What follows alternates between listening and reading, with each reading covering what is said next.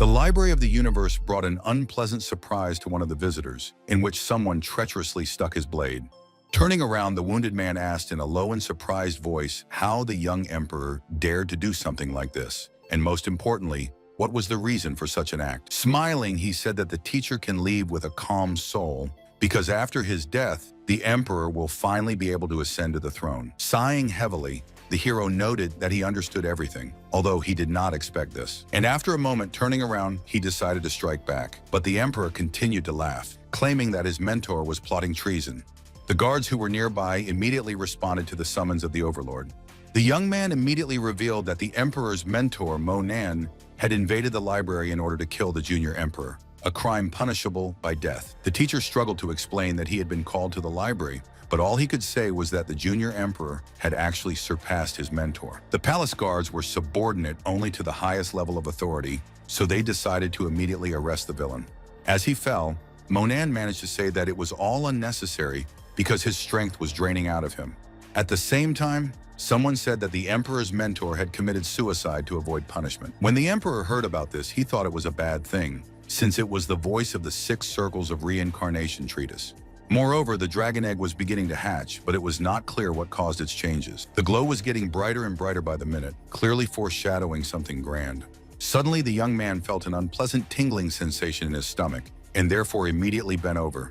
But in the next moment, the guy realized that the pain abruptly released. Only it was not clear how, with such a wound, our hero could remain alive. When the young man looked in the mirror, he couldn't believe his own eyes. The teenager was looking at a young face, which meant that somehow he had become much younger. Holding his head, Monan realized that the only explanation for what was happening was rebirth, although he didn't know how to describe it in words. Just when the young man decided to think about everything in more detail, he heard a strong knock on the door. A girl shouted that she didn't understand why her friend was hiding because the entrance exams were still more than 3 months away, and the student clearly wasn't going to embarrass his parents. Clutching his head in his hands, our hero was horrified by the fact that he had returned to 300 years ago, reborn in some schoolboy. Meanwhile, a voice outside threatened to kick the door down if the young man didn't show up immediately. Monan knew that he wasn't familiar with this world yet, so it was best not to start with a conflict. At the same time, a girl ran into the room with open arms. She lunged at the young man with such force that she literally knocked him off his feet. He could only say that he didn't think he would be so lucky right after rebirth, as he carefully looked at Headman Susu. However, the brunette looked at Monan suspiciously, even though she didn't say anything. Suddenly, the girl started kicking the student, shouting that he was pretending not to know her, acting like a real fool. Hearing about some energy, Susu said that something was wrong with the young man, although it is quite possible that the reason is that he fell in love unrequited and now worries about this. After thinking about it, our hero decided that maybe this is the case, but only he has no idea who is his lady of the heart. At the same time, the headman said that the young man's impossible dreams about Lin Yutong had brought him to such a state. Suddenly, somehow, the guy's memory was filled with information that he loved this girl from childhood to the university itself. Although he immediately stopped the flow of thoughts and quickly ran somewhere. Looking out of the window, our hero saw the Yulanhua Hotel in front of him, deciding that this was the place where all his troubles began. 300 years ago, on Chinese Valentine's Day, Monan was going to confess his feelings to Lin Yutong in this hotel. But I saw her kissing Zhang Peijun at the main entrance of this place. The guy was going to sit in the toilet to calm down a little, but he couldn't restrain himself, and before leaving, he asked the girl a question, and she answered it. Everyone heard how the beauty turned to Zhang Xiao, saying that our hero was following her everywhere, but he replied that he would do everything possible to stop it. After that, Zhang Peijun and his friends beat Monan so that he lay on the ground for a long time. Because of this, he could not pass the exams and did not meet the expectations of his family, thinking only of how to commit suicide. The young man was saved by his teacher, the celestial Ji Yue, who showed the way to becoming a supreme being, and then met his true love, Mu Xuanyin, but could not be with her because he was not strong enough. But all these events did not happen in this life, and therefore the young man decided that he would definitely succeed. For sure he would rule this world. Susu's voice startled the young man out of his thoughts, so the young man said that he didn't think about such a non-entity as Lin Yutong. The prefect didn't understand how her friend could have changed so much, although she was incredibly glad that he wasn't suffering at all. Our hero admitted that he did not even think that his friend was so worried about him, although there were a lot of things ahead, and therefore it was impossible to waste a single minute. Confused, Susu muttered under her breath that she didn't really care what was going on with the schoolboy. Once in the hall, the children heard the voice of the administrator, who anxiously said that they had found a dead person in one of the rooms. The surprised student asked if anyone had been killed in this place.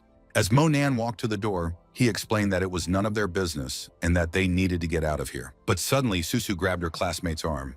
The young man could not understand anything, so he looked at the brunette in surprise. The girl didn't want to leave this building, so she proudly stated that they should go and see what was wrong. Maybe someone needed help. The guy decided not to resist, especially since perhaps the headman is right. After a while, our hero explained that the doctor's already in place, and therefore he definitely has nothing more to do here. You can leave. The girl asked with sadness in her voice. Does the classmate really not feel sorry for these elderly people? Despite this, they help each other celebrate holidays. At this time, the doctor was standing over the victim in the room and said something. Onlookers standing in the corridor noted that even elderly couples celebrate such a great holiday. It is pleasant, but on the other hand, it is unpleasant to die on such a day. At that moment, when the doctor was saying words of regret, our hero noticed some strange glow. The young man realized that this elderly gentleman had the power of a great cultivator circulating in him. The elderly man was trying to bring his wife back to life, but his strength wasn't enough, even though now help came in the form of Monan. According to Xuan Shu, a woman can be saved, which means that there is still hope, and it is so difficult to meet true love in the world. Suddenly, our hero ran into the room and shouted loudly that the victim was still alive. The doctor sharply rebuked the boy, saying that he should not make any noise, adding that it is necessary to remember where the student is. However, the guy realized that now all attention should be focused on the patient, and therefore calmly walked past the doctor. The medical worker did not like this, and once again said that the woman had died, and therefore did not understand what the boy was planning to do with the unfortunate woman. The headman also couldn't understand what was going on with the comrade who had been acting very strange all day.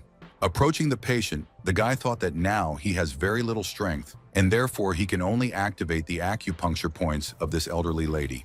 While the young man was saying something about the spiritual body of a person, as well as calling out the names of points, the elderly man was only surprised at what he was hearing. And after a moment, our hero began to do what was in his power. The unfortunate man asked Monan to save his wife, while at the same time hearing the doctor shouting that it was enough to mock the body of a woman who could no longer be lifted to her feet. Inwardly, the disciple thought that he was able to level out his weakness by pressing 6 acupuncture points, and therefore the woman should wake up soon, although perhaps another push of strength should be made. You can redirect energy only through the channels located in the lips, of course. It is possible to make a kiss, but it is better to find another way. Hearing the youth say something about silver needles, the old gentleman asked for them to be brought immediately. The doctor thought to himself that how could a medic have such needles, even though he had an ordinary needle and thread to sew up wounds, especially since it didn't matter what to use, because the woman was dead. After grabbing this item, Monan immediately began to perform some manipulations, and the patient's husband asked if it was true that the young man had turned an ordinary needle into a down needle. Once again, the doctor intervened, wondering how a gentleman could allow a boy to do such a bad thing when it was so much more humane to let a woman go. The crowd was also unaware of what was happening, and they really wanted to know who this young man was. After a moment, the young man was happy to note that the old lady's breathing had recovered. The guy had to spend a lot of spiritual energy on the divine down needle, and he needed to continue cultivating as soon as possible. To everyone's surprise, the woman who was supposed to be dead got up and started coughing. Surprised onlookers immediately began to gossip that the boy really managed the impossible. Hearing how the doctor reminded about the cardiac arrest, the nurse added that the young man was amazing. With the help of an ordinary needle, he brought a person back to life. It was only Monan who calmly explained that this lady didn't die. After all, he had originally said so. And then there was a very touching picture where the couple said that it was important for them to live for each other.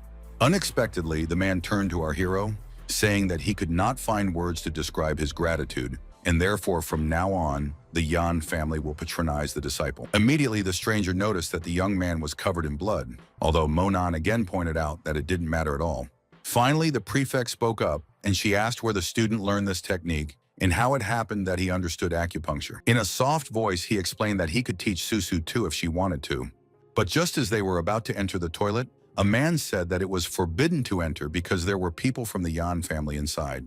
The brunette wanted to explain something, although the young man proudly announced that they would leave now. Answering the girl's question that the young man has changed a lot, he said that it's just time to grow up a little.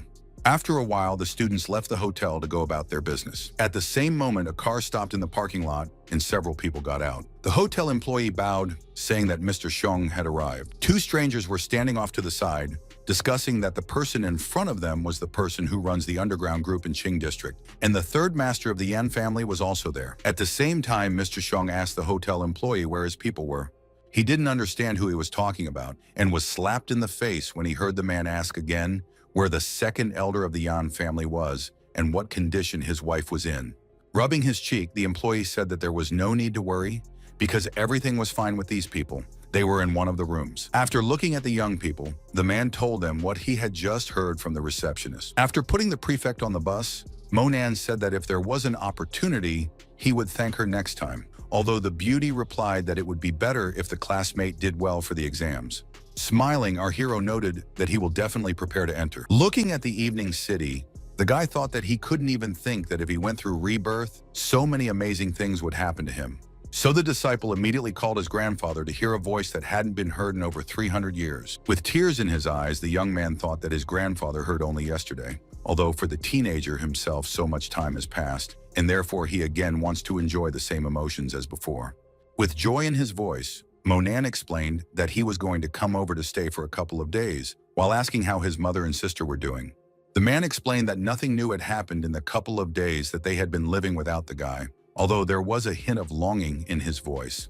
He added that it was late and that the old gentleman needed to rest, and that as for him, he would be coming soon to visit his family. After putting down the phone, the teenager remembered that in his previous life, he had spent very little time with his family in Mushuanyan, but in this life, he wouldn't make such mistakes.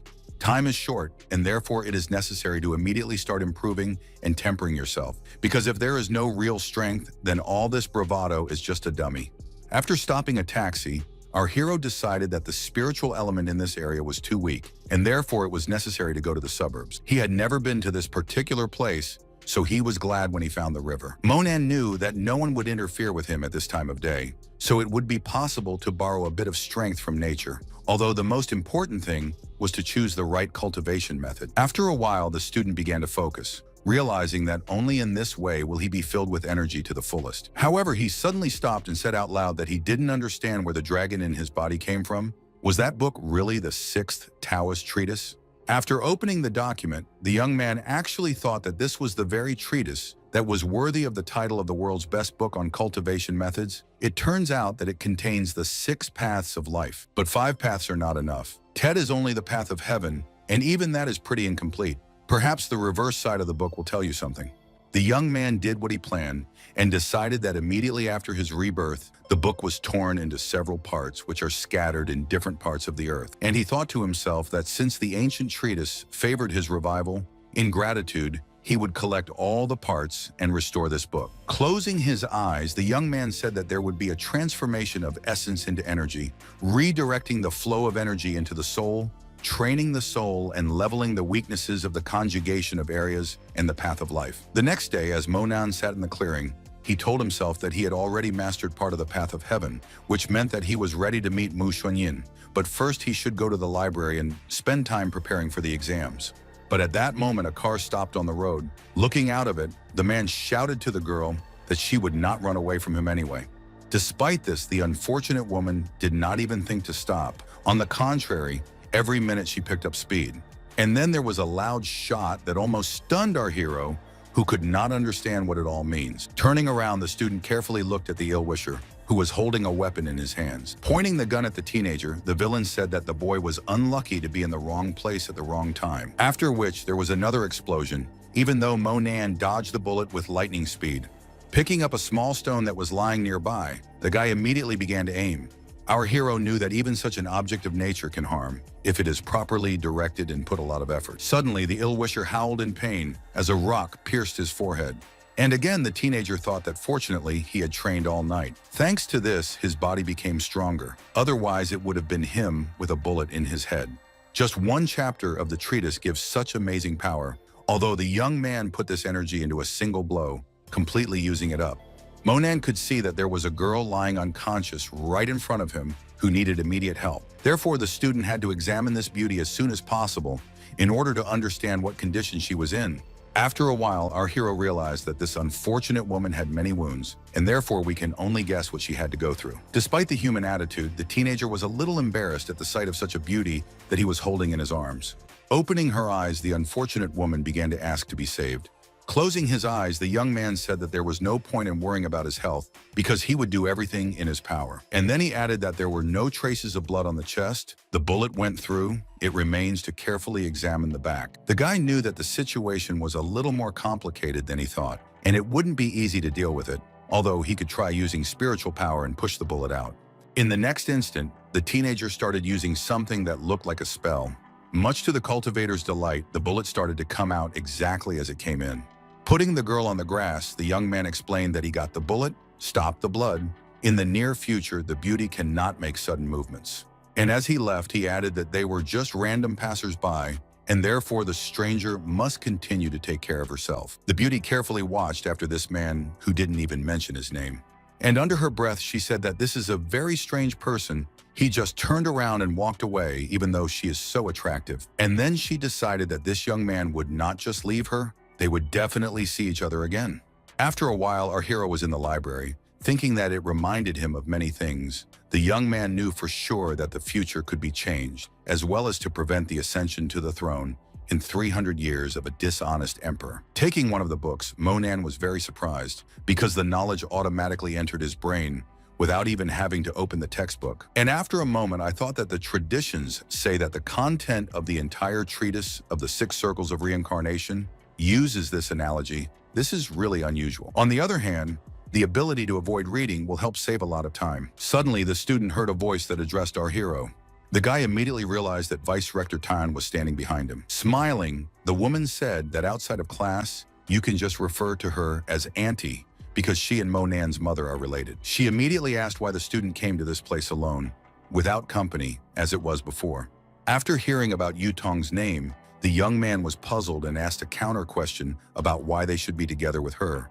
The vice rector shouted that this girl had deceived her again, saying that she was going along with a guy, adding that she was unbearable, which means that you need to call her immediately and scold her. Monan couldn't fully understand why Auntie had come to this place. Perhaps she was specifically looking for a girl. But the vice rector explained that she had come to conduct an initiation before this year's entrance exam, taking advantage of today's weekend to find books relevant to this topic. When the nephew heard that the woman could not find the books, he noted that they were in the 6th row on the 4th shelf. The 11th or 12th books contain a lot of interesting information on this subject. After finding the necessary literature, Vice Rector Tan noted that the guy has an excellent memory, but it is necessary to concentrate on the entrance exams. After that, she added that the young man, after studying, came to her. She would prepare delicious and healthy food for him. Privately, our hero thought that he did not want to meet Lin Yutong again, although in the previous life, Tate Tan treated him like her own son, and it would be wrong to refuse. After returning home, the woman once again explained that now she will prepare a very tasty meal because the teenager needs to gain strength. Confused, Monan said that he was embarrassed that he had caused so much trouble, but Auntie Tan said that it wasn't a big deal. After a few minutes, the woman left to prepare a meal. At that moment, Lin Yutong returned home and said with anger in her voice that she did not understand how the young man could have come to their house in the first place. And then she looked carefully and with some apprehension at her mother, who was in the kitchen. The girl continued to shout, accusing her friend of having also learned to complain. The beauty noted that she had arranged to have dinner and sing karaoke with the guys. But because Lin Yutong complained to her mother, now she will have to stay at home. Closing his eyes, the teenager explained that it wasn't him who ordered Vice Principal Tan to call her. Moreover, Yu Chao Shan and Zhang Pei Jun aren't very good people. The girl continued to gloat, claiming that Monan thought he was the only one who was so good. Suddenly, the girl's mother came into the living room, noting that lunch was already ready, and therefore suggested that the children immediately go to the table. As Lin Yutong left, she said that they had decided to go shopping with the girls, so she wasn't going to have lunch. The woman did not like the fact that her daughter did not listen to her, and immediately noted that she should eat first and only then go about her business. The guy understood that the aunt wanted the girl to go with him, but said that he had to get up early in the morning, and therefore he could not accompany a friend. Grabbing the teenager by the scruff of the neck, the beauty told him to talk less and do more, or rather, to follow her, since they were still waiting for her.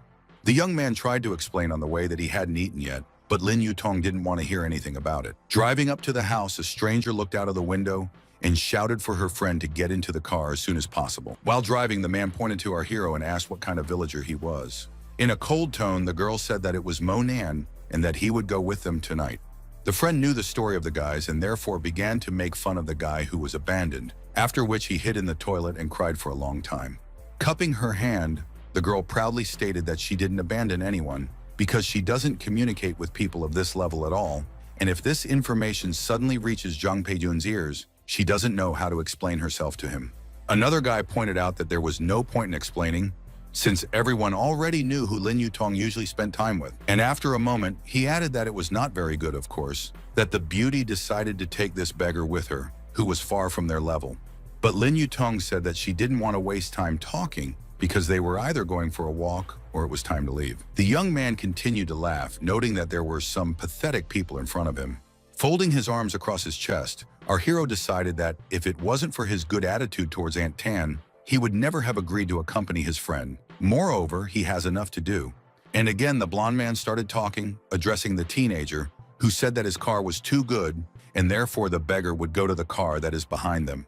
But the driver of the other car was not going to go along with the student, insulting him and saying that the young man does not wash for days, and therefore stinks the whole car. As Mo Nan left, he said out loud that he wasn't going anywhere, and reminded her that the girl had to be back before 10 at night, but inwardly decided that these pseudo-majors had arrived in some clunkers and were acting as if they had the latest cars from the salon. The blonde man said that they wouldn't be upset at all, and then said goodbye to the student. Lin Yutong pointed out that if the young man didn't go, then neither would she, because soon her mother would call to check on her, and if the young man wasn't around, she wouldn't be allowed to go anywhere else.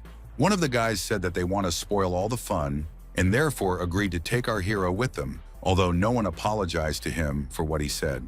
Monan didn't want to argue. He knew that he had his own things to do, but he wasn't going to let his aunt down, so he decided to do what was required of him. The blonde man glanced at his student and decided that now was the time to go and have fun. The other young man began to tease Monan, noting that he was not a fool to pay attention to such a beautiful woman.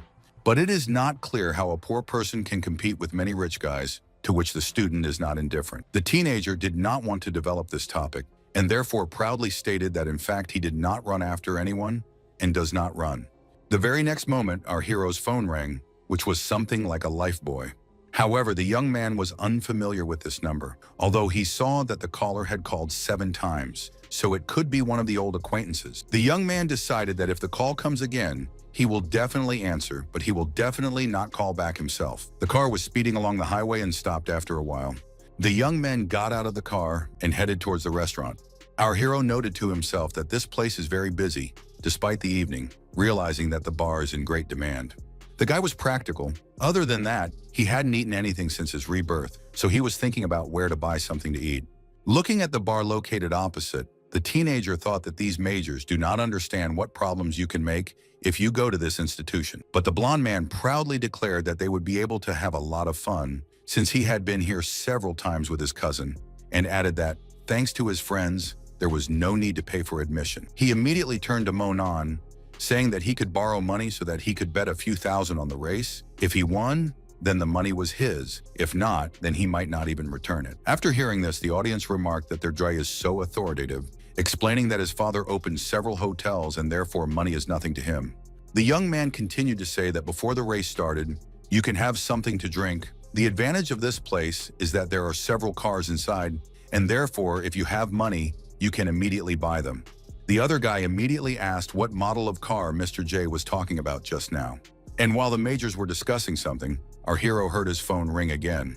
The young man remembered his promise, which is why he decided that he would not ignore the call, because it might be something important. A stranger was happy that he had finally managed to get through, so he asked to be put in touch with Monan. The man explained that he was the son of the elderly lady who was saved by the guy, but they could not meet as the student left the hotel very quickly. The young man once again thanked the savior, but immediately asked what they need to do. Because the woman is constantly sick, several doctors came to her, but they could not do anything. The teenager thought to himself that he was forced to use the needle and his life was saved. But since the true kui wasn't cleaned, there were some minor complications. Monan honestly admitted that this was his mistake, but he would correct everything and explain that he was in the Motor City on Mount Sipping After 10, he would be free, and therefore he could treat the elderly lady. Watching our hero from the sidelines, she said matter-of-factly that the beggar was probably trying to find 80,000. She also didn't understand why her friend was constantly calling someone, probably pretending to be busy so that he wouldn't have to pay for drinks.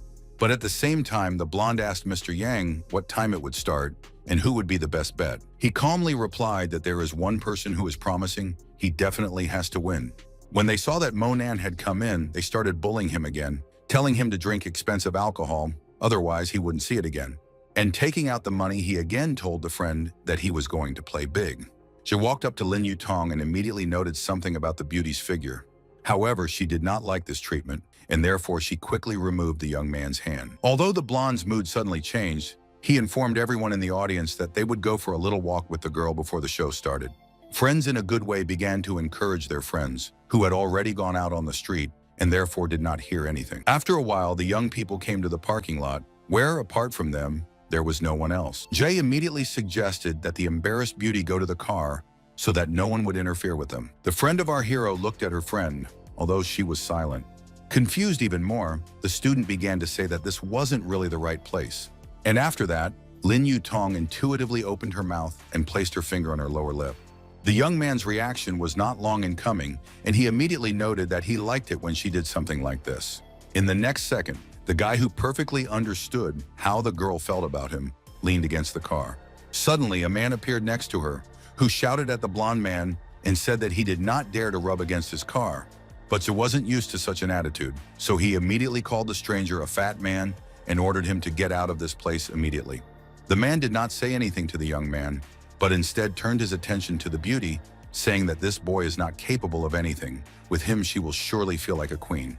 He immediately positioned himself so that he could place his hand on the student's hip. Lin Yutong didn't know how to act, as she had never been in such an awkward situation before.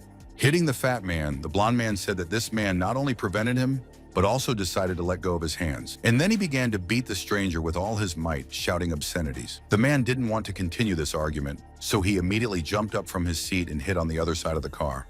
The blonde was so far apart that he hit the side mirror, which immediately fell off and then resumed shouting again.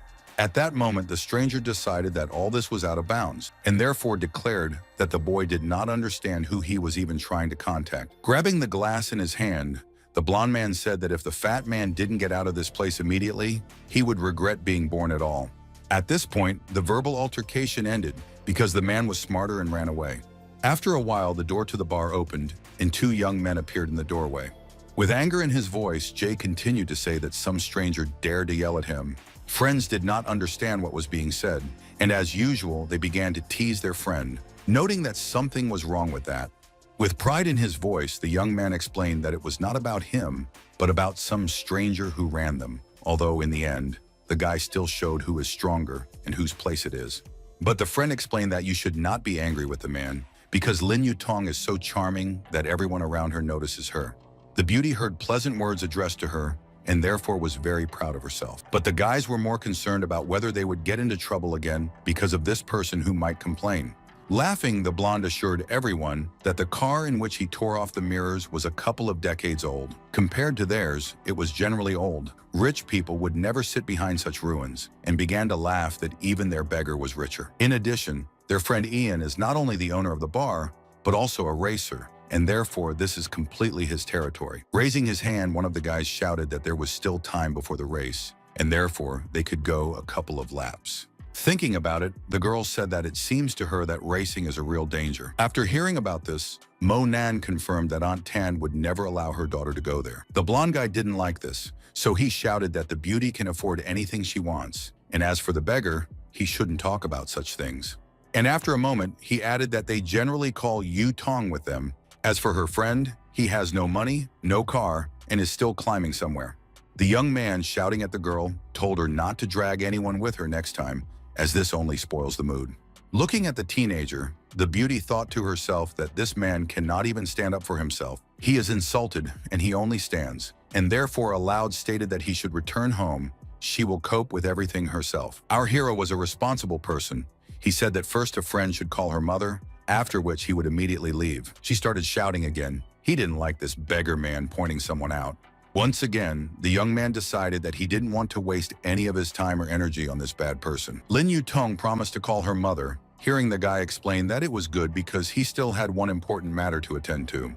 The blonde once again ridiculed the student, saying that he wants to look cool, explaining that he has a lot of urgent tasks. Getting up from his seat, the young man decided that there was no point in proving anything to anyone. These people were too ignoble to waste their time on them. But all of a sudden, everyone in the audience heard a strong whistle of doors, which someone knocked out with one movement and with ease. After looking at the men who looked more like bandits, the teenager decided that it would not be possible to leave so quickly. Pointing at Zhao, the guard turned to Mr. Wang and asked if it was true that the kid was threatening him. The man did not plan to stand on ceremony and therefore shouted that it was really him. Horrified, the blonde thought to himself that he hadn't even imagined that this fat man would bring a bunch of people with him. At the same time, Mr. Wang started talking again, explaining that evil must be punished, but somehow Zhao wasn't as bold as he had been a while ago. Of course, it's easy to think you're important when you have no idea who's in front of you. The guy began to justify himself, saying that the man began to molest his girlfriend, and therefore he decided to fight back to protect the honor of the beauty. The man didn't like it, and he pointed out sharply that no one had the right to behave inappropriately on his territory. Monan closed the door behind his friend and decided that he had nothing to do with Zhu's affairs, but there was Lin Yutong in this room, who couldn't be left alone, because if something happened, Aunt Tan would never forgive the young man. Mr. Yang asked Bao what was going on, then asked him to calm down, saying that he would compensate for the damage, but there was no need to start a showdown in this place. It was not good. The young man told Lao Yang that he had no complaints, but the owner would not tolerate such an impertinent attitude towards himself. Mr. Wang didn't say anything more, but walked over to the blonde man and slapped him across the face. The impact was so strong that the young man immediately fell to the floor.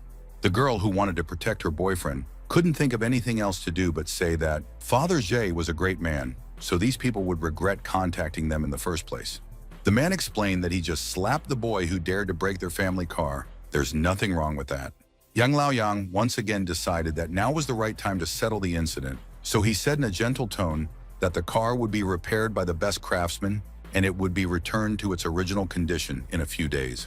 Hearing about this, the gentleman shouted furiously, explaining that he had a huge amount of money and therefore he did not need pennies. The point is that he was offended and humiliated, and it was done by some loser.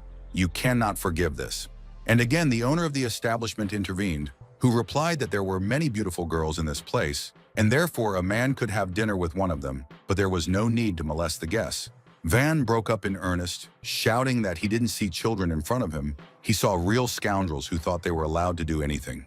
Realizing that it would be impossible to reach out to this person, Yang Laoyang tried to reason with Bao, hoping that he would be able to explain in detail to the boss that guests are guests. They are inviolable. When the owner of the place heard that it wasn't going to happen, he asked if Mr. Tu was coming tonight. Bao explained that he would be there. Moreover, the man had invited 3 important guests, including Mr. Wang. The girl remembered that this man was the leader of a criminal gang, and therefore did not know what else they could hope for. The embarrassed beauty noted that if someone suddenly decided to harm her, then she would definitely contact the police. Lin Yutong proudly said that she had already called the law enforcement agencies, so the officers would be here very soon. Looking at his friend, our hero began to scold himself that he hadn't noticed how stupid she was before. After hearing this, Vaughn stated that he had only ever liked one girl before, but now he decided that the second one was also pretty enough. Bao didn't want the boss to get angry, so he ordered the strangers to immediately get up from their seat and follow them. Monan pointed out that his friend couldn't be picked up because he had promised her mother that he would bring her home before 10 o'clock at night. The guards, watching the student in disbelief, did not understand what was happening to him, how this boy could object something to the great boss. Chung's friends were also aware that this beggar was looking for trouble, although considering who was standing in front of them, it wasn't going to end with just one slap on the back of the head. The terrified Lin Yutong, realizing that the young man was causing trouble, asked him to leave as soon as possible, explaining that the police would arrive very soon. Suddenly, Bao spoke up. He said that the kid really hopes to become a hero who saved the beauty. Of course, the teenager is brave, and therefore no one is going to kill him. The young man said with pride in his voice that he could say the same thing to his opponents. He wouldn't hit them hard, but he would beat them pretty hard.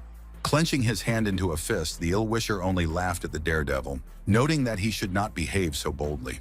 The frightened girl closed her eyes. She didn't want to see her friend get beaten up, knowing that there was nothing she could do anyway. However, nothing terrible happened, because Monan quickly repelled the villain who decided to attack him first. What was surprising was that the guard flew off in the opposite direction of the hall in the next second.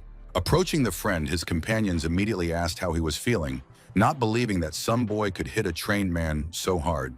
Realizing that this person wasn't doing well, the villains immediately cursed, realizing that they definitely had to fight back. However, this was not destined to happen. Our hero, realizing that he was about to be attacked, managed to react in such a way as to attack first. After looking at Mr. Wang as well as Bao, the guy addressed them, explaining that it was their turn because they were so bold and fearless. Our hero remembered how the fat man spoke badly about girls, and therefore said that he had too dirty a mouth, and he simply had to pay for all the nasty things that flew out of it. All of a sudden, the teenager quickly ran up to the man and delivered a cutting blow without any words. The man flew into the rack and slowly slid down it to the ground, but he couldn't even say a word. Bao didn't want to fight, so he just said that since there was such a daredevil in front of him, he would go and inform Mr. Tu personally about what had just happened here. A few minutes later, looking at his boss, the same young man ordered other security guards to immediately take him out of the establishment because it was dangerous to stay in this place.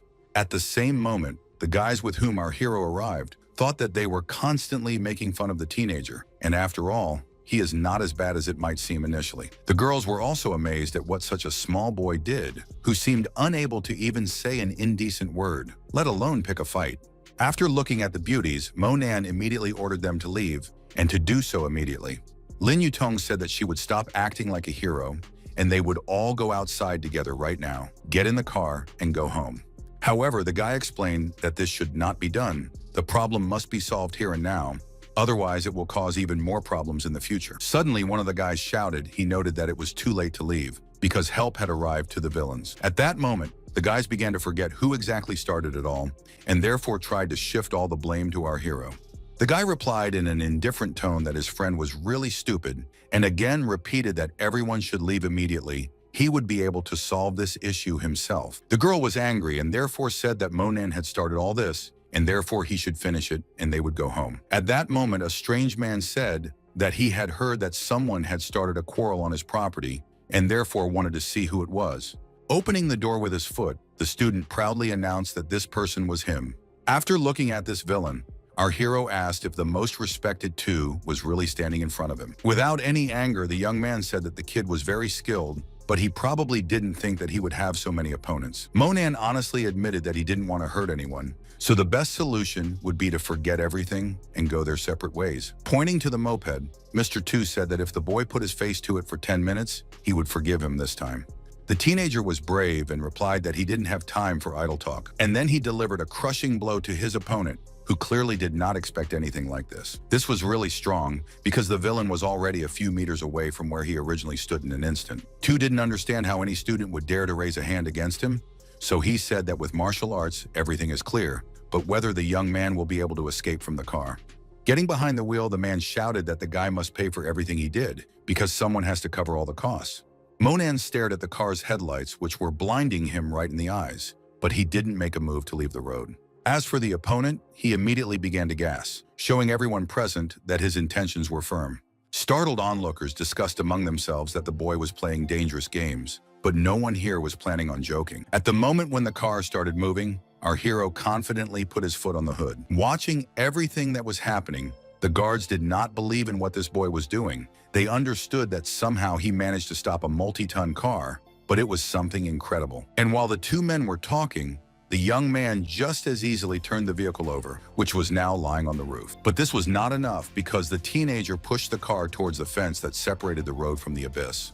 This was the most dangerous situation for Mr. Tu, who was only a few meters away from the cliff. Cautiously, the villain asked Monan not to raise her foot in any case, adding that they could discuss everything in a calm atmosphere. And again, the audience said that before him is a real monster who does incredible things and does it so easily and at ease. Putting his foot on the car, the student indifferently asked the ill-wisher if it was true that he would take and run him over as compensation. And again, Tu shouted, justifying that the teenager really did not understand everything correctly. Just the brakes in the car broke, and so no one was going to wish harm to the boy. Our hero immediately asked, what about the compensation? The terrified driver asked Bao to come to him immediately and transfer all the money from the card to Monan's account. The bodyguard never contradicted him, so this time he did as he was told. Holding the map in his hands, Bao stated that there were about 200,000 on one of them and about 400 on the other. Realizing that life hangs in the balance, the man ordered the student to give the card with the most money, adding that he was so scared that he didn't need any money at all. Smiling, the bodyguard handed the plastic to our hero, calling the code and noting that he can withdraw money at any time, because now the entire amount rightfully belongs to the guy. However, the young man was really upset, and therefore said that this money can only calm him down for a while, but only how long Mr. 2 stays in the hospital depends on him. The villain was angry, and therefore began to insult the student, who immediately raised his leg, after which the car flew off into the cliff. When Bao approached the guards, he immediately ordered them to go down to save their boss, because it was unknown what condition he was in. And then he added that all those who are idle should immediately destroy this filthy boy who decided to harm all the people in their organization. In an icy tone, Monan said that he was still being hindered, which meant that no amount of money would help these people at all. Bao was silent, though he kept a close eye on the new cars that had just pulled up to the highway. Mr. Zhang suddenly appeared, and a young man greeted him happily. A moment later, he said that he arrived just in time, because they were in a difficult situation, and the whole team hopes for the support of this great man. Zhang glared at the kids and asked them what they had decided to do here. Had they forgotten that everyone had been living by the law for a long time? Bao, forcing a smile, began to justify himself, explaining that they didn't want to hurt anyone. They just wanted to scare the little brat who dared to let Mr. 2 down the mountain. Calling our hero by name, the man also asked if it was true that there was a cultivator in front of him, just in case. With surprise in his voice, the guard asked if the big boss really knew this student. The man, when he heard that Bao spoke unflatteringly about the young man, hit him, saying that they had no right to even look askance in the direction of this boy, adding that those dilapidated cars were worthless at all. Rubbing his injured cheek, the young man couldn't realize that this humble person was a good friend of Mr. Xiang's. Therefore, he immediately bowed, saying something about the fact that they did not know anything, made a mistake in their actions. But our hero didn't pay attention to this petty person. He had his own business to attend to, so he immediately asked if it was true that Mr. Zhang was sent by the Yan family. The stranger replied that his name was Jin Zhang. His brothers called him Grandpa Zhang. Last time the guy did not fully cure his mother, so he hurried to come so that the cultivator could finish the job. Monan calmly said that he was done with his business. He could go to the woman, but he didn't know what condition 2 was in. But the man insisted that nothing terrible had happened, which our hero agreed with, saying that he did not want to stand next to garbage, which does not respect anything and no one. As Bao watched the cars disappear, he was glad that he hadn't let his hands run wild, because then he would definitely have been in trouble. The car was moving very fast, so Monan was soon taken to the patient. After looking around, the disciple realized that this was a 12-symbol dragon manor that was guarded by the dignitaries of the country, and since this was the case, it was clear that the Yan family had great connections with the upper classes. Already standing in the house, the young man admitted that he would definitely help, but before midnight he needed to return home, because in the morning he would have to get up early. The man understood everything, and replied that he would not have to wait long. He would just go down and notify the owner of the house about the arrival of the healer. And after a moment, our hero looked after the retreating man. The jade caught his attention, although it was strange that there wasn't a single talisman in the nightstand that actually had supernatural powers. Suddenly, the disciple was startled out of his thoughts by a voice that asked if the young man must despise their family's collection for frowning at the jewelry like that. Monan raised his head and carefully looked at the blonde who was standing in front of him. The young man didn't plan on bragging, but he honestly said that he did know a little about jade. The blonde girl said that modesty was not necessary for this boy and immediately introduced herself, explaining that her name was Yan Qingxi. The guy decided that he should say hello again, then asked if the girl would take him to the patient. However, the girl did not understand why there was such a rush, so she said that now her grandmother has a master who is trying to deal with the problem. Inwardly, our hero thought that no master would be able to match the strength of the Emperor's mentor, and therefore this is all just a pointless waste of time. At the same time, he picked up the phone, realizing that it was almost midnight. Suddenly, another man entered the room and ordered his daughter not to worry about her grandmother because she was in good hands. Passing his hand to our hero, the owner of the house explained that his name was Yan Longsheng, and it was he who contacted the guy on the phone. And therefore, I am glad that the teenager did not refuse their request and came here. Monan immediately shook the man's hand, saying that he wanted to fix the residual problem first and then he could thank him. Smiling, the owner of the house noticed that the real doctor was standing in front of him because he immediately thinks about the patient. He immediately pointed out the door to the teenager, saying that now the guest can go to Mrs. Yan. A second later, Monan found himself in a small courtyard that led to a separate house, where the lady of the house was temporarily placed. But it all seemed strange enough to the guy. He did not understand why it was necessary to set up small buildings when there was a huge mansion on the territory. However, his thoughts had to be left for a later time, since the young man had already been shown to his chambers. One of the men at her bedside looked at her with disdain and remarked that they were probably looking at someone who thought he understood what acupuncture was. It seems that this boy tricked Mr. Yan into believing that he could heal his mother, but there's no need to worry, because Monan will have the opportunity to observe the work of a true master. The young man asked for silence because they were in the patient's chambers, but again he heard insults in his address at the expense of the fact that such a fraudster, even after looking at the work of the great master, would never be able to repeat it. Approaching the woman's bed, our hero immediately determined that she was poisoned. But the question was, which of those who had just insulted the young man was involved? The same theory about poisoning was voiced by the master, who wanted to know who it could be.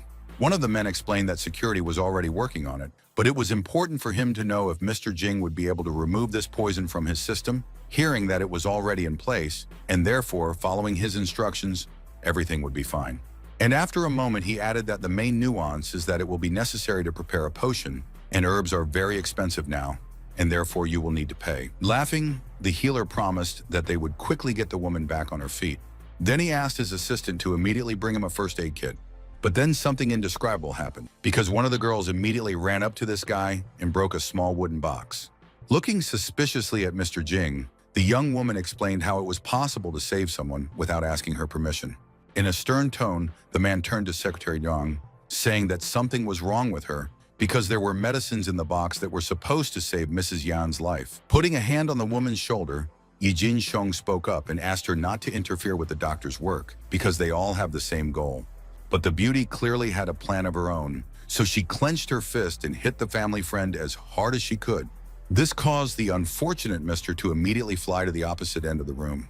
Opening one eye, the man realized that this was not a secretary and therefore immediately ordered the guards to immediately grab her. Drawing their weapons, the young men immediately ordered the imposters to stop and raise their hands. But the villain knew exactly what she was capable of, so she didn't plan on giving up so easily. At the same time, gunfire erupted in the room, but thanks to her lightning-fast speed, the imposter easily evaded the bullets. Realizing that the weapon needed to be reloaded, the beauty immediately took off her glasses and carefully looked at the bodyguards. After that, the girl with great strength and speed sent each of the windows in the direction where the guards were standing. The accuracy of the villain could be envied, because the glass clearly dug into the forehead of the guys. Senior Yan immediately claimed that some stranger had entered their house and decided to show that she was in charge here. Then he told Mr. Jing that if he could save his family today, he would definitely thank him. The master, realizing that it was a lot of money at stake, began to reassure Yan Lao, noting that he would quickly deal with this dangerous criminal. For the first few minutes, the old man pretended to be some kind of hero, probably in order to look more solid. Watching this man, the host speculated that Mr. Jing was indeed a Qigong master, which is very rare.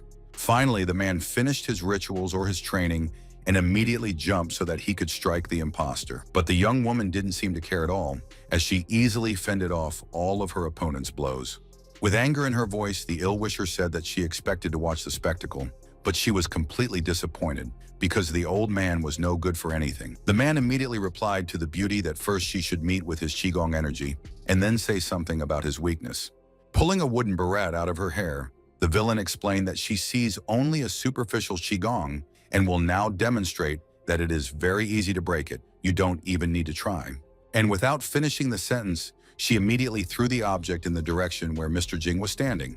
The old man didn't even have time to realize what was happening, and the hairpin was already digging into his shoulder. Pressing his hand to his wound, the master complained that he really didn't think something like this would happen to him. The owner of the house, who had previously raised Jing almost to the skies, now realized with horror that the man had lost to some girl. At the same time, while looking at Secretary Zhang carefully, our hero thought that her face seemed too familiar to him. The girl was also looking at Monan, even though she didn't understand what he was doing in this house. After that, the villain turned her gaze to the woman who was still lying on the bed. Now it became clear to everyone that the imposter is a murderer who planned to complete the case.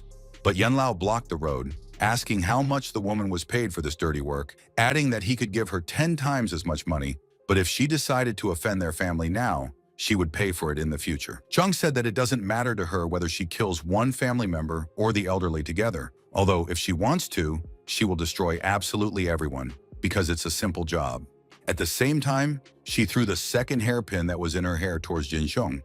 The situation was getting worse by the minute, and the son of the sick woman, who could have been killed, but was not killed, also understood this. Standing next to the bed, the villainess took out a knife and ordered everyone to stay where they were, even though she heard Mo Nan say that the woman was his patient and no one dared to harm her. One of the family members ordered the boy to be silent because he is nobody, and his words can affect the fact that Zhang will destroy everyone. Closing his eyes, the old man also said that there was no need to chase cheap popularity. It was better to leave the showdown to the elders. The girl could not remain silent, and therefore she began a verbal altercation with the young man. But the guy did not care what the ill-wisher said. He carefully studied her facial features. Jin Xiong, unlike the others, bowed to the guest and explained that this woman was a level 4 assassin, so the boy didn't need to sacrifice his life unnecessarily. But our hero didn't hear these words, so he told Zhang that if she left now, he would never pursue her. Watching what was happening, one of the family members again thought to himself that the boy was just tired of living. All of a sudden, a young man burst into the room and looked at the group intently. Turning to a colleague, he asked why she was taking so long, because during this time it was possible to complete the task. Turning her head in the direction of the disciple, the beauty noticed that this guy is not simple and therefore should be wary of him. Pulling out a weapon, the man said that the woman is increasingly degraded, since she is afraid of an ordinary schoolboy who does not even know how to fight. Mo Nan wasn't used to talking much. Instead, he picked up a piece of wooden box from the floor. At the same time, he threw it in the direction of the villain. It was a magnificent blow as the shrapnel sank hard into the man's arm, forcing him to release the gun. But this did not stop the ill-wisher, who noted in an icy tone that he was facing a child who believes that he can attack. Mo Nan shouted loudly that the villain deserved it, because he came to this house to threaten defenseless people. And then something happened that no one expected, because somehow the guy wasn't there. The opponents realized that something bad was going to happen next and immediately tensed up. And this is something bad followed, because in the next second, the ground began to crack under the feet of the villains. Mo Nan icily stated that if people took even one more step, they would immediately die. The injured Jin Xiong nervously asked his guest if this was too much. After all, even the ground had already opened up. Where else to go? For the first time that evening, Mr. Yan recognized that the boy actually had unlimited power. So the old man asked the young man to save his family in exchange for a great reward. The young man replied that this was unnecessary. As long as he was in this room, the villains would not be able to harm the sick woman in any way. If we talk about the rest of the family, then if they do not start acting on their own, then they will be all right. At the same time, the imposter thought that they really couldn't handle the guy because he was incredibly strong. And as she hurried away, the girl added that today they had encountered a virtuoso master, and therefore they had nothing else to do here. Out of the corner of his ear, our hero heard a man say that he probably belongs to some ancient military family. Therefore, it is better to forget about completing this task forever. After running into the room, a terrified Yan Qingxi asked how everyone was feeling after the earthquake. However, she heard that there was nothing wrong. It was just that their guest had performed certain tricks in the room. However, the blonde did not believe that everything was already over, although her father once again hurried to reassure her.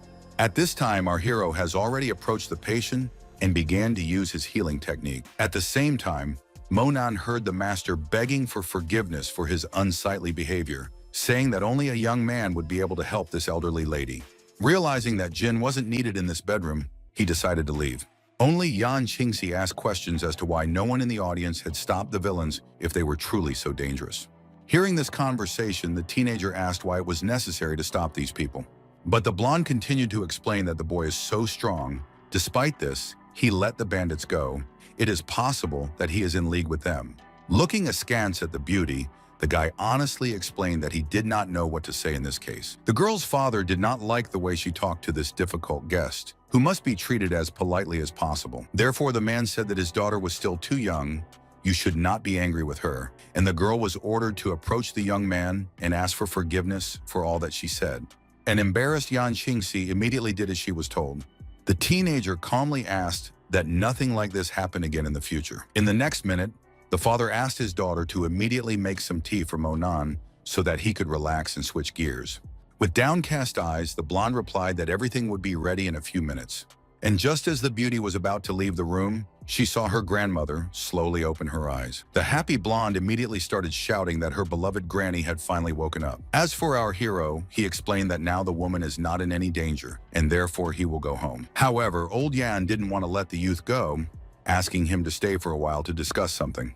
After looking at the time, the young man tiredly said that he would be able to set aside some more time. Laughing, the host asked his guest to follow him to the study. He told his granddaughter again that she should remember to bring them tea. The girl didn't say anything, but she was very embarrassed again. After a while, the table was set and the two men sat across from each other. Slowly pouring the tea, the blonde didn't dare say anything. Suddenly, the silence was broken by the owner of the house, who asked the guy to feel free and at ease. The young man was hungry, so at that moment he was not going to be shy and downed a small cup of tea in one gulp. Yanqingzi took this as an insult, as she knew that the tea ceremony was absolutely required to be honored by everyone. And the old man had already mentioned that the two hitmen had come from Cloud Twilight Energy, and he wanted to know if the young man had had time to see any features of the villains. However, the guy did not answer the question. Moreover, he asked a counter question about what it is in general. The owner of the house smiled, although it was strange for him to hear that such a strong boy had never heard anything like this.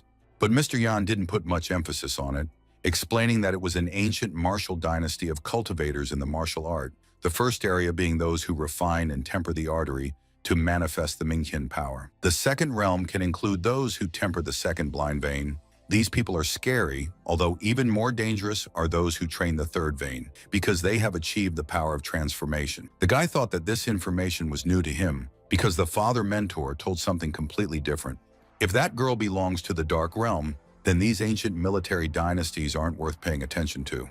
Holding a small box in his hands, the head of the family once again thanked the guest for everything he had done for them and asked them to accept this modest gift. Opening the case, the old man explained that this watch was given to him by a comrade. As for the key, it is from the house, which is located next to the school, and therefore now the road will not be exhausting for the student. The young man didn't expect to receive something like this, and sincerely said that he really liked these gifts. The blonde girl immediately started to say something about her grandfather's watch with anger in her voice, but Mr. Yan managed to stop his granddaughter from saying anything unnecessary again. However, the guy himself realized that all this costs a lot of money, which is why he said that soon he would brew a miracle elixir, and when the time comes, he will give the family some magic pills. After that, the man once again sincerely thanked the student for everything he had done for their family. Folding her hands, Jin Xiong finally said that they didn't need ordinary pills because their family always had enough of such things, and therefore they didn't need another herb. Suddenly, the young man somehow carefully looked somewhere to the side, but he decided to tell her that it was too late and that it was really time for him to go home. Turning to the servants, the owner of the house ordered Tom to take the young man home. Monan didn't refuse because he was really tired, and the car ride to the apartment was very fast. However, after looking at his balcony, the teenager was very surprised that the light was on at home, although he did not invite anyone and did not wait. Going inside, the guy heard that the music was blaring incredibly loud. In addition, the girls felt in his home, as in their own personal. Our hero was angry, but at the same time, Lin Yutong said with joy in her voice that their comrade had finally returned. Suddenly, the guy turned away and walked away, angry and disappointed. After a moment, the room became bright and quiet, although the uninvited guests did not like it because they wanted to have fun. With anger in his voice, the blonde man shouted that he wanted the music to play again. However, when the young man saw that the owner of the apartment had returned, he immediately began to greet him. In an icy tone, Monan asked everyone present why they were at his house. A friend of the guy explained that they were worried about him and therefore came here to wait for the student and make sure that everything is fine with him. Then she added that not only did he come back late, but he also started yelling at his friends. Although this is completely unjustified, she started insulting Monan, claiming that he was living in some kind of chicken coop. Despite this, they decided to show the nobility and come to this place. But the young man didn't want to listen to these words. He only had to look at the stained sofa, as well as at the cigarette butts lying on the floor, to understand how these people really feel about him. For the first time in a long time, the young man was angry, so he shouted for the intruders to leave this house immediately. However, these people did not understand anything, and therefore again began to say something unpleasant about our hero.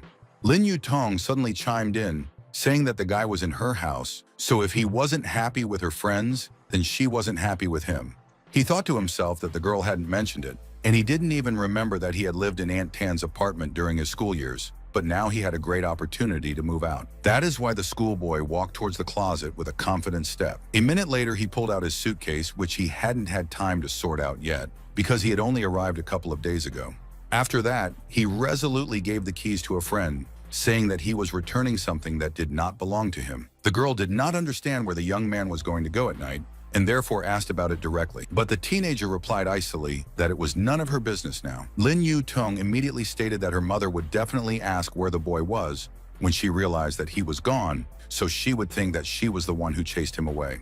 Monan didn't have time to reach the door when he was once again told that he had been a grown man for a long time and was acting like a baby. Without turning around, the disciple said that everyone was too shallow to be his friends. The young man was hoping that he would finally leave this apartment, but someone's voice called out to him again. He wasn't going to be rude, so he slowly turned his head. Looking at the familiar Lin Yu-tong, the disciple asked her what she needed. The beauty began to say that she would like to discuss the moment when the young man was able to easily deal with Mr. Tu on the circuit. Our hero noted that if they want to thank him, then he doesn't need anything like that. But the girl's eyes glittered with anger because she didn't understand why they suddenly had to thank someone. Although the beauty did not want to delay and therefore noted that she did not understand why a person who owns Kung Fu initially did not help when the problem just began to unfold. The guys had to leave the restaurant very quickly because of him. All the things were left in the hall, and now Monan is behaving arrogantly, although in fact he is not worthy of them and should apologize.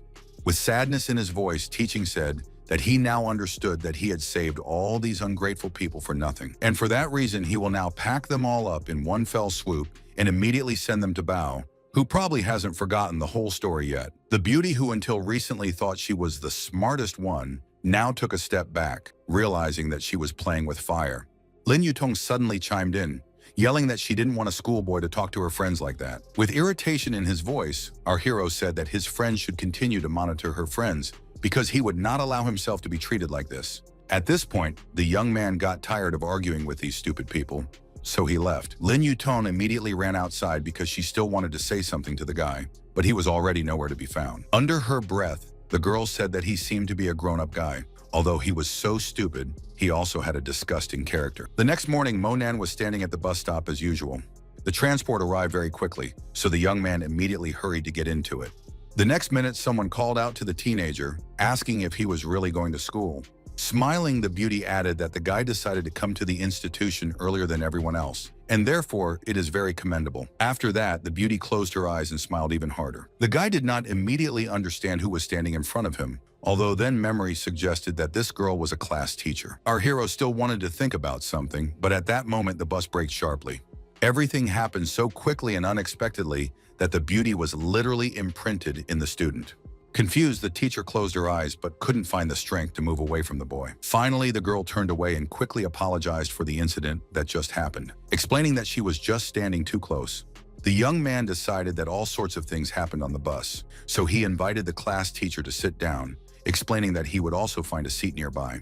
After these words, the teacher relaxed a little and even smiled. However, this was only the beginning of the story because a man came very close to the school employee. The man got as close as possible to the bag, although he noted to himself that it would be very difficult to remove it. The beauty looked at this man with a certain apprehension, knowing that nothing good could be expected from him. What was interesting was that Monan noticed that the homeroom teacher had noticed the thief, and he was pleased that she was so vigilant.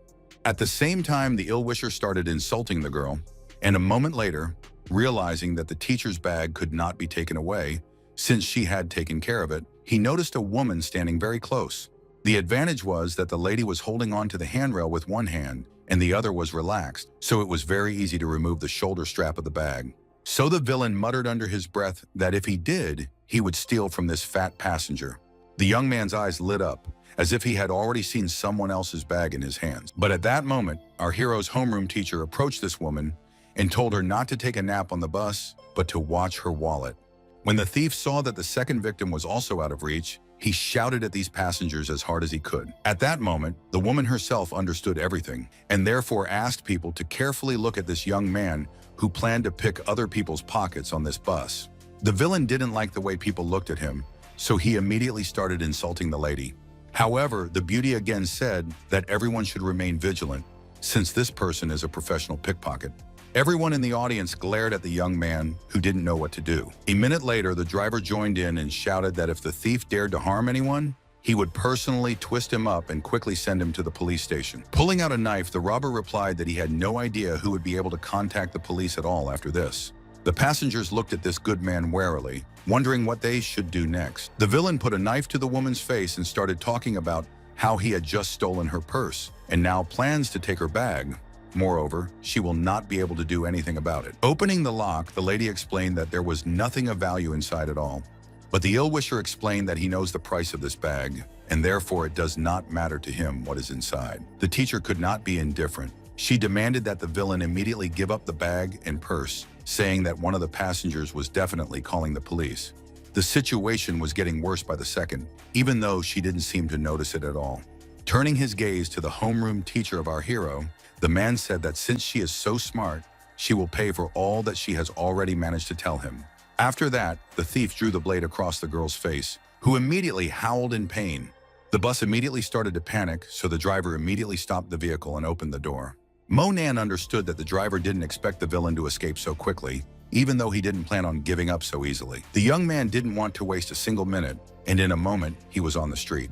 The young man knew perfectly well that it would not be possible to escape him so quickly and easily. However, the opponent didn't know who he was messing with, so he just teased and kept running.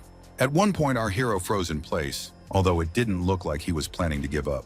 And this was true since the teenager had other methods, one of which was throwing a stone in the direction of the bandit. The rock hit the young man's leg hard, cutting a gash in it. Falling on the roadway, the thief tried to understand what happened to his limb and did not notice the car that was flying directly at him. The driver did not react in time and therefore braked sharply, although he managed to hit the person. Monan carefully looked at the villain who was sprawled out on the asphalt, even though he didn't feel sorry for the man at all. The main goal of the young man was to pick up the bag and return it to its owner. The guy just said that if the bandit hadn't hurt the homeroom teacher, maybe he would have let him go, and so he had to answer for his act. After a while, our hero calmly entered the bus, which still did not leave. But unfortunately, the teenager did not notice a flattering picture, because the lady who was robbed complained about her savior, noting that if she had not intervened, no one would have even thought to take her bag. The young man's eyes were filled with indescribable rage at what he heard. Suddenly, one of the passengers happily shouted that the student had returned. Moreover, he managed to take the bag from the offender. The guy didn't say anything. Instead, he tossed the owner's item dismissively. Most of all, the hero was interested in the teacher, whose wound he immediately began to examine. Looking into the purse, the woman shouted in dissatisfaction that there was not enough 10,000. She immediately grabbed her rescuer by the scruff of the neck, intending to make some demands on him. The passenger shouted at the whole bus that she definitely remembered that there were 13,000 in the bag, and only 3 remained. Therefore, this boy robbed her, although he pretended to be so noble. Monan was so tired of helping people and receiving only insults instead of gratitude that he slapped a stranger in the face. However, this did not stop the woman. She said that at first the student robbed her, and now he also decided to beat her, but she was not really afraid of anyone. The teenager wasn't going to explain anything, so he slapped her again. After a moment, Madam screamed again that she wished at least someone would save her from this crazy man. After hitting the ungrateful passenger, the young man finally told her to shut up because no one was interested in her speech. And so that the woman understood what she had done, very soon she was pushed out of the bus.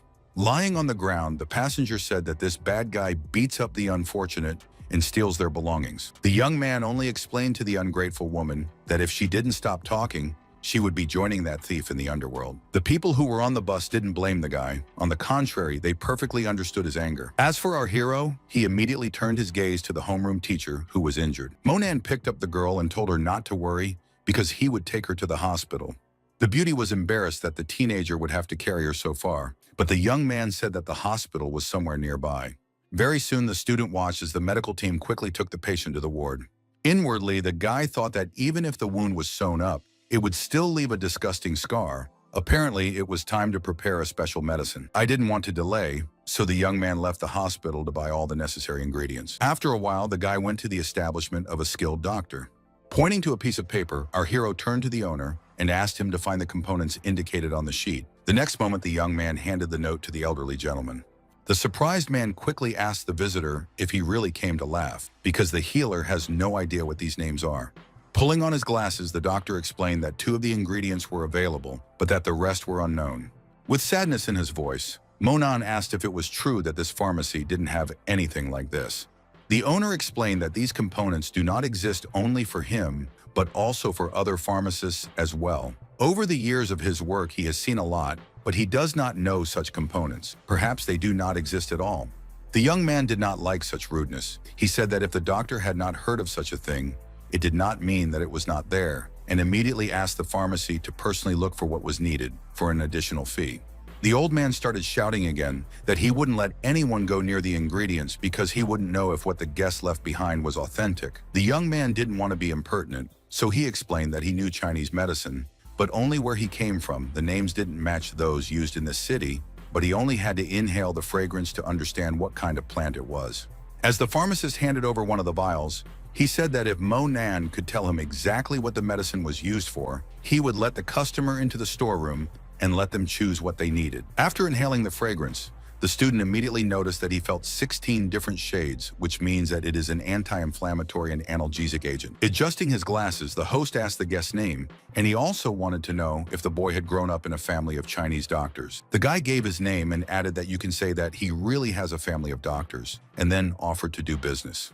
The apothecary didn't mind, because a bet is a bet, so the young man went to the medicine boxes. Realizing that the young man was unlikely to find anything suitable, the healer told him that he had a small farmstead where medicines were also stored, so Mo Nan could look there. Upon hearing this news, the disciple asked to be taken there immediately. Once inside, the teenager was surprised by the abundance of herbs that grew on the site. Our hero thought to himself that the area is slightly more than 200 square meters, but everything is sown with a huge amount of medicinal herbs. Looking somewhere, the young man noticed that the healer grows a large number of Japanese sarissa.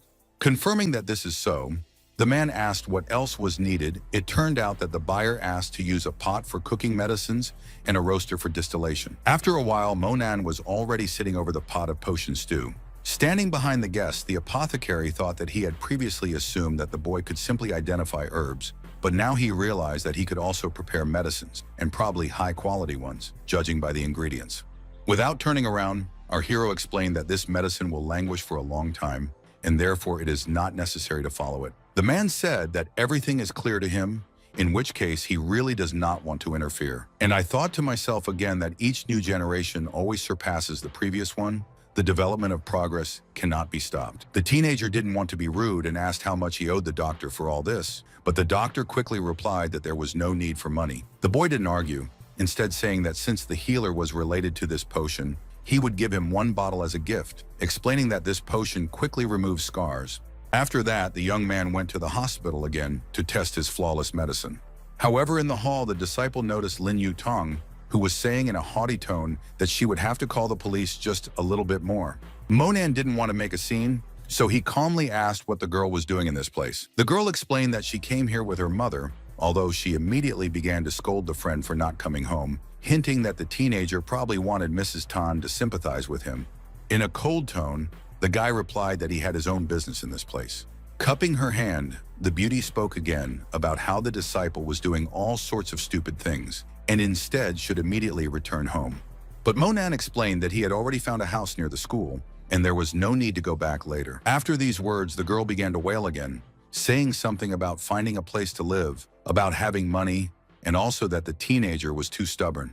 The young man had nothing to talk about with Lin Yutong, so he added that he needed to see their homeroom teacher. But the beauty also knew about this situation and therefore explained that the school management was currently talking to the teacher because Miss Annie was planning to quit. The surprised hero had no idea what this was about, but he didn't like it. A moment later, Monan entered the teacher's room, even though he was in no hurry to say anything. There were already people in the room, and they carefully looked at the student. Vice Principal Tan immediately asked her relative about what he was doing in this place. For a moment, the guy just smiled because he didn't know what the best thing to say in this situation was. But the woman again asked who taught the teenager to enter without knocking, especially to a stranger. Our hero honestly admitted that he had heard rumors that Annie's teacher was going to quit, and therefore he was worried.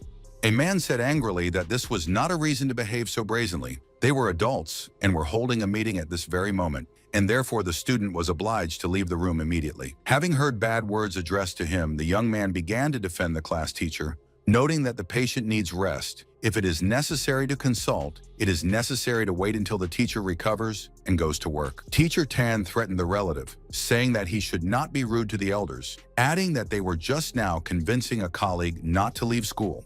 Monan immediately asked his aunt to assign this task to him, promising that Annie would definitely return to work in a couple of days.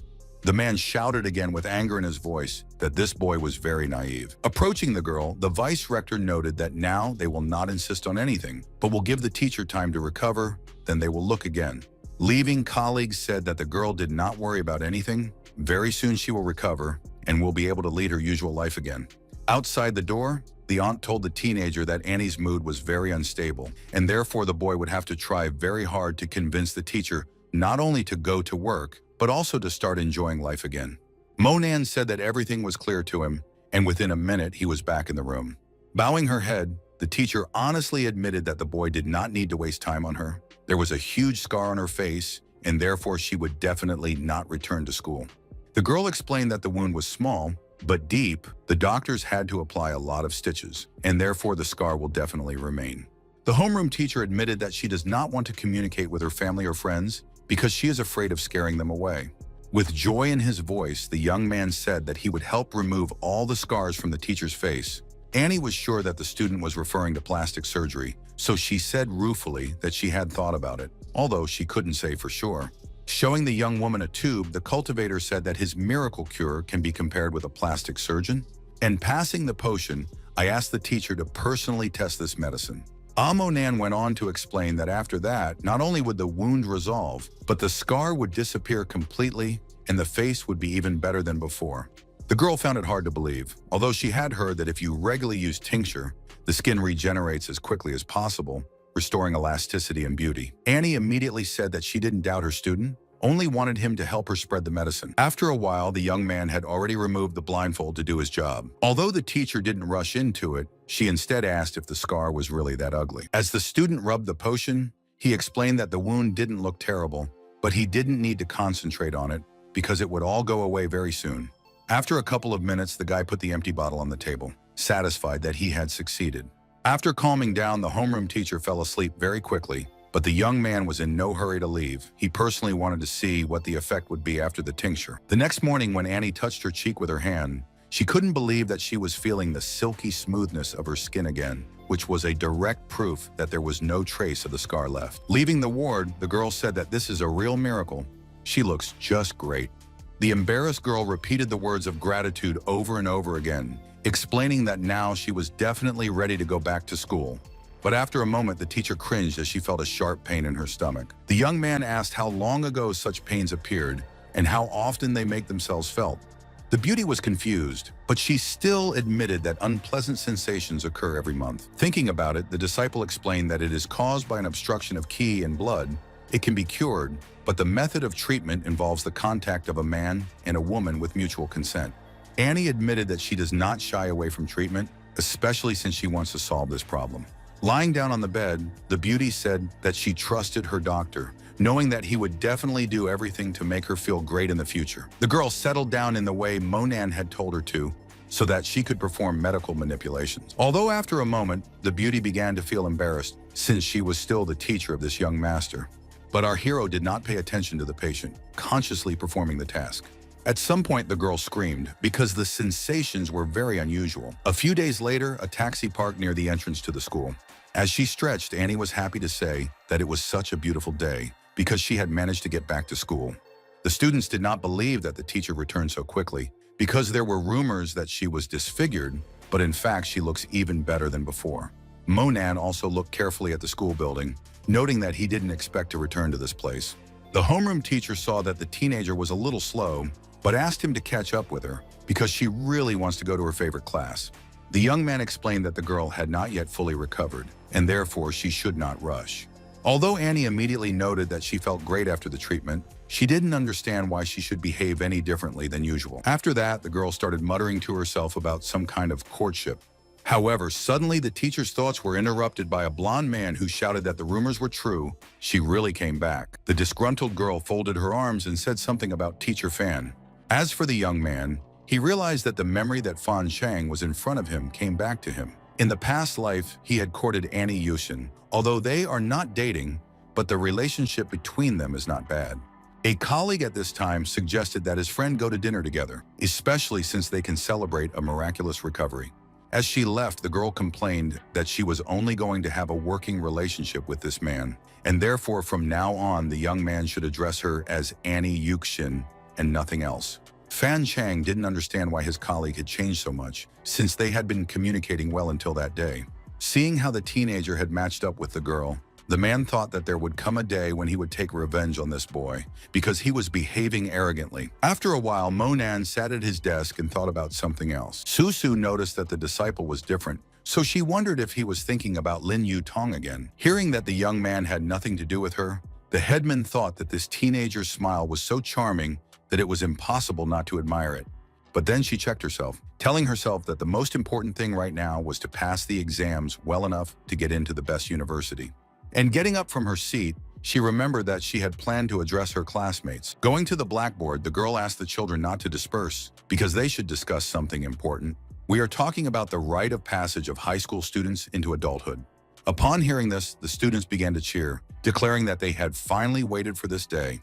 The head teacher went on to say that their class will perform 3 numbers, but they are missing some props for rehearsals, so she needs a few guys to go to the school building. The problem is that many people thought that the old building was haunted, so none of the students wanted to go there. Surprisingly, not everyone knew about this place, and therefore one of the students said that no one enters that building, and there are rumors that sometimes at midnight, you can even hear crying there. Susu stood her ground, and therefore asked to raise the hands of those guys who would go with her for props. The girl carefully looked at her classmates, hoping that at least someone would dare. Suddenly, our hero raised his hand, who proudly declared that he was not afraid, and therefore he would go. The student said that at least someone agreed, but one person is not enough, and therefore we will need more free hands. After a while, a group of 5 people moved through the corridors of the abandoned building, wondering why no crying was heard this time.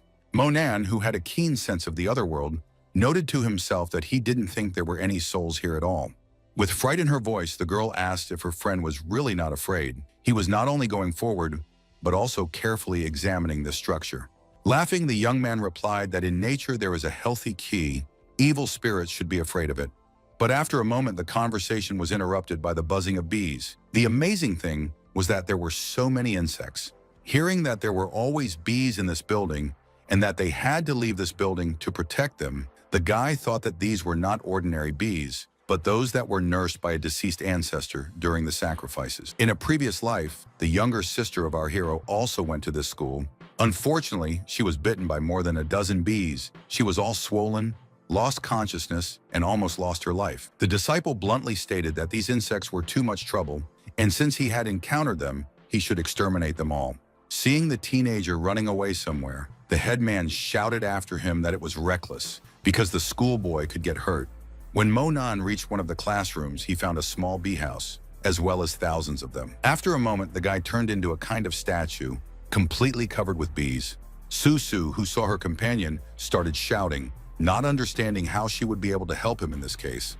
Picking up the phone, the girl tried to dial the police number with trembling hands because she realized that this could all end very badly. But the young man shouted that there was no need to call anyone, since everything was fine with him, and immediately asked the classmate to move away a little. Thanks to his inner strength, the guy somehow managed to suppress the energies in these insects.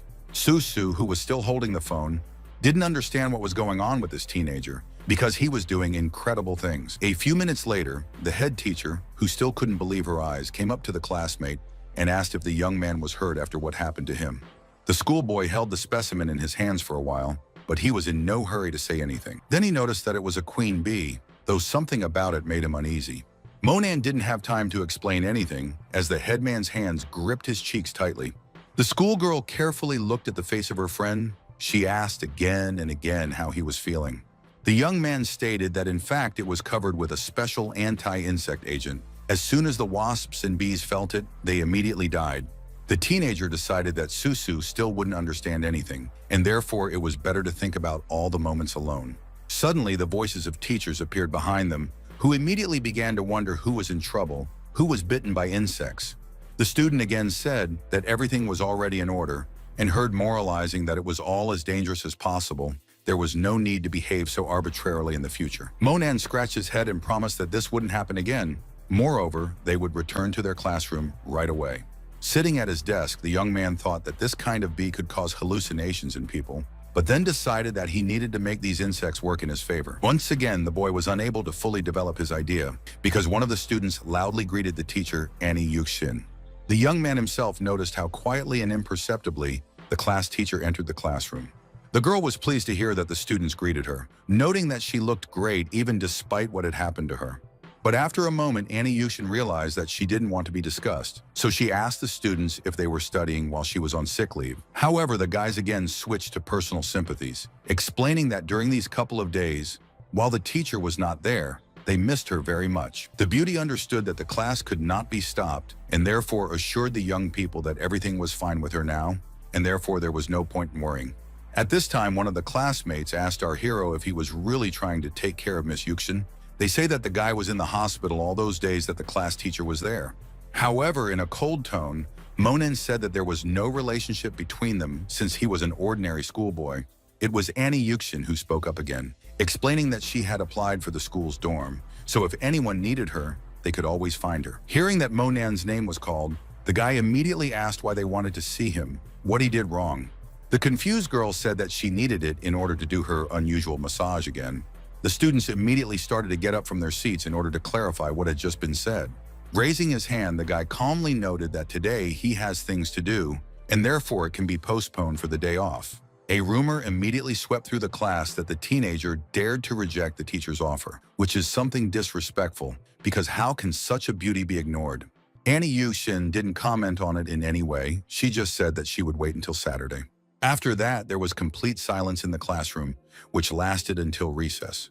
When the student went outside, he noticed a car in the parking lot that he had already seen before. Jin Xiong asked our hero if he was coming home. If so, they could go together. The young man felt a little uneasy and therefore asked a counter question that, perhaps, the gentleman needed something from the schoolboy. Mr. explained that he was opening the club tonight, so if Mo Nan had an hour off, the owner would be happy for the young man to cut the ribbon. The guy honestly admitted that recently he did not have much time, but if possible, he would definitely look at the club. At the same time, he asked a new friend not to come to school. As Jin Xiong handed over the club's platinum card to the teenager, he replied that he had just misspoken it, and therefore the student should know that he was always welcome in this institution. Monan wasn't verbose and added, if there's nothing else to do with him, then he'll go. Mr. watched our hero walk away, still wishing Tom all the best. At this time, some young men who knew each other were passing by, and they stopped because they were very surprised. The female students could clearly see Monan, even though they didn't understand why he was talking to a stranger. Moreover, this old man looked somehow intimidating, and therefore the girls decided that the schoolboy could join some dangerous underground group. Lin Yutong generally thought that our hero had known this bandit for a long time. Moreover, he had played a whole scene at the circuit to make ZJ look stupid and look like a hero himself. The friend said that this is probably true, otherwise, an ordinary teenager would not be able to get rid of dangerous people so easily. Privately, the beauties thought that the young man's school performance was poor, and therefore he should be ashamed in front of his parents. But instead, the student is engaged in all sorts of nonsense. Turning to a friend, the girl said that it was enough to follow this schoolboy, because Zhang Junpei invited them to his home, and before that, they still need to change clothes. But Lin Yutong said that she wasn't going anywhere because she was in a bad mood. Her friend was surprised because she knew that they could have a great time together. And then she shouted that she shouldn't do this because the girl definitely likes Zhang Junpei, so you can't miss such a great opportunity. Pulling her hand away, Lin Yutong asked when she was talking about liking this young man. And as she left, she repeated once again that she would not go to any party, but would instead spend time at her home. At this time, our hero was standing at the gate of one of the private houses, thinking that this should be the mansion that old man Yan had provided for him. Once inside, he told himself that this gentleman had done a good job, so when the elixir was ready, he would give him as much potion as possible. But suddenly, the young man heard the doorbell ring, even though he wasn't expecting anyone. There was video surveillance in the house, so the young man decided to first see who had come. Opening the door, our hero saw a young girl standing on the threshold, asking if Mo Nan was really standing in front of her. The beauty explained that she will be working as a governess. Her name is Hui Lan, although the guy can just call her Lan. The employee stood on the doorstep for a while, waiting to be allowed to enter the house. But the master of the house said sharply that he didn't need a governess. He could handle everything himself. After hearing this answer, the employee was a little indignant, saying that she had been working in the Yan family for many years and could easily solve any difficult household issue. As he closed the door, Monan repeated that he didn't need any help, so he asked the girl to tell her superiors that he was used to doing everything himself. After a while, Huilan explained that she would arrange the daily items before leaving. The young man could not resist this and therefore finally invited the girl to enter. The beauty immediately explained that she had brought food, drinks, household items, as well as some beautiful costumes. The next minute, Huilan left the house, saying that if the guest still had any problems, he could always contact her. Left alone, the guy happily muttered to himself that he could rest for a while now. The young man remembered the bee that he had hidden in his pocket earlier in the day and therefore planned to study it. Apparently, this is an unusual queen bee, and it takes several days to gather the twilight energy regions together. Monan took the opportunity to immerse himself in the energy that came from the insect, but this did not work out because the student received a call from the class teacher who shouted and was angry that the student had not visited the school for several days.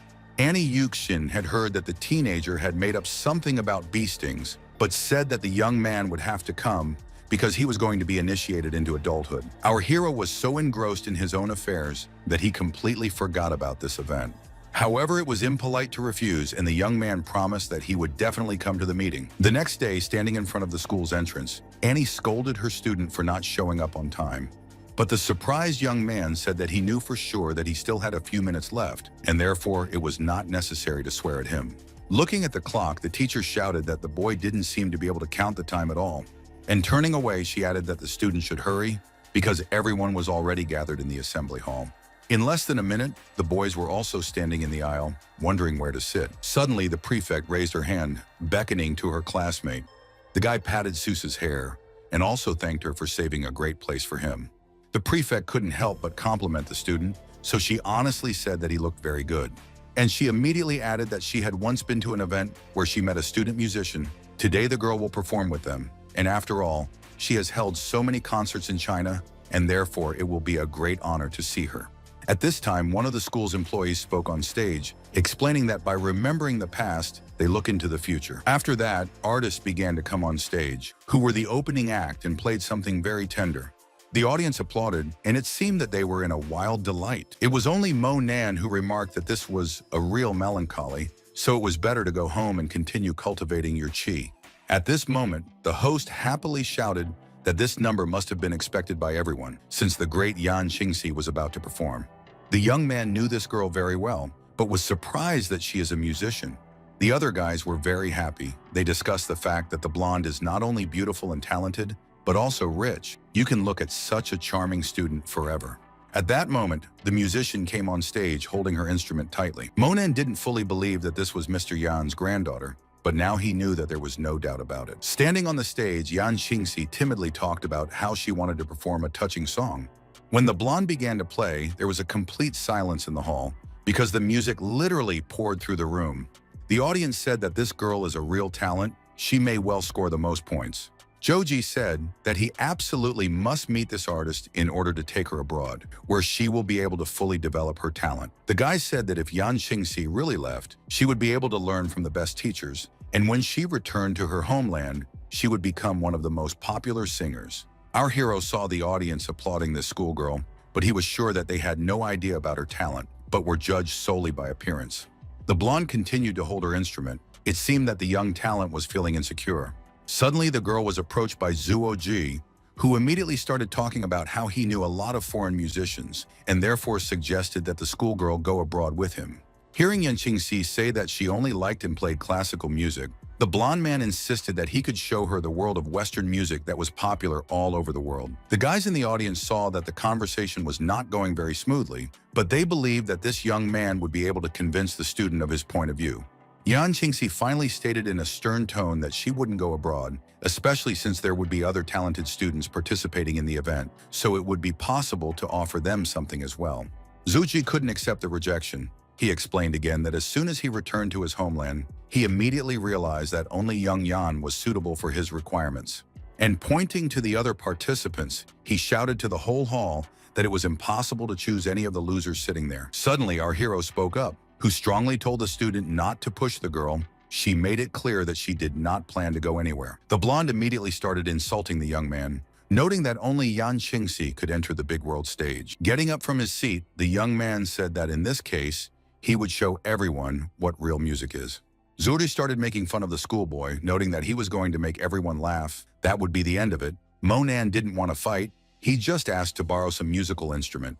The girl who carefully watched everything, worried about her friend, she understood that he was strong in medicine, but did not know anything about music, and therefore if she went on stage, she would definitely disgrace herself. So I couldn't think of anything else but to say that before the performance, each participant carefully prepares their own musical instrument, and therefore the next time the guy should think about it. One of the students had already started laughing at the young man, saying that he had never even seen music, let alone more. Lin Yutong also joined in the conversation, asking the young man not to act stupid because he doesn't know how to play. Plucking one leaf from the flower, our hero sharply stated that this would be quite enough for him. The audience, when they saw what was happening, started laughing like never before. At the same time, once on stage, Monan quickly said something to the surprised host. So, a moment later, the beauty announced that before the dance, they had another participant who wanted to perform. The teachers did not understand what the student was up to, because it all looked as strange as possible. Detractors discussed that the student is now so much disgraced that it will give them the opportunity to laugh heartily. Zhang Junpei thought to herself that if an acquaintance wanted to make a fool of himself, it was up to him to think before doing anything. The blonde said loudest of all that unfortunately, the new generation is much worse than the previous one. Now even those who have not worked for a day consider themselves artists. Answering the question of the presenter, our hero said that he really wants to play one tune. The girl was confused because she did not see the musical instrument of the participant. But showing his sheet, the young man explained that this was enough for him and asked the beauty to help him with the microphone. After the children heard what the schoolboy said, they burst out laughing. Zuja also didn't understand how anyone could not take at least some decent tool. At the same time, the audience was immersed in music, and the melody was so gentle that it was impossible to take your eyes off. The blonde said softly that it was just a divine sound, like a stream running or a breeze swaying bamboo. One of the detractors was surprised to start asking himself how this is even possible. The host, forgetting everything, wanted to find out what kind of holy melody it is that literally touches the soul. The beauty was so immersed in the amazing sounds that she even dropped the microphone from her hands. After a moment, our hero said that he had finished his performance because his musical instrument was a little broken. The girl wanted to tear off another piece of paper, but the guy sharply replied that it was unnecessary because he really showed everything that he had planned. The audience, who just a few minutes ago were going to laugh at the schoolboy, now did not understand why he was leaving the stage so quickly, because they liked the music so much. However, the disciple's mission was over. He didn't see the point of taking up someone else's time.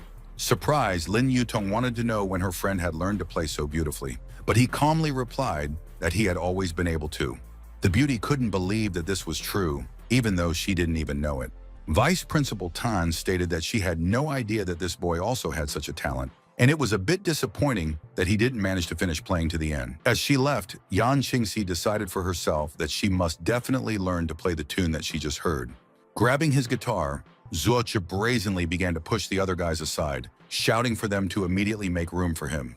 The teacher did not understand what the young man was going to do. She believed that the guy saw the talent of our hero and therefore was going to become his teacher. However, the blonde man shouted that he simply did not have enough qualifications because such a person needs to bow down as a mentor.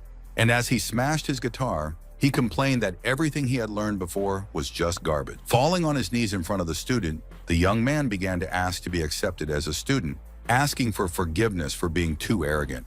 Monan replied in a cold tone that music requires talent, and Zuoji simply doesn't have it. Dejected by all that had happened, the unfortunate man simply sat on the floor, not knowing what to do next. Hearing the students' praises, the young man said that he was pleased to hear this, but he would not go abroad anyway. He thought to himself that he suddenly had the feeling that a wild animal was staring at him, where there were no people and there were twice as many eyes, which was terribly uncomfortable. Approaching the class teacher, the student explained that he still had some things to do, and therefore it was time to leave. Monan had heard his teacher asking him to stay for the disco, but he wasn't interested. When he was alone, the young man told himself that having a secret skill was great. Suddenly, a schoolboy behind him heard a voice asking why he was leaving so quickly.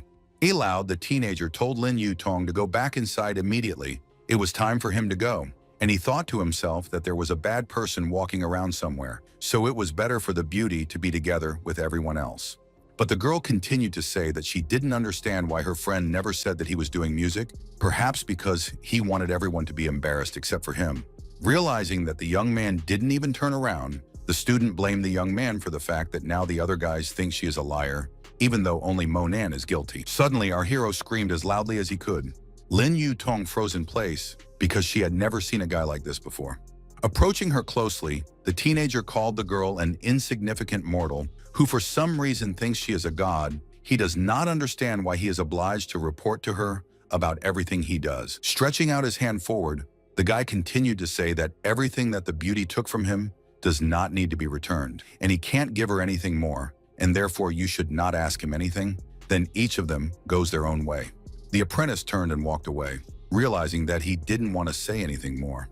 But Lin Yutong could not calm down, so she started talking again about some dark deeds of our hero and how when he was offended, so that he would not come to their house to cry. At the same time, her friends appeared behind her and reminded her that she had previously boasted that Monan would show up at the first call, but he left without even saying a word. The beauty did not like that everyone praised the young man, and therefore shouted that he was not a musician, but an ordinary beggar. Then she added that most likely the schoolboy stole this melody and passed it off as his own. As he walked towards the house, Monan thought about how he didn't feel that strange feeling, like a wild beast following close behind. It seems that the disciple hasn't provoked anyone recently. Is this the evil creature that breeds bees? All the way home, the young man gave himself away, but despite this, no one appeared. It is possible that this person is not so simple. When he got home, the guy said out loud that he should seriously start preparing the immortality pill in the near future, because the feeling that you are constantly in someone's sights is not the best. The young man loved his meditations, so as soon as he changed his clothes, he went into the living room to continue his studies. However, it was not possible to fully immerse myself in the process because there was a loud knock on the door, which was very suspicious. Opening the door, our hero saw a blonde on the threshold, although it was difficult for him to understand why she came to him at such a late hour. Yanqingxi stood and held her instrument tightly in her hands. She didn't immediately dare to speak to this teenager. But as she walked into the living room, she quickly announced that she had come here to pick up the sheet music. The student honestly admitted that he did not have any notes, although even if they were, the beauty would still not be able to play this melody. The girl did not like this statement, and therefore she angrily shouted that she did not understand why she could not play because she understood music. Moreover, she wanted to get the second part of the melody, which the young man did not have time to perform on stage. And after a moment, she added that she was not interested in anything else, just that she really literally fell in love with this charming music. Seeing that the guest showed the card, saying that he could pay, the young man once again repeated that the blonde should not waste her time. She would never learn to play like this. After putting down her instrument, Yanqingxi admitted that she had time. Moreover, it was just a sheet of music, so she didn't understand what was secret about it. After putting the notes together, the guy finally said that he would give the girl what she asked for, but only if there were difficulties in learning. He should not be involved in this. The young representative of the Yan family was upset because she thought that this person is no different from others. As soon as they see the money, they are ready for anything. After a moment, Monan quickly wrote something on a piece of paper, which he immediately handed to his guest. The beauty took the paper and said that there were no words that she couldn't learn. The next morning, when the young man opened his eyes, he realized that he was worried about one nuance. Yanqingxi, who had spent the night in the house since there were so many bedrooms, was now taking a shower. The nuance was that the cabin was transparent, and the door opened directly into the living room, where a young man was sitting, thinking that this beauty did not seem to be shy of him at all. The girl didn't really care what was going on outside, because she was completely absorbed in her own thoughts, or rather, in the melody that was playing in her head. He was surprised that a girl from a rich family would get up so early, assuming that they usually stayed in bed until lunch. The next day, when Monan came to the school, he noticed something very strange. There were buses all around, and as for the students, almost all of them were already in the vehicle. Suddenly, the class teacher shouted, who asked why the student was always late. Buses are kept just because he was late. Realizing that the guy will stand there for a long time and ask questions, the girl took the teenager by the hand and dragged him to one of the buses. Annie Yuxin explained that they had to finish their initiation, so they were going to the Confucius Temple because she had said so many times, as well as that they should definitely bring their luggage. When the teacher heard that the student did not take his things, she ordered him to take his seat immediately, since the whole class should go. As soon as our hero got on the bus, it immediately started moving because the road was long.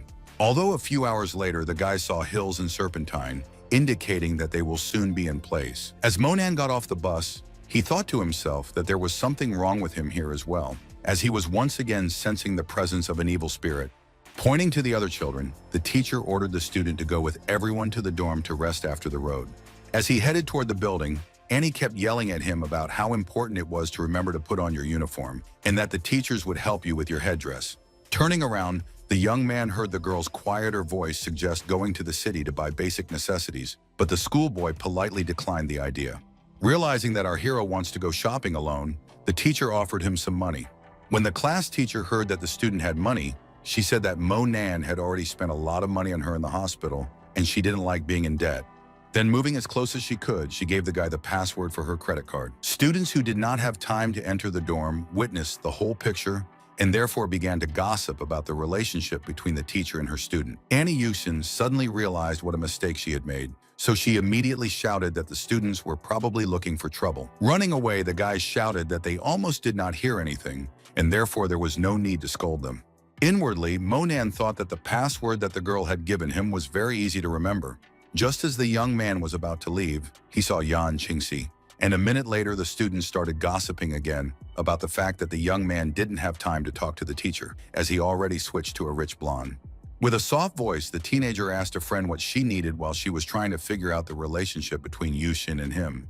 But most of all, the beauty was interested in why this young man took money from the class teacher, whether her assumptions were correct. Therefore, Yan Qingxi said, with anger in her voice, that the notes that the guy gave her the day before couldn't be played. He took the money, but provided a fake. Turning around, our hero explained that he had warned that no one would be able to play that tune. The blonde could not calm down and called the schoolboy a liar, who simply has to give her normal notes. The young man saw that his friend was following him, although he did not understand why she was doing this. Suddenly stopping, the beauty asked if they had already arrived at Monan's room.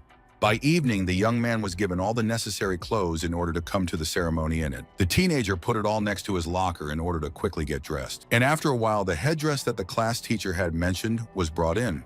The blonde, spying on this, thought that the guy was provided with everything he needed. Despite this, he dared to extort money from the teacher, and therefore must pay for it. The next morning, the students gathered in a large playground. One of the kids complained that he didn't understand why he should read Confucius in this heat. The other guy also decided to say something interesting about it. However, the young people again began to resent. They said that Annie Yuxin was not their leader, and therefore could not command. Standing among the others, our hero thought that he himself, as the mentor of the emperor of an entire dynasty, is disgusted with people who do not respect their mentors and do not appreciate their ideas. They do not deserve a headdress. And at the same time, the young man turned around, hitting those guys who had recently mocked the teacher. One blow was enough for the students to immediately fall to the ground. The homeroom teacher did not understand what had happened, but asked for help to bring the unfortunate people to the first aid station. The blonde saw everything. She was very angry because Monan wants to show that he is stronger than everyone else. Then she noticed that the young man had taken off his initiation clothes and was heading into the woods, although it was unclear why. Looking at his palm, the teenager noticed that it began to glow much more strongly than before. This only meant that the evil spirit was somewhere very close and needed to be eliminated. Suddenly, the young man cried out. He was so lost in his thoughts that he didn't notice that someone was nearby. He thought to himself that all he had been doing before was paying attention to how the queen bee in his hand was changing, and didn't notice at all that Yan Qingxi was keeping up with him. The teenager did not understand why this girl was following him, so he asked about it directly. But the beauty did not answer, asking a counter question and learning that the young man in this place has some business of his own. Suddenly, in that instant, Monan completely forgot about the blonde, realizing that the person he had sensed all along was somewhere very close by. The schoolboy did not see the enemy, but after studying the trajectory, he decided that he threw a spear from the thicket, and therefore decided to hit a tree that was supposed to fall on the villain. This plan worked, as the oak tree immediately collapsed in the expected direction. Monan, the stranger said that the schoolboy interfered with one important case, and therefore he would be killed for it. Although, of course, our hero was not afraid of this person. That was why the young man decided that now was the right time to attack. The opponent clearly did not expect that the teenager would dare to attack him first, and therefore did not even have time to deviate. But Monan had completely forgotten that the beauty was still standing in that clearing because he had a specific goal. He knew the student didn't say anything, but he carefully watched the ill-wisher who took out some strange thing. The young man stared in horror at what was happening, unable to even move. After a moment, though, Monan steeled himself and said that it was nothing to him. Again, just like the first time, the young man wasn't going to wait to be attacked, so he did it first. The schoolboy was well aware of what he was capable of, and therefore struck out with bold movements. However, at the same time, Monan threw a punch at the villain, because he wanted to end this battle much sooner. The opponent did not like this situation. It seemed that he could not do anything about it. Standing in the clearing, our hero said aloud that these actions had greatly damaged his health and body. He had broken his elbow joint and feet, and therefore from time to time he felt sharp pain. Then he told the villain that it was immediately clear that without a magic weapon, he was nothing. There was a strange object on the ground, of course. At that time, Monan didn't know if it would be of any use, but he decided to keep it for himself. As he left, he noted that he had to return to school at noon, and if the class teacher noticed that the student was not there for a long time, she would raise the alarm. At this time, Yan Qingxi was pushing the situation to the limit, and she knew that since she couldn't find the disciple in the forest where she was staying, she would at least try to contact him by phone. But the problem was that there was a bad signal in this area, and therefore the call did not pass. She wanted someone to find her, because it wasn't very pleasant to be alone in such a place. At some point, our hero heard a strange noise, and therefore assumed that Yan Qingxi might still be somewhere in the forest. And indeed, after a couple of minutes, the young man found a beautiful woman, to whom he said in a stern tone that she should have been with everyone else in the camp. The blonde understood who was talking to her, and immediately turned her head. And then the guy didn't like this attitude, so he snapped back that if Yan Qingxi touched him again, he would just turn around and leave here. However, the disciple couldn't calm down, so she said over and over that the young man could at least tell her where he was going and also when he would return. The blonde understood that the teenager was stretching her leg, which was very pleasant, but she didn't say it out loud. But suddenly our hero stopped, because he realized that his right arm was broken, only the left one remained. Not wanting to waste any time, Monan immediately explained that the schoolgirl had sprained her ankle, and he would help her fix it. It wasn't the most pleasant experience, so the girl said it was probably best not to do anything like that. Realizing that it might actually be painful, the guy decided that it was best to sit for a while and then go down the mountain. Suddenly, the student said that she was very hungry, and therefore she would have had something to eat first. The young man didn't want to waste time searching, but he knew there was no other way out. While trying to catch up with our hero, Yan Qingxi shouted that she wanted to go in search of something to eat with him. But the teenager shouted in a sharp tone that this should not be done. He could do it much faster alone. A few minutes later, the young man carefully examined the bushes to find at least some berries. Suddenly, the blonde screamed more than ever. She was afraid that the schoolboy might leave her, although he immediately responded. In less than a minute, Yan Qingxi once again asked where her acquaintance had gone. Closing his eyes, the young man noticed that in the last 10 minutes, the girl had already shouted more than 20 times, and after all, he was in her field of vision. Finally, Monan's luck turned, and he found a tree with some fruits. Returning to the student, the teenager explained that he still managed to find something, but first suggested going down a little lower. The beauty didn't resist, thinking that the young man knew exactly what he was doing. Having seated a friend on the stairs, which was located at the very bottom of the mountain, our hero finally showed her his finds. She didn't know what it was, but decided that this wasn't the time to be naughty. A moment later, Monan was watching intently as the blonde stuffed all the berries he had brought into her mouth at once. But there was no gratitude. Instead, Yan Qingxi grimaced as she explained that these fruits were completely inedible, and she would like to try what the guy was eating. Our hero hastened to say that his fruits will not suit the girl because they are special, although she could not calm down. The young man knew that the beauty did not like to be harsh, and he could do nothing but say that it would soon be dark, and therefore she should finish the berries and go on her way. Throwing away the remaining berries, the blonde thought to herself that this boy is a real greedy. He had 3 huge fruits and none gave. At the same time, Monan thought that this spoiled blonde had a bad temper. As he was about to leave, the young man explained that since his companion was not cold, it was time to return to the camp. With difficulty getting up from her seat, the beauty realized that the leg was still making itself felt. Monan had no intention of being rude, so he suggested that the girl climb on his back to get her to her destination. But even this time, the young Yan representative shouted that she didn't need someone else's back. Again, the teenager explained that if the girl went on foot, they would have to spend the night in the mountains, since their overall speed would drop significantly. Without saying a word, Yan Qingxi still climbed onto the student's back. However, the young people did not have time to move on, as the schoolgirl shouted that she did not like that the guy's hand was supporting her. Our hero explained that he has an injury to his right hand, and the left cannot otherwise hold the blonde because there is no other choice. Hearing that the beauty screamed even harder, the teenager thought that he had never met such a fastidious young lady before. Just as Monan was trying to put his so-called passenger on the floor, he realized to his great surprise that she had even fallen asleep. Although after a moment the young man realized that the girl's phone was ringing. The guy knew that they had been gone for several hours, night was gradually falling on the city, and therefore they must have rushed to look for them. Therefore, the student asked the friend to wake up as soon as possible to answer the call. But when the teenager put the beauty on his lap, he realized that something was wrong with her. Monan was well aware of all the symptoms of poisoning, and now he also understood that it was pure poison, although it was unclear where the schoolgirl could have been poisoned. The teenager had not been near the girl for some time, so she could have been bitten by some insect, and she did not even feel it. But it didn't matter at the time, and as the young man rushed to find the right grass, he told himself that if he didn't get help now, it would be too late to do anything else. He forcibly shoved a plant at the student and explained that it wasn't delicious, but it would allow her to stay alive. At that moment, the phone rang again, which couldn't be ignored. After answering the call, our hero heard a stranger shouting into the phone, asking if everything was all right with Miss. Monan didn't want to go into too much detail about what had happened, so he simply stated that geolocation was enabled on his phone so they could be found quickly in the forest. Despite the help provided, the young cultivator understood that the problem remained. It needed to be clarified. At the moment when the t-shirt was removed, our hero looked with horror at the spot that appeared in the liver area.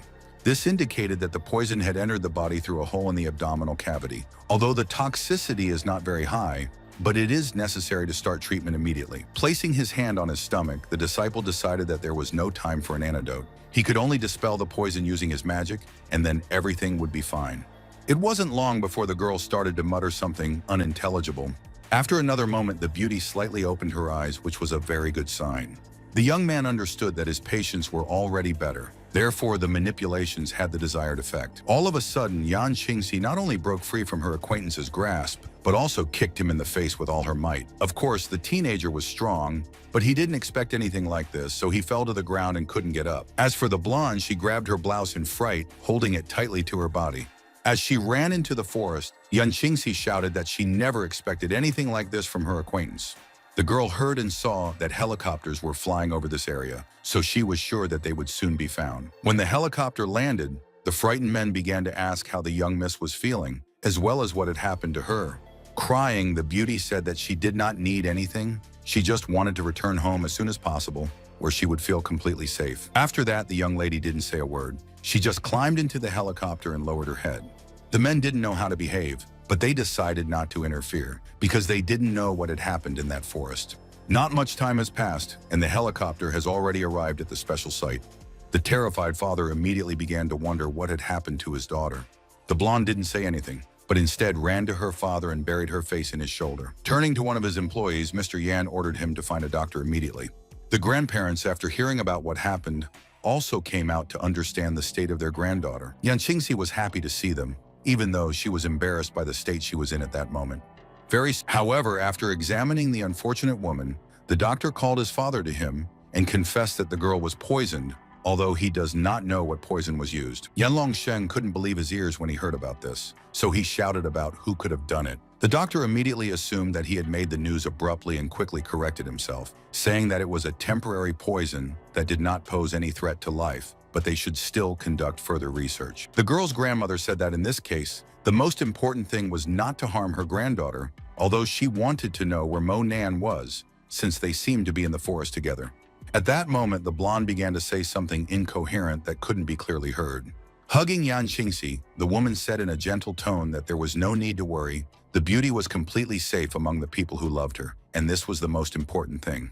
Looking at his daughter, the landlord couldn't believe that Monan whom they believed would do something bad or indecent. The next minute, old man Yan entered the room and ordered everyone present to leave immediately, as the girl needed to get some sleep and recover from everything that had happened. No one was against it, so sometime later the whole family returned home, where they gathered in the living room. The old man voiced something that everyone was spinning in their head, but they were afraid to voice, although this topic should definitely be understood.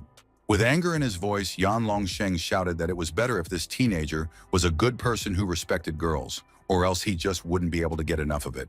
When the old man saw that one of the staff members of the house had come, he immediately ordered her to go to the hospital with the young miss, so that she wouldn't be afraid if she suddenly woke up. The woman did as she was told, and therefore, standing in front of the door, told the girl that she should enter the room.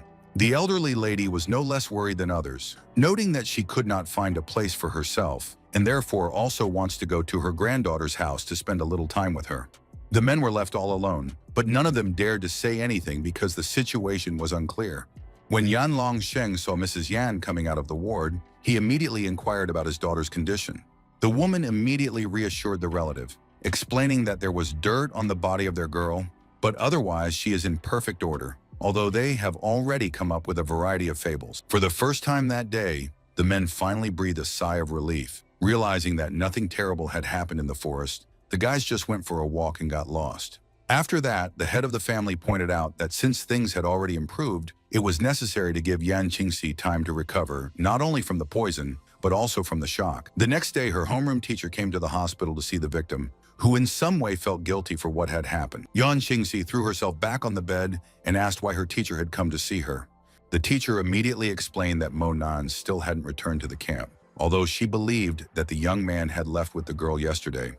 The beauty said in an indifferent tone that Miss Yuxin was too worried about this guy, although most likely not even for him, but for her money, which was now lost forever. However, the class teacher couldn't understand anything, thinking that her student hadn't recovered yet, so she repeated what she had already said earlier. The blonde girl began to be impudent, saying that the teacher did not care about other students. Despite this, she was unnecessarily worried about Mo Nan, and so much so that she even came to the hospital to find out information about him.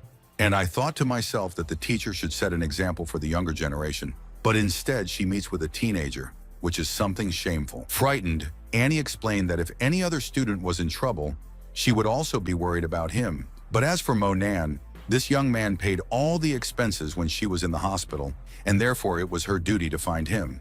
And Qingxi finally realized that she had misinterpreted everything. It turns out that in the Confucius temple, the teacher was just paying back a debt. The girl asked the blonde, and what else could she think? Because the young man took all the expenses on himself. Clutching the blanket, the young lady scolded herself for making up some non-existent story, and now her acquaintance was missing. Yan Qingxi explained that there was no need to worry about the guy because he knew martial arts, and therefore he would definitely be fine. However, the teacher could not stand it and started shouting. She said that the boy has several techniques, but how can they help him when he is in a remote forest all alone? At that moment, Yanlao entered the room and immediately called out to Annie Yuxin. The girl turned around because she didn't expect this person to be in this place. At least when she arrived, he wasn't there. The man asked the class teacher not to shout, but explained that they immediately sent people to search for the teenager. After leaving the room, the teacher was lost in her own thoughts about how she couldn't even imagine where the student was now. At the same time, the old man turned to his granddaughter and announced that her uncle Yaofeng had returned, so he would help remove the poison from her body. The happy blonde asked when this man had arrived and added that she would definitely meet him. In the break room, Senior Colonel Yan Yaofeng was waiting for his niece to show up. Meeting the man, Yan Qingxi asked how her beloved uncle managed to find time for her, because he said that everything is strict in the military unit. Laughing, the man explained that as soon as he heard what had happened to the girl, he immediately asked for a vacation so that he could see with his own eyes what condition his niece was in. So Yao Feng asked the beauty to lie down on the sofa so that he could examine her. Suddenly, the young man's eyes widened, and he wanted to say something, but he couldn't say a word. Finally, the healer declared that this poison was very dangerous, so if Yan Qingxi hadn't been treated immediately, she would have died. And then he added that fortunately, some outstanding person provided first aid. Now there are only remnants of poison left, and now he can complete this task on his own. The blonde couldn't figure out who had the ability to neutralize this poison. The grandfather explained that when the beauty was found, she was conscious. No one in the hospital was engaged in neutralization, so it turns out that only Mo Nan remains, because he was also in the forest. Although she found it hard to believe, she remembered that she wasn't wearing a t-shirt, but she just didn't understand why the young man had taken it off. Yafeng also assumed that when the poison began to spread, it was someone who noticed it and gave the antidote. Otherwise, no one would have been able to help. At the same time, the blonde tried to recreate the events of that day, realizing that she understood everything wrong. However, the man spoke up again, explaining that he would be performing some manipulations, during which it was impossible for anyone to interfere. The relative explained that he has already reached the development of strength, but still becomes very vulnerable when treating people. If someone interrupts him, he can bring the patient to a coma, and he may even die. When the head of the family heard about this, he replied that this was why so few masters had previously taken on the treatment of other people, as it could harm their own health. Suddenly, it dawned on her, and she remembered that when she came to, she didn't ask anything, but instead even hit the guy hard and left him alone. The beauty understood that the young man not only fell, but also started coughing, looking pale and weak. Standing up from the sofa, Yan Qingxi asked once again, "Are they sure that the poison was neutralized by a schoolboy friend of hers?" The father said that up to this point, his daughter was very shocked. He could not talk to her. If you remember everything from the very beginning, then you could only find the girl because Monan answered the phone. This was big news for the blonde, who assumed that they had been gone for a long time, so her family started looking for her. Looking at his daughter, Yan Longsheng once again said that the girl had made up something that didn't really happen, most likely because she was in such a state of shock. Shouting, the blonde said that in that case, they should immediately send a large number of people to search. The beauty began to cry when she heard that our hero was still not found. She thought that it was clear to everyone that the student wanted to do what was best, and only her imagination drew some unrealistic pictures. As Yan Qingxi ran away, she shouted that she couldn't sit still and wanted to join the others in the search. Hearing her uncle try to stop her niece because there was still poison in her system, she screamed that she had no idea what was going on with her friend, and therefore first she needed to find this teenager. A few minutes later, the helicopter was already in the air, heading towards the place where Monan had disappeared. The grandfather saw the state of his granddaughter, but tried to calm her down, saying that they would definitely find this boy. As soon as the helicopter landed, the girl immediately ran out of it and ran somewhere. The beauty immediately pointed to the road, saying that they should go in that direction, because it was from there that she came running back. The guards who accompanied the young girl immediately followed her, doing whatever she ordered. Finally, an hour later, Yan Qingxi's eyes opened wide as she saw something terrifying. Someone's t-shirt was lying on the ground. Moreover, there was a large blood stain next to it. Sitting down on the floor, the blonde tried to understand why the young man wasn't here, because if he wasn't feeling well, he couldn't have gone far. Other than that, he had to understand that they would still be looking for him. Suddenly, the beauty started shouting, hoping that the disciple wouldn't be able to get far, and since that was the case, there was a chance that he would hear her. The guard, who had gone a little further, informed everyone that he had found shoes behind a tree. The girl understood that it would not necessarily be the shoes of her friend, but she needed to see. When the beauty saw the sneaker, tears began to shine in her eyes. She did not remember exactly what the young man was wearing, but for some reason she decided that it definitely belongs to him. Yanlao also noticed something interesting. There were footprints on the riverbank, so the old man assumed that the schoolboy on this side was drinking water. The girl was confused by this. She said that if this is really so, then it is not clear why the tracks are so long, as if someone was dragged in this place. In a trembling voice, Grandpa explained, "Most likely it was because the young man didn't come here on his own feet. He was crawling towards this place." The guard explained that there were also traces of blood on the shoes, so Monan must have hurt himself. Crying, the blonde remembered how on the eve of their initiation, she deliberately changed her student's shoes for a smaller one because she wanted revenge. Despite this, when she injured her ankle in the forest, the guy still carried her on his back, although he did not say a word. In the next instant, the Yan family head's phone started ringing. The man was surprised that there was a connection in this place, but he immediately answered the call. A moment later, he said that video surveillance recorded how Monan reached a small village that night, which they will also go to right now. As he moved down the street, Yan Longsheng wanted to know which video camera had recorded the youth. Pointing to a building, the man explained that it was a camera belonging to a polyclinic. Young people immediately went to the medical facility, hoping to get at least some useful information. The audience could see that they were being looked at very askance, but at that moment, it didn't matter at all. A minute later, a doctor came out to the guests and asked them if they really believed that the person depicted in the video was Monan. People could not confirm this because they had not personally seen the recording and therefore decided to review it together. The video began with a blurry figure walking up to the window and peering out. Suddenly, the picture became much clearer and clearer, and therefore the girl and her family saw that the clinic actually had a boyfriend. Bursting into tears, the blonde commented that it was her poor friend who was desperately asking for help. At that moment, another doctor entered the room, asking if the strangers were related to Monan. Yan Qingxi rushed over to the doctor and began to bombard him with questions ranging from whether the disciple's injuries were serious to what condition he was in right now. But the doctor only managed to say that you should not worry at all. The father, knowing his daughter's character, also approached her and asked her to listen carefully to what the specialist would say. However, the doctor began to scold Yan Longsheng, saying that first the father allowed his son to go alone to the forest, then he ate wild pears, which caused allergies and even dizziness, after which the teenager received internal injuries. Listening to all this, the girl thought with horror that she herself had seen the guy eat these fruits, but she did not think that they would be so dangerous. Thinking about it, the doctor continued to say that the boy's arm was broken. Perhaps he used these wild pears as an anesthetic because they have a paralyzing effect. Once again, the beauty wondered how this could have happened at all because everything was not so bad with him.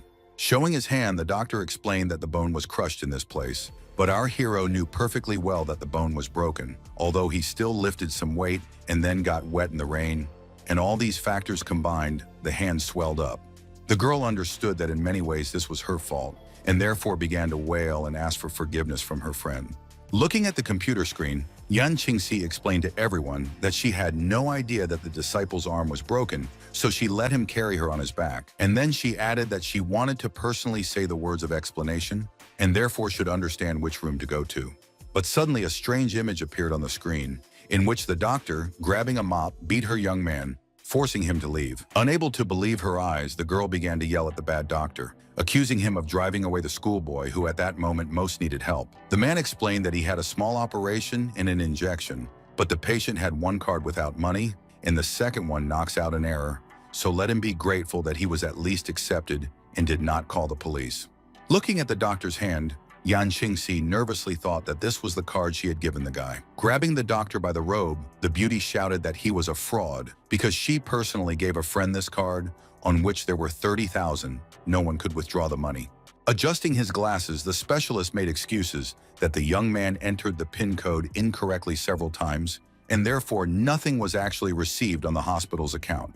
Suddenly, the blonde stopped, and she remembered that when she saw the teacher giving her card to Monan, she was very angry. So in a fit of anger, she changed the password. And then she began to cry, saying that it was she who killed the student. She was to blame for the fact that he was not given proper help. Yan Qingxi fell to the floor and began to wail, saying that she shouldn't have sent the teenager away because she would have been able to give him as much money as she needed because she was to blame for everything that had happened to him. It seemed that nothing could stop the beauty's hysteria, as she then began to say completely incoherent things. The father watched his daughter carefully, but did not want to touch her, thinking that she should be alone for a while. Yan Longsheng finally approached the blonde, noting that nothing terrible would happen to the young man. They would definitely find him and then send him to the best clinic. With anger in her voice, the daughter shouted that she would not go to school until she found a friend. If necessary, she would look for him for a week and, if necessary, for a whole month. The man knew better than to do this, so he reminded Yan Qingxi that the poison still hadn't been removed from her body, and besides, the exams were still a few months away, so she needed to study. Standing up from the floor, the blonde wasn't going to give up, insisting that she didn't care what happened next. As long as Monan wasn't found, she wouldn't go back to her old life. The tired father lowered his head, because he didn't know what other arguments he could make. And after a moment, he explained that in this case, they would continue to search together, go around every corner in order to be sure to find the lost teenager. At this time, our hero was walking in the most remote corner of a street in Jiangsu City. Monan thought about how they said that the city's public order was too bad, but for some reason, they didn't even try to rob him, even though there wasn't much to take. The young man knew that he was carrying one queen bee, 2 ancient coppers, and another dead phone. It is clear that now the most valuable thing is the phone, although it is of no use at all. After some time, the seller of used things already told the student that his device is not new. In addition, it has traces of water, and therefore can only give 200 for it. Monan took the money and thought bitterly that it was certainly not enough, but what it was also necessary to be happy. After looking at the store, the young man decided that first he should change into clean clothes because you can't walk around the city in a ragged one. When the student approached a guy who was selling clothes on the street, he learned that a set consisting of a shirt, trousers, and shoes would cost him 60 yuan, and you can change clothes at the same person's house. After a while, our hero was dressed in all new clothes, which could not but rejoice, since he had been wearing dirty clothes for several days. However, suddenly the guy turned his attention to a girl whose face was very familiar to him. The beauty also recognized the student, saying that she never expected that they would meet so quickly. Then she added that she didn't introduce herself last time, even though her name is Su Lucia. In an indifferent tone, Monan stated that he didn't know what the girl wanted from him. Pointing to a nearby restaurant, the young lady replied that this was where they could not only talk, but also have a delicious meal, especially since she was inviting them. After a while, the guys were already sitting in a beautiful place. Holding a glass in her hand, Su Lucia finally asked the young man about why he wasn't interested. What was the reason she called him for a chat?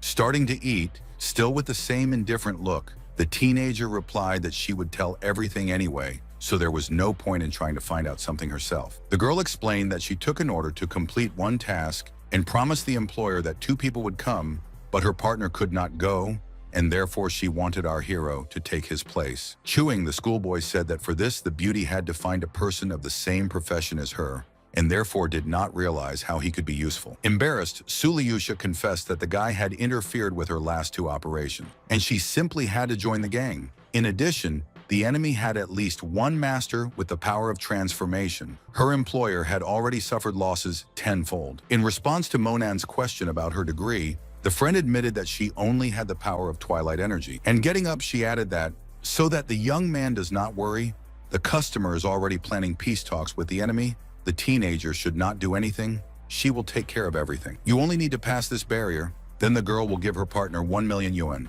At that moment, the young man thought that having defeated the evil spirit, he broke his arm and still owed money for treatment, and this time he also had to go see an Earth Master with the power of transformation. The girl liked that the guy asked when they were leaving. She immediately explained that in a couple of days. After that, she raised her glass and said that in this case, she would like to drink to the excellent cooperation. While continuing to eat the delicacies, the young man said that he wanted to receive an advance of 200,000. Hearing about this amount, Su Lucia opened her mouth. She didn't think that the disciple would even think of something like this. After a while, the guys finished lunch and left the restaurant. Having given her partner the requested amount, his new friend thought that it would be interesting to find out why the student needs such money. After a while, our hero went to a pharmacy where he asked an employee to sell him a whole range of medicines. Monan didn't have a list, even though he already knew what he might need. All this time, the girl had been following the youth, but she couldn't understand why he would need such a large amount of ingredients, as well as a roaster for distilling medicinal herbs. Turning his head, the young man shouted that these were the means for the life-saving pill.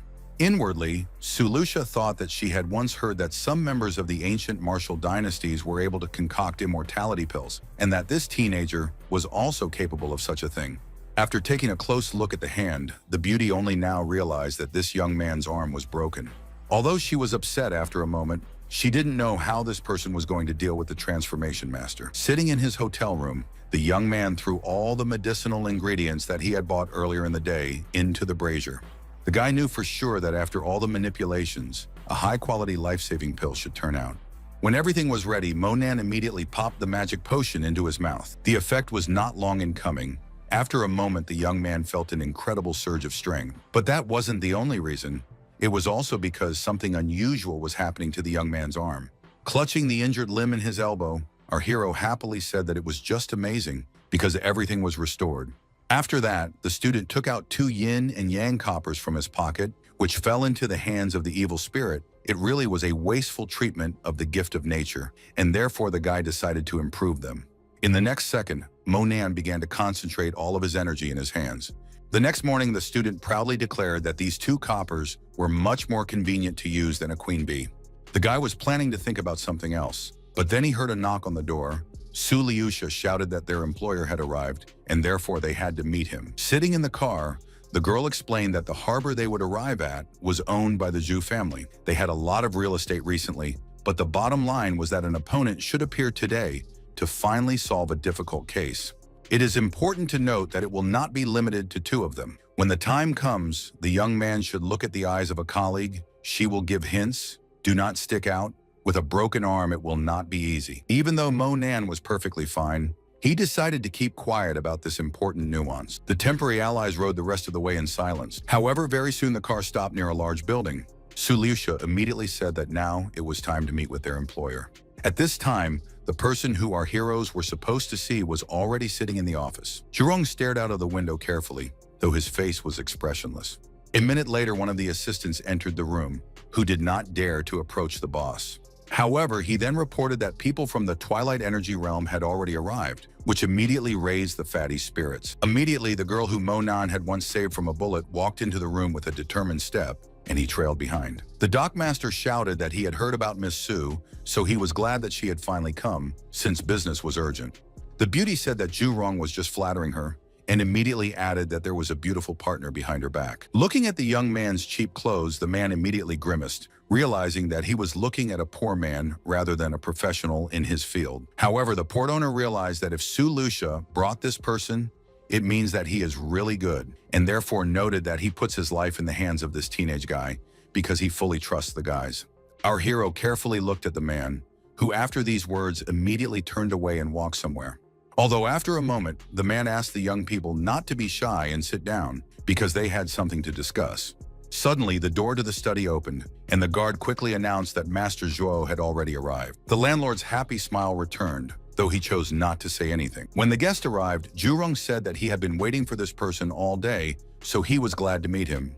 The old man was looking at the crowd with a certain sternness, but he wasn't going to greet them.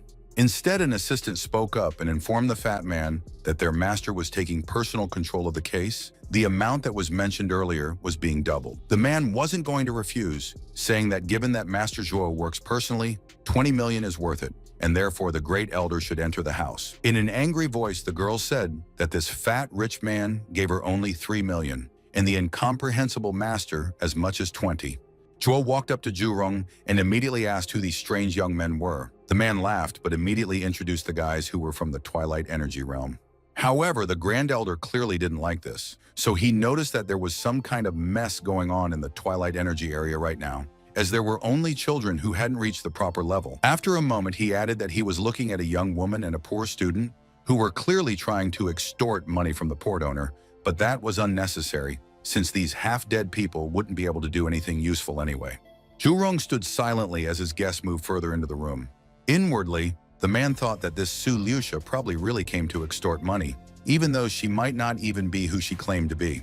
However, at that moment, the master of the port did not want to find out the relationship, so he offered the Grand Master tea. The beauty told a colleague that she had heard about this Zhuo. He is famous in the city and has already achieved the power of transformation.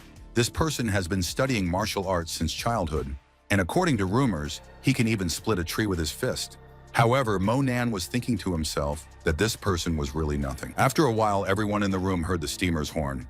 The man immediately tensed up and explained in a nervous voice that their tea party was postponed because ill-wishers had arrived. Joe immediately explained that there was nothing to stop them, so everyone should wait for him to defeat the enemy, and then they would all definitely have tea later. After a while, everyone was standing on the beach, waiting for the ship to dock. A stranger standing on the deck casually stated that the ones he was waiting for had actually arrived. The fat man turned to Director Duan and told Tom that he had definitely come for nothing today.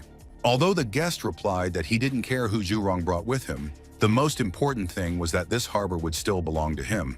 However, the man didn't want to listen to anything, explaining that Master Zhuo was standing next to him, so no one would be able to resist him. At the same moment, the crowd turned their attention to a man who had jumped out of a cabin. It was obvious that this was all planned, as the stranger landed next to Duan. Crossing his arms over his chest, the man said that he hadn't visited Jiangsu for several years and saw that someone dared to say these two characters directly to his face regarding the master. The fat man listened carefully to what he was told, his eyes showing true fear. So he went up to Zhuo and explained that this was Diyibo, who was almost 60 years old and a master of the power of transformation. The old man thought for a moment. It seemed that he was actually afraid of the colleague who was now supposed to play the role of an opponent. Diyibo didn't want to waste any time, so he immediately sped up and jumped towards the shore. It seemed that Jurong hadn't expected the situation to take such a turn, so he stood there and stared at everything as if spellbound. As for the man, he asked with anger in his voice, who was going to be naughty in front of such a great master like him? The fat man didn't like it and said that there was no need to make a scene in front of them, insulting their Zhu family if he didn't think that he would also end up badly. Such brazen behavior angered the men, and he noted that the family of the port owner behaves too brazenly, and therefore must pay for it. Zhurong knew that this was the perfect time to get even with this brat who was all alone, so no one could even help him. However, the master was incredibly strong, and therefore literally in 1 second scattered all the guards who tried to tie him down. In a haughty tone, Diebo said that the guys had simply overestimated themselves, although this should not have been done. Sulusha stiffened a little, then asked her friend what he was feeling. The young man confessed that the girl would not be the true opponent of this great master. At this time, a terrified Zhurong approached Zhou and asked him to do everything in his power because there are real rumors about his great deeds. Stretching his arms, the old man declared that now he would teach the imposter a real technique, which can only be envied. Everyone in the audience could see the powerful energy that was beginning to circulate around Zhou, so no one doubted that he would be able to win. The master accelerated and immediately headed in the direction where the enemy was standing to quickly end this fight between the two clans. At the same moment, a great battle began, and everyone wanted to show that they were the best in their business. Diebo wasn't going to shout loudly about his achievements. Instead, he began to swirl a powerful energy stream. Looking in horror at what was happening, the Grandmaster from Mr. Zhu thought to himself that he was seeing the release of 100-fold power from outside. The man realized that in this case, he only needs to defend himself, because he still can't do anything against it. However, the defense did not play any global role. Only a few seconds passed, and Zhou was sent to the other end of the beach. The fat man couldn't believe his eyes, saying that he had never seen such power. At the same time, the master could hardly sit up. He did not know what to do in the future, because he did not feel well. The man's assistants had never seen him in such a state, and they immediately rushed to him in order to provide at least some help. One of the children, putting his hand on his chest, calmed the mentor, explaining that he would heal him in a few minutes. Zhou once again said that it was a blow of 100 times strength. It turns out that the half-dragon disciple is in front of him. He was defeated and believes that this is quite fair. Mr. Zhu, looking at the rival master, looked at him warily, realizing that no one else would protect him. While bowing to Diebo, the fat man begged to be spared, remarking that sparing is the greatest thing in life that can be done. Duan's voice was suddenly heard calling out to the port owner. In an arrogant tone, the ill-wisher explained that first you need to beg him for something, and only then turn to his subordinates or friends. Shrinking back, Zhurong began to play his part. Noting that this was a small matter, there was no need to spoil the peaceful atmosphere of this harbor. If the villain liked it so much, then he could take it away, and it was best to forget this story. Once again, the man explained that he had a higher opinion of the Zhu family, and I remember that at first the fat man forced him to kneel down, saying all sorts of bad things. Falling to his knees, the harbor owner immediately began to beg for mercy, stating that he was once again offering to forget about what happened in the past. Hitting the fat man, the ill-wisher shouted that he might spare him when all the people fell to their knees in front of him. Turning around, the man shouted to his men to do what the man had ordered them to do. The guard fell to the sand, and in such a way that the face was below. The villain liked this picture, but there was still something that confused him about it all. The man saw our heroes who were standing behind everyone. It was interesting that the guys did not even think to move from their place. The fat man thought that these two people had come here to extort money from him, but now, at this important moment, they were trying Master's patience in vain, provoking his anger and Master's anger. Old man Zhou, who suffered at the hands of a colleague, said that the boy and girl should do what the others do, because of their disobedience, everyone else will suffer. Monen cupped his hands and asked Wu Chu if he captured these two and brought them to him. Would he give him 20 million? The man did not believe that the young man even started talking about such a thing, because he was offering something completely unrealistic. Duan icily said that the teenager was too bold to take a swing at something like this. But the disciple didn't care at all. He kept asking the fat man if he agreed to such a deal or not. If he agreed, then these two would already fall to their knees in front of him. Diebo wanted to show that there is no one stronger than him on this beach, so he accelerated and ran towards our hero. Attacking, the man shouted that now the teenager will say goodbye to his pathetic and worthless life. But only then did something happen that no one expected. Because Monan gathered all his energy into a fist and immediately hit his opponent, spinning him into a kind of vortex. The audience only heard the splash of water, realizing that somehow the master was there. As for the schoolboy, he stood there and continued to hold the fist that he had just hit his opponent with. Zhurong said with horror in his voice that he didn't understand what had happened, how this could have happened. The old man, who thought that no one could resist his colleague, reflected that this guy had done something incredible. However, in the same second, Diebo, who had gathered all his strength, emerged from the sea and flew toward the shore. After landing on the sand, The man confessed that he never expected that some boy would turn out to be a master with such great strength. For a while, the opponent of our hero gathered his strength, although he did not say anything. When the latter turned his head, he saw Duan running away, declaring that master must definitely complete his task. Turning his gaze to Monan, the opponent said that the schoolboy is actually very strong. Despite this, he is not an opponent for him, and therefore he must kill him so that no one will laugh at the great master in the future. The young man stared at the man in surprise, not understanding how the man couldn't understand that a disciple's strength was huge. The opponent was not aware of anything. He wanted to say something, but did not dare. This was unnecessary since the guy immediately used some kind of technique that allowed the sand to be compressed. A moment later, everyone noticed that this sand turned into a real stick. The surprised master asked how the young man was able to make a spear out of sand, because this is something incredible. He didn't want to waste any time on this man, so he pointed his sand stick at him. The object immediately reached its target, not just hitting Diyibo, but piercing his shoulder. Su Liusha was trying to figure out where such a boost could come from. After all, this is how high level a master should be. However, the student wanted to hear who was talking and what was being said. He had a goal, and therefore he planned to come to it. Surprised, Joel honestly admitted that he did not think that he would be able to see real power in his lifetime, and therefore an absolute superhuman is standing in front of him. Standing in front of his opponent, Monan asked him in an icy tone if he still wanted to regain his honest and good name. The man admitted that the boy is really strong, but he is a student of a half-dragon. The young man needs to wait for his mentor to appear, level this city to the ground, and tear the schoolboy into small pieces. The boy smiled and asked if the master really believed that he would still have the opportunity to talk to his teacher. The opponent shouted that he might not have one, but someone else would. And then the fat man heard a loud ringing sound that momentarily threw him off balance. Realizing that the opponent was running away, Zhurong shouted that they couldn't let this good person escape. The guy said that the fat guy kept asking questions, but instead he didn't say if he could pay 20 million for the job. The harbor master shouted that he was ready for this deal, but the schoolboy just had to stop these bad people as soon as possible so that he could get even with them. Standing on the deck, a joyful Duan said that he would save up some strength and then he would definitely come back to get even with these people. The young man said that the enemy really thought that he could escape so easily. Suddenly, the villain began to say that he was hearing a strange sound that spread for thousands of miles. However, after a moment, the ill-wisher again began to say unpleasant words in the direction of our hero. At one point, Monan shouted that he was already tired of these games, so he knew that now he wouldn't let these people get away.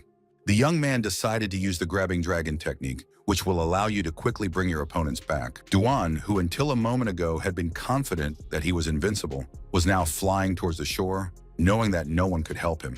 Lying on the ground, the man stammered as he tried to comprehend how it was that he was already at Monan's feet. The fat man and his guards said that they had never seen anything like this before, which means that there is a real superhuman standing in front of them.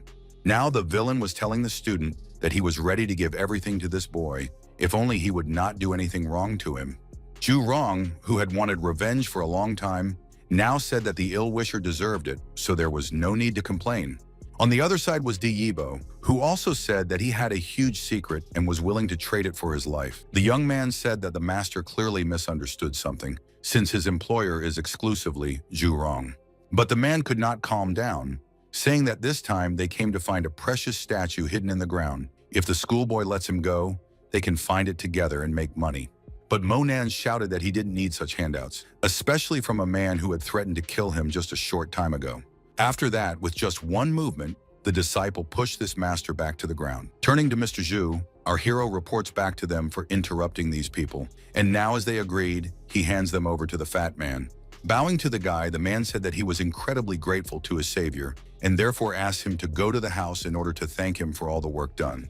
Diyibo, who was not asked about anything, pointed out that this art of mysterious power already surpasses the power of the masters. It must be called superhuman, and therefore asked to forgive him for speaking so rudely about Monan. But the young man replied that he did not need to drink tea in the presence of others. He had done his job, and therefore should go about his business.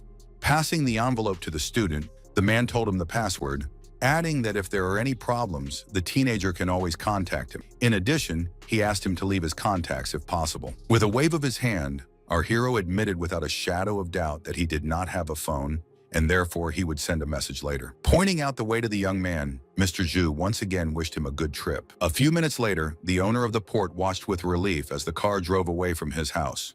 At the same time, our hero thought that in the future, such a technique would be of little use, but this time he was forced to do it in order to frighten as many people as possible. Sulusha, seeing that the guy was sad, said that it was not necessary to feel awkward. The same thing had happened to Tay before, but now she was already used to the fact that it was just a job. However, the young man lazily replied that this was not the case at all. After a moment, a melody started playing in the teenager's head, so he thought that there was still no information regarding the fragments of the Wheel of Interdependent Origin, whether it was possible to add a magic sound to it. If you don't pay attention to all the streets and alleys, the volume covered will increase several times. Through his own thoughts, when he heard the girl's voice saying that they had already arrived, the disciple asked if she had forgotten anything. Smiling, the beauty noted that, most likely, we are talking about how to hug goodbye. Stretching out his hand, the young man stated without any emotion that Sulusha still owed him 800,000. The girl considered this something offensive, because a rich man gave a schoolboy 20 million for work in general, but this is generally not enough for him. But the beauty didn't want to argue, especially since they had a contract, so she handed over a credit card that had the right amount of money on it. Leaving, the guy said that now he goes to do his own business. Standing in front of an apartment building, our hero decided that first he would visit Aunt Tan, so that she would not worry about him. After a while, the young man was already standing in front of the door and knocking on it persistently. Once inside, the guy carefully looked at the women who were watching him with some surprise. The woman immediately ran over to Monan and shouted happily that he was finally back, so it was a great blessing. Lin Yutong, who was not in a good mood, immediately began to accuse the acquaintance, saying that it was unclear who he was all these days. If he was not interested in studying, then it was best to give it up so that others would not worry unnecessarily and waste their time. The guy did not become rude. He explained that he got lost in the mountains and his phone was dead during this time. Folding her arms across her chest, the beauty closed her eyes and quipped that this was a lie that no one would believe. The woman immediately said that the guys are already adults, so you should not be like the insults of children, and immediately added that the young man was probably in a hurry for Lin Yutong's birthday, and therefore they should go out together in the evening and take a walk. In fact, our hero did not remember the birthday and therefore carefully looked at the girl. The student did not want to go anywhere, so he said that he had 2 more lessons and therefore he would go to class first. At this time, sitting in the car, a surprised Yan Qingxi asked again if it was true that the missing Monan had returned to school. The driver immediately confirmed this, saying that he had recently received a call from an educational institution saying that the young man had returned and there was not a single injury on his body. The beauty shouted that first she wanted to go home to change her clothes and then she could go back to school. The blonde thought to herself that the teenager's arm was broken and therefore it is not clear why he decided to return to his alma mater so quickly. Moreover, the young man did not go to the hospital and did not call her. It turns out that he definitely harbored a grudge. A few minutes later, the girl who had done her chores in the house very quickly ran to the car. The driver, who saw that the hostess was not only sweating, but also out of breath, asked if she was ill. However, the beauty replied that nothing terrible had happened to her, and therefore they could go. As for Monan, he didn't even know that the rumor of his return had already spread all over the city. Everyone looked at the disciple with some suspicion, although it didn't matter to him. Turning to our hero, his friend said that first she should talk to this guy about something, but he did not understand what was wrong again. The girl explained that Zhang Jun would also come to her birthday party, of course. He has a difficult character, but the beauty does not want the teenager to start arguing with him about something. The young man sighed heavily and admitted that he wasn't a very good person, but as for being careful, that was already a personal matter for Lin Yutong herself. The disgruntled beauty again stated that today is her holiday, and therefore she does not want to discuss anything with our hero, but only asks that he does not spoil anything. Our hero calmly replied that if that guy doesn't make him angry and cling to him, then there really won't be any problem. Grabbing the guy by the arm, his friend shouted to him to remember what they were talking about. And now we need to get in the car as soon as possible. Yan Qingxi saw what was happening, but she didn't know how best to react to this situation. Turning away, the blonde began to scold herself for being so indecisive, unable to do anything for herself. The beauty was offended. In addition, she said that, as far as she knew, the schoolboy should be injured. Despite this, he was going to go somewhere. The assistant immediately explained that she had learned that Monan was currently going to the birthday party of an old acquaintance. Sighing, the blonde thought once again that this was not how she had imagined their meeting with this man at all. It was strange that, despite all his adventures, he was going to a birthday party and he couldn't even call her.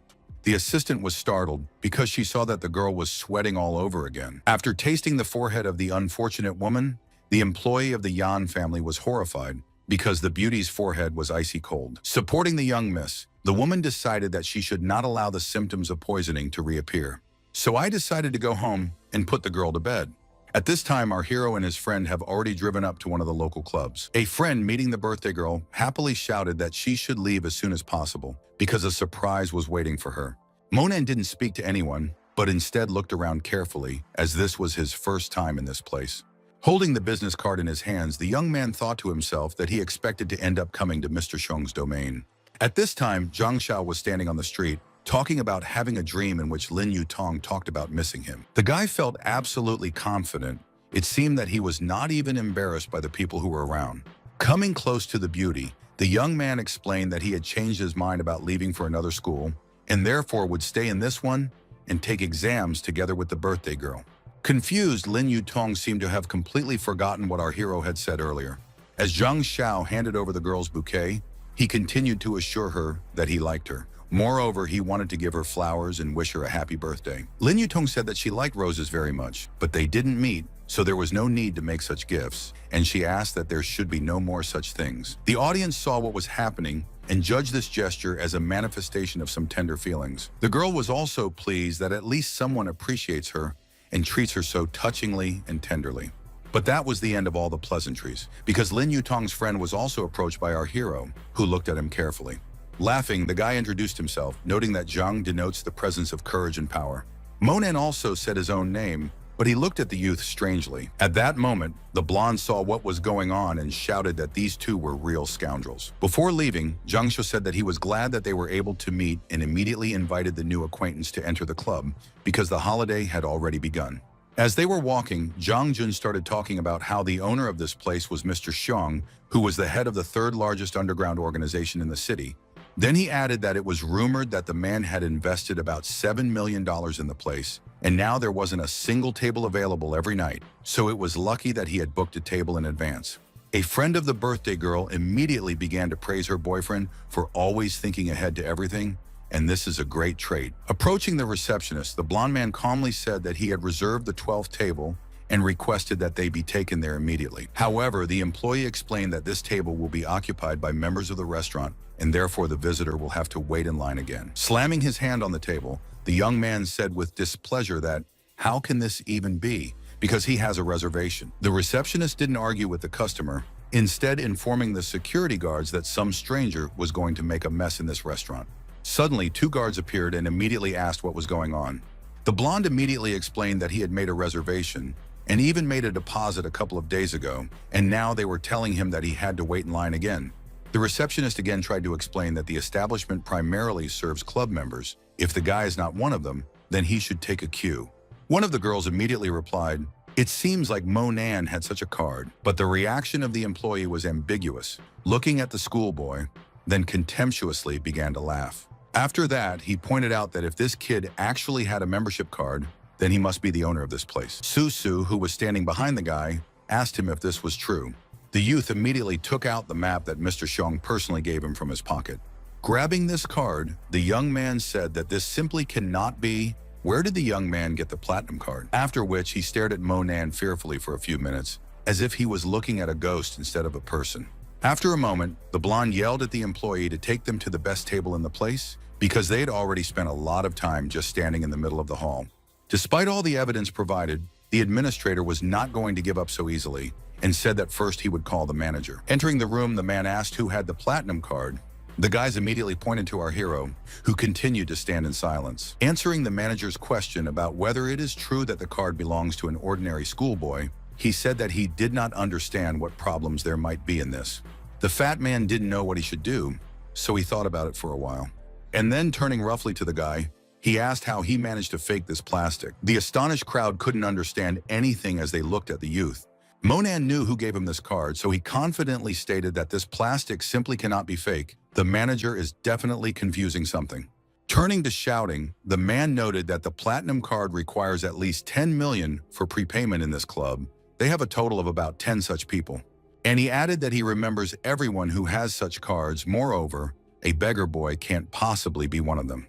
The guys looked at their friend with some disdain, realizing that they had been deceived. The blonde immediately shouted that the card was a fake. The poor student just wanted to show off in front of everyone as usual. The girl also said that this time they all lost face and disgraced themselves. Lin Yutong folded her arms and said that she wasn't going to see the cheater at her party, so she told him to leave immediately. The manager was happy with what he thought was true and flattered him, so he said that he was going to teach Monan a lesson. The guards understood this hint and therefore waited only for the moment when they would be given the sign to expel this boy. Suddenly, Zhang Xiao spoke up, who noted that he was very embarrassed that he was interfering. Pulling out a gold card from his pocket, the young man explained that his friend and the others had just decided to make a joke, so he asked for a nice table. Upon recognizing this guy, the man immediately changed his anger to mercy and said that he knew this man very well and therefore asked to provide the best table for the guests. The guys immediately began to flatter this young man, saying that he was actually incredibly cool. And only our hero was standing at the door. No one wanted to look in his direction. As for the birthday girl, she was making faces at all. After that, she walked over to Zhang Xiao and held his hand, remarking on how good it was to have such a great friend. The guy was flattered, but he said that the map belonged to his father, and as for him, he only came here to congratulate Lin Yutong on her holiday. A moment later, the beauty once again thanked this man for all that he had done for her. However, the young man said that there can't be any gratitude between them at all. After a while, everyone gathered in a spacious hall where they were already drinking something and talking peacefully. Monan sat on the side and didn't say anything. He wasn't having any fun at all. He felt like an outsider at this celebration. Susu, who noticed this, immediately went over to her classmate and asked him to have a drink with her. The young man did not mind, but because he got up and went to his friend, realizing that the schoolboy came empty-handed, the girl asked what the guy had prepared as a gift. Scratching his head, our hero wanted to somehow get out of it, but did not know what to do best. The prefect immediately happily declared that it was a good thing that she had bought 2 small gifts, and therefore she now gives one to the student to give as a gift from herself. The young man was grateful for this, and therefore honestly said about it. Inwardly, Monan thought that since Susu already had such a good heart, he would always stand guard over her peace of mind. The student wanted to say something else out loud, but at that moment he heard someone asking for help. At the same moment, a frightened girl was running down the corridor, hoping that at least someone would hear her. And then something unusual happened, because this unfortunate woman stuck herself in the chest of our hero. Suddenly, he heard the manager's voice cursing at the beauty, saying that he had been saying something about the esteemed Mr. Xiong all day. The fat man was sure that no one would help the blonde, and therefore she would soon return to him. But in the next moment, he noticed our hero, shouting that this simply cannot be. They met again with this boy. Crying, the beauty tried to explain that this manager was chasing her, but she barely managed to escape from him. The manager said that this was all a lie, and if she was not satisfied with this job, then she might not go out at all tomorrow. Hiding behind the young man's back, the blonde screamed that Shu had no right to fire her, especially since she had already been looking for a job for a very long time. The man gloated that, of course, you would never find such a good job because it involves drinking alcoholic beverages with guests and that's all. After a moment, the manager came right up to the young man and told him to get out of this place immediately. If he suddenly dares to poke his nose where he is not supposed to, then they will carry him out of this place feet first. The guy didn't like being told something like that and unfairly insulted, so he asked what they were going to do to him. Suddenly, our hero grabbed the fat hand of this dishonest manager. The schoolboy was not going to joke, and therefore carefully looked into the eyes of this man, hoping that his conscience would return to him. But realizing that nothing was changing, he forcefully pushed this Mr. Shu to the other end of the corridor. The girl immediately screamed. She didn't expect that this young man was not only a fearless person, but also so strong. After that, he explained to the beauty that now was the time for her to leave, and he could quickly sort out the rest himself. The girl knew that the manager was not to be trifled with, so she immediately did as she was told. Within a minute, Monan was calling someone, even though he didn't understand why he wasn't getting an answer. A moment later, the young man heard one of the girls shout that it was time to cut the cake. Approaching his friend, the young man handed her the gift that Susu had previously given him. The beauty was sure that the schoolboy would not present her with anything, and therefore was surprised by such an act. But the friend shouted that nothing can be expected from the poor man, and therefore it is best to quickly open the gift from Zhang Xiao, who definitely prepared something interesting and worthwhile. There was a wedding invitation in the envelope, although the birthday girl didn't understand what it all meant. Perhaps our hero would have been offended, but something was wrong outside, and therefore it was much more interesting for him. A moment later, the young man saw the manager and the guards standing next to him, but it was strange that the fat man managed to recover so quickly from the blow. All of a sudden, Shu shouted that he would beat this arrogant boy to a pulp so that he would know how to deal with his elders. Standing in front of these detractors, the teenager did not think about anything. He knew exactly what he was going to do with these people. At the same time, other party participants were discussing the fact that our hero probably felt damaged since his gift is a mere trifle. Susu didn't want to hear this as she knew that her classmate was a good person, so she decided to see where he went. A moment later, she opened the door to go in search of the schoolboy. Suddenly, the headman shouted to the students that things were bad because their friend was going to be beaten. The audience did not understand what this girl was talking about. Some even expected that they would be able to see a unique sight. However, when they went out into the corridor, they saw a strange scene because Monan was standing there, but the guards who were opposite were now lying on the floor. The birthday girl, as usual, began to yell at the young man, saying that he again arranged an inappropriate show. The manager began to complain that the beggar boy had broken his arm, and therefore he simply had to pay for it. Zhang Xiao, who considered himself the best, immediately approached the man and began to explain to him that this guy is a friend of his acquaintances, and therefore if there are any problems with him, then you should contact him.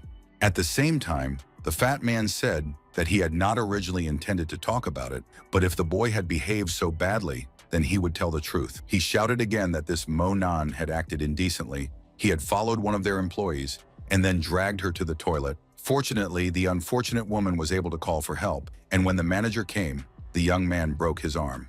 The head girl started to defend her classmate, and only Lin Yu Tong said that our hero is not so brave, and therefore he would not be able to molest anyone. But the man continued to make arguments, noting that the student drank too much wine and then began to molest their employee. But it would be better if she told about everything herself. Putting his arm around the girl's shoulder, Yu made sure that she told her everything that this schoolboy had done to her. And in a lower voice, he whispered that the beauty understood what was at stake and therefore had to tell everything. Crossing her arms over her chest, the blonde explained that Monan wanted to get her number, but when she refused, he started grabbing her hands. The audience looked in surprise at both the girl and her classmate.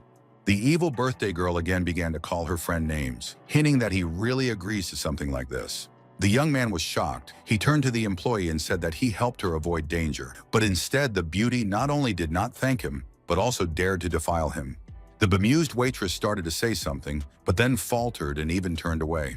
Employees of the institution immediately attacked our hero. They threatened him not only with violence, but also with the police. At that moment, the birthday girl approached Zhang Xiao and started asking what they should do, adding that if the guy was arrested, her mother would not forgive her daughter. Smiling, the young man, who considered himself a real hero, noted that he would settle everything. Approaching the manager, the guy told Tom that they did not need the police because he could easily act as an intermediary in this case. Then he looked at the waitress and explained to her that Monan was abandoned by a girl, so he got too excited and got drunk and then did all sorts of stupid things. Maybe if Zhang Xiao gave her 100,000, she would forget about everything. The unfortunate woman did not say anything. She was ashamed, although she had to play her part. Again, the blonde man approached the man, telling him that it was better to settle everything after hours and without witnesses. The manager said that he had money, but that his arm was also broken, and therefore he wanted the boy's arm to be broken as well. At the same time, the guards began carrying large plates of ice. The fat man said that he still had 2 large bowls of ice. Let this Monan swallow one plate and kneel in the other. Zhang Xiao took the young man by the shoulder and said that this was all he could do for his friend. It was better for him to do as the manager said, but as for thanking him, he didn't need to, because he was doing it all for Lin Yutong. Pulling the hand of an unfamiliar person, our hero finally became indignant. The blonde wasn't prepared for this turn and was looking at the schoolboy carefully.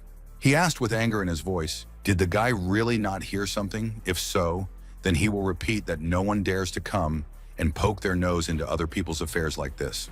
Gloating, the young man shouted that the disciple was not familiar with good manners, then let him get mad at himself after all. The birthday girl started to scold her friend again. She defended Zhang Xiao, noting that he was trying to help, but he was ignored.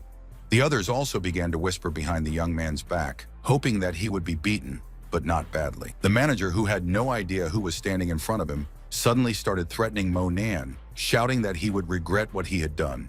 But that was the last thing Shu had to say, because in the same second, the guy slapped him hard across the face. Of course, the guards tried to stop the student, but they also did not understand that they were elementary prey for him. But that wasn't the end of it, because the guy suddenly grabbed the manager's head, and then he started pouring ice on him, remembering how the man bragged about how our hero would look in the ice. The young man was unstoppable.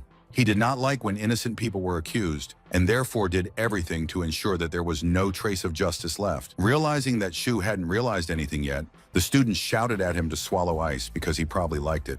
Suddenly, the guards shouted that something had to be done because Mr. Xiong had come. The bodyguards immediately started complaining, explaining that some boy had snuck in and started hitting everyone. The employees were confident that this man would protect them, but he would deal with the poor man very quickly. The manager said that the student received a cover because he does not know who is standing in front of him. When the man approached Mr. Xiong, he immediately started complaining that this youngster was harming their establishment, so something had to be done about him. Blocking the way of this bad person, Susu said that no one has the right to put pressure on her friend. Moreover, they will compensate for all the damage. Our hero, putting his hand on the shoulder of his classmate, turned to his friend Xiong and explained that he had some problems with the manager, and therefore he was very happy to see the owner. The second the boss hit his employee, he knew that if the guy said things like that, it meant that this Shu had done something bad. Holding his sore cheek, the man, who couldn't understand anything, said that the boss had missed, hinting that the boy was standing next to him. But instead of explaining, Xiong once again struck the manager, but this time with more force. Turning to Mo Nan, the owner asked for his forgiveness, adding that this fat man had dared to offend the young master in his absence, so they would do as the young man wanted. After showing his club membership card, the teenager noticed that he only wanted to be helped to settle a few issues, and then asked if it was a real card. Surprised, Xiong shouted that of course it was true, because he personally gave it to the guy a few days ago, and therefore does not understand how it can be fake. Now those who were laughing at Monan opened their mouths in surprise, because they didn't believe that such a thing could even happen. Looking at the manager, the disciple continued to say that he did not understand why this man then convinced everyone that it was fake. Moreover, he rushed at the guest with his fists. The boss knew that his employee had overstepped all bounds, and therefore stepped on his hand. The man shouted that he had warned in advance that no matter who was standing on the doorstep from the establishment, if he had a platinum card in his hands, he should immediately be served and provided with all the extra class.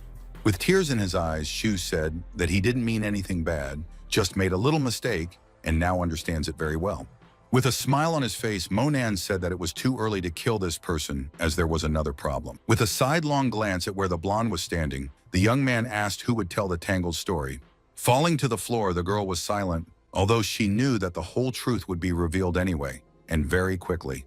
Finally, as the waitress started crying, she started saying something about how if she didn't say everything right for Shu, she would be in trouble.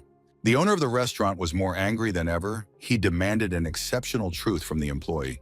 After these words, the blonde began to tremble all over, but she tried to remember all the details of what happened and tell them to her main boss. After hearing this story, Zhu immediately rushed to the girl with his fists, saying that she took money from him. Despite this, now says all sorts of nasty things, shifting her responsibility to others. This time, it was already Mr. Xiong's personal bodyguard who dealt a blow to this detractor. And then he said that the boss didn't ask him anything, so how did he even dare to get up from his seat? The crowd saw that something big was unfolding. They couldn't even move, let alone a big one. At the same time, the girl continued to tell her story, noting that she was afraid, and therefore did everything that was forced on her. In fact, she was very sorry for their guest. Sitting on her knees in front of our hero, the blonde once again asked him for forgiveness. The girl, seeing the indifference in this teenager's eyes, said over and over that if it wasn't for this fat man, she wouldn't even have thought of such a thing. Shu wanted to add something, but at the same time, he felt the bodyguard's foot press him down harder. Other employees who had already arrived in time because they had heard the showdown now told their colleague that she was ungrateful because she went not only to slander, but also took money for it.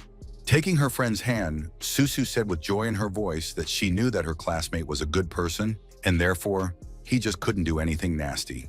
As for the colleagues of the institution, they looked at the guys who came with our hero and discussed them already because they actually disowned their friend in favor of the manager. Chung understood that his manager, who he had literally entrusted with this place, had done things for which there was no excuse. Realizing that it was up to Mo Nan right now, Shu started crawling around asking for mercy, explaining that it was all completely random. He didn't think of doing bad things. The man literally stretched out his hand to the guy who now completely depended on his life and well-being. The teenager said in an icy tone that when Shu forced him to kneel, he had a more majestic appearance than now. So why is the manager himself crawling on his knees now? The fat man didn't answer that question, but instead repeated that he had made a little mistake, but it would never happen again. The guy immediately said that he wanted to get 100,000 from this villain, promising that in this case, he would leave him at the cliff and not from it. At the same time, the bodyguard asked both the former waitress and the manager to be taken away so that he could not see them. These people did not belong in such a place. The young employee didn't have to be asked twice. He immediately did what was asked of him. For a moment, there was a silence in the corridor that no one dared to break. Xiong suddenly spoke up and politely asked Mo Nan if he liked the way he handled the matter. The teenager stood and stared at this great man in silence, not knowing what to say to him. Realizing that the student wasn't going to say anything, the man thought that this guy was definitely blaming him for just counting his money, while a good institution was suffering. But suddenly our hero sincerely thanked his friend for standing up for him, and so quickly. The man happily looked at this schoolboy and breathed a sigh of relief, realizing that he did everything right. And then he ordered all the employees to disperse because no one canceled work, and this is not a show that is worth paying attention to. Xiong immediately asked the young man why he decided to come and heard that it was related to the birthday of his friend. Those who had recently hailed Mo Nan were now thinking that it was a big plus that they had such an influential young man among their acquaintances. At this time, Xiong approached the disciple and asked him if he had a moment to discuss something. The young man, looking at his watch, honestly admitted that he had until 10 o'clock. Leaving, the owner of the establishment ordered the administrator to provide the children with everything for free and also give them 10 lotteries each. Since all the instructions had been given, the man headed down the corridor. Lin Yutong wanted to stop our hero, but did not have time to do so, because the employee of the establishment asked the guest to follow him. Already sitting in the office, the man once again said that he himself knows that he managed the workflow very poorly. But the guy did not want to return to this topic, and therefore noted that probably they found him not only because they want to apologize again. Laughing, the man admitted that in fact nothing is so easy to hide from the teenager. Then in a stern tone, he asked if the young man knew that the Dragon's Spring Festival was due to take place in a few days. The guy immediately asked if it was true that it would be the second day of the second month. The man said that a holiday will be organized for the people, but as for them, it is a great day every year when the heads of underground gangs of their city come together. As for the guys, they were sitting in the hall at that time, where the lottery was about to start. The receptionist said that Mr. Zhang had been very insistent in asking for lotteries, with 10 attempts each. The guests didn't know how to behave, so they just kept quiet. Although suddenly, Susu asked about Monan's whereabouts because she was worried about him.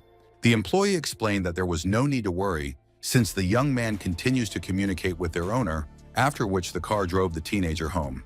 When they heard about the lottery, the guys first thought about it, and then started laughing out loud. Zhang Xiao said that they didn't need this lottery, because they wouldn't get anything valuable anyway. The blonde also jumped up from his seat and started to speak negatively about this prank. His girlfriend, assenting to the guy, noted that in this case, she also does not want to take part in this mockery. As for Susu, she was indifferent to the opinion of others, so the girl went to the drum and said that she likes this, and therefore plans to pull the ticket. And again, the young man began to laugh at the headman, saying that she probably won some comics. Suddenly, the receptionist announced that she had won $30,000 in cash and congratulated her on it. At the same time, an important matter was being discussed in the study, so Xiong said that he would be happy if our hero could attend the celebration. As for the young man, he thought that for Xuan Yin's sake, it was necessary to break up the Mu family and the Xiao family, but he couldn't beat 4 hands with 2 fists without strength. A moment later, the owner of this place poured tea and offered to rest for a while. Looking at Xiong's wound, the guy asked in a frightened voice, "Is it still not healed?" The man explained that there was nothing wrong with this. It was a little unpleasant, otherwise everything was fine. I thought to myself that it would be necessary to wrap it up with a bandage if possible, otherwise it would look unsightly. Placing a small bottle in front of Xiong, the young man explained that it was a life-saving pill that would help very quickly. The man was not going to give up the medicine and therefore once again thanked his guest. Suddenly, Mo Nan glanced at his watch, which already showed 10 o'clock in the evening. On the way up, the student said that the time was late and therefore he had to go home. The owner of the restaurant did not argue with the guy, especially since he had warned in advance that he would not be able to stay up late, and therefore in a moment they went outside. The man said that he was glad to see the student and wished him all the best. The next day, the students went back to school. The homeroom teacher, finishing the lesson, reminded once again that the children should study well, since entrance exams were waiting for them very soon. And when everyone started to leave, the girl asked our hero to go to her dorm after school. Those students who had not yet left did not understand why the teacher had invited their classmate to her house. This was not understood by the guy himself, who felt very uncomfortable, but they did not say anything. Moving along the road, Aniclimax said that she thought that the schoolboy would not go to her, and therefore it was good that she managed to intercept him. But the beauty replied that it was best to talk in a quieter and calmer environment so that no one would interfere with them. Monan had no intention of contradicting him as he watched his homeroom teacher open the room. Realizing that the teenager was standing in the corridor, the girl sharply shouted that he should immediately go inside because it was still not enough for someone to see them together. A moment later, the student was already standing in a small but very cozy room in which the girl clearly lived. That was why the young man complimented Annie on the fact that this room was perfectly laid out. Moreover, it was very clean, not like the room where he lived. But in the next instant, the teenager's eyes fell on the underwear that was hanging from the bed. Confused, the teacher began to justify herself, saying that the forecast promised rain, and therefore she was going in a hurry and did not have time to hide the unnecessary things back in the closet. So she immediately put away any items that might have embarrassed her or her guest. After a moment, the girl and the guy were level. They were looking at each other intently, which was something very awkward. The boy didn't want to waste any time, so he immediately asked what the homeroom teacher wanted from him, knowing that it might be something important. The girl said that last time the young man helped her recover, but said that she might need another treatment session to consolidate the effect. Then she added that if the young man now has time, she would like him to fulfill the promise, otherwise her friend will come soon. Monan hadn't done anything yet, but at the same time the girl had already laid down on the sofa and asked the young cultivator to hurry up. For a while, our hero carefully watched this beauty, although he did not even dare to move. Standing outside the door, the stranger heard some strange noises coming from Aniclimax's room, not understanding what it all meant.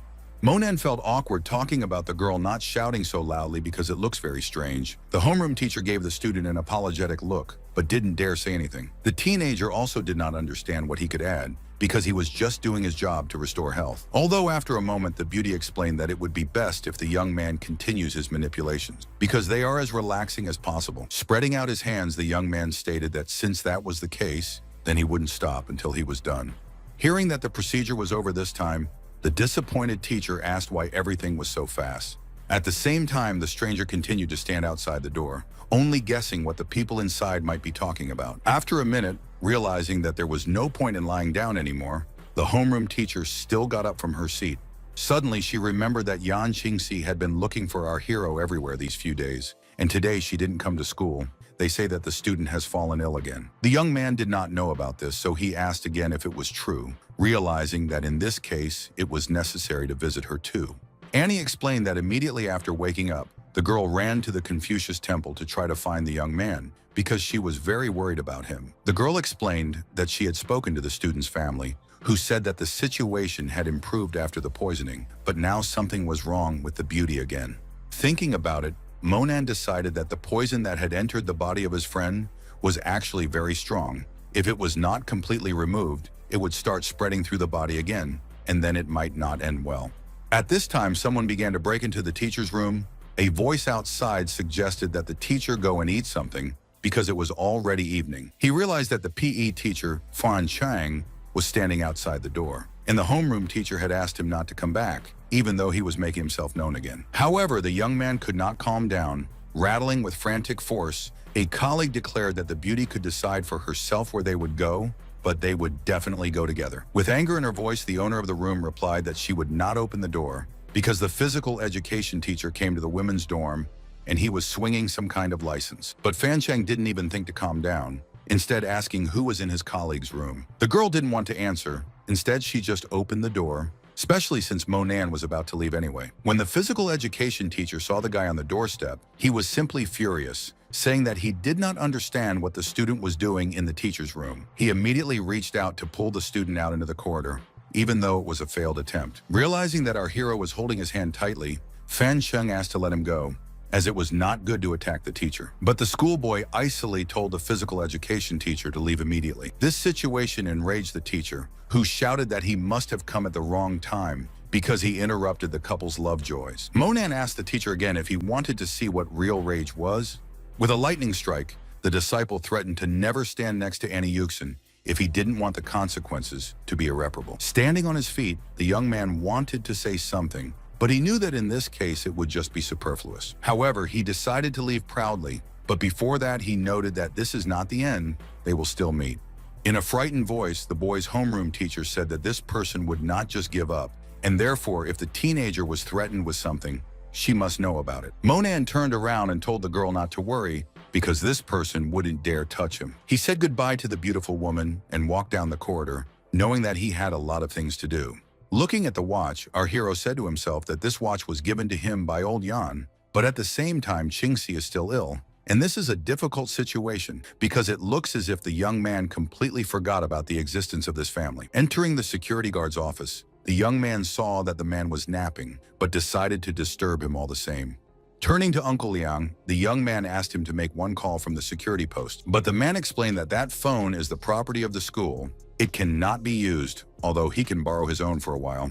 The teenager was glad that he was not refused because it made a big difference. Old man Yan, when he heard who was calling, started thanking the student again for what he had done for their family and added that they thought the boy was angry with them, so they didn't dare bother him. Hearing Monan talk about her acquaintance, her grandfather noted that there was indeed a nuance to it. Then he added if the young man could come to clean up the remaining poison, since the girl really feels bad. Monan didn't even think about refusing. He only asked for a car to be sent to pick him up, and then he would come as soon as possible.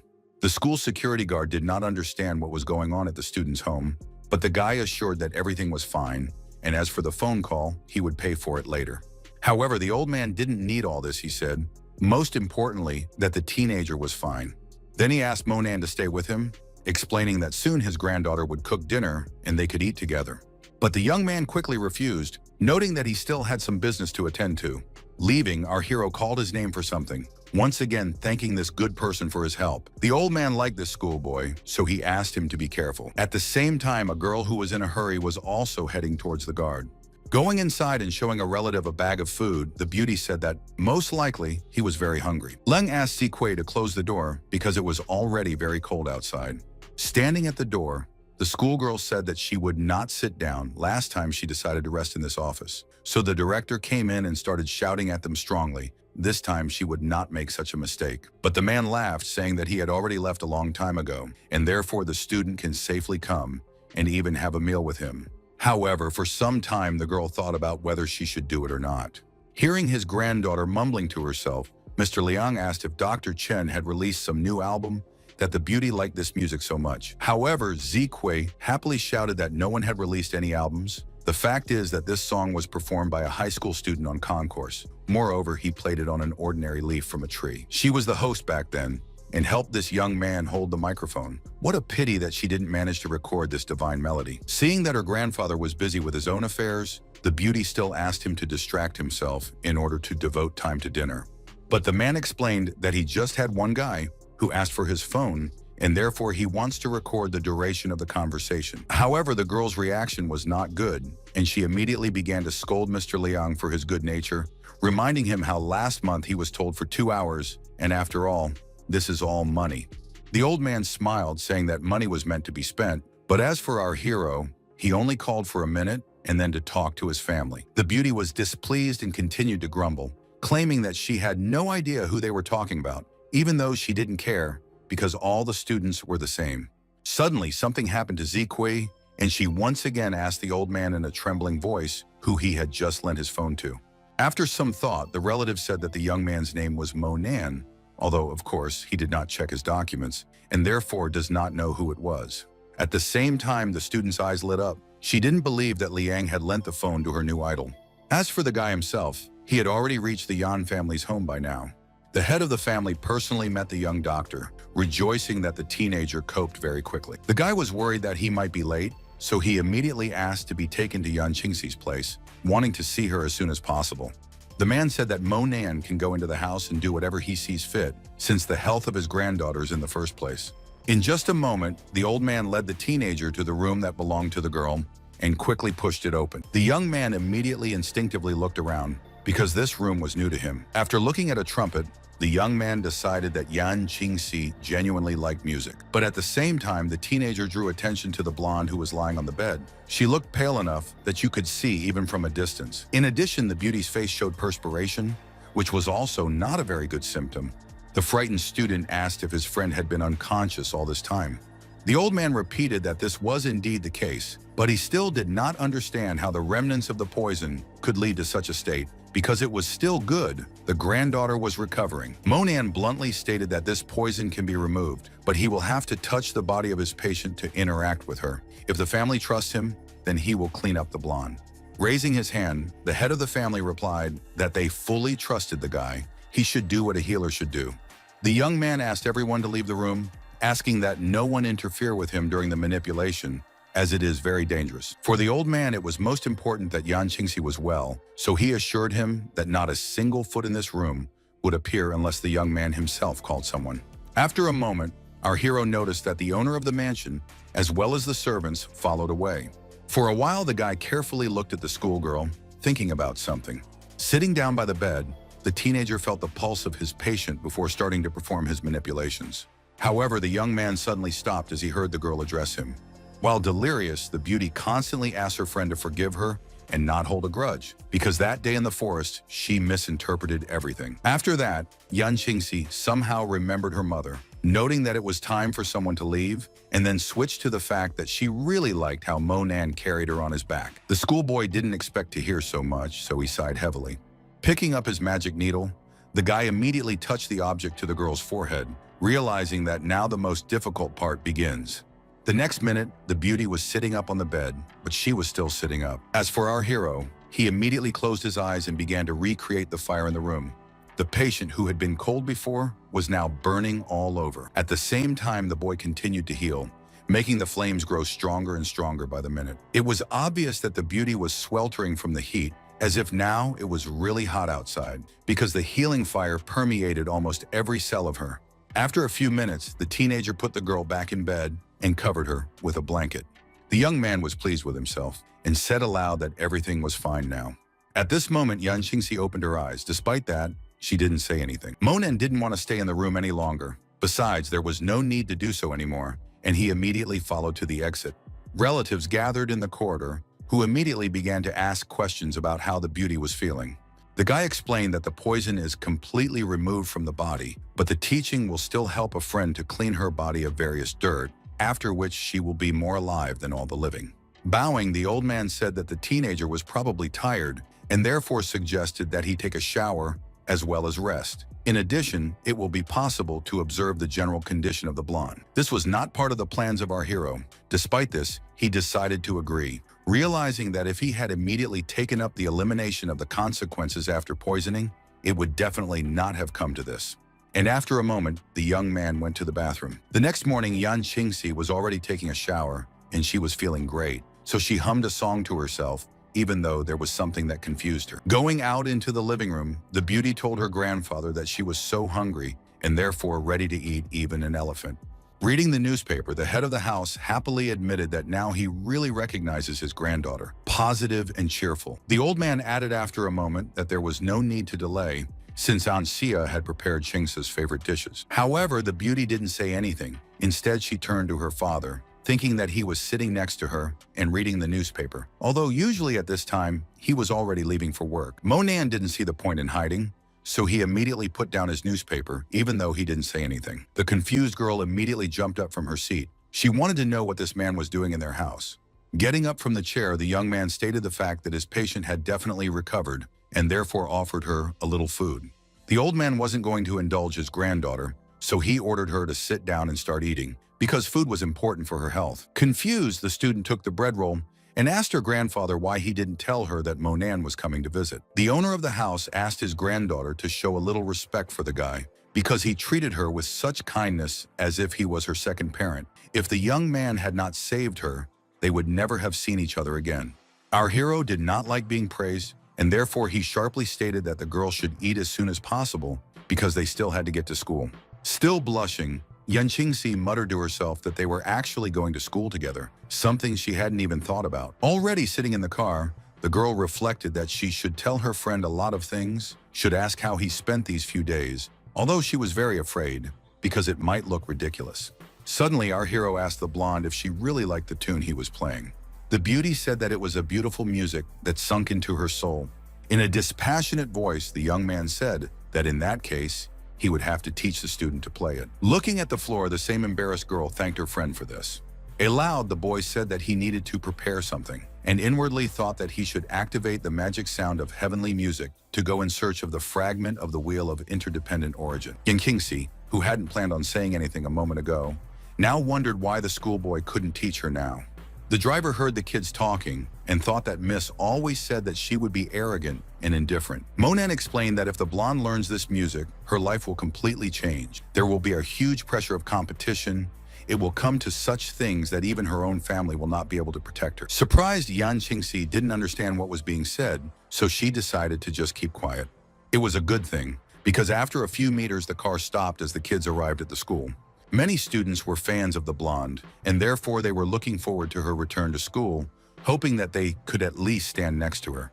But at the same moment, a man's leg appeared out of the car, which greatly confused the students.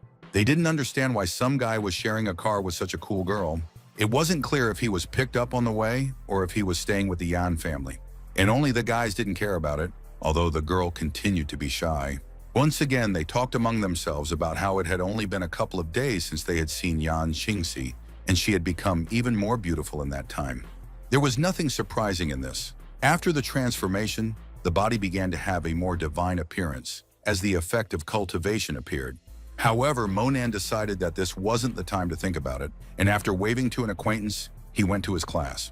The blonde was clearly upset, but decided that now wasn't the best time to find out anything. After that, the student turned around and walked towards her class.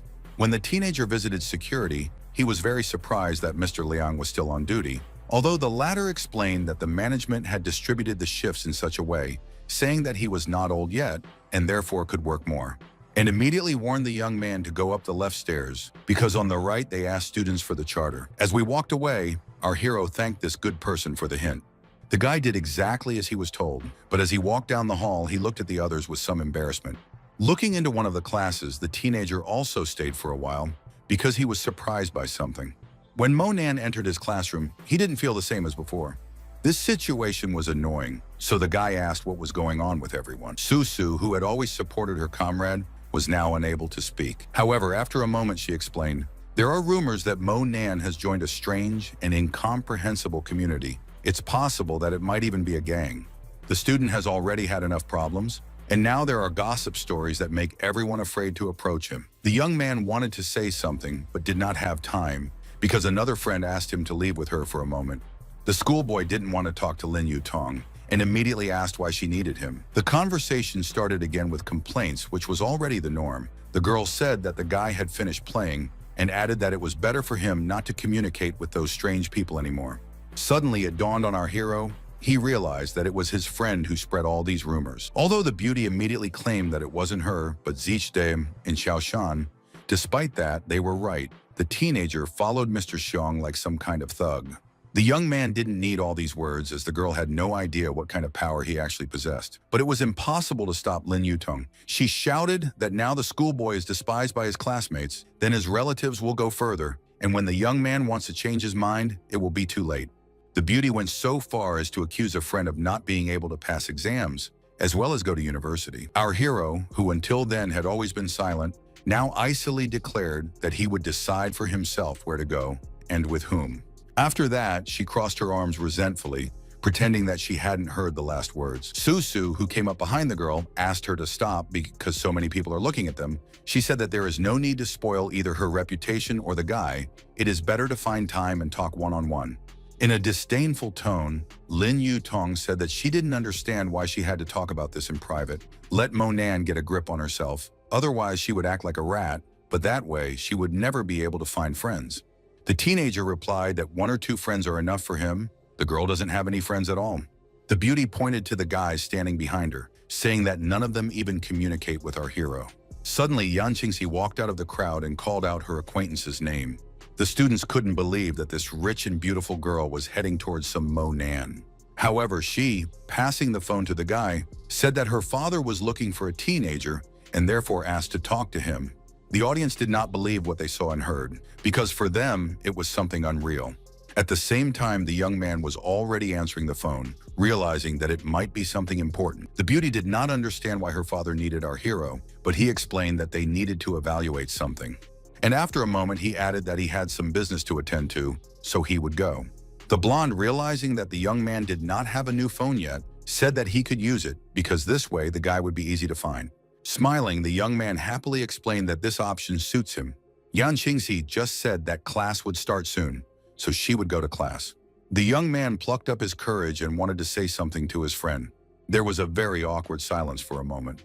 After that, with some apprehension, Monan nervously asked about whether it was true that they were friends. The embarrassed girl said that this was true. Moreover, next time they would go out together again. Unwitting witnesses of this conversation could not believe that the beauty of their school drew attention to some inconspicuous person who turns in an incomprehensible society. This was also seen by Lin Yutong, who was so startled that she couldn't say anything about it. As he walked away, our hero sarcastically asked her if she was satisfied now. The girl didn't say anything, instead closing her eyes and starting to cry. A few minutes later, when Monan came to the homeroom teacher, he asked him to leave the school because there were urgent matters. The teacher did not understand anything, so she wanted to clarify where the student was going, but he pretended that he did not hear her and was very busy. Outside, the teenager thought about some ritual artifact, not knowing what it is, and why the objects are still given such strange names. At the same time, a car sent by the Yan family arrived at the school.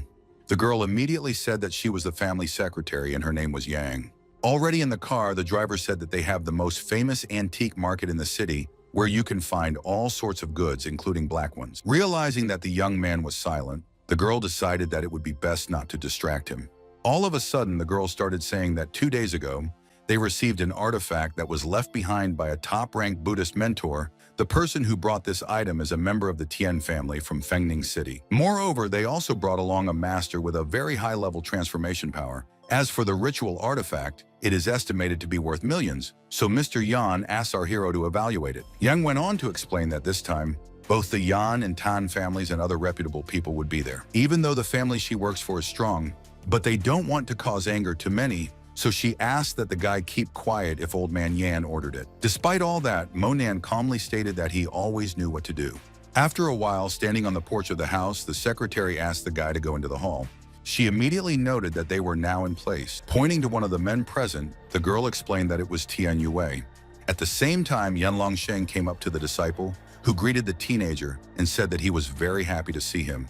Suddenly, a stranger spoke up and said in a hurt voice that, "You can only consult with him because this boy is too much." And while the guy was evaluating this stranger, he added that he could always help the Yan family and therefore does not understand why to introduce some more people from outside.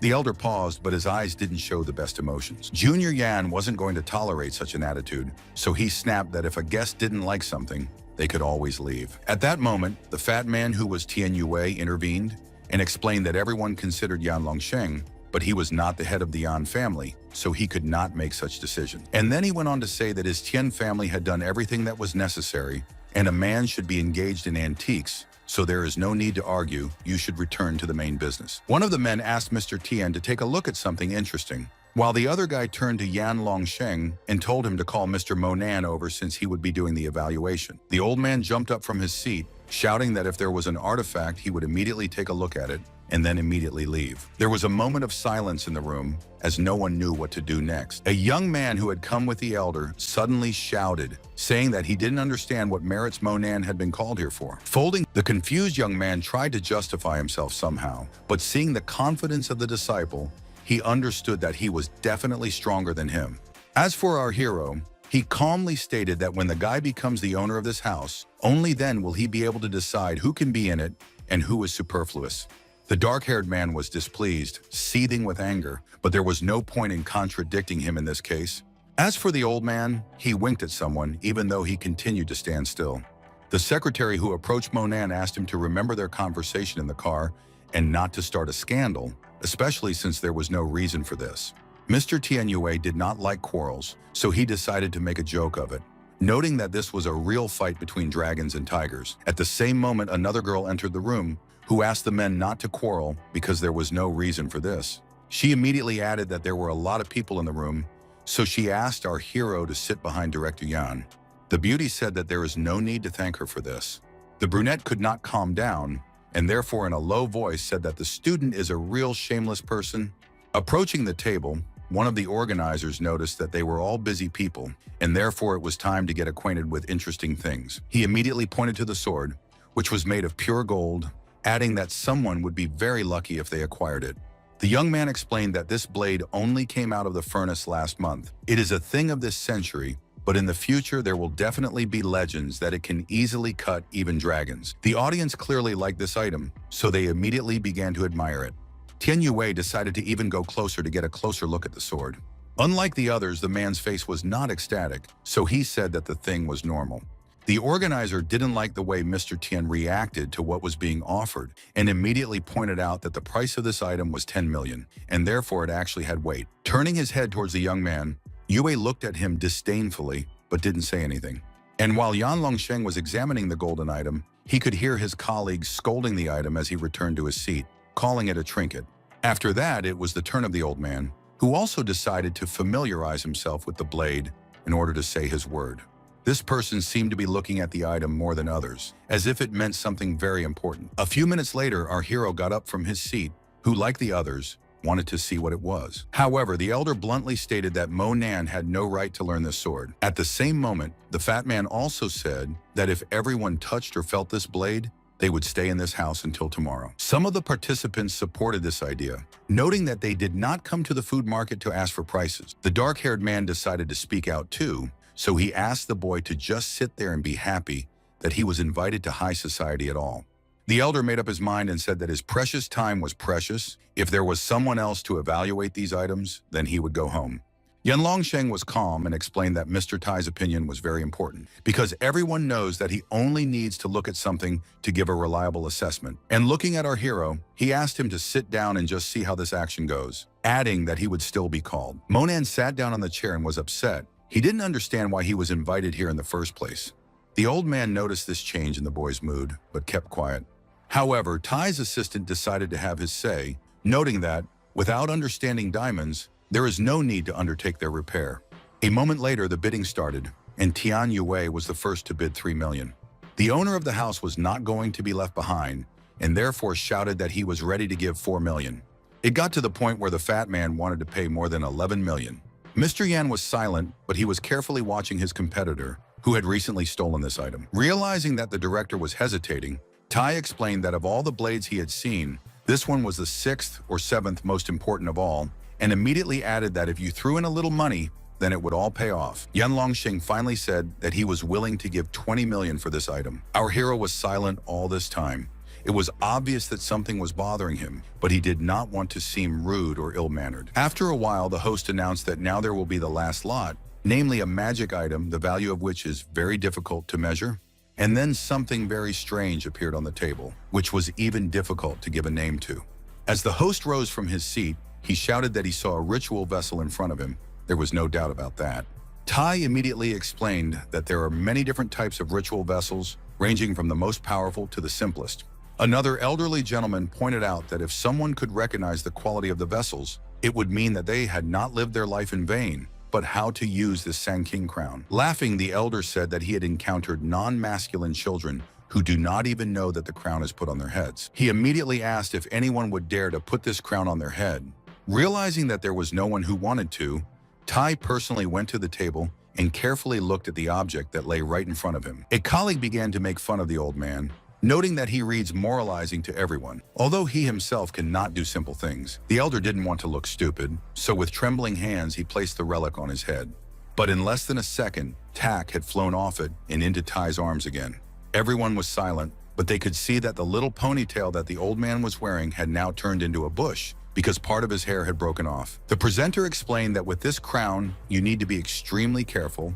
No one knows what kind of history it has. Another sage stated that he would like to explain what this item is, but unfortunately, there is not a single person who would reliably know how to use the crown. Then he added that this old thing can be photographed, but it is no longer useful. Although he wanted to get the item, so he asked Mr. Yan if he would tell him his price or not. At the same time, Tian Yue spoke up, noting that it might be time to invite the teenager as well, since he didn't come here just to sit on a chair.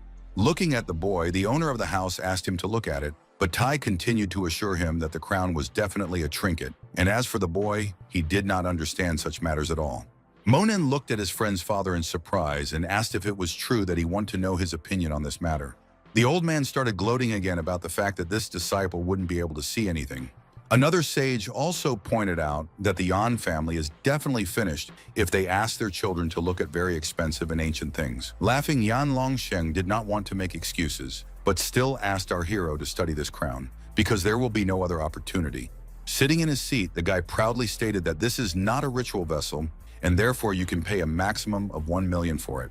The audience couldn't believe their ears because they knew that experienced people can't make mistakes. Although others shouted that the kid was talking real nonsense, since such a thing can both burn and drive you crazy. Jumping up from his seat, the man shouted that if Director Yan didn't want to take this item, then it shouldn't be slandered that they were selling some trinkets. Yan Longsheng didn't say anything. He just sighed heavily. The fat man laughed and remarked that he was willing to pay 5 million for this item. Then he turned to Miss Nan, asking if she remembered the statue of the deity that had once been sold to him.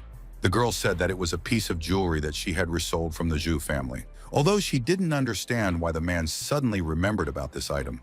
The young man looked carefully at everyone gathered, but he did not understand what was going on.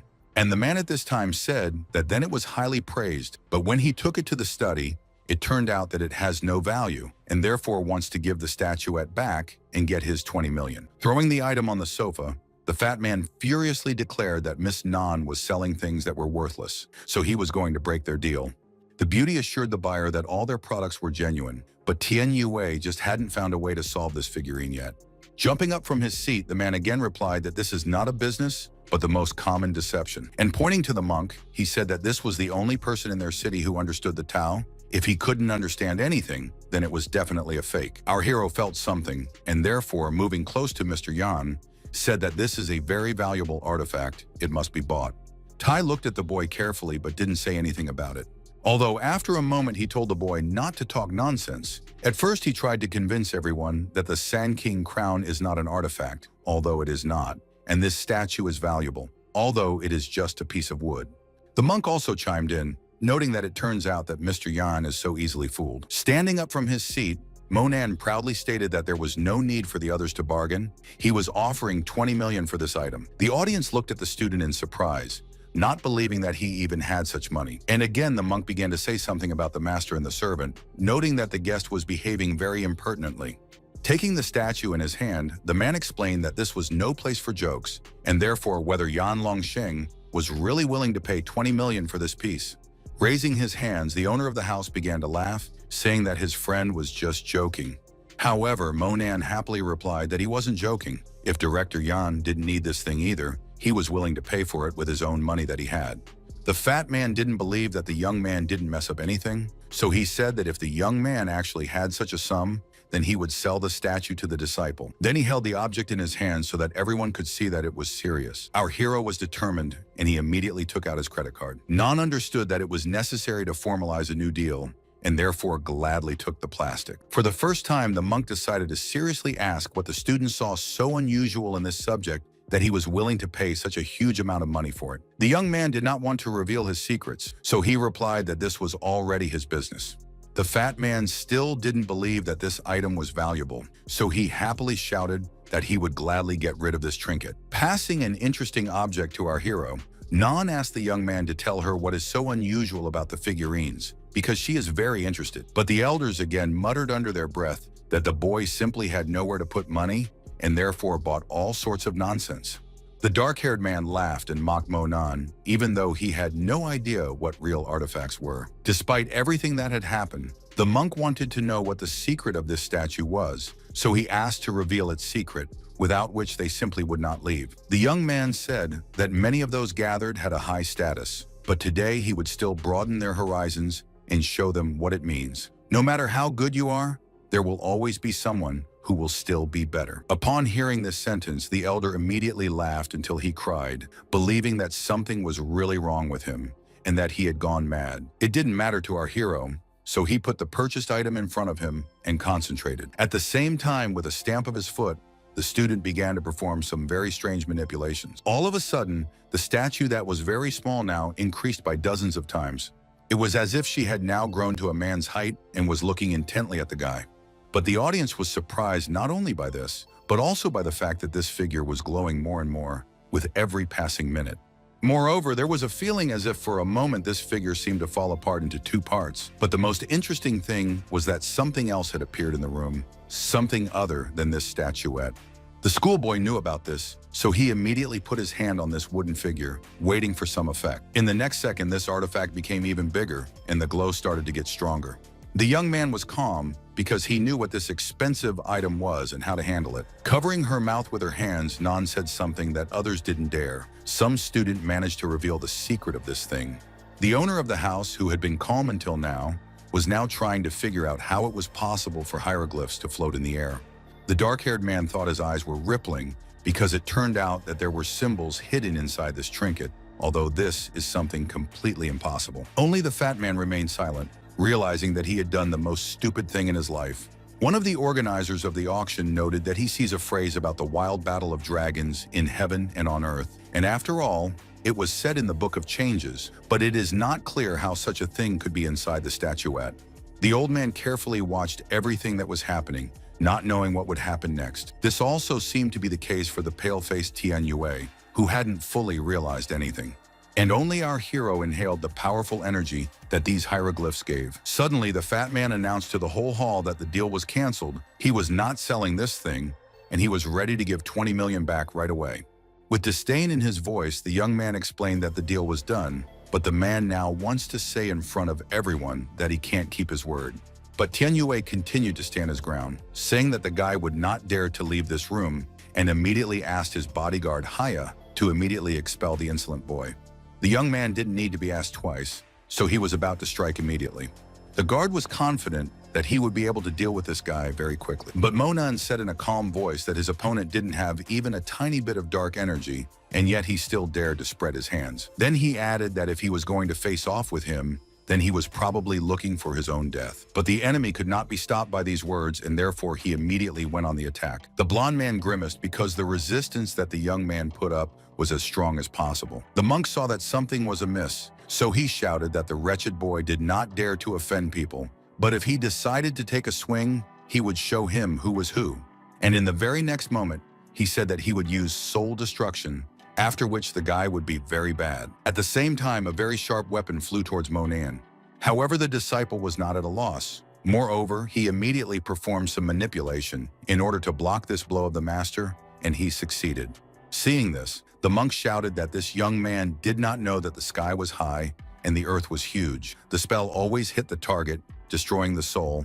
Therefore, the boy would be punished. Throwing another object at our hero, the old man noticed how he easily intercepted this weapon and even broke it. The elder had never experienced such a shock. He did not understand how the soul's destruction could be destroyed, and even so easily because no one had ever managed anything like this before. The teenager laughed, saying that it would be interesting for him to continue. Moreover, he did not understand how long the so-called vessel would last. And after a moment he added, "The reason is that he is not from the human world, but from the heavenly world." Realizing that the young man needed strength, he immediately began to inhale the energy of the hieroglyphs. The boy saw that the monk had absorbed a small part of the power of these signs a little earlier, so he said that he wanted him to return something that did not belong to him at all. The audience understood that this student was set up as seriously as possible. He planned to go to the end. The young man's opponent did not like this approach. He thought that now he would deal with the boy, but it turned out just the opposite. A moment later, the entire audience watched as the monk flew violently to the opposite side of the room. Monan had no intention of stopping, so he ran right up to his opponent. The teenager was not going to hit the monk too hard, knowing that in any case he was an elderly man, but he really wanted to teach him a lesson for all that he had said all evening. Despite the slight damage, the old man was shouting louder than ever. But that wasn't what mattered to the young man. It was the hieroglyphs that belonged to him. Victoriously grabbing his badge, our hero held it in his hands for some time. However, after a moment, he began to absorb it, realizing that there were people in this hall who could deal damage to it. A frightened Tai explained to everyone that by swallowing these signs, the guy began to recreate the precious body, and therefore he is an invincible person. The monk who had heard his colleague's words was now seriously frightened and began to complain that the disciple would spare him because he did not want to offend him. In a stern tone, Monan said that he wanted to break the elder artifact to cut off its dependency. Looking at the monk, the young man continued to declare that he would only let him go if he brought him back to the level of an ordinary person without any abilities. The audience watched in horror, realizing that the monk was now ready for anything. And after all, Until recently, he considered himself the most powerful among all. And so that the old man would always remember this experience, the guy decided to hit him again with his foot, although not hard. After that, he said that every time a person goes somewhere, they must be at a distance of 100 miles from Monan. Otherwise, Monan will simply destroy their life. Bowing, the old man said that he gave his word of honor that the disciple would never see him again. After that, the former monk crawled to the exit, hoping to get home as soon as possible. The others, realizing who was in front of them, immediately began to bow to our hero, although he had already begun to treat the fat man because he was going to break his word. When Tian Yue heard that he was obligated to pay the young man $200 million for slander, the young man fell silent for a while because he didn't know what was the best thing for him to do. But remembering what happened to the great master, the man fell to the floor and shouted that he would do everything, giving his word of honor. Our hero understood that we can assume that this matter is settled, although he once again reminded us of how it all began. But this time, the fat man was silent, instead continuing to bow, knowing that his life depended on it. He paused for a moment, aware that other people were looking at him. Tian Yue also didn't know where to go, or if he could do it. At the same time, there was an awkward silence in the room, though it didn't last long. Monan pointed to the door and told the fat man that this was the end of their conversation, so he could also be free. The man was not going to contradict, on the contrary. He was even glad that he was not beaten up like a great elder. However, the fat man didn't get very far because his attention was drawn to Tai, who was slapping his cheeks for some reason. The most interesting thing is that each new blow was much stronger than the previous one. Finally, the elder explained that he once did not express respect for the guy. Moreover, he was rude to him, and therefore hopes that the schoolboy will forgive him, who lived to an advanced age, but has such a narrow outlook. The host was in shock as he watched this arrogant master. Our hero didn't want to punish anyone else, so he calmly said that this time he forgives Tai, but in the future he hopes that nothing like this will happen again. Crossing his arms, the old man once again thanked the amazing youth for his kindness, repeating that they understood everything. Nan, deciding that it was time to take this meeting in a new direction, approached the young man and suggested that he go to the pavilion on the water to have dinner and relax. The teenager himself was tired of everything that was happening and therefore agreed. The girl said that if everyone is happy, then she offered to forget about what happened and go to the playground. Men realized that it was necessary to linger in order to switch, and this can only be done in a calm environment. A few minutes later, everyone was sitting at a large table with the most delicious dishes on it. Tai and Mr. Yan were vying to say something to each other to win back the man's trust. However, Monan interrupted them, not wanting to start what had already been decided to finish again, and immediately offered everyone a drink together. The guests were glad that everyone was relaxed and really had a little distraction, so they raised their glasses and said that they were happy to drink to the fact that everyone was able to get together. Suddenly, the young man asked Mr. Tai about the precious body of the Lord of Men. If he knew about it, it would be interesting to know if he had any history. The old man said that he once met a martial artist who said that the art of body refinement is divided into several gradations. The most common is body tempering.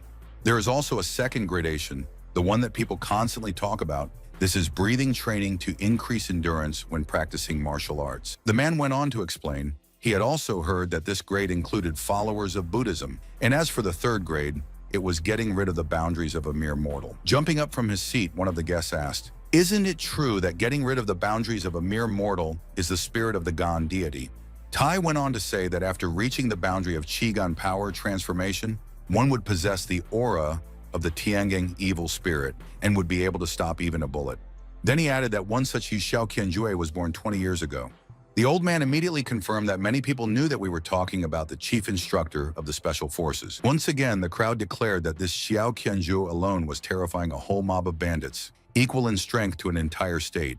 Tai added that when our hero took the power of hieroglyphs, he began to create the precious body of the Lord of Men, but the guy still lacks 2 more precious inscriptions. The reason is that the wild battle of dragons, despair in the last days, arrogance will lead to regret and will not last long. And after receiving all the golden inscriptions, a precious body will be found. After hearing about this, the guy fell silent for a while. After finishing lunch, Mr. Tai invited the student to accompany him. But after thinking for a while, Monan refused, saying that he still had some business to attend to. Nana didn't know what plans the student was talking about, so she suggested that he take a short walk nearby. The girl noted that it can be an excellent guide for a young man, if he wishes. Moving along the street, the beauty explained that there is an old shop with Chinese traditional medicine products in front. There are quite a few rare medicines there, Perhaps the young man will want to take a look. Our hero was silent, but he thought to himself that perhaps some herbs would actually be very useful. And after a while, the young people were already in the place that Nan spoke for. The apothecary was surprised that Monan had bought such a large amount of 10-year-old Lingji, not understanding where so much medicinal herb could go. Giving the goods, the man admitted that our heroes are very astute customers because they chose the best products from his shop. But suddenly, the young man turned his attention to the stump of the tree, realizing that it contains supernatural power. If you plant it with your own hands, it can grow again. When the apothecary heard that the disciple wanted to buy this item as well, he said that it was impossible because a great man had given it as a gift to his grandfather, so he wouldn't give it back. The girl understood that it was urgently necessary to do something in order to buy what our hero liked. And so the beauty said that no amount of money could buy a good mood. She gives 200,000 to take this oak tree. It was a lot of money, and therefore the man agreed to this deal. Looking at the clock, the beauty said that there is a street with underground goods nearby, which works once a week. They sell all the unusual things, so they offered the teenager to look at them. The young man replied that since they happened to be very close, we could go and see what they were offering. Moving down the street, Nan saw that her friend was behaving strangely. When she heard that it was a store with the name of things of three kinds, the beauty herself was surprised that you can sell in shops if you are talking about only 3 varieties of something. As our hero climbed the stairs, he said that if they didn't go inside, they would never know. Once inside, the boys turned their attention to the TV, which was showing something dedicated to the rebels. The owner of the store, or the salesman who was there, carefully looked at the screen and did not even notice that someone had come to him. Nan decided to knock on the door so that the man still understood that potential buyers had come. Realizing that there was no reaction, the girl shouted that she wanted to know if the store was open or if it was better to leave. However, at this moment, the strangers who were hitting someone in the far corner of the room shouted for the young people to not be shy and come in. Looking up from watching TV, the man stood up and said that his name was Xiong'er. He was the owner of this shop. Nan asked if the man had an older brother named Xiong, but the man didn't say anything meaningful, instead suggesting that the boys come in and take a look around. After looking at the strange items, the guy immediately asked how the owner sells all these things. The man said that each item is worth 2 million, but the buyer cannot buy more than 3 things. Then he added that all this was not brought in a very honest way.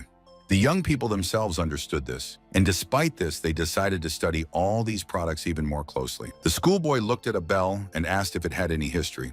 Xiong'er explained that this thing is very cool. He had heard that, once upon a time, a person who nurtured lightning used it to command nature. And while the schoolboy carefully examined the relic, he simultaneously asked what the name of the person was, although, of course, the owner did not remember this. Suddenly, holding her head, the girl said that she did not understand why she was so suddenly dizzy. The young man paid no attention to these words and again stated that there should be 7 bells. The man has the entire collection of them. Turning around, the owner admitted that real pros came to him since no one knows about it, but he has a full collection. And to prove it, he even took out a large briefcase containing these items. Nan immediately asked how they could buy all these bells when Xiong'er had previously mentioned that there were only 3 things that could be bought. However, he explained that he could sell all 7 items. The price for all of them would be 14 million.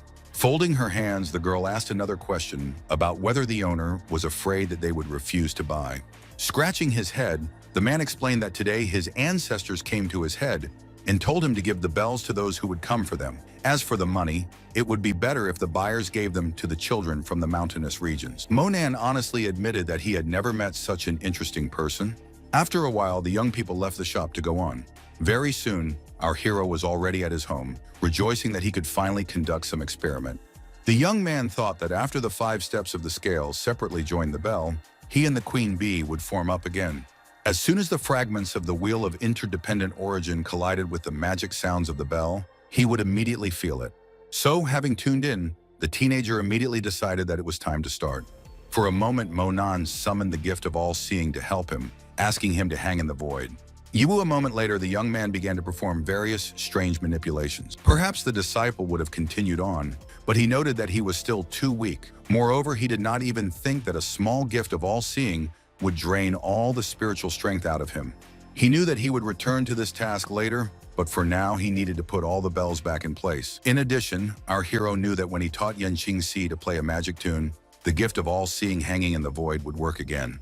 And so, having done all his business, the next day the student returned to the school. As Monan walked past the entrance, he greeted Uncle Liang, who was on shift again, as usual. The man liked this polite young man, so he greeted him back. Within a moment, our hero was asking this elderly man how he was doing. Perhaps something new had happened. The security guard said that nothing unusual happened in the institution, although the physical education teacher took the magazine to find the student. And at the same time, he asked if the schoolboy had somehow angered him. If this was really the case, then he should be as careful as possible, because this man is very strong.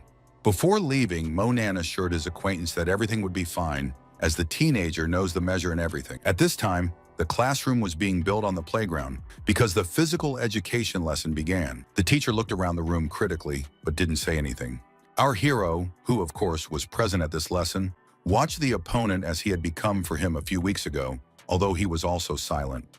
The young man's classmates understood that something was going on between these people, but they did not dare to ask about it directly. Fan Chong knew that this wasn't the best time to test his strength, so he just sighed heavily. Although he suddenly said that today they will have a basketball competition, the losing team will be punished. After that, he quickly selected the members of Lu Yanjiao's basketball team.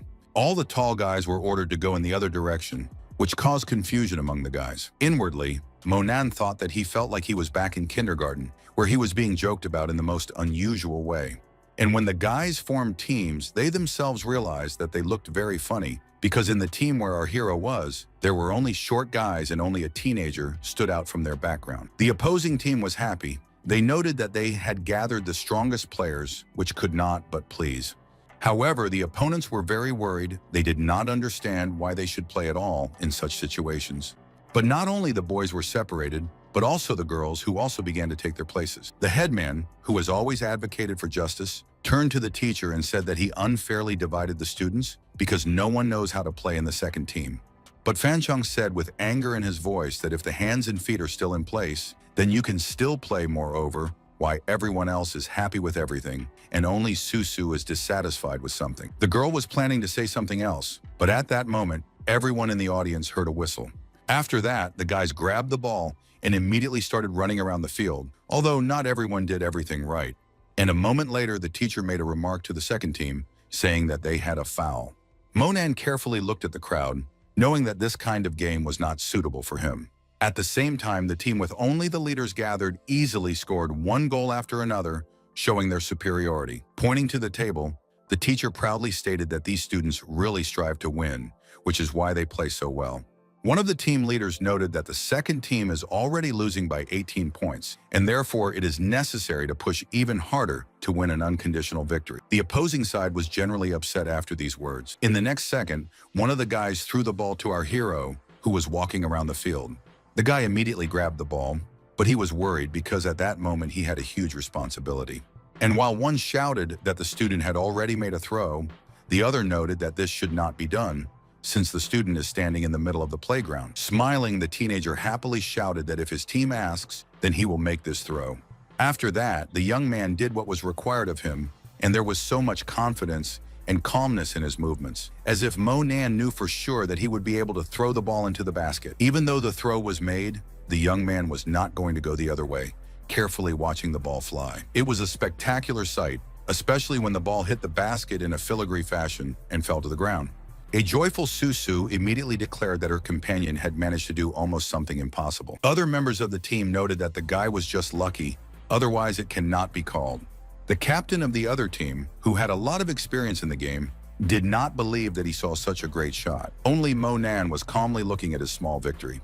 After hearing that the opponent was teasing the teenager, saying that he would not be able to repeat his success, the student calmly said that if the first team wants to be punished, he will not interfere with them. One of the members of the opposing team did not believe that their classmate was not afraid to accept this challenge. And passing the ball to our hero, he explained that he was just joking and therefore wants to take back his ball.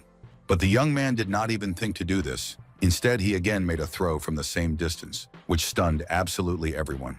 The most amazing thing was that the guy managed to get in once again, and therefore his team members said that their player does amazing things. He is incredibly cool.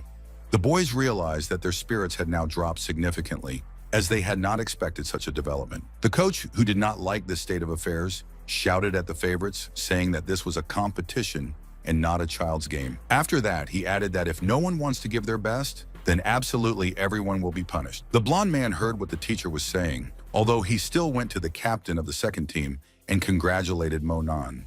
The guy noted that these throws looked just great, they can be envied, but everyone knew that the teacher would hardly be joking, so they started playing again. With every passing minute, the tension only increased because basketball wasn't just based on shots, it was very important to get the ball right. And with this task again perfectly coped our hero, who took the ball and threw it into the basket. The opponents were just indignant. How can it be that the second team again got 3 points? The blonde man was looking at his classmate intently, thinking about something. It was not clear to the young man how this student was able to take the ball away when such strength and traction was awakened in this young man. Previously, everyone assumed that the teenager does not know how to play basketball at all, and they only take him to the team for a tick. But now everyone has seen the true strength of this person. Fan Cheng, who knew that his plan had completely failed, shouted that it was game over, and this was just a small test of his abilities. Although the test was very strong, those who were supposed to lose were now leading the way with a significant gap. The first team was happy that it was over, because they didn't want to embarrass themselves any further. The prefect, who had always admired her friend, now said that she didn't think he could do that either. The blonde, realizing that it was not nice to leave the field in silence, immediately approached the opponent and held out his hand. Shaking hands with a classmate, the young man admitted that he looked at him with different eyes, but next time he would like to be on the same team. The student was not against it, although he admitted that in this case, they will have a clear superiority over others, and this will not be interesting. The girls were not only happy that Monan had proved himself, but also that the two cute guys had found a common language. At the same time, not everyone liked that the teacher so abruptly interrupted the game because it had not yet ended. And then someone added that Fan Chang was really not all right because he didn't know what he wanted. No wonder he still didn't have a girlfriend. Suddenly, the teacher singled out his opponent, saying that he clearly had good physical fitness, and therefore noted that in this case, Monan will help move things, the rest can return to class. The young man understood that all this was not for nothing, but he did not argue, wanting to see what would happen next. The girls, seeing that their new idol was leaving, asked him to stay with them for a while longer. However, the men were already moving down the corridor, with Susu at their heels. Realizing that the headman was trailing behind, the teacher asked her what she was going for, and heard that the beauty wanted to help a student who was already tired in class. But the teacher's plans definitely did not include the presence of another student, and therefore he shouted that there were 2 tables, the girl would definitely not lift them. The young man did not want the brunette to be upset, and hurried to explain that this was a man's job, they would finish soon, and the girl had better change her clothes during this time. Confused, Susu asked her classmate to be as careful as possible because it wasn't clear what lay ahead. After a while, Fan Cheng led his disciple to the warehouse door. Having opened them, the men went into a cluttered room in which there were many different unnecessary things. The teacher said gruffly that all these things should be moved to the 506th classroom as soon as possible. The teenager was not afraid of this person and therefore asked what would happen if he did not do it. Laughing, the teacher said that in this case, the group's performance in physical education would be poor. Therefore, many children would not be able to enter a good university. The young man said that if this bad person threatens his comrades, it will not end well.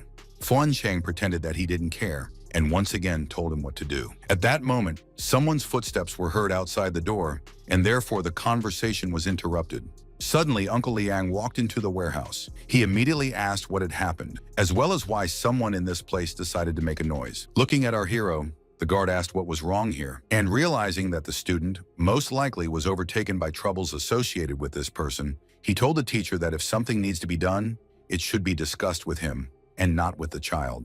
Fan Cheng continued to be impudent, saying that if the old man wanted to move these chairs to the 5th floor, if even one of them stayed here, Monan would be without a certificate. The guy felt sorry for Liang, which is why he asked the man to do his own business, noting that he would do everything himself. However, the guard explained that they were just chairs, so he could handle them. Rolling up his sleeves, Liang cheerfully said that he would be fine in a few minutes. But our hero was already unstoppable. With anger in his voice, he asked the teacher when he would close his mouth. Fan Cheng continued to mock, noting that the old man had been working overtime for 2 days in a row, and now he would be carrying chairs instead of a student, which was actually very funny. Then he added that if the guy wants to complain, then surely everyone will be on the side of the physical education teacher and not the idle old man. The young man always warned his opponents, so it happened this time. Because the teenager said that this will not happen again, but if there are any attempts in his direction, he will simply kill the offender. It wasn't difficult for the student to move the chairs with his strength, and he quickly set to work on the simple task. The surprised teacher, looking at how easily the student carries these chairs, did not understand where his strength only comes from. Having gone up several floors, the guy noticed his friend there. Realizing that this proud man would never admit that he was tired, the young man suggested that Tom rest for a while he took his chairs as well. However, Leong didn't even want to hear this, saying that everything would definitely be fine with him as long as the student took care of himself. Realizing that the plan would not work without cheating, Monan suspiciously stated that it seemed to him that someone was standing at the entrance, and therefore asked the man to go and see. Realizing that this was the main job of the watchman, he said in a frightened voice that he would go to the post and return immediately. The young man watched this old man slowly walk down the stairs. At the same time, our hero breathed a sigh of relief because he had a clear plan of action. Standing at the balcony, the young man saw Fan Chang below and immediately addressed him rudely, telling the teacher to immediately go up to the floor. The teacher obviously did not expect the student to be so bold, and therefore shouted that now Tom would not be well. A moment later, the teenager's abuser was already yelling at him, saying that he had lost all fear because an honored teacher was standing in front of him. The guy understood what he wanted to do and boldly asked if it was true that Fan Chang was just tired of living. The blonde man was about to do something, but it didn't work out as Monan grabbed him by the scruff of the neck with a single flick of his hand and lifted him up. Suddenly, the young man walked toward the balcony where he had been standing just a moment ago. Having brought the man as close as possible to the railing, the young man froze in place for a moment. And then, in an icy tone, he asked the ill-wisher if he was afraid. The blonde didn't want to admit it and said with a sneer in his head that the guy was probably kidding if he thought anyone was afraid of him. Our hero was not going to waste time on explanations and therefore once again raised the teacher. Then in one motion, he threw the man over the railing. Realizing that Fan Chang was hanging off the ground, the disciple once again asked him the same question regarding fear. And he added that he had previously warned that if his teacher dares to offend, he will pay for it. Hearing that the teacher was asking him to let him go, Monan said that he didn't dare to resist, so he let the blonde man go. The young man did not even suspect that the student would literally let him go. But it happened, although the flight did not take long because the guys were on the first floor. Although at that time, the teacher believed that he flew so long that he managed to get scared very many times. And so that the blonde understood the seriousness of his act, the guy also threw down a chair. And this was already an indication that all the jokes were left behind. Now serious and adult things began. For a while, the teenager just stood there and looked down, realizing that words were unnecessary in this case. Then he put his hands on the balcony railing, but he still stood there. Although in the next instant, the guy jumped over them in order to be on the street. For a man who watched his newfound enemy, the time when the schoolboy jumped seemed like an eternity. Even so, Monan landed on the chair that he had thrown out of the balcony earlier in just a second. The young man knew that this man would not leave him alone so easily, and therefore he warned him menacingly that he should forget to cling not only to our hero, but also to everyone else. The terrified blonde yelled at the whole street that it was not necessary to frighten him because he understood everything perfectly. So that the words are imprinted in your memory forever, the student warned that next time everything will not be limited to one floor. He didn't want to waste any time and immediately went to school to change his clothes. Fan Chang only dared to roll onto his stomach when he was sure that the schoolboy was indeed out of sight. At that moment, the teacher realized that it is actually better for him to stay away from our hero because he is capable of killing a person. After a while, the guy went to the entrance and explained to Mr. Liang that they had talked to the physical education teacher and that he didn't mind moving the remaining chairs on his own. Hearing that this was great news, the young man remarked that in that case, he went. The man was glad that it ended like this, although he did not know the whole truth and wished the student good luck. Moving through the schoolyard, the young man was lost in his own thoughts, although suddenly he felt a hand on his shoulder, which was very strange. The young man didn't know who it could be. Moreover, for some reason, he wasn't in a hurry to turn around, but when he did, he saw a hand touch his nose. It was Yan Qingxi, who was smiling and looking at her friend in confusion, waiting for his reaction. But only Monan didn't understand the gesture, so he instinctively asked why the girl had decided to do this. Grabbing the student by the hand, the beauty noted that she was waiting for this moment to finally start learning the melody, and therefore now they can go to her home. It was so fast that the young man didn't even have time to say anything, but it was obvious that he wasn't going to fight back. Therefore, after a while, the guys were already getting into the car.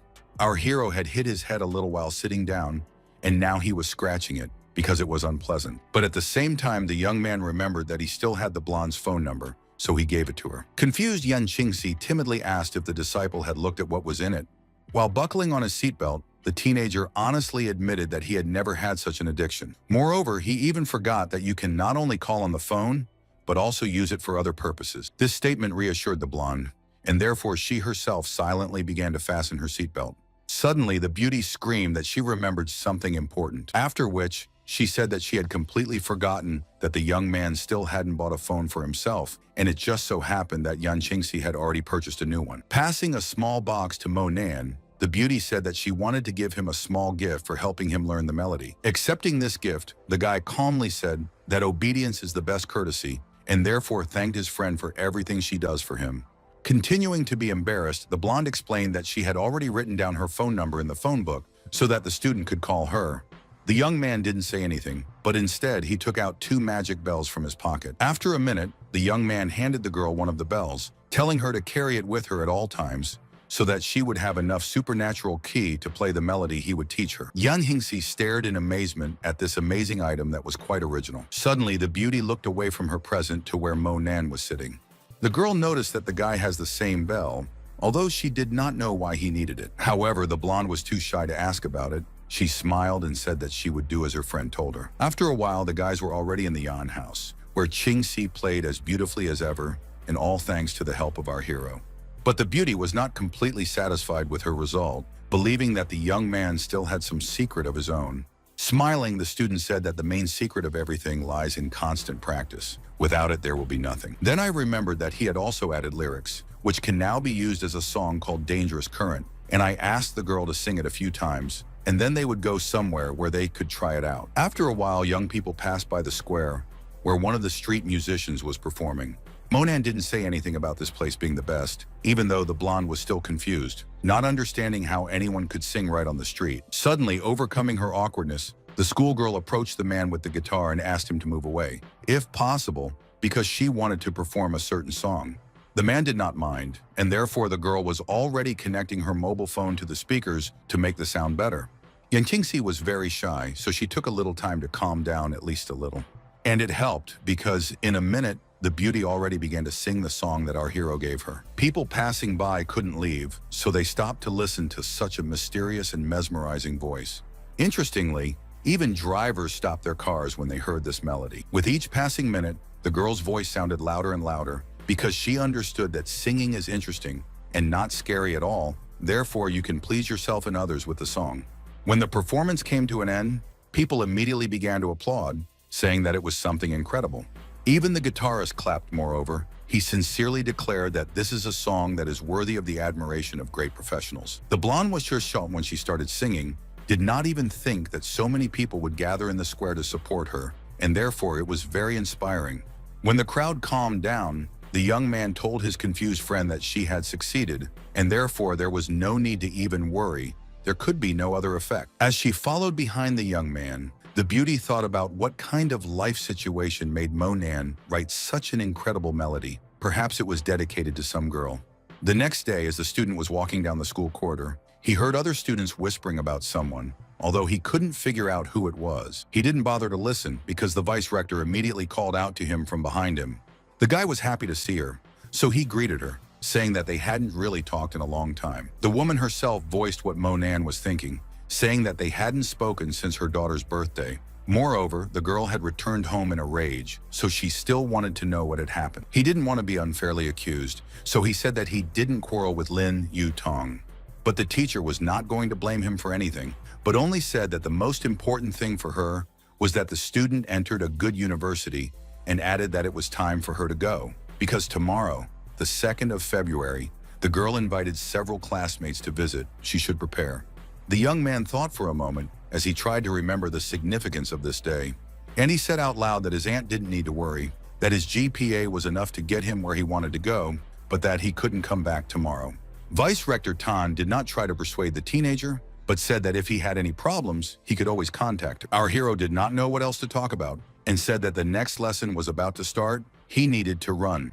Moving down the street, the young man saw that someone was calling him and answered without fail.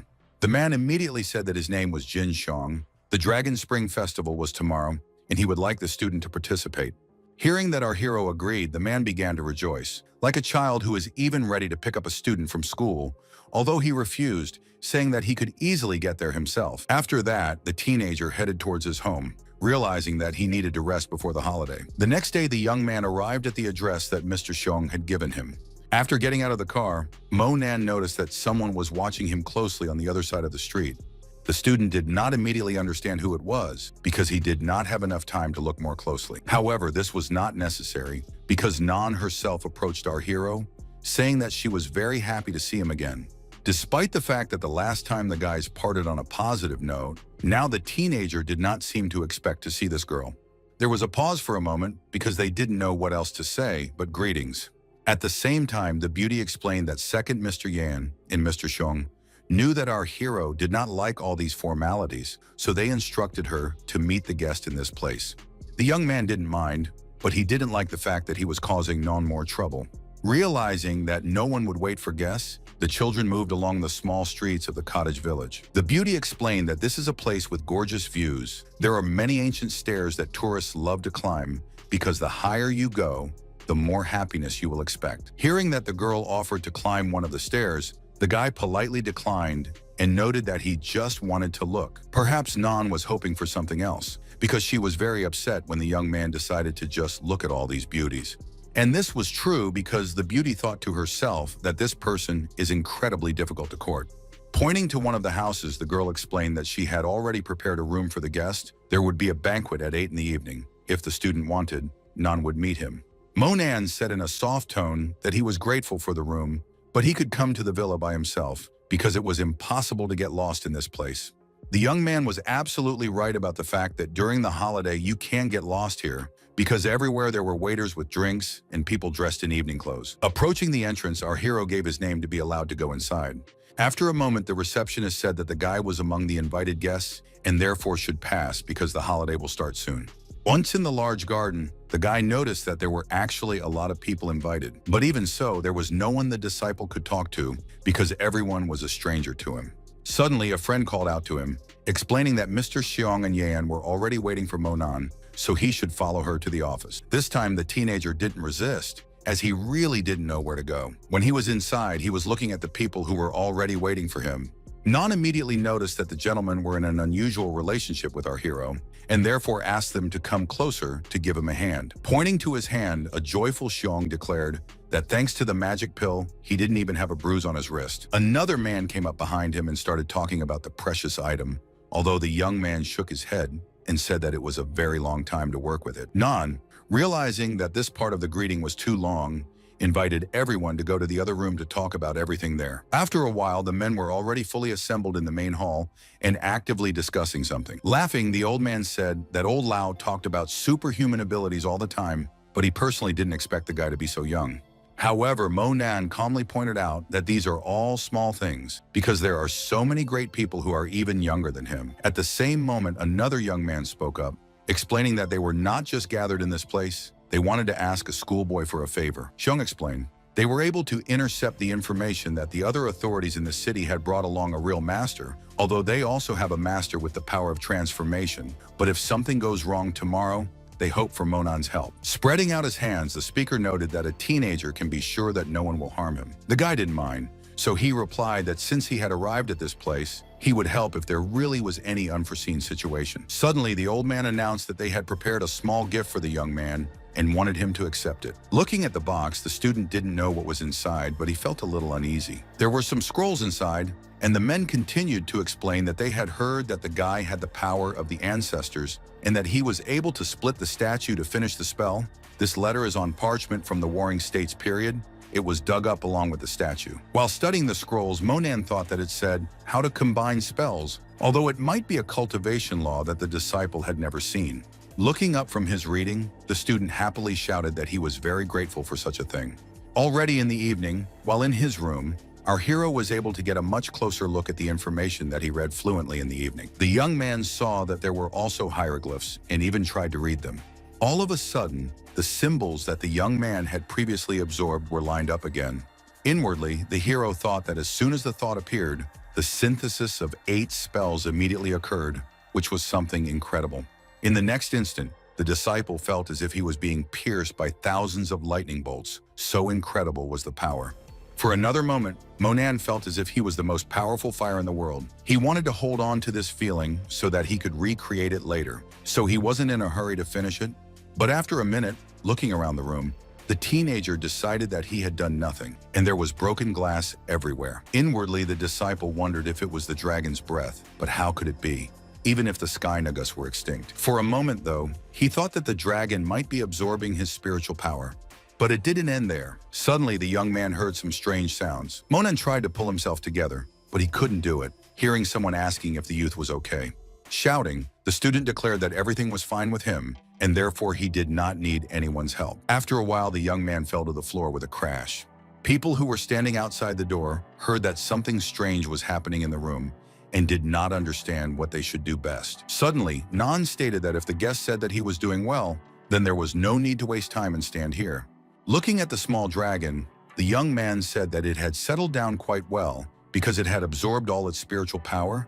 Now it would take a few days to recover. It would be great if there were no problems that Xiong mentioned. However, while the student was thinking about his own, the people outside the door still decided to go into the young man's room, worrying that something had happened to him. Upon entering the room, the girl and the men were taken aback, not understanding what could have happened here in such a short time. Running up to the guy, a terrified Jin Xiong immediately asked what had happened. Perhaps someone had broken into the room. The girl actually thought that the problem was the letter from the Warring States period. Looking at Nan, the young man convinced everyone that everything was fine with him. Despite this, I want the number to be different. But Xiong didn't believe the teenager, so he decided that this old man had bought something wrong, and therefore something was wrong with Monan, and added that as soon as he saw this person, he would immediately deal with him. The night passed quietly, and the next day all the guests gathered in the large courtyard of the cottage. Someone in the crowd recognized the schoolboy, and therefore said in surprise that he was also here. It was the owner of that strange shop, Zhong'er, who was unmistakable. The man immediately asked how the bells that he had given the disciple were like. Perhaps they had even been tested before. With a smile on his face, our hero admitted that they are not bad, although they do not cost 14 million at all, although Mr. said that these words sound very offensive. He immediately added that this time, everyone in the city is under a lot of pressure. They don't know if Second Master Yan will be able to fight back, if everything breaks down. Even the shops in their area will be closed. When Monan heard about some foreign mentors, he was very surprised because he didn't know them. Shung'er, who had thrown away the chicken bone, was in no hurry to say anything as he chewed on the leftover delicious food. Then he still said that this should not be said. It was important to show, and invited the young man to follow him. Pointing at someone, the man explained that the person was in charge of the Tang family the year before last, the Dun family last year, and the Zhu family this year. The two men, Che Chen and Wu Hua, are well-known negotiators between mafia organizations in Ouyang and are considered the best in their field. Then the conversation turned to Mu Yi from Hebei City, who is a real hero of our time. The people who sit near the center of the arena have so much oil and water in the city that it's best to be friends with them. After another minute, Shung'er told him about Grandmaster Huang, who had taken some business under his own personal control. Our hero did not understand how many more such people there are, and his friend continued to note that there is also a mentor Zhang from Ouyang. He finally reached the second Mr. Yan from Jiangdu, adding that it wouldn't be so easy today. Perhaps Shung'er would have found someone else to talk about, but at that moment, Nan came up on stage and asked everyone for a moment of attention. The girl said that they have met again, but she wants to warn that Wen Wu the first and Wu Wu the second, who will appear on this stage, will be responsible for their own lives.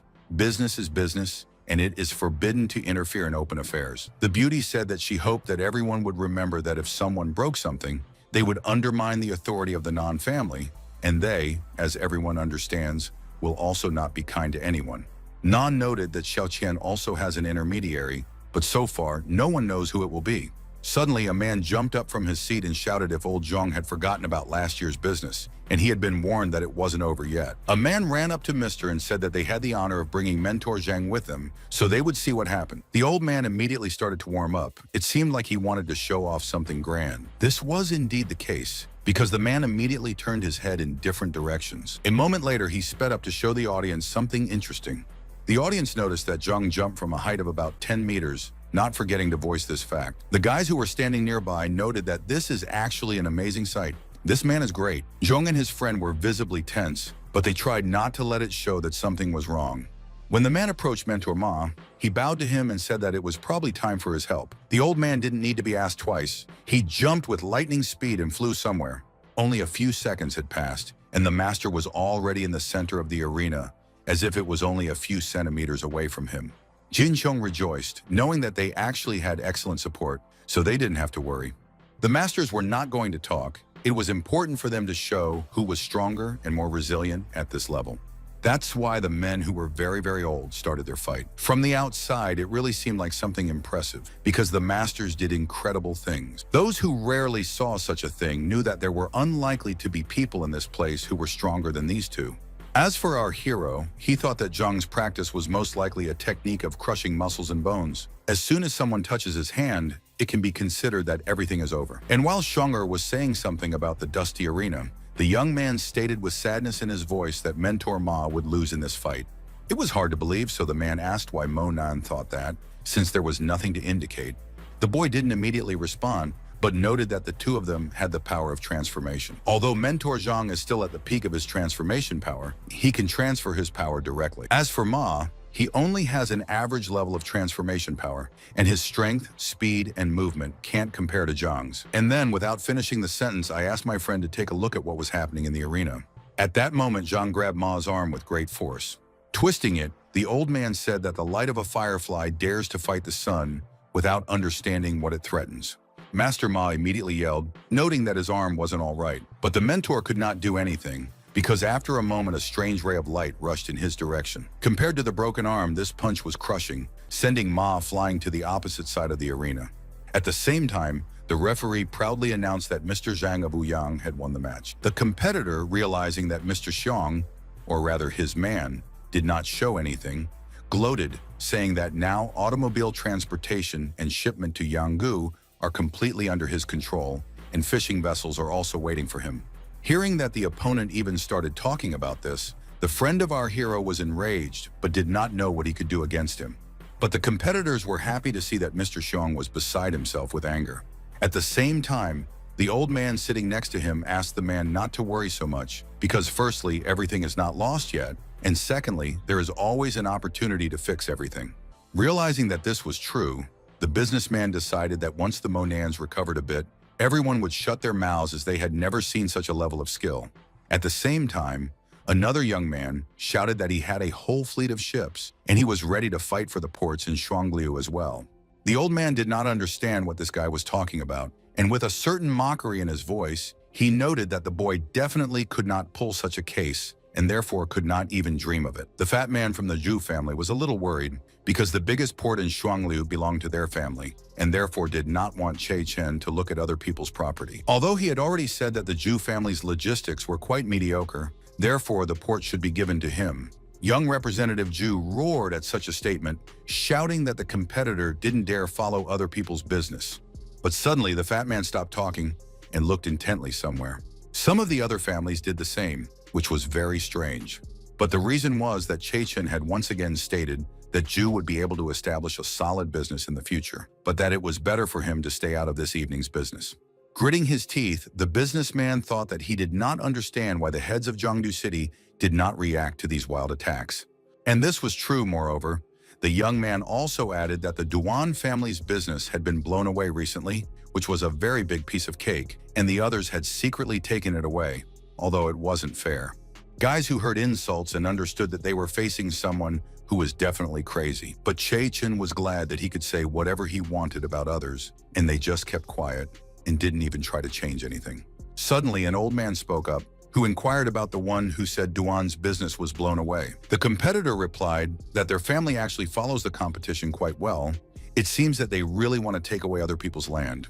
While bowing to his representative Senbo, the man asked for his support in this matter. He was a very tall and strong man, whose face did not tremble a single muscle. In an instant, the person who had said the nastiest things about everyone until recently froze in his chair. At the same time, Monan happily declared that Che Chung would now be finished. Suddenly, the man jumped down from his seat so that in another second, and he should have been in the arena. The young man, who couldn't speak, wanted to know who the bully who had smashed through the arena floor with his huge body mass was. Sanbo calmly stated that Mentor Zhang would definitely be in trouble from now on. The man did not understand why he was called to the fight, and therefore complained, saying that up to this point he was too merciful. For this he received rudeness in his address. As for the master, he explained that there was no one in Jiangnan who could break his defense, adding that in order to facilitate the opponent's work, he would simply stand still and not move. When attacking, the old man shouted that the opponent only moved Qigong to the defensive system, but there is still nothing complicated in this. A moment later, the man was standing next to the opponent, who was still exuding some very powerful energy. The old man was sure that he would strike easily, but he felt as if something was preventing him from doing so. After a moment, it dawned on the opponent that he had hit the wall of light that belongs to the Shenxia world. Only Sanbo stood there and just waited for his opponent to get tired of hitting that blank defensive wall. The audience started saying that this wasn't a Qigong transfer, but a Qigong domain, which meant that this master had definitely broken through the transformation power domain. Hearing one of the fans shout that Qigong hadn't been broken through in more than 10 years, Che Chen shrank even further into his seat, realizing that this was no match for his master. Zheng now also realized that this person would not be easy to deal with. At this time, the smug master said good-naturedly that he was giving his opponent the opportunity to attack him 2 more times. The man did not like this ultimatum, but he knew that there was still no other choice. Therefore, he immediately went to the opponent to try to break through this powerful light again. But the situation did not change, as Sanbo both stood in his place and continued to do so.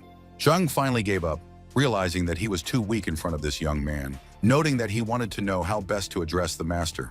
He suddenly started saying that he could be addressed as the heir of Banlu Men or as the amazing Banlu Men. The representatives of the major families simultaneously thought that this was the real head of the Banlu Men, which meant that he would destroy all 3 heads of Jiangnan.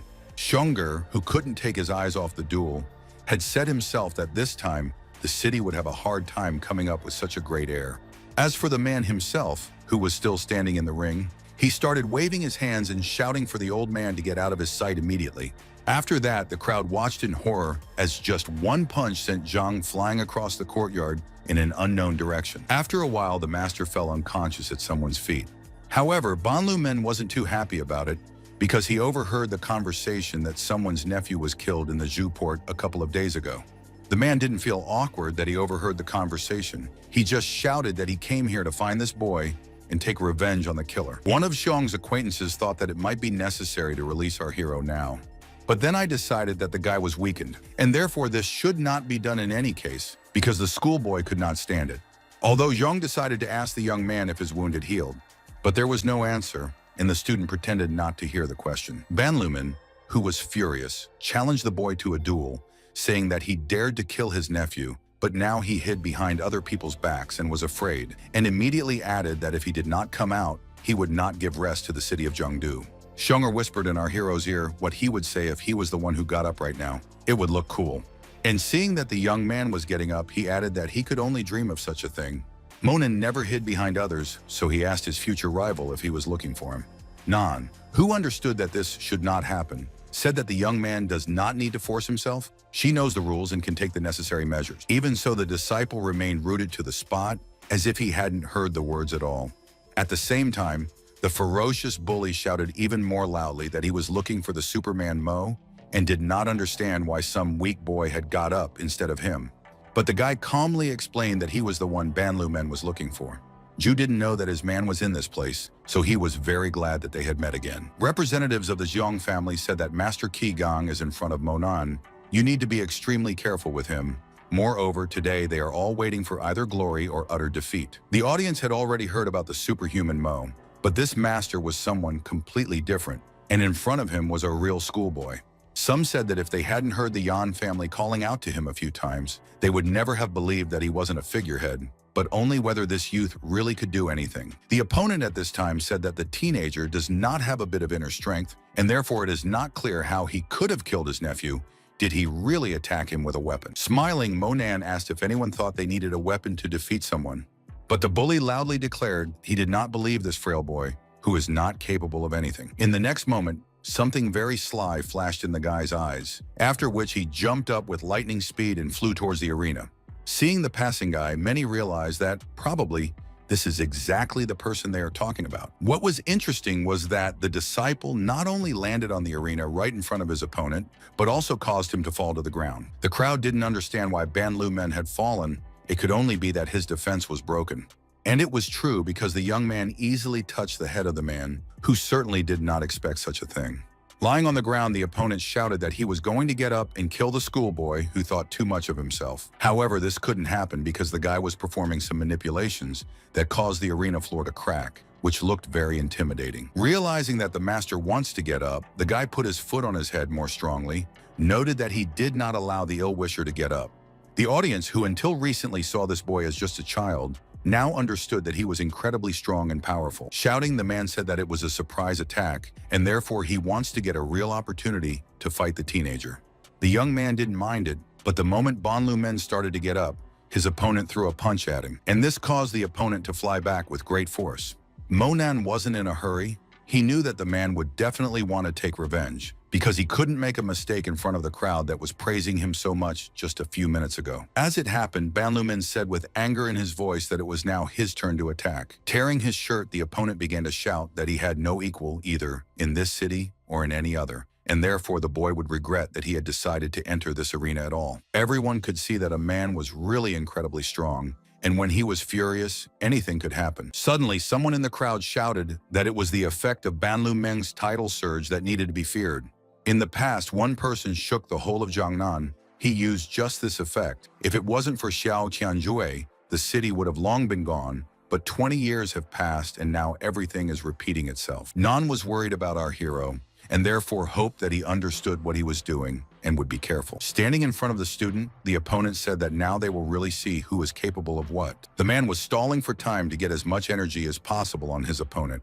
As Banlu-men walked toward the youth, he shouted that he would destroy this upstart who thought of himself as a hero. Everyone saw that the master was approaching the teenager with great speed, which could really end badly for the guy. Nan closed her eyes and started shouting the name of her friend, asking him to hide.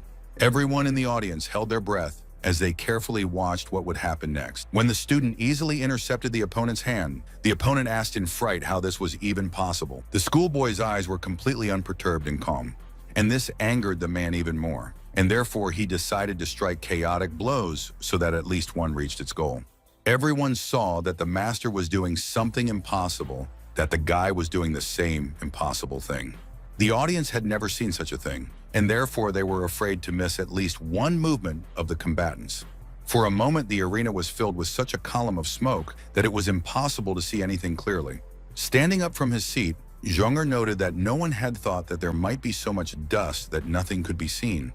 Even though some people thought the fight was over, it wasn't, because Banlu-men was just about to use another of his techniques.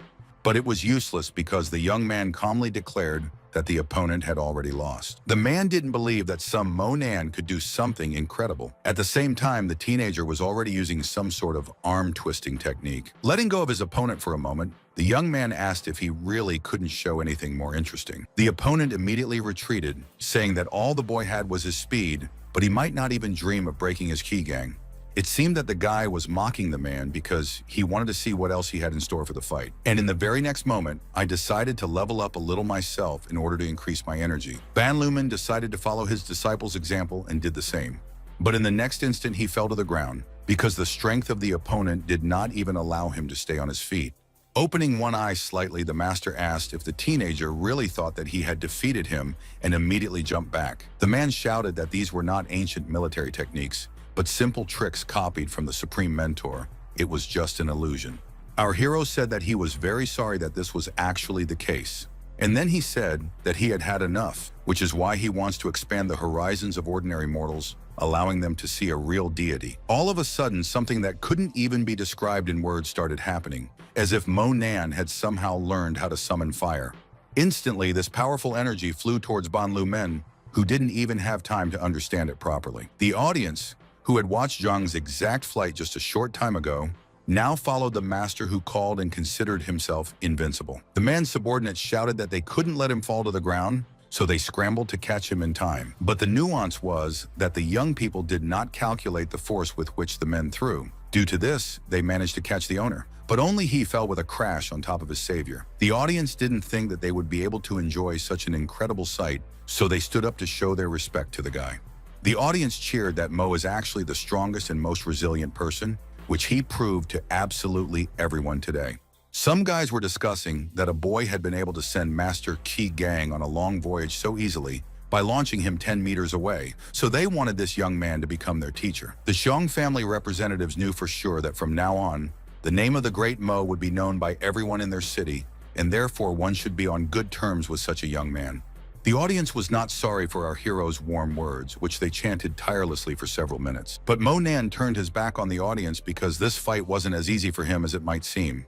This was also noticed by Nan, who decided that her friend did not look very good.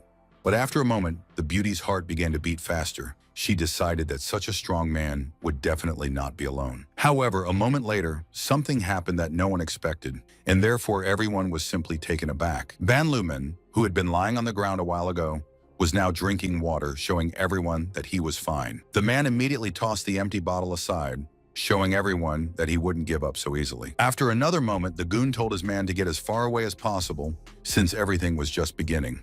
And then he shouted, "What kind of Superman can we talk about if he has no equal in the whole world?" The young man didn't want to contradict him, as he was above it all, so he just turned around and looked at his opponent. At this time, someone from the crowd began to talk about how they did not believe that the robber managed to get up, thinking that that blow could only be a show-off, and therefore it is interesting how this fight will develop in the future. All of a sudden, Banlumen declared that the guy was playing his part very well. In fact, there was blood at the corner of his mouth, which meant that his punch had also taken a lot of strength out of the opponent. But the disciple replied in an indifferent tone that even if the man took medicine, the maximum he could do was cross the road, adding that the man was probably tired of living. The master did not want to hear anything. He shouted that they should definitely fight.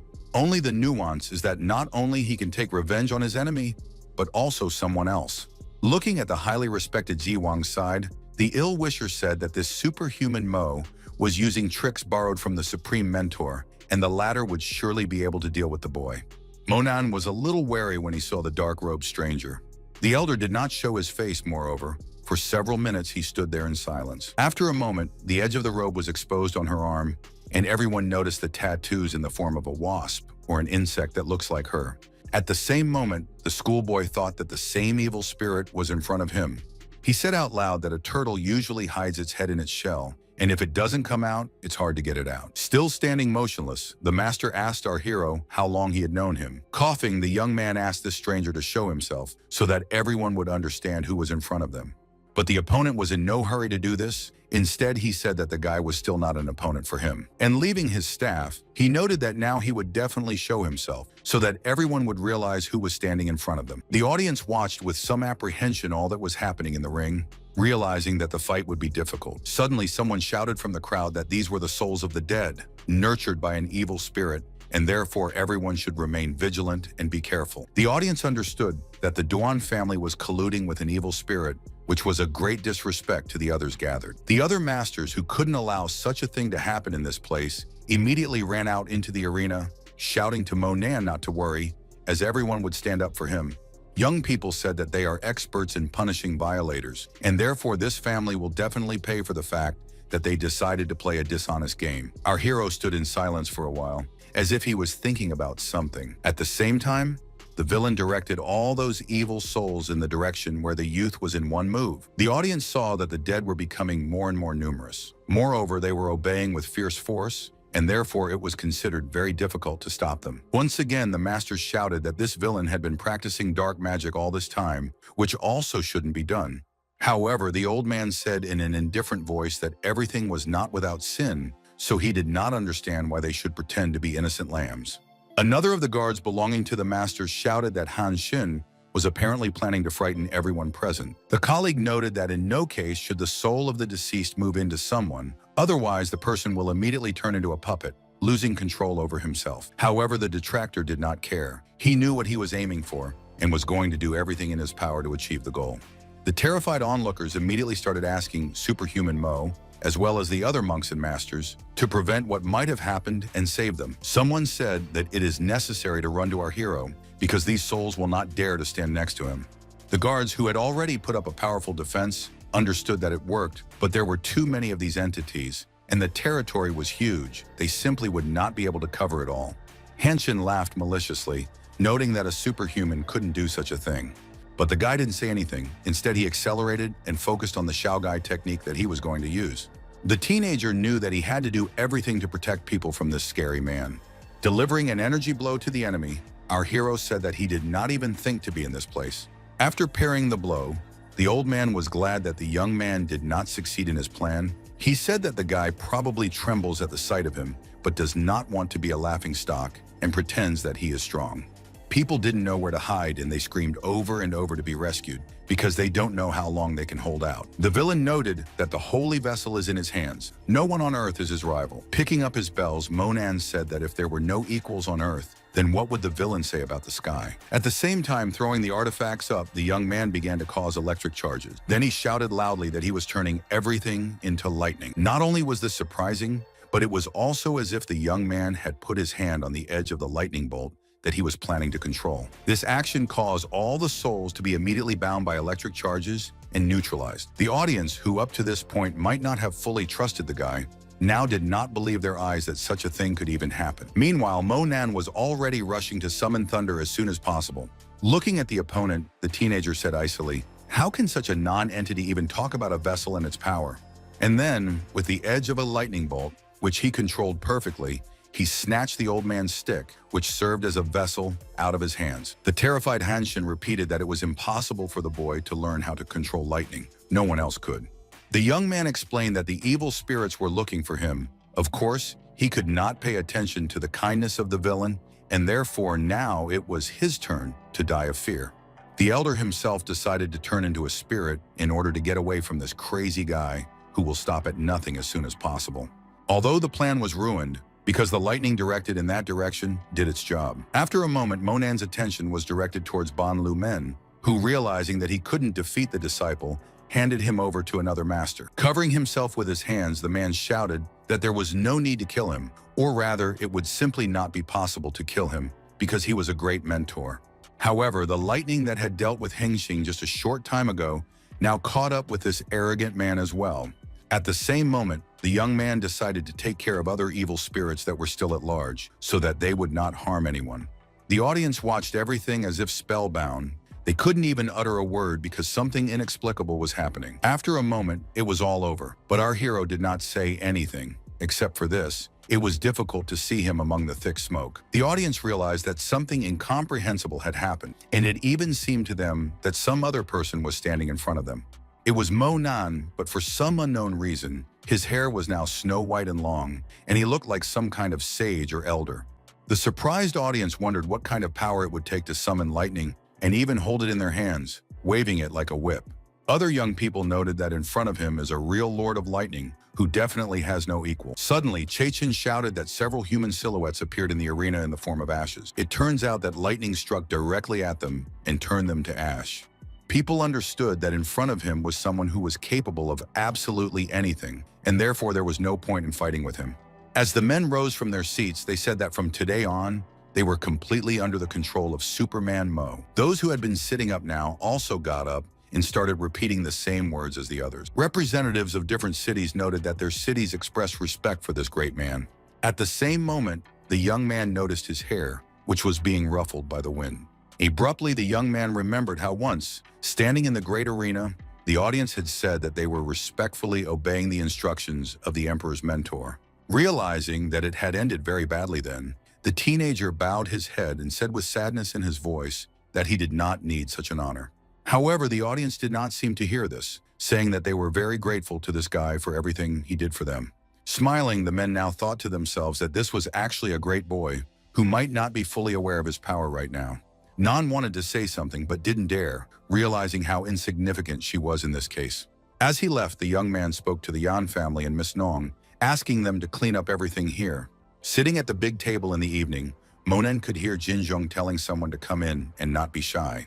When everyone went inside, one of the young people pointed to the fans, noting that all those gathered would also like to personally thank the guy for all that he did for them.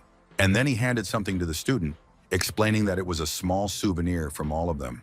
And while the young man said that this was unnecessary, the girl explained that our hero likes ancient military writings. Money is not interested in him. The young man noted that in the future, he will take this into account, although he would like to know something about the changed hair of a schoolboy. Looking at his watch, Monan said that his hair would be back to normal in a couple of days, but now it was too late, so he had to go. Looking after the guy, the fans kept shouting and shouting that they would like to have a feast in honor of such a great person to say their thanks to him once again.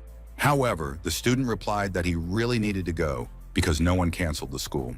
Despite the fact that people wanted to communicate with this person a little more, they did not impose themselves and therefore put the guy in the car. Sitting in the car, our hero plunged into his own thoughts. While holding some copper objects in his hands, he was thinking that unfortunately, he couldn't use them multiple times. But the young man could not continue the thought because suddenly the car stopped, which caused an undisguised fright in the young man. Mr. Zhang immediately explained that there was a girl up ahead who claimed that she and Mo Nan had an appointment.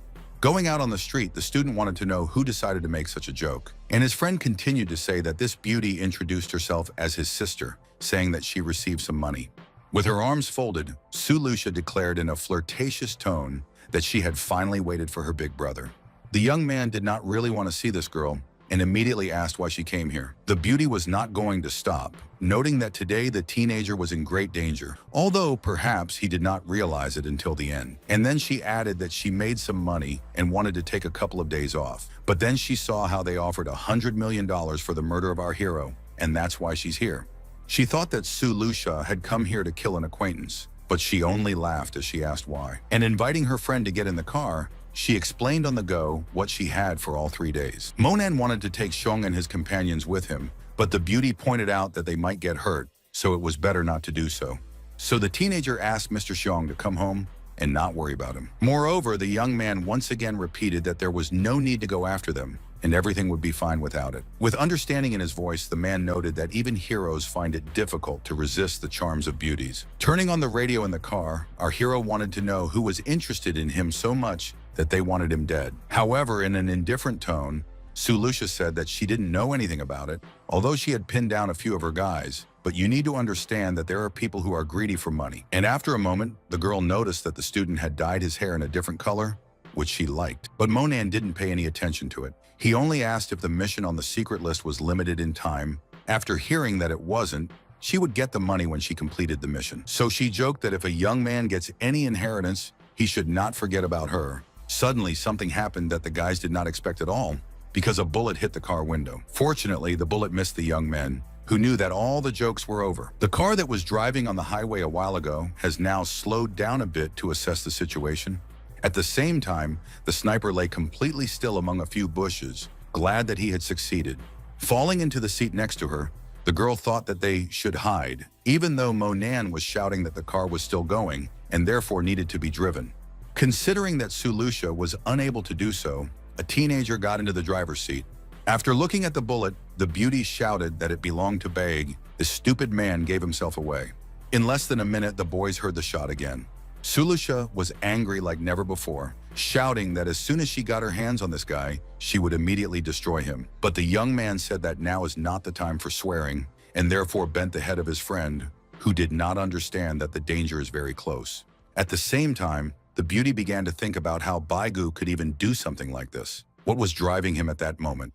The girl thought that if this guy decided to shoot again, she would get out of the car and destroy him with her own hands. But all of a sudden, her thoughts drifted to a completely different topic, one about her personal life, which Su Lucia basically never had. However, I didn't get to think about this topic in full, because once again a shot rang out. Not wanting to wait for the sniper to do his nasty job, the beauty took her pistol and started shooting at the bushes. After that, the beauty snuggled up to her companion, who for some reason did not do anything and did not speak. At the same time, the girl's thoughts came back to her, and she thought that for that young man, 100 million was very small. Seeing that the guys were drifting in different directions, the beauty shouted, asking if the young man really plans to drive a car.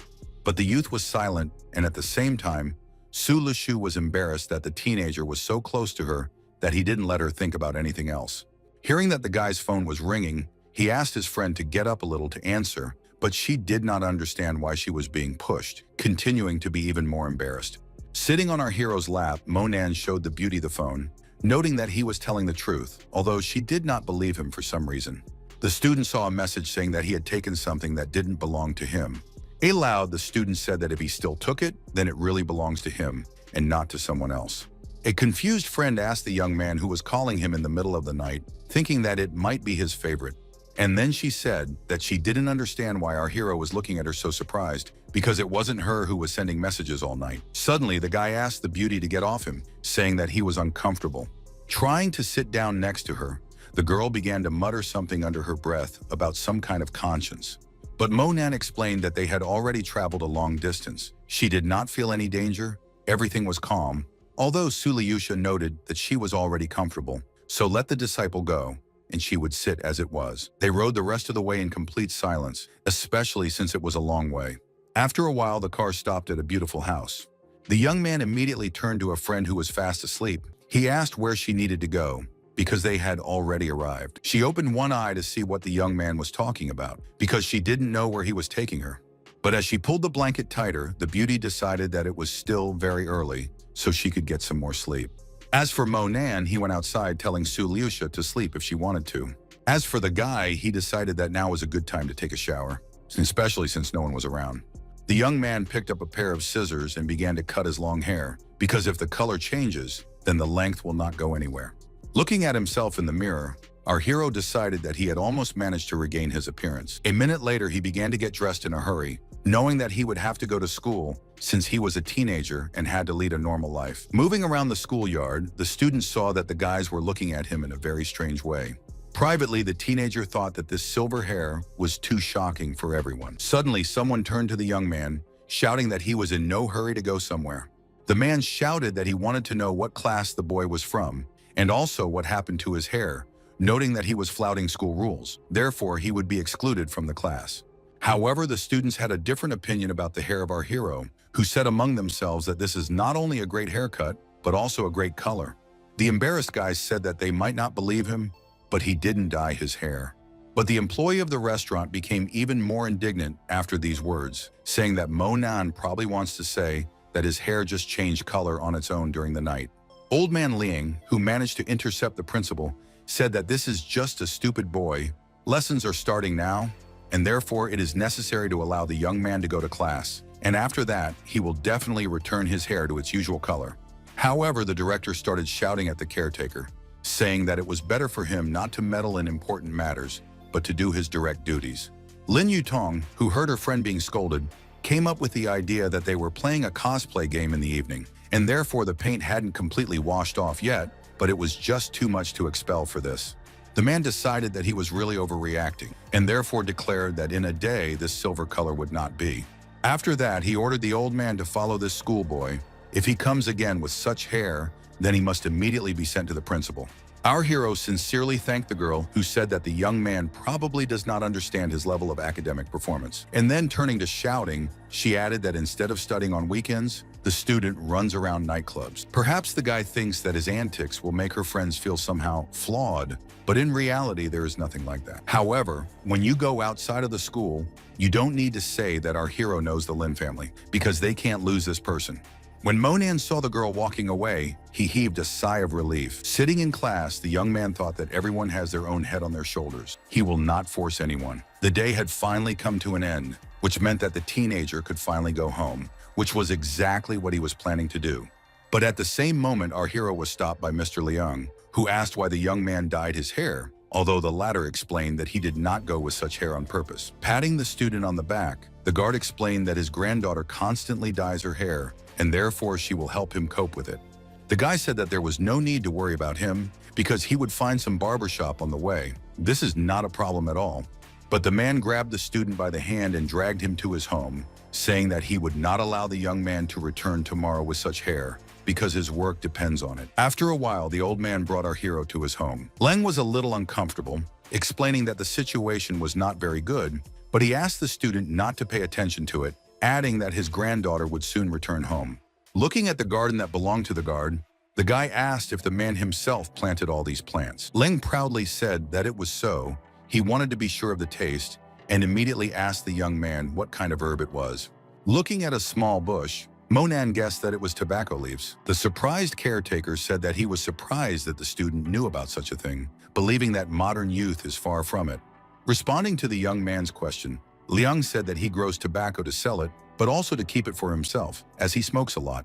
The guy was not clear why not to buy some cigarettes, but the man said that in recent years, salaries have been greatly reduced. Many people have low pay, and he has even lower. Pointing to the lake, the guard said that he plans to retire soon, buy a fishing net and raise fish, since the lake is nearby. At the same time, the frightened youth thought that a stream of cold, ice-cold breath was coming from there, not knowing what this meant. Approaching the water, the young man thought that there was something very strange at the bottom of the lake. But at the same time, the teenager heard the voice of a girl who asked her grandfather why he came back so early, because he usually works overtime. The beauty continued to say that if a man is already at home, then he probably had time to eat. Looking out from behind the tree, the old man shouted happily that Zikui had already returned. The frustrated beauty said that something was wrong with her today. We agreed to meet with Susu, hoping to see that talented musician, but who knew that he would leave so early? Grandpa didn't understand who they were talking about, but the girl explained that it was their high school student Monan, whom she met at the competition, and they hadn't seen each other since. Hearing that Zikui continued to complain about not being able to meet this person, the relative said that she could ask him herself why this was happening. However, the beauty closed her eyes and again began to explain that she had already said that they had not seen each other for a long time. If they suddenly crossed paths somewhere, she would pretend that she had never seen him before. Suddenly, a voice came from behind the girl and said that he was planning to apply to Yanjing University. Seeing the surprise in the eyes of the new acquaintance, the young man introduced himself, noting that he did not want to come without an invitation. There was a moment of silence, and Zikui, who had been so eager to meet our hero, was now unable to say anything. A moment later, she took off and ran somewhere as fast as if she was being chased by wild animals. Once in the house, the girl said that she was very ashamed. She did not understand why this young man so suddenly appeared, and because the worst thing is that he definitely heard what she said about him earlier. An hour later, when the passion subsided, the guy was already sitting in a chair, apologizing for the fact that he was forcing himself. Although then he said that Zikui is actually a very nice and pleasant girl. Still confused, the girl explained that they had met before. This was their second meeting. The young man noted that he remembers this moment well because his new friend at that time helped hold the microphone. Zikui decided to change the subject, explaining that the teenager was probably a very nice person since her grandfather would not call anyone into the house. Then she explained that her brother's name had the character Nan in it, but her family was in trouble. The young man decided to share his story, saying that his father suddenly disappeared when he was still young. There was still no news about him, and therefore he understands the pain of the beauty. And patting the girl on the head, he added that she should not worry and think that she had an older brother again. Shaking a tear from her eye, Zikui said that it was time to stop talking and start the procedure. The guy understood that the girl feels confident, and she said that in her spare time she works part-time at a hair salon, and she added that when she conducts some programs, she often puts on makeup to create the desired effect. Having done everything as it should be, the beauty said that the student needs to sit with the paint on his head for an hour, and therefore he should thoroughly wash it off. Monan didn't know where she was going in such a hurry, but he heard that she was working part-time at a pub nearby, so it was already time for her to leave. An hour later, the old man turned to our hero, telling him that he had prepared dinner and therefore invited the guy to join him. By that time, the young man was already wearing paint, so he was sitting at the table and eating. After dinner, the young man decided to go to the pond, which greatly embarrassed him. Approaching it, the teenager once again thought about the fact that there is actually something unusual in it. While undressing, the young man decided that he needed to go down there to check everything thoroughly. Jumping into the pond, the guy realized that the water was very cold, but he decided that as soon as he got to the bottom, he would immediately climb out. Once in the lake, our hero realized that this is a place of concentration of 5 souls. If a schoolboy stumbled upon it, then this supernatural power will belong to him.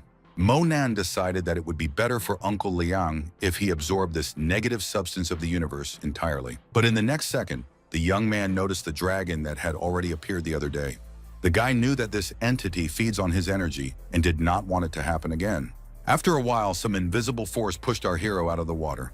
A moment later, Monan also appeared above the surface. When Uncle Liang and his friend heard the strange sounds, they didn't immediately understand what it was, so they thought with horror that something was wrong. Realizing that the guy went for a walk, the owner of the house shouted that the boy should be careful and not accidentally fall into the lake.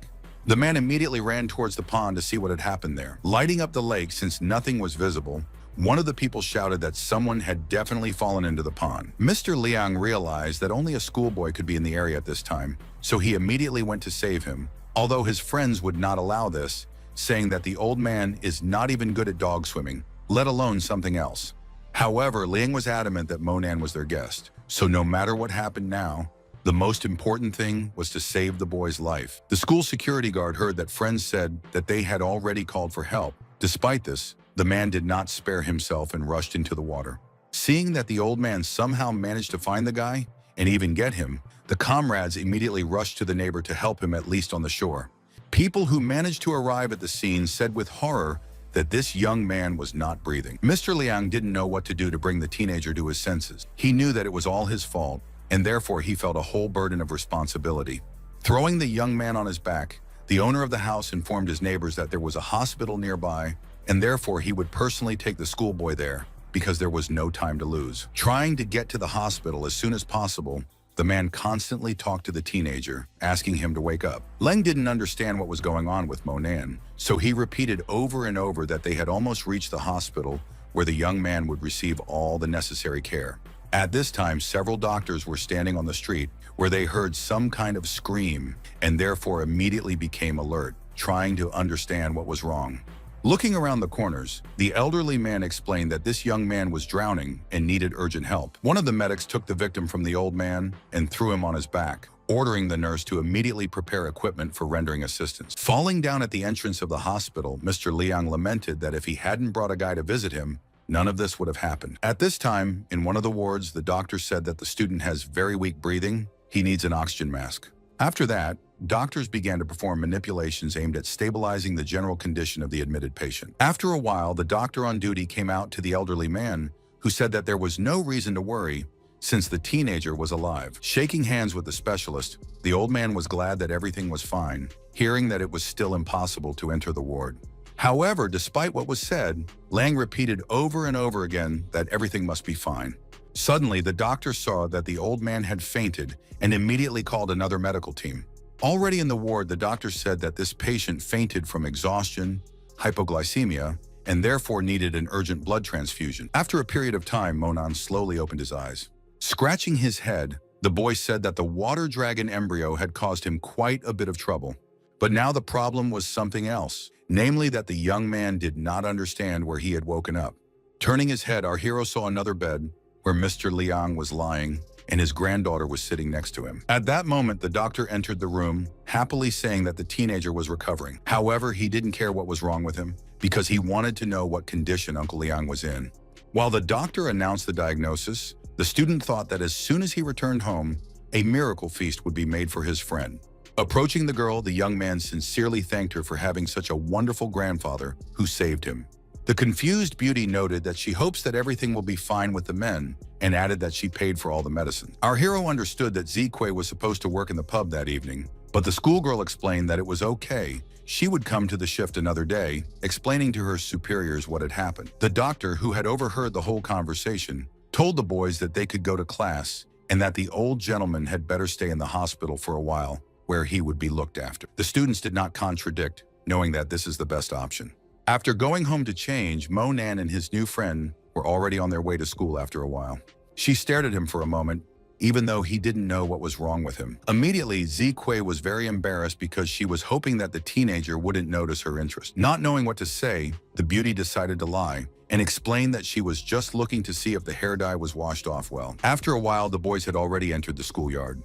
Looking at the director, the beauty said under her breath that this obnoxious guy makes her grandfather work overtime every day. Approaching the man, the schoolgirl explained that her grandfather was ill, and therefore she could replace him and asked that the old man be given one day off. Hearing about this, the manager yelled that he wasn't going to give anyone time off. Liang had to come to work. The girl tried to explain something, but the director called her a trifle that should go to class and not protect the old man. Suddenly, the face of the ill-wisher radically changed its expression. Monan, who was standing nearby, now looked very tall and powerful to the man and was asking if Uncle Liang would be given a day off or not. He had hoped it would be easy, but he heard the director say, icily, that it wasn't going to happen. And then he asked the student why he constantly climbs where he is not asked. Realizing that this teenager is considered some kind of extraordinary power, the man still said that he would sign everything. After that, the guy turned around and calmly walked back to his classroom. However, the manager did not stop there, because he immediately called his nephew to him. The young man immediately ran up to his uncle to ask what he wanted. The head of the school told the guy to bring an old man to school who pretends to be seriously ill. Leaving, the guy said that he would do everything as it should be. The relative might not even worry about it. After entering the office with difficulty, Liang asked the director if it was true that he was looking for him. Seeing that the man still came, the boss shouted that it turns out that no one is dying, and if so, then he will deduct a percentage from the salary of a slacker who decided not to go to work. Passing the certificate to the man, the employee tried to explain that he was actually ill and therefore could not come to work on time. But the director threw out the certificate, shouting that they are just a normal school and going to the doctor will not be counted. Even though the old man was barely able to stand up, he was still sent to guard the back doors. And when Liang left, the man also added that he probably doesn't want to get a decent pension since he behaves in this way. The friend of our hero understood that he could not argue with this person and therefore was going to do what was ordered. After a while, the lessons ended, after which our hero immediately went to see Mr. Liang, hoping that he had already been discharged from the hospital. The young man was sure that his uncle would be happy when he saw him, so he did not call Tom in advance. Soon out of breath, Monan opened the door to see if anyone was home. To the student's delight, the man wasn't just at home, he was already heating the stove to cook dinner.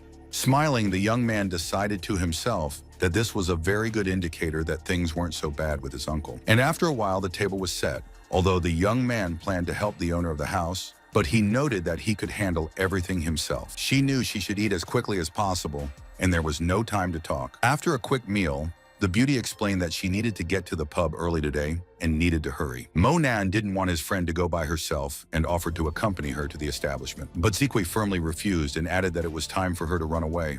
Otherwise, they would still deduct money from her salary. The elderly man saw that the guy was worried about something, but explained that there were good people working in that institution, so you can be calm.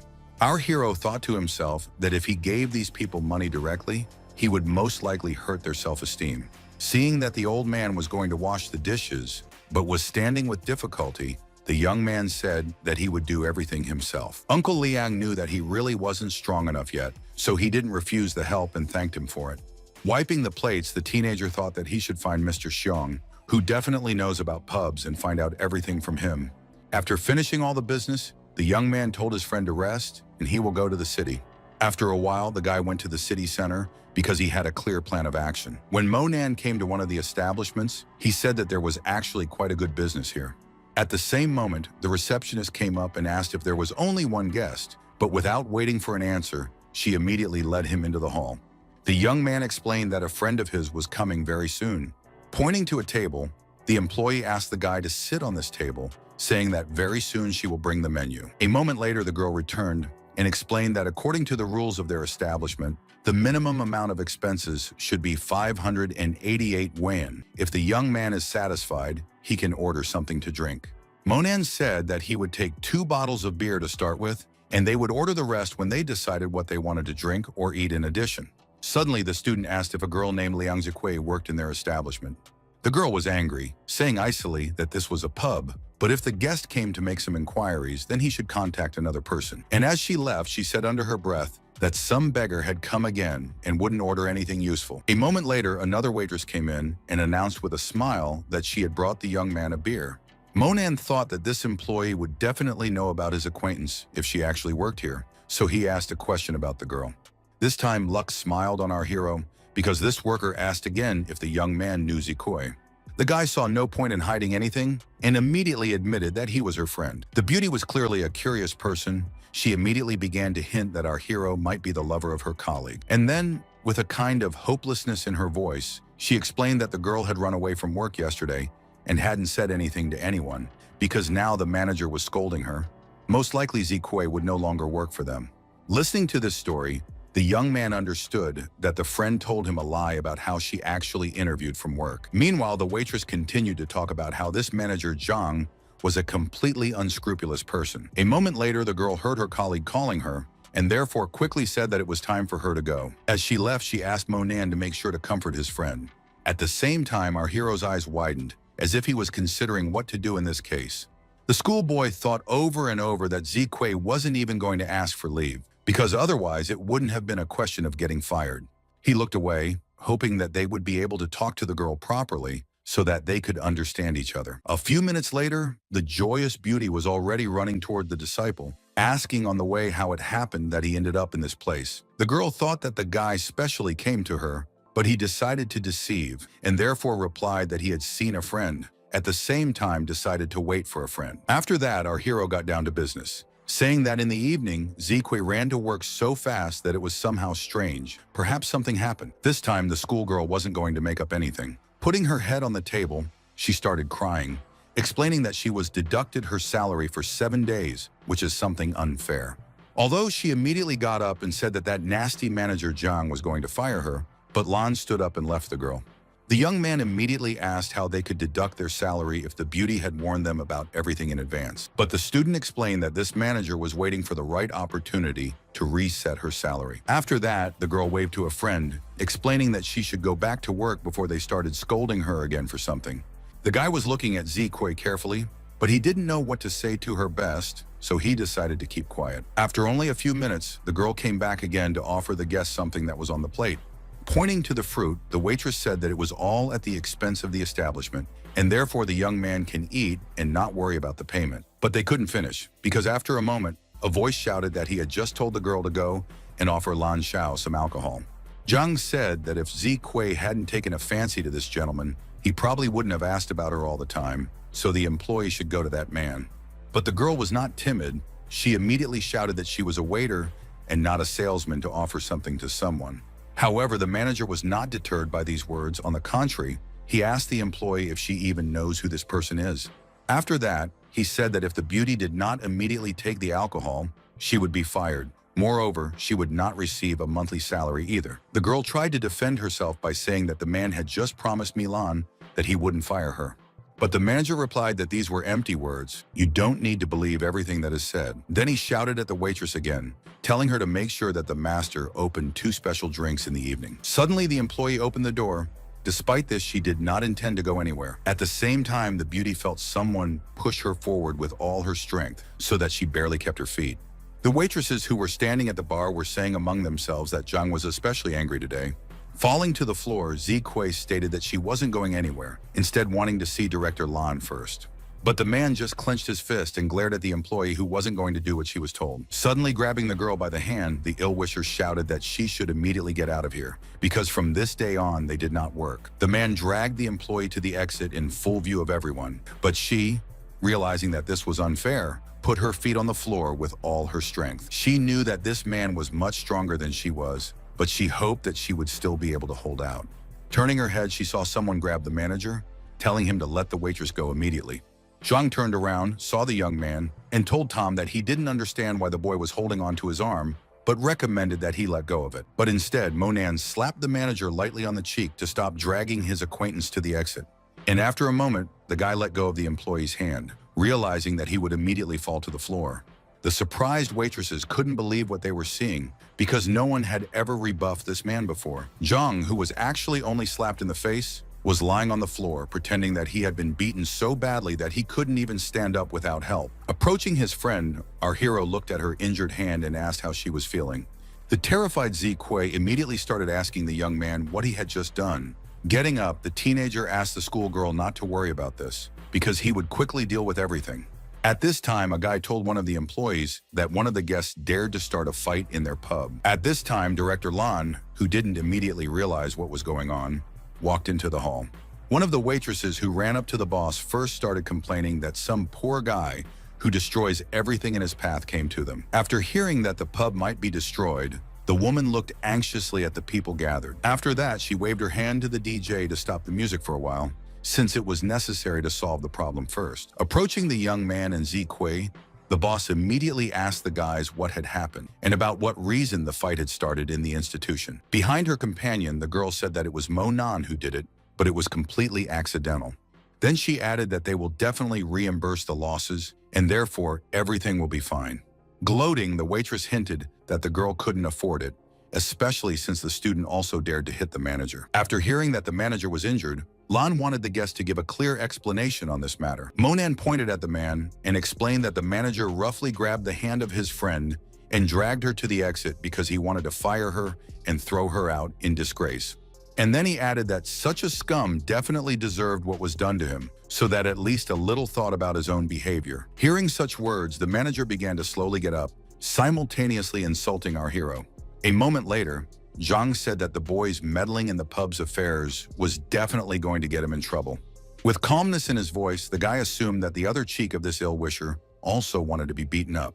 However, he only snapped back, saying that the kid is nothing but says such things. He immediately turned his attention to Zikui, once again shouting that he had made it clear that she was fired from this place.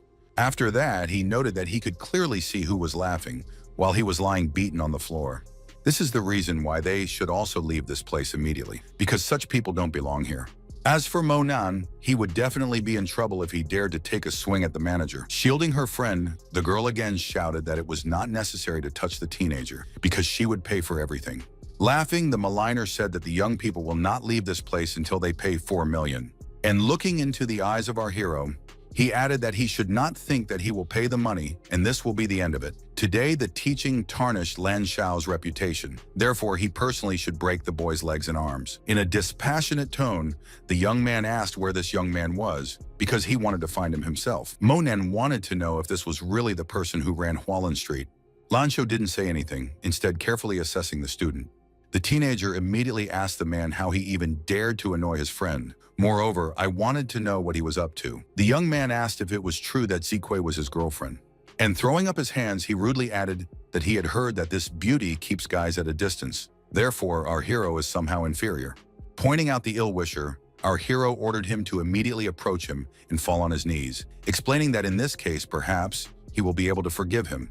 Jumping up from his seat, the villain said that the boy did not know exactly who he was dealing with. As for the guy, he just closed his eyes, realizing how it would all end. Picking up his phone, Monan quickly dialed someone's number. Answering the phone, the young man said that he was now inside the pub and therefore waiting for the man to come here. Zhang, who was standing at the back, said that no amount of help would help the boy today. He looked at Lan Xiao and began to laugh, noting that the disciple was playing the boss too much. At the same moment, someone shouted that Uncle Xiong himself had arrived. It seemed that the employees rarely saw this person because they looked at him in surprise. The man, once in the hall, immediately drew attention to the situation that reigned there. The director immediately approached the boss, greeting him, but not daring to say anything else.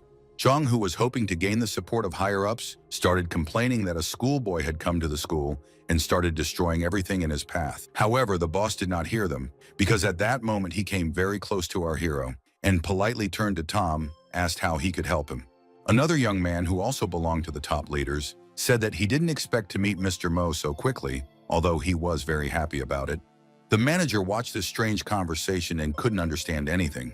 The schoolboy did not want to delay the showdown, so he asked his friend if he knew Lan Xiao. Falling to his knees, the young man shouted that they had only met Mr. Xiong once. The man probably did not remember this guy, and therefore immediately asked a counter question about whose person he was. A frightened Xiao nervously declared that he was Lan Hong's man, and then began to ask for forgiveness, although he did not know what exactly. There was complete silence for a while, as everyone tried to come up with an explanation for what they had seen. Suddenly, Monan spoke up and ordered an acquaintance to break this Lan Xiao's arm and remember to send him off Hualin Street. Lying on the floor, the young man tried to understand what was being said, but Jin Xiong didn't have to ask twice. He immediately hit the enemy with one sharp movement so that he flew off in the other direction. The headmaster didn't like it, so she turned her head away, and as for Zhang, he was terrified about what would happen next. After that, the man shouted with anger in his voice that the boy must have forgotten how to speak, and therefore simply remained silent. Lan Xiao didn't want to make the boss even angrier, and immediately said that he had heard everything, so he wouldn't be going to Hualin Street. Zikui had never seen such a showdown, and she was afraid, but she felt safer behind Wu Monan's back. As for the schoolboy himself, he understood that the main punishment should wait for another villain. Once again, the room was quiet, and all because the student's eyes found Zhang, who thought that he would be the winner in this story. The guy immediately turned to the owner of this place because he wanted to tell him something important. The owner of this pub politely asked what Mr. Mo wanted, just like when they met. And then he said that he liked this place, and therefore he wants to buy this pub. The employees couldn't believe their ears, believing that this was some kind of hoax. The owner, knowing who our hero is, politely replied that if the young man liked his club, he could give it to him as a gift. A moment later, the former owner shouted with joy in his voice that Mr. Monan was now the owner of this pub. The female employees looked even more surprised at this young man, who was not as simple as everyone thought. The waitress who had dubbed our hero a beggar at the very beginning could no longer realize that he had become her direct boss. Jung turned green with fear, trying to figure out what would happen to him as a manager now. The man didn't say anything. Instead, the new and rightful owner shouted for Jung to immediately roll to this place. The manager turned and glared at the young man, clearly intending to say something to him. But this could not be done because the student immediately hit this ill-wisher. Holding his sore cheek, the former manager muttered to himself that the boy had won this time. However, the guy was not going to leave it like that, and immediately declared that the man was in no hurry to leave. In a dissatisfied tone, the offended employee replied that he did not understand what else they wanted from him. With humor in his voice, our hero replied that he allowed Jung to roll, but did not leave. Standing still, the man didn't know how to react. But the decision came by itself because Monan kicked this bad person with his hand, showing him that he wasn't going to mess with anyone. Realizing that the disciple wasn't the type to repeat himself twice, the terrified former manager said that he was already rolling. Immediately, he did as he was told, heading for the door. And then it was Lan Xiao's turn, who was also kicked out of the place. After Lan Xiao told the guards that this boy had ruined him, and therefore asked them to give him the opportunity to deal with the insolent schoolboy. At this time, sitting in the bar, our hero told Xiong that when he was returning from his club, an attempt was made on him, but nothing else happened in these few days. But inquiries should still be made. Jumping up from his seat, the man shouted that someone was so bold as to even think of harming the young man. The student replied that he would like to know this himself, and therefore asked to know about it, but in such a way as not to attract attention. Jin Xiong carefully looked at the schoolboy, knowing that he couldn't let him down in any way. When the conversation was settled, Monan returned home, but he was confused and scared that the lights were on in the house where only he lived. Coming out of the bathroom, the girl asked where the young man disappeared these 2 days. He didn't understand why Su Liusha would come to him without even warning him. She also coquettishly noted that she did everything possible to save our hero, and therefore nothing terrible will happen if she lives in this place for a couple of days. After that, the beauty sat down at the piano and began to play something. However, the young man did not like this freedom of action of this woman, and therefore he asked her not to touch anything in the house. And then he added that everything that is planted outside should also not be touched. As he walked outside, he noticed a magic oak tree that had already been planted, and thought to himself that this was not a bad result from Ling Jun. And after a moment, I picked some grass, deciding to cook something from it. After entering the house, the teenager once again looked at Sulushu, who was so busy playing that she didn't even pay attention to the owner of the house. And this was in the hands of our hero, who was going to go about his business. However, after paying attention to how the oven flew in different directions, the student decided that it was time to rest a little. Falling to the carpet, the guy said out loud that he hoped that at least this time it would be possible to improve the oven, but so far it's all to no avail. The young man wanted to try something else, but at that moment Zikui called him, although it was unclear why the girl was calling at such an hour. The youth replied in a soft tone and immediately asked if everything was fine, but there was some kind of crying and incoherent words that the schoolboy could not make out. Finally, the girl said through her tears that her grandfather was dying. When Monan heard about this, he shouted that he wanted to know where they were right now because he was going to come. Sulusha heard an acquaintance shouting in the living room, so she shouted out what had happened, even though there was no response. At that time, a poor girl was in the hospital, not knowing what to do. The guy arrived as quickly as he could. He immediately turned to his friend because he wanted to at least help her with words. Zikui looked at the disciple for a moment, even though she was still sitting in her seat. However then, running up to a friend, she shouted to the whole hospital that she did not want her grandfather to leave her. This simply could not happen. The beauty still wanted to say something, but instead, she just started to fall. Trying to hold the schoolgirl, the young man shouted that the girl had fainted, and therefore she also needed help. Looking at his friend, the young man noted that nothing terrible had happened to her, just a nervous breakdown, and therefore it is now desirable for her to get some sleep. After a moment, Vice Principal Tan noticed that the young man had gone somewhere. Monan stood in the morgue, telling himself that unfortunately Mr. Liang couldn't be saved. Perhaps if he had managed to arrive a little earlier, things would have turned out differently. The doctor broke the news that the patient had died suddenly due to excessive overwork. Then he asked if the poor guy had ever worked nights or overtime. Our hero didn't directly answer the question. Instead, he said why good people leave them too early. Then he added that the reason was that the old man constantly worked overtime and no one paid him extra for this, and the school principal was to blame for everything. After some time, employees who came to visit a colleague noted that they had to go, especially since the head teacher Tan is still here. The man ran up to the manager and shouted that Guard Liang was not only a good employee, but also a great person, and therefore the director must be punished. And then he added that everyone has long understood that this man wants to remove absolutely everyone in order to put his relatives everywhere. The woman asked not to worry, once again explaining that she would personally deal with everything, and the employees should go home and rest if necessary. They would involve the police. Seeing that Monan hadn't left yet, the vice principal said that he would also need to stay at home for a day. The young man heard how his friend, even while unconscious, continued to call for his grandfather and decided that he himself would sort out everything and punish the perpetrators. The next day, the school was particularly hectic as everyone discussed what had happened with their security guard. The young man realized that this was a real shock for everyone, and therefore people could not keep silent about it. At the same time, a hand quickly grabbed the disciple's shoulder. It was Zi Kui who was yelling at a schoolboy for discussing such a topic in front of her. Raising his hands, the guy spoke. He heard that the funeral service was organized by the director, and he also called people from the TV station. Crying, the girl said that if not for this villain, her grandfather would still be alive. This was perfectly understood by our hero, who realized that he would take matters into his own hands. At this time, in the memorial hall, a reporter asked Mr. Wang not to worry. There were many people in the hall who wanted to pay tribute to the guard that everyone knew very well.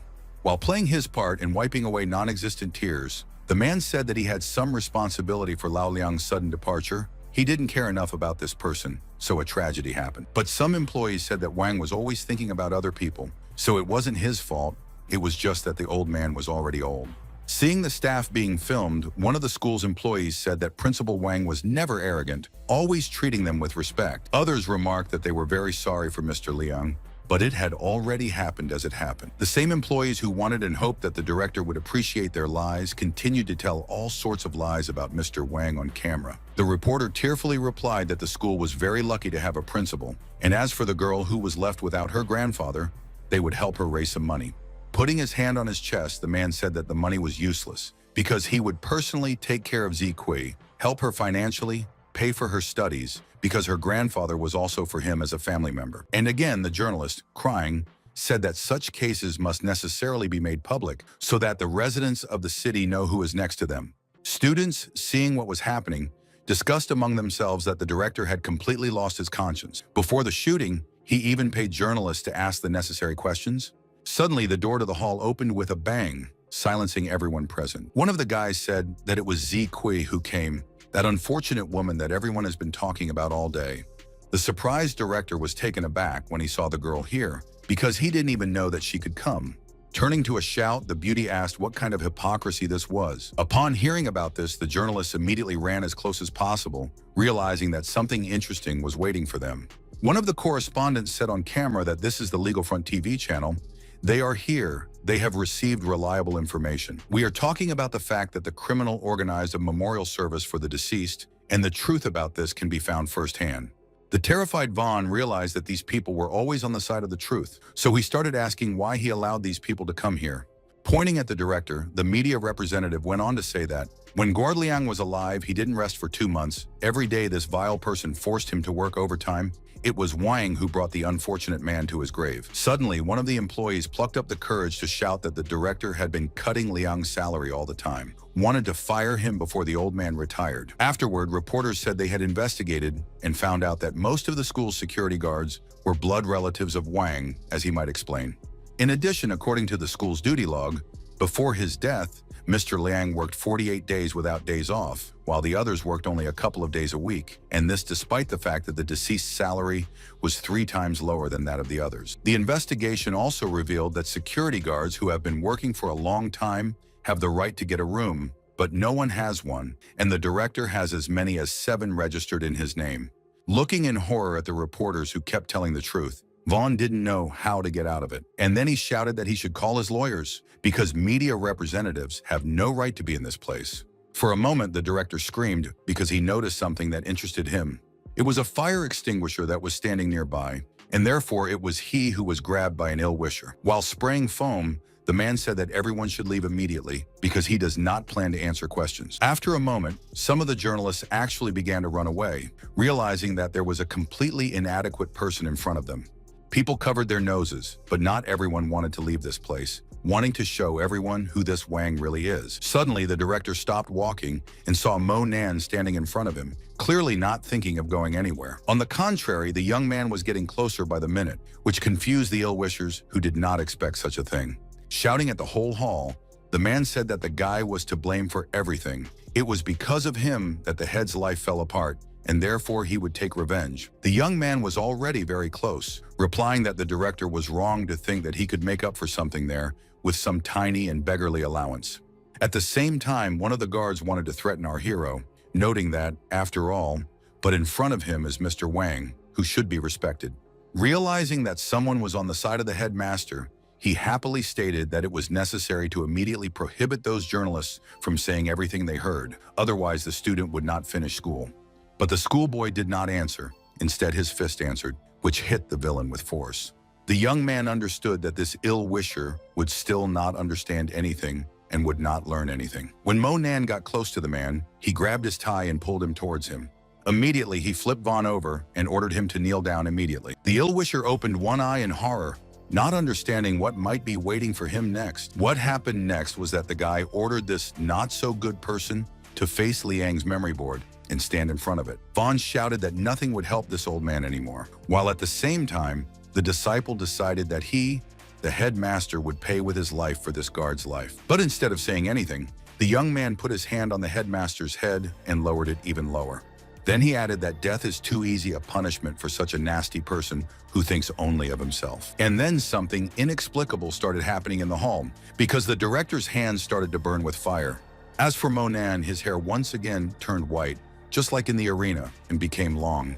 Raising his hand, the teenager shouted that he was announcing the sentence, which is that Wang will be robbed of 50 years of his life. The youth knew that the continuous rebirth technique he was using at that moment was working perfectly, while the man was asking for at least someone to save him. At the same time, the director shouted that something was happening to his hands, and then his teeth began to fall out, as it happens in the elderly.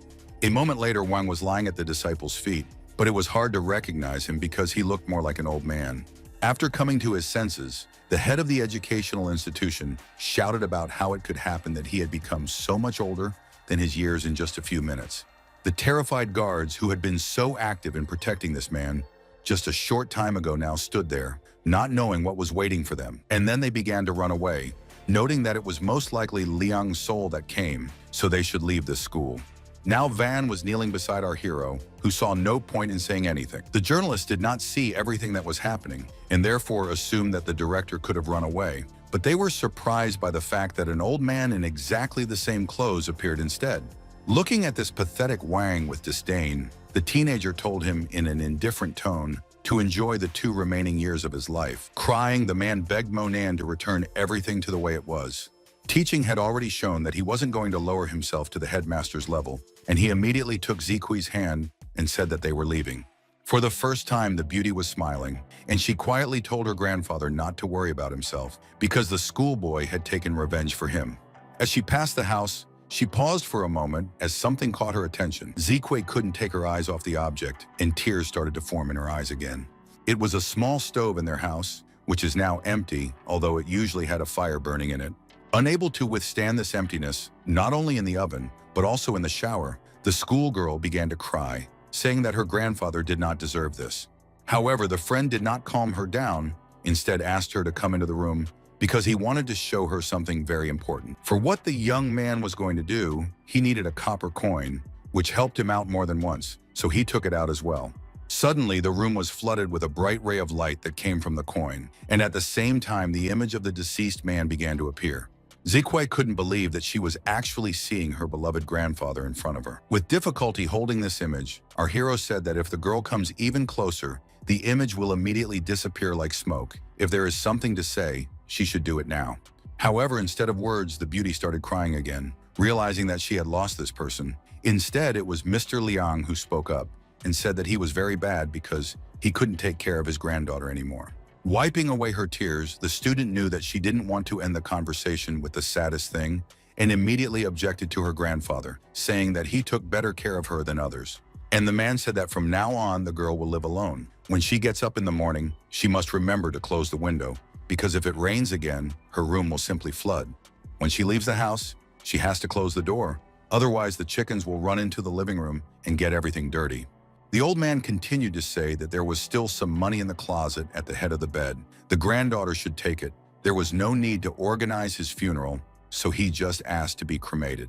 Falling to the floor, Ziquei burst into tears, saying that she missed her grandfather very much. Starting to cry in unison with his granddaughter, the man asked her not to worry and not to be sad. Mo Nan, who couldn't hold his breath for long, told Mr. Liang not to worry, because he would definitely help his friend. And then he added that if the conversation continues further, the man will simply turn into an evil spirit. Liang's soul seemed to know this by itself, so he just closed his eyes. Ziquei continued to cry, saddened by the fact that her grandfather's image was fading very quickly. When the spirit disappeared, the beauty tried to hold it back, not believing that she would never hear the man's voice again. After that, the girl fell unconscious. It is good that the young man was nearby and was able to support her. After putting his friend to bed, the guy decided that it was best for him to stay with her until she fully recovered. The next day, the girl, as usual, went to school, realizing that very soon she would enter the university, and therefore it was impossible to stay at home. At this time, Susu was telling a friend that today she had invited Ziquei to stay with her for a few days so that she wouldn't be so lonely. She had already discussed everything with her parents, so there wouldn't be any problems. And then she asked how it was that the guy had changed his hair color again. Did she really think that no one would pay attention to it? Mo Nan knew that he didn't know how to explain the situation with his hair, so he just smiled. At the same time, the guy's phone rang, which saved him from giving an explanation that he couldn't give. However, all he could hear in the midst of the loud shouting was that he needed to get home urgently. Entering the room, the young man asked why Su Lucia needed him. If she needed something, she could have said it on the phone.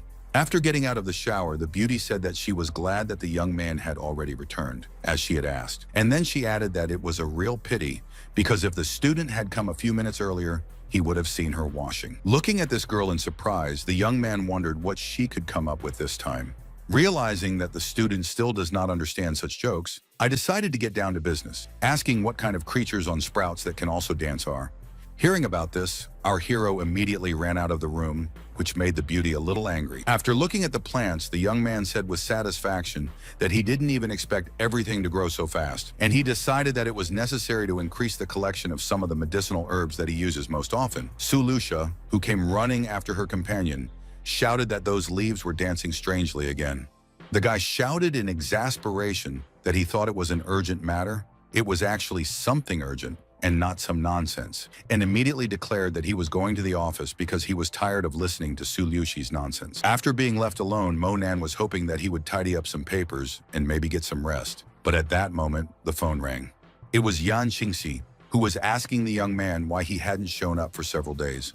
Wondering what had happened to the young man, the girl simultaneously said that one of these days she was going to sign a contract with a certain company and would like our hero to go with her. Looking through the sheet music, the student said that he thought he could do it on Saturday and at the same time wanted to show her a few more songs. The beauty thanked him, and at the same time the young man reminded her not to forget to keep the bell with her when she was practicing singing and playing. The blonde noted that this is what she does and immediately asked when the young man composes music, whether he writes his name there. Our hero replied that he does not do this, but if the girl needs it, she can put down the name Qing Qing Han. Laughing, Yan Qingxi admitted that it was quite an interesting pseudonym. After a while, Mo Nan finally thought that he was able to be alone, even though he was immediately interrupted by a strange sound. Standing up from his seat, he wanted to know what that strange murmur was that he was hearing. Thinking that the sound was coming from the corridor, the student realized that it wasn't, so he went down to the first floor. After a while, the young man found himself in the room where his alchemy furnace was located. What surprised him, however, was not this object, but the fact that there was a small hole in the wall where the light was coming from. He didn't know what it was because he'd never seen anything like it in this place before. Our hero needed to make sure that no one was watching him, so he looked through this hole. But what I saw was completely different from what I expected, because Su Lucia was in the shower singing all sorts of songs. Covering his eyes with his hands, the teenager thought that he had never felt such shame before. Mo Nan thought that most likely, when the previous furnace exploded, it left such a large hole in the wall. After half an hour, the student's guest finally finished taking a shower and got out of it. And after a while, she asked her friend to come down to the living room as quickly as possible. The young man knew that the beauty could call him in connection with all sorts of small things, so he asked a counter question about what she needed. The girl, circling around the room, said that she was dressed up, and therefore would like to know the young man's opinion on this matter. Our hero honestly said that Suliusha really looks amazing. The confused guest decided to make a joke, as usual, by asking a question about what exactly is beautiful, she or clothes, or she is without clothes. The guy didn't understand what this girl was talking about, but she said that there was no need to pretend because she knew everything. Coughing, the student admitted that the hole was formed by accident during the explosion of the stove. Then he added that after that incident, the whole room is in small holes. Folding her hands, Suliusha proudly stated that she actually wanted to talk about important matters. The fact is that she managed to find the lair of Baigu, who wanted to kill them. Then she asked if the student would be willing to meet them in the middle of the night because she wanted to deal with him as soon as possible. Hearing that Monan didn't mind, the beauty informed that in that case they would leave in a few hours, which was 10 o'clock at night. Suddenly, the teenager turned around and noted that he wanted to ask the girl for forgiveness, and therefore immediately go to that room and fix the hole in the wall. The beauty again decided to play a joke and said that she does not force anything to patch up. If the young man likes it so much, then he can watch. This time, Monan decided to support this joke, to which Suliusha pointed out that, one way or another, he had already seen everything. After a while, the guys were already on their way to the appointed meeting, not wanting to be late. With a certain apprehension in her voice, the girl said that she hoped that this villain would definitely show up. The young man thought that the man simply had to come, but the beauty explained that he was cunning. You can expect anything from him, therefore you cannot be sure of anything. Then she asked him why he hadn't put on the gold necklace she'd given him, because they'd agreed to look like real rich people. At the same time, from the parking lot, one of the young men quickly opened the door and went inside. With a happy shout, Suliusha shouted that the customer had arrived, so they could also go to this meeting. After getting out of the car, the girl called out to some Master Ludong, saying that they were here. Extending his hand to the beauty, the young man said that they had not seen each other for a long time. Despite this, the lady is simply irresistible. With a grimace of displeasure, Suliusha said that she didn't dare shake hands with the guy because she had seen some juicy articles about his adventures in a magazine a few days ago and was worried about her reputation. Scratching his head, Liu Dong tried to explain that the media, as always, had made everything look bad, even though it was really just a friendship. Pointing to our hero, the beauty introduced her friend, noting that everyone also knows him as the Superman Mo. Then she pointed at the boy and said that opposite the disciple was Liu Dong, a young master from the Liu family group, one of the 4 young masters of their city. At the same time, the girl's acquaintance explained that he had been constantly hearing from the Yan family lately how powerful this mysterious Mo was.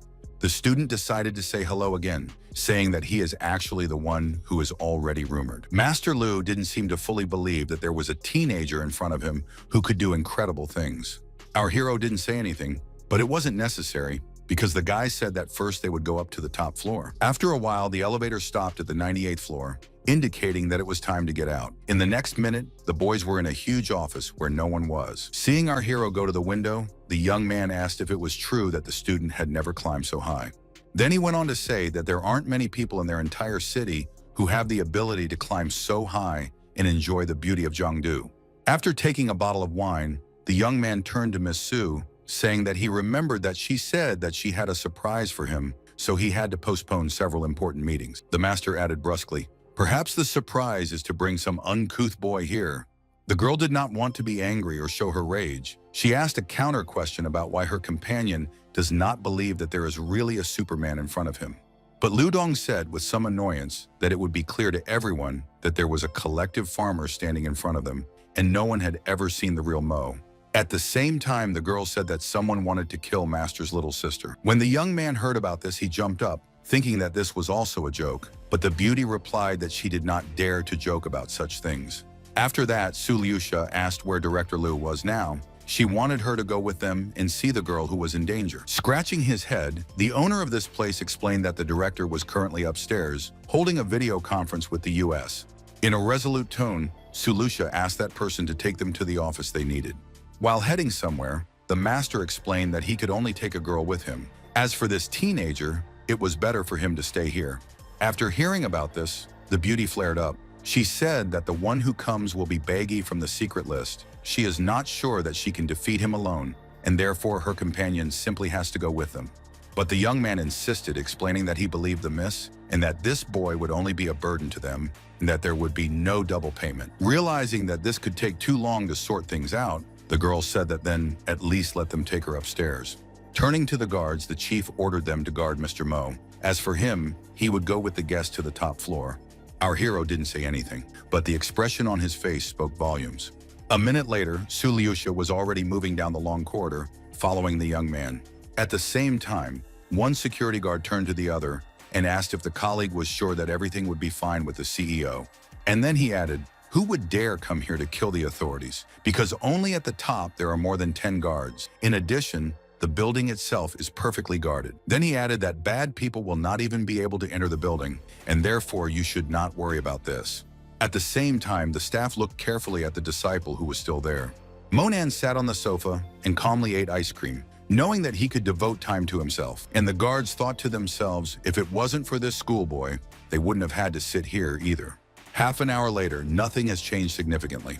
The guy was still sitting on the couch, while the employees looked at him askance and walked from side to side. Although suddenly people were talking about the superhuman Mo, his abilities, and that if this character is real and can do incredible things, then he definitely doesn't need security. At the same time, something happened that no one expected. For a moment it seemed that this structure began to sway. There was an explosion on one of the upper floors, so the guards immediately shouted that things were not going well. Monan, who had been sitting rooted to the spot before, now jumped up from his seat with lightning speed and ran somewhere. The bodyguards asked that the young man not run so fast and be sure to wait for them. Having jumped into the elevator, our hero counted on the fact that the employees were able to cope with the problem, and therefore there will be no victims. But when I went up to the top floor, I found not only a thick veil of smoke, but also a dead man lying on the steps. Looking around, the student realized that the number of victims was much higher than expected, and therefore for a moment he froze, thinking about what was best to do. Suddenly someone started shooting, but the student's quick reaction helped him jump so that the bullets flew past. The guards who were hiding around the corner shouted for Monan to immediately duck down because he was a live target. However, the young man was prepared for this, so he quickly clenched his fist and threw a punch at his opponent. Rubbing his hand, the teenager realized that he didn't know who else was in the building and what surprises to expect. But what confused him most was the smoke, which made it impossible to see anything. Using one of his skills, Monan caused almost all of the smoke to quickly disappear. Running up to the guy, the security guards asked the student to move a little further away. They needed to know what state the general director was in and what was going on above. Sulusha, who had heard the conversation, yelled as loudly as she could, cursing that no one was allowed to reveal their positions. At the same moment, the shooting started again, and the guards decided to find shelter in order to think over the next plan of action. Our hero didn't go anywhere. On the contrary, he asked if he could hear Baigu's footsteps or if they belonged to someone else. And while the student told the ill-wisher to leave, the bodyguards discussed among themselves that this boy was a real madman. At the same moment, the door opened, but because it was dark in the corridor, it was not immediately clear who was there.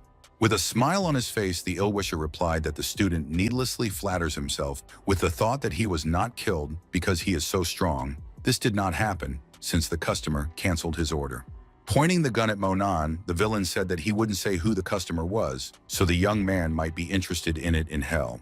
At the same time, a shot rang out, but despite this, the teenager continued to stand in his place. He didn't seem bothered by what was about to happen. With his mouth wide open, the criminal wondered how this boy could be alive if he was shot at point-blank range. Our hero understood that now was not the time to delay and immediately rushed to where the enemy was. The student threw a powerful punch at his opponent in one movement, which made him not only drop his weapon, but also fly to the other end of the room. The young man saw that there was even a mark on the floor from how the villain slid on this floor. Monan didn't do anything, but stood motionless in the study, thinking about the best course of action. The killer thought that he would destroy the guy very easily, but instead now he is lying on the floor in front of him. At the time when the young man decided to sit down, he heard an unfamiliar voice that threatened everyone to stand, otherwise it would all end badly. Holding a knife to Sulushi's throat, the ill-wisher claimed that he could kill her with just one move. The teenager and security guards were closely watching what was happening, but they didn't know what to do. Pointing with an icy tone, Monan stated the fact that this was just a desperate resistance. And after a moment, he added that he should stop resting and went and grabbed Lu Siwei, whom they were trying to kill. The young man didn't want to delay, so he took this beauty hostage who couldn't understand anything. The ill-wisher tried to show everyone that he was capable of much and therefore pulled the girl to the center of the room. Our hero understood that the situation was a little worse, because in the room there were two villains and two different hostages who had to be rescued. Baigu squeezed the throat of the unfortunate woman who couldn't do anything about it with all his strength. The confused guards realized that there were too few of them. Other than that, these lunatics could actually harm the girls. At the same time, Lu Dong came running out of hiding and asked how much money the villains wanted, and he was willing to give it as long as his sister was completely fine. And realizing that his detractors were silent, he added that if even a single hair fell from his beloved sister, he would destroy these men, and their death would be kind and painful. The second criminal who was holding Su Lushu hostage said that it was already time for him to go. He would take the beauty with him, but no one should follow them, otherwise it would all end badly. Looking at this young man carefully, Monan noted with anger in his voice that there was no need to blackmail him. After that, something indescribable happened. Just one movement, and the lightning literally pierced through the villain. The surprised girl saw her abuser fall to the floor, but did not believe that such a thing could even happen. The startled beauty immediately clung to her companion, seeking protection from him. After jokingly saying how Su Liusha can be called a hitman if she is afraid of such things. Seeing that the guy wants to treat the hand of a friend, she asked not to bother with it, but to take care of Baigu, who should not be allowed to leave in any case. The brother who was sitting behind the chair asked our hero to save his sister, adding that the villain had already escaped. If not to hurry, then no one can save her. Despite his words, nothing happened, and he noted angrily that the boy didn't even move. Master Lu believed that this superhuman Mo had an undeserved reputation among his elders for healing his arm instead of rescuing a hostage. All of a sudden, Mo Nan headed towards the large window, even though he remained completely silent.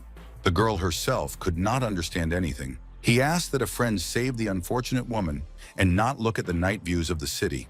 Smiling, the schoolboy happily said, "But really, no one sees that he is engaged in salvation." At the same time, the glass shattered into small fragments, although no one knew what would happen next. Mr. Lu, who had been accusing the guy of inaction until recently, now regretted his words. And this was true, despite the fact that the audience was on the 98th floor.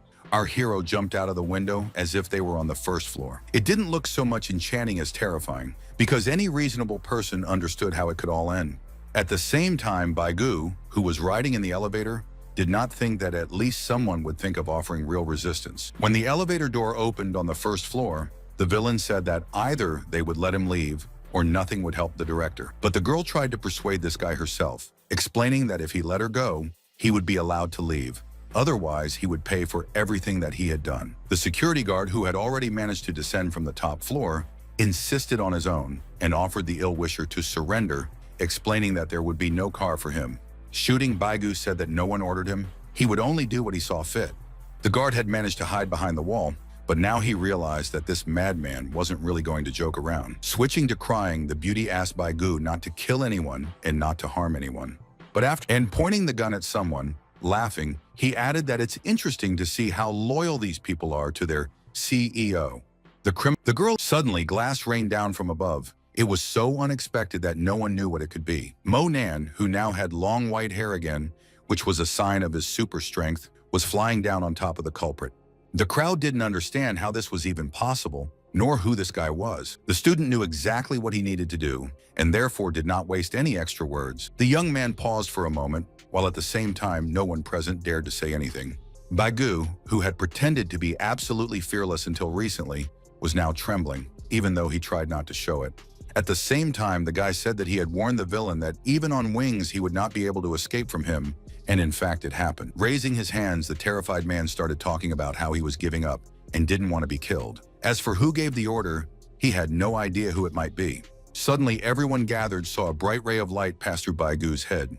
This was done thanks to a copper coin, which has already saved our hero more than once. The girl who had been watching in horror was now walking on shaky legs somewhere. The schoolboy understood that there was no point in leaving this man alive. He would still not abandon the plan to kill the headmaster.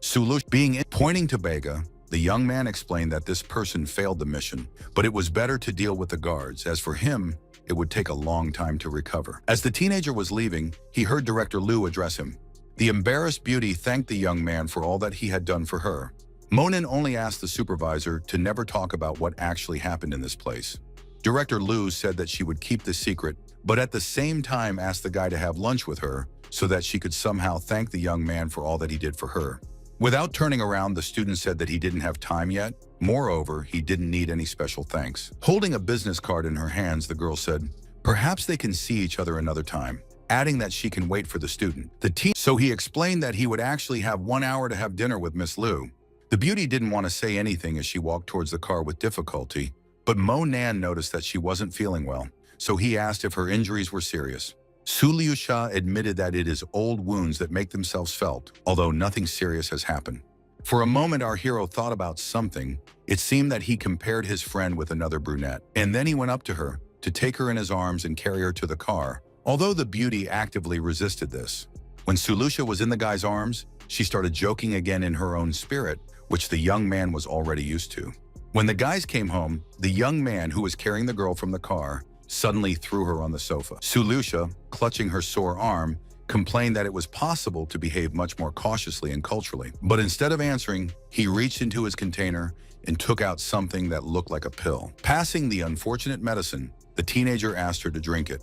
Then he added that this pill will help to relieve not only pain, but also improve overall health. When the beauty ate the pill, the young man sat down next to her and in some strange way took his friend by the elbow, which made her very wary. He immediately asked Su Liushu not to move because he had something to do, even though the embarrassed friend said that the guy had gone too far.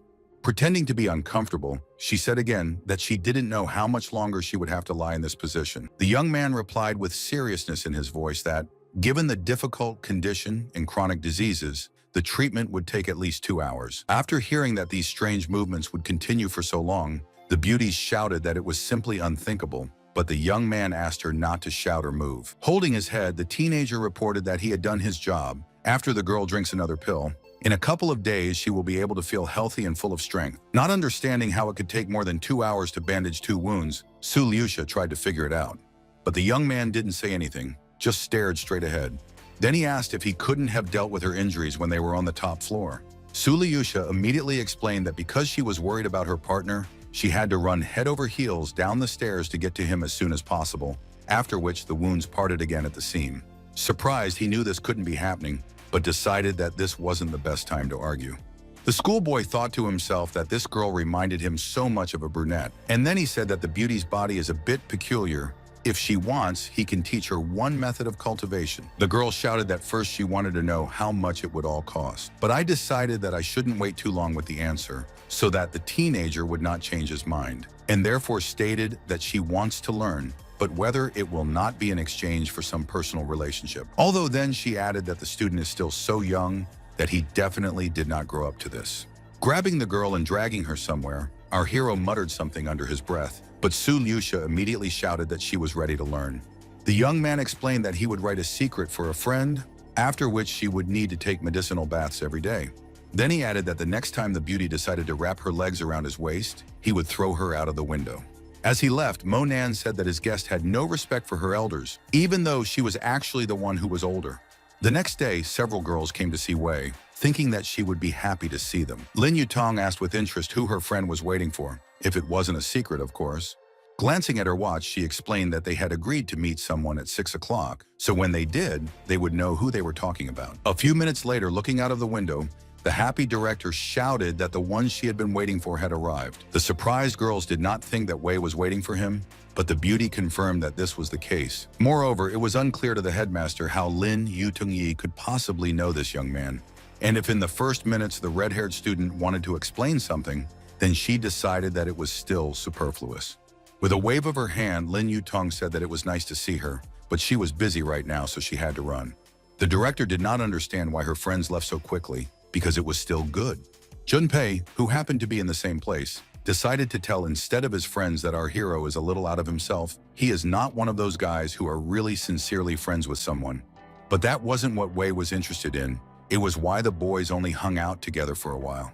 Smiling, Lin Yutong, who decided to stay for a while, explained that her mother and this student's mother have been friends since university, so she personally takes this student for a walk sometimes. At this time, Mo Nan looked at his watch. He clearly remembered that they had arranged for him to be picked up at school at 6 sharp. Given that no one was there, the guy decided that it means that the director is not very interested in him, therefore there is no point in waiting for anything. At the same time, an acquaintance told her friend that Mo Nan didn't seem to be waiting for her, so she was already leaving. Looking at the time in horror, Wei shouted that they had agreed to meet at 6 o'clock sharp in the evening, and it was already a little after 6. The next moment, the girl left the room, knowing that if she didn't immediately catch up with her new acquaintance, he would simply leave. The young man, who hadn't even expected the headmaster to come to the meeting, now stopped when he heard someone call his name. The confused brunette asked the student if he didn't recognize her. The guy saw no reason to hold a grudge against Liu, so he greeted her. The girl did not want to be addressed so formally and asked to be called either Si-Wei or just Wei, as her friends call her, adding that everyone already refers to her as Liu at work, and she did not want it to be the same outside of her. And after a moment, she apologized for being late, explaining that her car was parked across the street. Pointing to the funny car, the girl explained that Lin Yutong and Zhang Junpei were inside. When he heard the name of his friend, the guy was surprised because he did not think that such people could be familiar with each other. But what the student was most interested in was how Wei knew Zhang Jun, even though she immediately replied that they had known each other since they were children. After that, she added that she had heard rumors that the guys did not get along very well with each other. Sighing, he thought to himself, it's no wonder that the name Liu Si-Wei was so familiar to him in the first place. In her previous life, Lin Yutong was together with Zhang Junpei, but he later married a girl named Liu Si-Wei. He did not attend the wedding, but it was said that the celebration was luxurious. At that time, Aunt Tan was very worried about her daughter and eventually fell ill and lost weight beyond recognition. But now the guy was not going to allow this. Realizing that his thoughts had gone too far, Monan explained that he simply didn't interact with these people. The confused brunette asked if the teenager would mind if they sat together, especially since she had already booked a table. The young man knew that he didn't want to spoil anything right now, so he didn't refuse. Wei continued to apologize, saying that she had called people even though she hadn't consulted the guy beforehand, but they could have lunch together next time. After a while, everyone was already sitting in one of the good places in the city. It seemed that the young people felt insecure. Moreover, they were bored because everyone was doing something different. Wei, who was sitting next to our hero, also didn't know what to talk about, despite the fact that she was the one who invited him here. Suddenly, the silence was broken by Lin Yutong, who wanted to ask her friend how she knew her friend. The guys thought that the schoolboy is actually some strange person. No one knows what he does. As for Miss Liu, she runs a large company. Realizing that it was impossible to tell the whole truth, since the brunette had given her word, she made up the story that she had recently met a gang of bandits, and Monan had saved her from them. The terrified friend didn't know if Wei was okay, but Wei assured her that she wasn't hurt, but the guy was attacked by several people. However, the student did not want to say anything to our hero, noting that he often meets with bandits, and therefore nothing terrible can happen to him. After a moment's hesitation, Wei explained that even though everything had ended well, she still hadn't really thanked her savior enough. However, the second girl said that there was no need to thank this person because he pretends to be a hero, but in reality he is not. Then she added that the conscience of this schoolboy is not so clean. We didn't want this dinner to turn into a showdown, so she invited everyone to eat, especially since the waiter was already carrying the food. Suddenly, the director started talking about how a superhuman Mo with a huge reputation has recently appeared in their city. They say that this is a very cool person. The beauty who had once hailed Monan was now encouraged, noting that the entire city had already heard about this guy's strength. The interesting thing is that everyone at school dreams of meeting this incredible young man. Zhang Junpei noted that it was rumored that the Dun family had incurred the wrath of this young man, and he had wiped them out. Lin Yutong said that it would be good if she met this person as well. After these words, the friends began to quarrel among themselves. Which of them would be better and suit this person? A friend of our hero suggested that this sage is probably already more than 100 years old, and therefore, who needs it at all? The beauties laughed, imagining how this meeting might go. Only Monan was eating, and he was completely unaffected by this topic, so he was thinking about something else. All of a sudden, Lin Yutong announced to everyone present that she was only thinking about going to university, and she didn't care about anything else at all.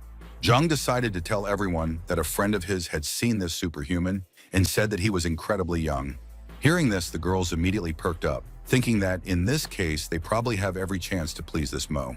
The blonde man, who was also actively chewing, said sharply that he was still here, and therefore whether the girl was afraid that he would become jealous. The beauty said that if the young man could cope with half the city with the same ease, she simply would not have such thoughts. Wiping his lips, our hero told everyone present that time was up. He was grateful for the treats, but he would already go. Hearing that the young man was about to leave, Wei suggested calling a car to take him home. However, the student kindly said that this was unnecessary because his house is only a few steps away. The girls immediately began to make fun of the student, saying that he was again bragging about some house of his own. But the girls decided that they should go and see it anyway, if only so that Lin Yutong could tell her mother about it later. Principal Liu said that she would call her rescuer a car first, and then plan to buy him a house in the school district. Raising his hand, Monan once again repeated that he had a place to live, so he didn't need anything. At this time, Lin Yutong called out to the young man. Taking the guy's hand, the girl stated that she wanted him to go somewhere with her. At the same time, his friend asked what was wrong with the student again. After going outside, the beauty, as usual, began to read morals to the teenager, explaining that such a tramp cannot refuse to live. Moreover, he must understand that he is not a match for Director Wei.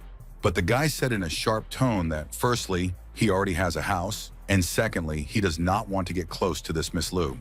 However, the schoolgirl could not calm down, and therefore again began to talk about the fact that our hero probably wants to beg or live somewhere under the fence. Not wanting to listen to this nonsense, the guy turned away and walked away with a determined step, saying that he didn't want to talk about it anymore because he had said everything he wanted to say. With annoyance in her voice, Lin Yutong noted that the young man probably just wanted to woo Wei, so he didn't want to take anything from her. Hearing that the girl had started to pry into the young man's personal life, he shouted that he didn't have any thoughts about Director Liu since she wasn't his type at all. Then she added that she was likely to be related to Zhang Junpei's family, and therefore his friend should be careful. The beauty paused and thought, now she didn't know what else to say. After only a moment, Lin Yutong started crying, which she usually did when things didn't go her way. Seeing this, the friend immediately began to intercede, asking our hero how he could offend a good person. Lin Yutong immediately came up with a plan and said that she wanted them all to go and see what kind of house Monan actually had. Another student was glad that her friend had such an idea and therefore said that they would definitely go there together. Leaving the establishment, the teenager said that he did not care what his friends would do. After a while, all the same people who were in the institution now walked along the city street. In less than a few minutes, the boys slowed down because they thought they had arrived. Upon arriving at the posh mansions, everyone froze in place as this cottage was truly stunning. However, the other students only laughed at the thought of being tricked again. Wei, who liked the teenager very well, asked him not to make her laugh, explaining that even with a huge amount of money, it was impossible to buy such a house in this area. The guy didn't care what anyone said about him. He just said it was his place and asked everyone to go inside.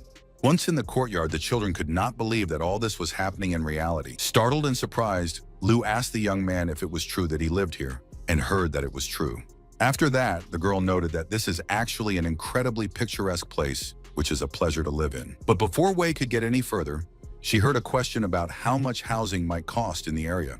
The director didn't mention the amount, she just held up her index finger. Her friend immediately suggested that 10 million was an incredibly high price. But Miss Liu corrected the girl, explaining that the cost of the cottage was not 10 million, but 100. At some point, our hero stopped. The reason was that he remembered that he did not live alone. At the same time, Lin Yutong thought until the last moment that the guy had stopped because he had thought of something again. However, when he reached the right house, Monan confidently informed everyone that they had already arrived. The blonde man and his girlfriend wondered how a schoolboy could have brought them here, even though they thought that the student would probably say that he forgot his keys and therefore suggest that they leave. The young man actually hesitated a bit as he reached into his pocket. Lin Yutong was watching him, not understanding how he was going to get out of it. Approaching the door, the student explained to his friends that he had forgotten his keys. One of the girls shouted loudly that she knew exactly what would happen because this house belongs to someone else. The guys also said that they knew from the very beginning that Monan was just bullying them. However, the teenager noted that this is not a reason to leave because you can enter a password, which he began to do. Opening the doors, the student asked everyone to enter the house to look around a little because they did not come in vain. The guys who were still standing on the street couldn't believe that all this was true. At this moment, Su Lucia asked if it was true that Monan had returned so quickly. Going down the stairs, she noticed that the young man had brought so many guests, but she was angry why they were still standing on the doorstep and wouldn't want to go inside. Lin Yutong didn't say a word. Instead, she turned around and ran away somewhere. Her friend also said that it was already time for her, and therefore she did not want to go in. A moment later, all the students started walking together, moving further away from the house. Wei didn't know what to talk about with the guy, especially since there was already a girl in the house. She explained that they would see each other next time, and now she would go about her own business. Su Lucia, who was waving at everyone, couldn't understand why all these people were leaving so quickly. And then, embarrassed, she suggested that all these guys might have been put off by her beauty. Entering the house, the girl said she remembers that she needs to take a therapeutic bath, although the teenager said that it is best to do this in the evening. Hearing the hint of the evening, Lucia noted that perhaps the little prankster wanted to rub her back. However, Monan didn't have time to answer the question.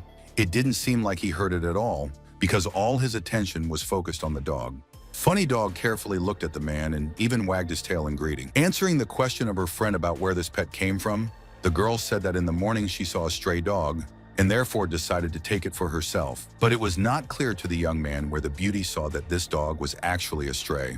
Throwing the puppy, the happy girl replied that she saw the child running after butterflies. Completely forgetting about the dog, of course, a friend of our hero could not leave the animal in the park. The conversation was not finished, as Liu Dong called the house, who wanted to see our hero to thank him again in person. After accepting the thanks, the young man was about to close the door, but the young man explained that he wanted to discuss another very important matter with him.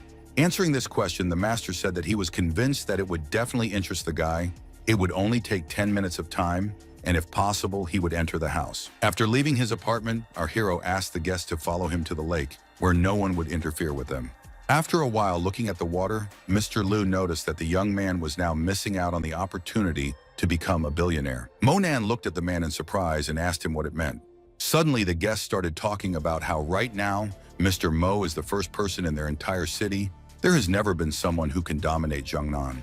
One can even recall Xiao Qianjue from 20 years ago, when he was treated with great respect. Now, the student has a huge power, therefore you need to act, you need to get money, otherwise the guy's authority will fall, and there will be no sense in it.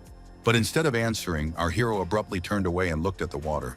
The businessman at this time kept saying that he would do anything to help Monan, which is why he wants to take care of his authority in the city. It could be seen that Liu Dong was burning with this idea, but not for the sake of a good cause, but for the sake of profit, which could be around 10 million a day.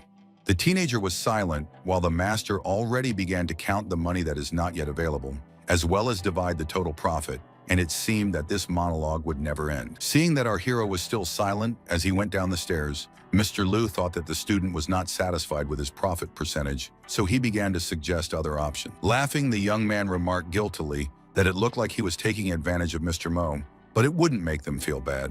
Suddenly, in a cold tone, the teenager said that his uninvited guest should become much wiser, and now it would be best for him to leave. The young man had no idea how to react to this remark. At the same time, the businessman came up with another idea, and he said that if the Superman does not trust their family, they can become related. Then he reminded her that he had a younger sister, whom he might have already forgotten about. He immediately explained that he had invited her to dinner, but that she would get drunk quickly if she drank even a little alcohol. Liu Dong was so far gone in his fantasies that he started saying some obscene and insulting things about his sister behind her back. This was the last straw for Monan, who always respected people's personal boundaries. Holding his sore cheek, the young man tried to understand why the schoolboy decided to hit him. He replied in a cold tone that the slap was due to the fact that the entrepreneur is too smart. But this showdown was not over. Instead, our hero once again hit his guest. And again, he said that this blow was for the fact that the guy somehow looked askance at Su Liushu when he came to his house. Moreover, in the office, he also made some hints to her. When the young man thought that the disciple would leave him alone, the latter hit him again. This time, Monan said that the last time was because this man has no conscience, because he can sell everything and everyone.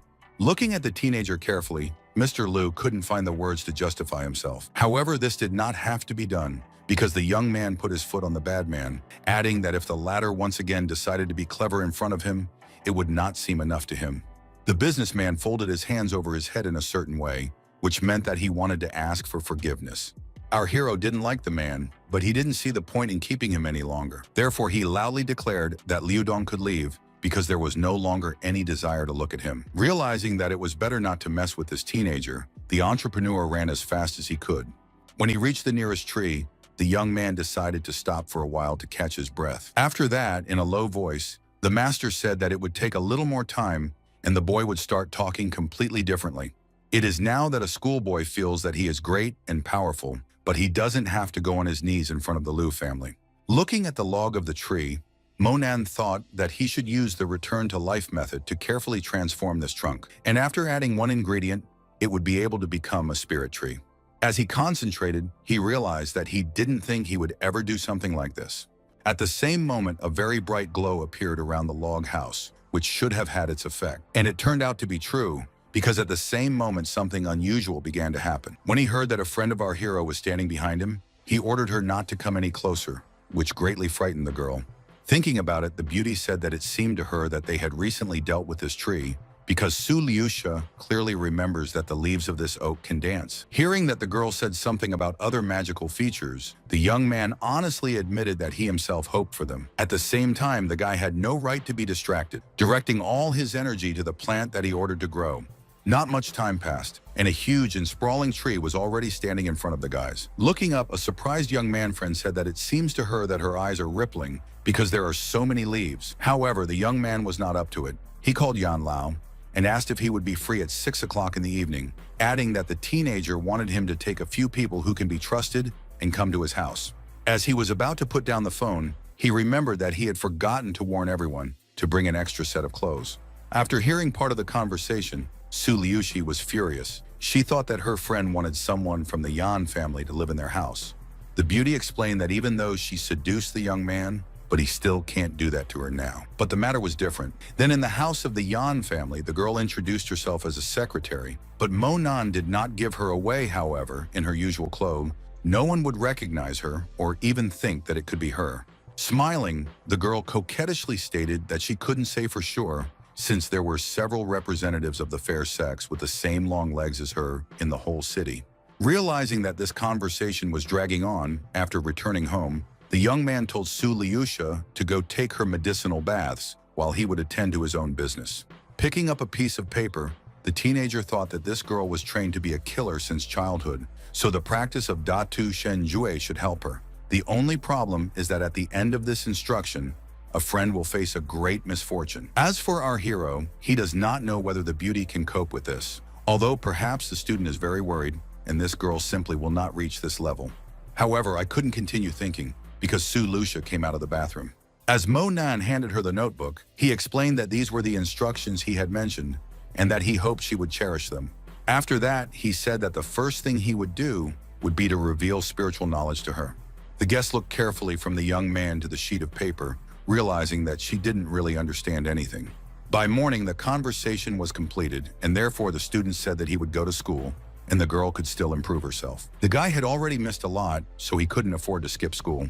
Monan looked at them carefully and asked himself a rhetorical question about why so many people were wearing headphones. However, there was no time for him to answer, as music that seemed very familiar to the student was coming from the security room. Closing his eyes, the young man thought that it was just a great sound.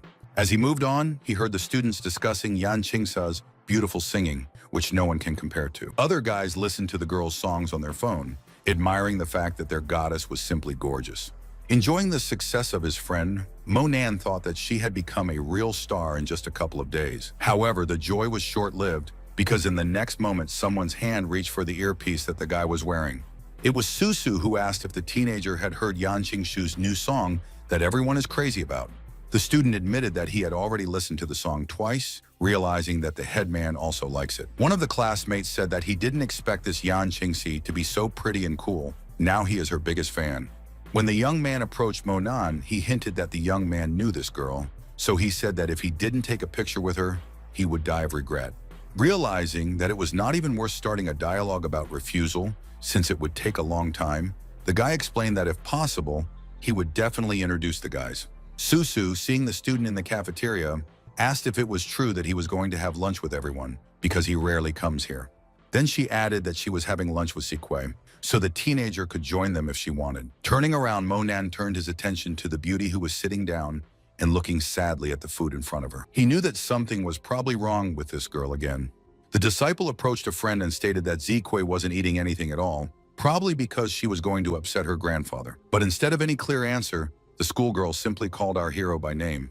After a couple of minutes, the headman came to the table and explained that it was the first time in several days that she had seen a smile on her friend's face, which of course, she owed to the young man. However, this did not last long, because after a couple of seconds, the beauty again lowered her gaze and fell silent. But Monan spoke up. He said that the funds on the card that he gave to an acquaintance were enough to use. If the girl wants, she can continue working in the pub and leave the card just in case. With some sadness in her voice, the student explained that she hadn't been to the pub for a long time. Probably another employee had already been hired there. The young man reminded that the owner of that institution is himself, and then he will hire whoever he sees fit. Then he added that if she worked hard, then she wouldn't have the energy for sad thoughts at all. And of course, such a worker would always be welcome in his club. The guy understood that there were too many memories in the house where his classmate lived with her grandfather, so it was best not to return there. Upon hearing this, Ziquei started to say something, and she was very displeased. However, the young man interrupted her, remarking that it had already happened because it just needed to be accepted. No one wanted to see it kill a disciple. Besides, Mr. Liang wouldn't like to see his granddaughter so dejected. If the beauty has nowhere to live, she can move in with our hero, because there are many free rooms in his house. Susu, who heard about the suggestion, immediately jumped up from her seat and began to defend her friend. Monan didn't mean any harm and immediately explained that he had promised the old man to take care of his granddaughter and couldn't break that promise, so he would act like an older brother. After hearing about this, the head girl remarked that if this was the case, then from now on, their acquaintance should call the guy Brother Monan. The young man liked this idea, and therefore he said that the girl can try it right now. The embarrassed beauty immediately said what was required of her. Smiling, the young man thought to himself that he would definitely take care of the late Liang's granddaughter. After a while, all his acquaintances, or rather, the entire elite of the city, came to the teenager's house. Opening the door, our hero happily said that everyone can go into the living room and feel at home. The first person to speak was the guy who turned to Yan Lao and explained that at first he wanted to invite his son, but then remembered the gentleman's advanced age and decided that he himself should come and try out his things. Laughing, the man said that superhuman Mo had invited the old wreck to come, so it was obviously not a trivial matter. Meanwhile, our doctor explained that Yan Lao's whole life is connected with the war, so he has a lot of old sores, and Mr. Xiong also has a lot of wounds in these years. Monan said that he has a holy leaf. The effect appears even after one application of the miracle plant. The audience did not understand what could happen if they ate just one leaf. It is the same as eating microgrin or the same arugula. But the teenager insisted that the guests personally tried it, and only after that they said their opinion on this matter. Although some still did not dare to do this, although there was nothing terrible. After watching Mr. Yan put the strange herb in his mouth, his friend wondered why he would do such a thing, thinking that it was just a ridiculous prank. Suddenly, one of the guests jumped up. The man shouted to the whole room that he would like to know what this amazing leaf is. Smiling, the young man explained that the effect had not yet fully manifested itself. This leaf can compete with the existing Duanti elixir. In the sky, every practitioner takes it as a medicine to temper the body. Its value is clear without words. Those men who have not yet dared to eat the plant now decided that it is time for them to try what it is. In the next second, they were literally speechless from what they felt. The guests asked if it is true that this plant alone makes the body in perfect shape, and heard that this is almost true. After getting up from their seats, the audience noted that they felt as if their whole body was on fire, and therefore they would like to take a shower. After an hour, the men felt like they had never felt before, so I wanted to know where this divine leaf was being sold. Yan Lao admitted that so much dirt has come out of his body that he feels young again. Even old illnesses have disappeared, and his vision has been restored, which is a real miracle. Jin Young said that he felt like he was back in the days of a hired soldier, and another noted that he had managed to lose weight. Another guest scratched his head and noticed that his scalp was itchy, and it looked like his hair was starting to grow again. And it was true. Friends said that the old man really began to break out dark hair. But most of all, the guests were interested to know how much this leaf costs, because they would not have spared money to buy it. However, Monan explained that this plant does not just promote health. The most important thing is that it makes up for the lack of physical qualities and also strengthens spiritual strength. After eating one leaf, you can improve the body from all sides. Suddenly, the guest asked how long the effect of this leaf would last. The teenager admitted that the hair will not fall out, you cannot worry about it, your vision will not quickly deteriorate if you follow it, and therefore the sheet seems to return all the resources that were given in your youth. Mr. Yan asked the following question about how many more of these leaves our hero has in stock. Remembering his magic tree, the young man replied that there was enough for everyone. You can collect about 1,000 each day. After hearing about it, many people realized that this is a real money Klondike. If you sell at least a little every day, you can get rich on it. And while some said that you can put a price on one sheet in the amount of 50,000, others noted that less than 200 does not even make sense to sell. However, not everyone agreed with this, realizing that everyone wants to improve their health, but not everyone has such money. It was strange to hear men arguing about the new and old values because they didn't even own the tree, especially since they didn't have any right to dispose of someone else's goods. However, this did not bother them at all.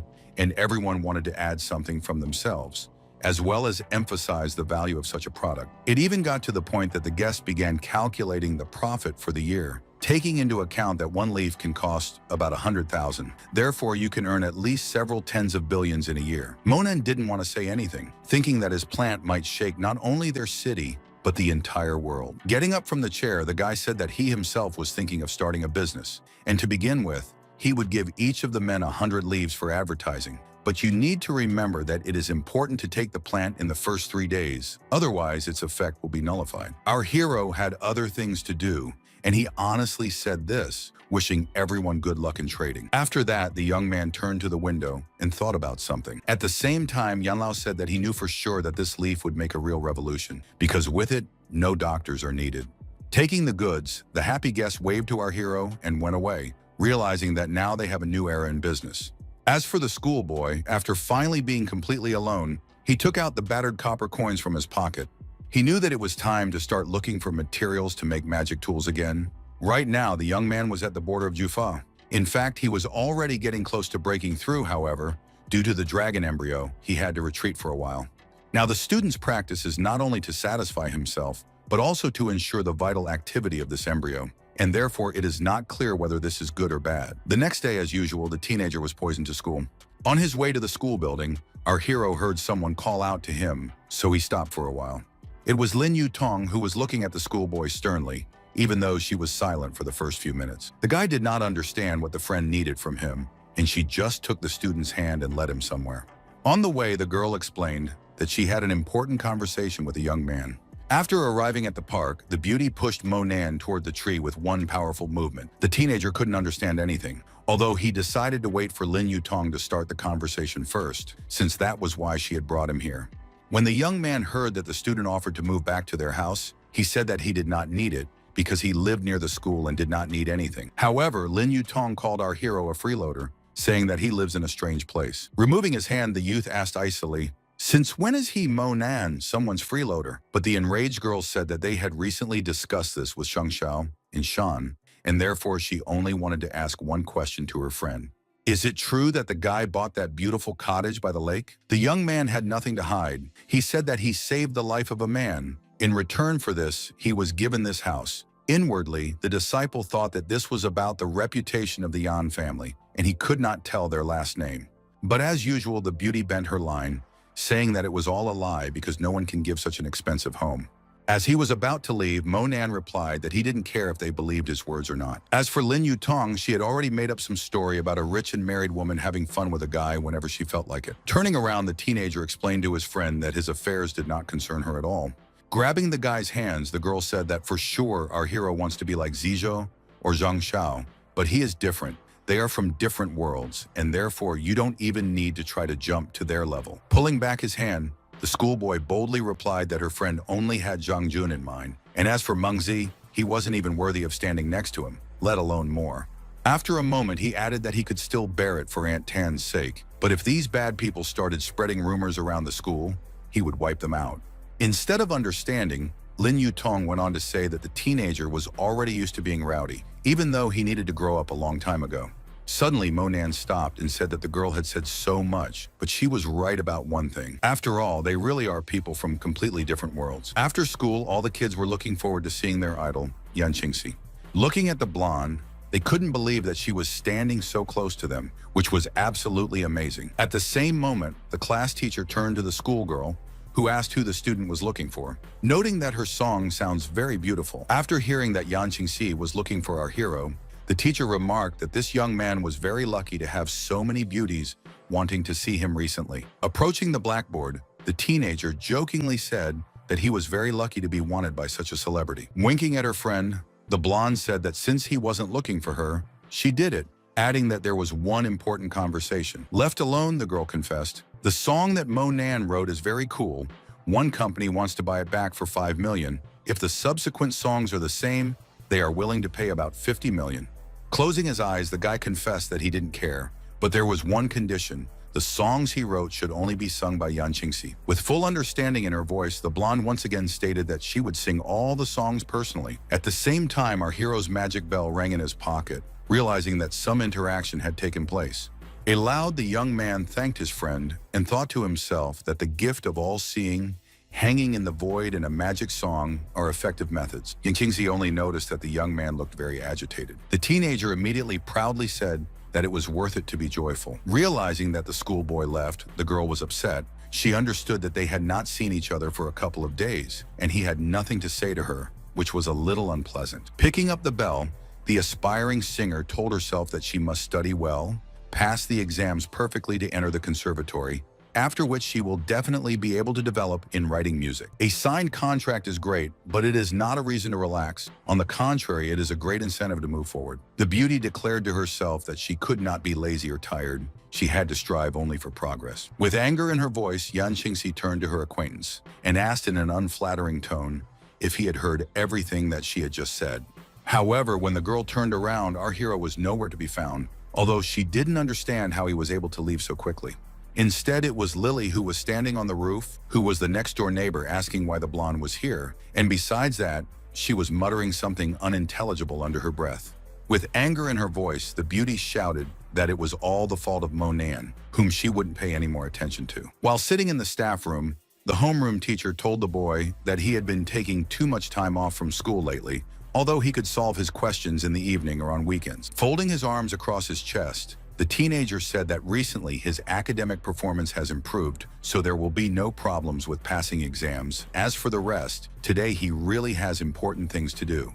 Inwardly, the teacher thought that this guy's progress didn't improve, they just stand in the same place, because he gets the same grades. Annie knew that the student lived alone, that his family was in another city, and that he really might have things to do, so she told him to write a much better test next time. The teacher did not have time to finish the sentence to the end, and our hero was already running down the corridor as fast as he could. Sitting at home, the young man asked for the gift of all-seeing, hanging in the void, to appear. At the same time, a bell appeared in front of the guy, as well as a bee. With a single movement of his hand, the student made the bell freeze in the air for a while.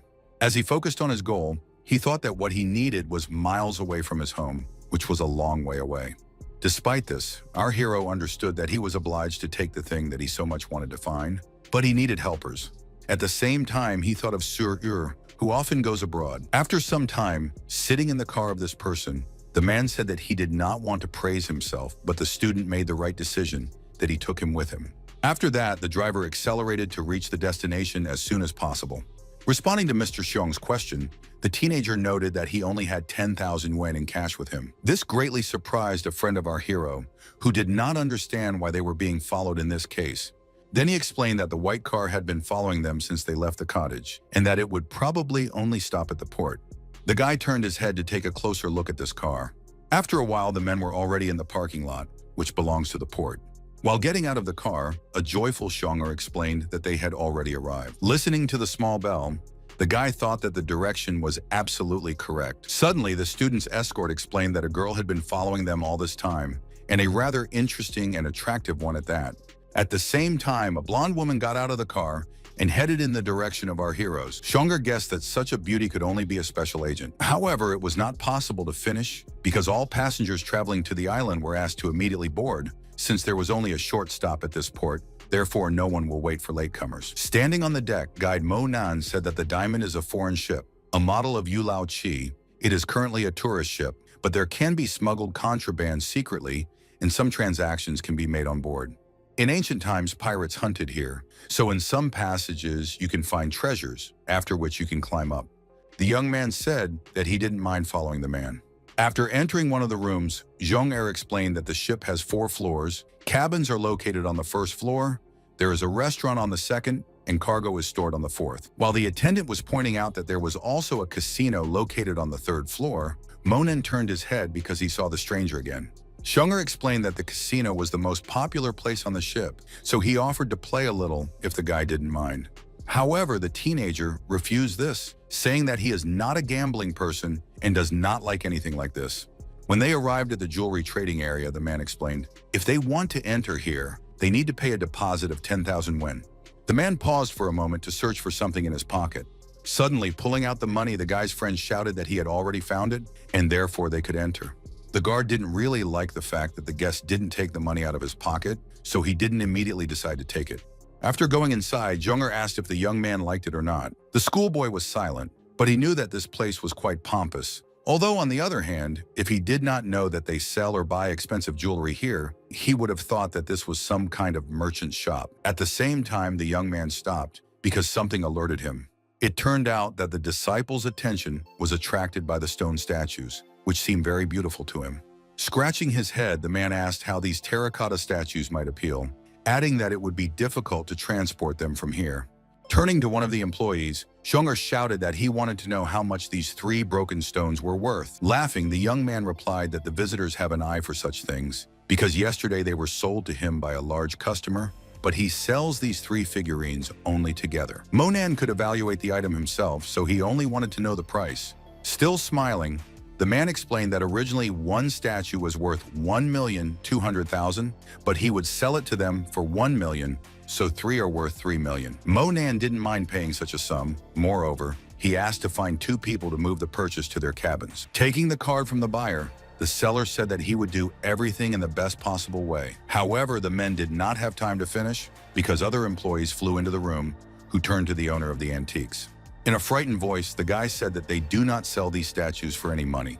The shop owner did not understand what was wrong and explained that he had already resold this product at a good price. An enraged Zhao yelled that he had put up these exhibits more than a month ago and no one had bought them. And as soon as he changed his mind about selling them, someone immediately became interested in these items. How can this even be? Pointing to the men, the seller explained that this customer liked the product and therefore they paid and can now dispose of these items. However, the young man ordered the guards to immediately return these exhibits, which they would take with them. Dronzer didn't want to give up so easily. He noted that his friend had paid money for these figurines, so from now on, the ancient item belongs to them and no one else. The owner did not like what was about to happen, so he asked the men to calm down, since a fight on the ship does not make sense. Approaching Zhao, the merchant explained that there were rules for doing business. They had discussed everything in advance. These gentlemen bought the goods and gave money for it. Everything is fair. Rolling up his sleeves, the young man explained that he was about to show the merchant what it meant to do business properly. Listening to the showdown, Monan thought that these 3 figurines were worth over 3.5 million, even though the owner only sold them for 3, which is something very strange. The behavior of the supplier did not frighten the shop owner at all. He firmly stood on the fact that the goods were given to the buyer and he would not return anything. Laughing, Zhao told him that if he wasn't going to return the money to the 2 men, he would beat them up, take away his statues, and throw the men to fish food. Monan wasn't going to waste any time. He said that he had paid the money, so if the goods weren't delivered to the cabin, he would come and smash the store. The aggressive young man shouted that the boy was looking for problems, probably wants to be thrown overboard. But at the same moment, someone quickly intercepted the hand of the ill-wisher. Dronzer didn't want this ill-wisher to insult the schoolboy, so he thought that the latter would still change his mind about bringing him to a fight. However, after hearing the opponent call the man a fat man, the man immediately threw a punch at him, and in an icy tone, he said that today the fat man would teach him not only good manners, but also respect for his elders. Sitting on the floor, a disgruntled Zhao yelled at his assistants to immediately take revenge on this impudent man. The young men were sure that they would do a great job because the fat man was himself. Dronzer knew that he would definitely go all the way now because he couldn't allow himself and his friend to be insulted. The owner of the shop did not want everything to be trashed here and began to ask everyone to calm down. But Zhao didn't care, and after gathering his strength, he shouted that the enemy would definitely be in trouble right now. After that, he struck a blow on the knee, although the men did not understand such a joke. Standing up, the fat man decided to respond with a more powerful blow, noting that the child does not know how to fight at all. Holding his bloody nose, the young man sat on the floor for a while, considering his next plan of action. Suddenly, the villain pulled out a stun gun from his pocket and said that he was forced to do just that.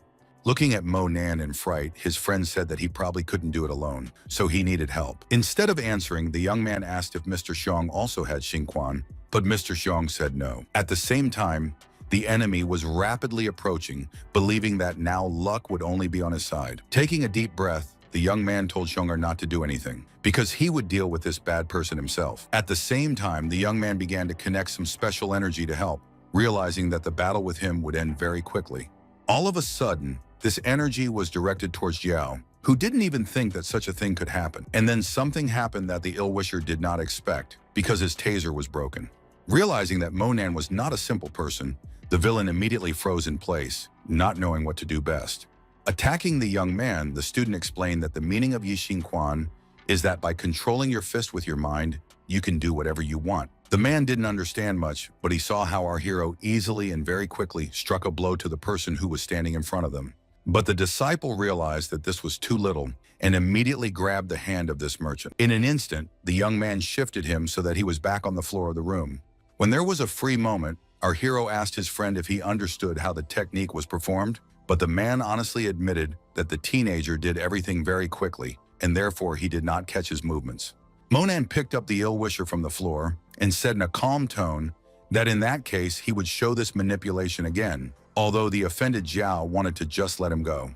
In less than a few seconds, the trick was completed, and as for the villain, he was back on the floor. The student asked Zhong'er again if he understood everything, but the man, clearly enjoying being avenged so well, deceived him, saying that it was again too fast and he didn't see the last movement. The teenager could show something like this all day and therefore decided to do it again so that the man would definitely be satisfied. The ill-wisher complained that no one was helping him, and this was the most unfair of all. The man was muttering to himself as he wrote something down in his notebook. Then after a moment's thought, he said again that he still had some gaps that would be nice to fill in. After hearing about this, the opponent said that even he had already understood everything, and the fat guy still could not understand the elementary. The young man wanted his friend to understand everything. He noted that he could show him again, although at the same moment Zhao crawled up to him, saying that he was wrong, he was mistaken, and asked to be forgiven for this. But our hero did not want to listen to this, because until recently the young man felt invincible and thought that it was so easy to intimidate two guests. So in a minute, he was lying in the opposite corner of the room. Finally, a joyful Zhong'er said that now something was clear in his head. He seemed to understand everything. Glancing at his accomplices, who were still on the trading floor, the guy asked if they really hadn't left yet, waiting for something. The boys didn't want to repeat the fate of their boss and immediately grabbed him by the arms and ran as fast as they could. At the same time, the owner of this shop praised the client, noting that he had an amazing technique and immediately asked which cabin the statues should be delivered to. Zhong'er, who was standing nearby, immediately tapped the salesman on the shoulder, which was clearly unpleasant. And the man went on to say that you don't need to bother a young man who can tell you what he needs. And after a moment, he added that he had pocketed more than 1 million, and now he was happy that everything turned out this way. Although the man replied that he could give chips to a casino where there is an opportunity to win a lot of money. As he left, Zhong'er remarked that they were kind today. They would feel sorry for the businessman, but he had to deliver the stone statues to the cabin immediately. The two men didn't say anything as they moved to another room. A small boy was standing behind one of the paintings, carefully observing everything that was happening. At the same time, he ran out of his hiding place, and so that he did not knock down our hero, who asked the boy to be as careful as possible. But he didn't say anything. Instead, he surreptitiously reached into the pocket of Monan, who noticed. The teenager grabbed the child's hand in one motion, giving him a nasty look. Starting to cry, the boy called his mother and asked her to save him. At the same time, a woman was running around the hall, shouting at Xiaoqing to be careful. Grabbing her child, the woman noticed that he was not only crying a lot, but also scared. Not understanding what had happened, the stranger immediately began to accuse the men of not looking where they were going, and it was so easy to injure a child. Monan calmly tried to explain that this kid had bumped into him and was trying to pull out his phone from his pocket, while Zhong'er also said that it was simply impossible to listen to such a thing. But the woman did not want to hear anything, saying that adult men say all sorts of unfair things about this baby, and immediately hurried to take this boy away. And so that everyone could hear, the stranger spoke very loudly, trying to explain to the young thief that it was better to stay as far away from such uncultured people as possible. With anger in his voice, a friend of our hero said that he was annoyed by those who pretend to be angels, although they are devils. The student just sighed heavily, although he thought to himself that in today's society, unfortunately, there are many such people. Returning to the cabin, the guy heard the liner's employees knock on the door, announcing that they had brought the statues. Zhong'er said that these antiques should be brought in as carefully as possible and placed on the edge. Pointing out these strange objects, the man asked if the guy bought them to study archaeology or body art. However, Monan explained that there are some very interesting items inside these statues. Looking at the purchase in surprise, Zhong'er said that in that case, he would take a hammer and smash these things, even though the disciple said that it didn't need to be done. Suddenly, the young man raised his hand in the air, even though his friend didn't understand what he was planning to do. Meanwhile, in another cabin, Zhao was complaining to Mr. Hongyu that the 3 statues he was sent to collect were stolen by some kid, and now these antiques are in his cabin. The young man said in an indifferent tone that it was bad, but you can always get your things back, so he asked to see which cabin the statues were taken to. Wanting to curry favor, the guy said that he had already found out everything for a long time, and therefore wants Mister to follow him. Moving along the corridor, the ill-wisher asked Hong Yu if he was going to take some bodyguards with him. Chewing gum, the young man said that he did not need anyone because they were going to talk and not kill someone. He thought to himself that this Hong Yu is very dangerous. He once saw him shoot people with hunting weapons. When he got to the right door, Zhao said they were already there, so he wanted to know what they were going to do next. The villain didn't say anything. Instead, he opened the door with a flick of his foot. The young man wanted to show that he was not to be trifled with and hoped that such a trick would have the desired effect. Just as this happened, Monan smashed one of the statues with a powerful flick of his hand. The teenager did not expect to see anyone at this moment, and therefore looked in surprise at the stranger who entered without asking. From surprise, the ill-wisher even chewing gum stuck to his mouth, because he definitely did not expect this. Zhonger didn't like these people, so he immediately shouted that it was probably uninvited guests who came here to have a row. Hong Yu, who immediately lost his courage, began to talk about the fact that the guys, of course, have a sense of humor. As for the other person, he generally said something about the caviar promotion, as well as about a number of sales that he can offer. An acquaintance of our hero, who did not understand who these people were, replied that he liked caviar and therefore would try it, but only for 88 yuan and not for 888. Detractors again started talking about the Michelin chef, but the same hurried out the door, adding that they do not want to rest good people. Besides, it's time for them to go. A moment later, the 2 young men were running down the corridor as fast as they could, hoping that no one would follow them. After a while, realizing that the strength to run is no longer there, the guys still stopped. Hong Yu admitted to himself that the teenager was a real hero, since with one movement of his hand, he was able to break a huge and powerful stone. And then looking at Zhao, he added that he had almost been beaten up because of him, even though he had disgraced himself in front of these unfamiliar people, even though the latter was trying to justify himself somehow. After that, he came up with an interesting idea about trying to hire Monan as a bodyguard, with whom nothing will threaten. The young man said that he had already invited 2 masters. Even so, a 3rd person definitely wouldn't hurt. And then he noted happily that this was a really good idea, so they would talk to that guy again. At the same time, Zhonger said that a schoolboy had so easily destroyed $1 million statue, but even so, there was nothing inside it. So if the rest of them were to be destroyed as well, what would they do? Monan didn't say anything. Instead, he smashed another stone figure with ease. The men wanted to find something, so they looked carefully at the stones on the floor. This time, there was actually something inside, which was also noticed by a friend of our hero, who immediately asked what it was. The youth explained that these 3 stones must have been made from clay in ancient times by divine craftsmen. Having absorbed the supernatural power of heaven and earth, the clay inside gathered together and turned into this, a little man in stone. That is, he, like the ginseng root, acquired a human form, while at the same time he is proof that he has absorbed all the power of heaven and earth. Looking at this item in surprise, Zhonger wanted to know how much it could be sold for. The teenager explained that he wasn't worth a damn to others, and even he had to go through the cultivation stage and be extremely careful to use the stone. But I couldn't finish my sentence as the same 2 uninvited guests entered the room and happily said that they had met again. The young men explained that they had brought food to their new friends and would like to enter the room. Zhonger carefully looked at the tea and suspiciously asked if they were going to accidentally send it out, given the recent events. Hong Yu raised his hands and said that they would never do such a thing because it was a big crime. But the man couldn't stop himself, saying that if it wasn't a poison drink, it might be expired, after which they wouldn't be able to leave the toilet for a very long time. Monan stopped his acquaintance and asked why these strangers were actually here. Young people said that this time they went out to sea to hunt one huge sea monster. It is too strong, and the people who were taken as assistants are not enough. Therefore, Hong Yu wanted to invite the men to become members of their team, and they would receive a good reward for doing so.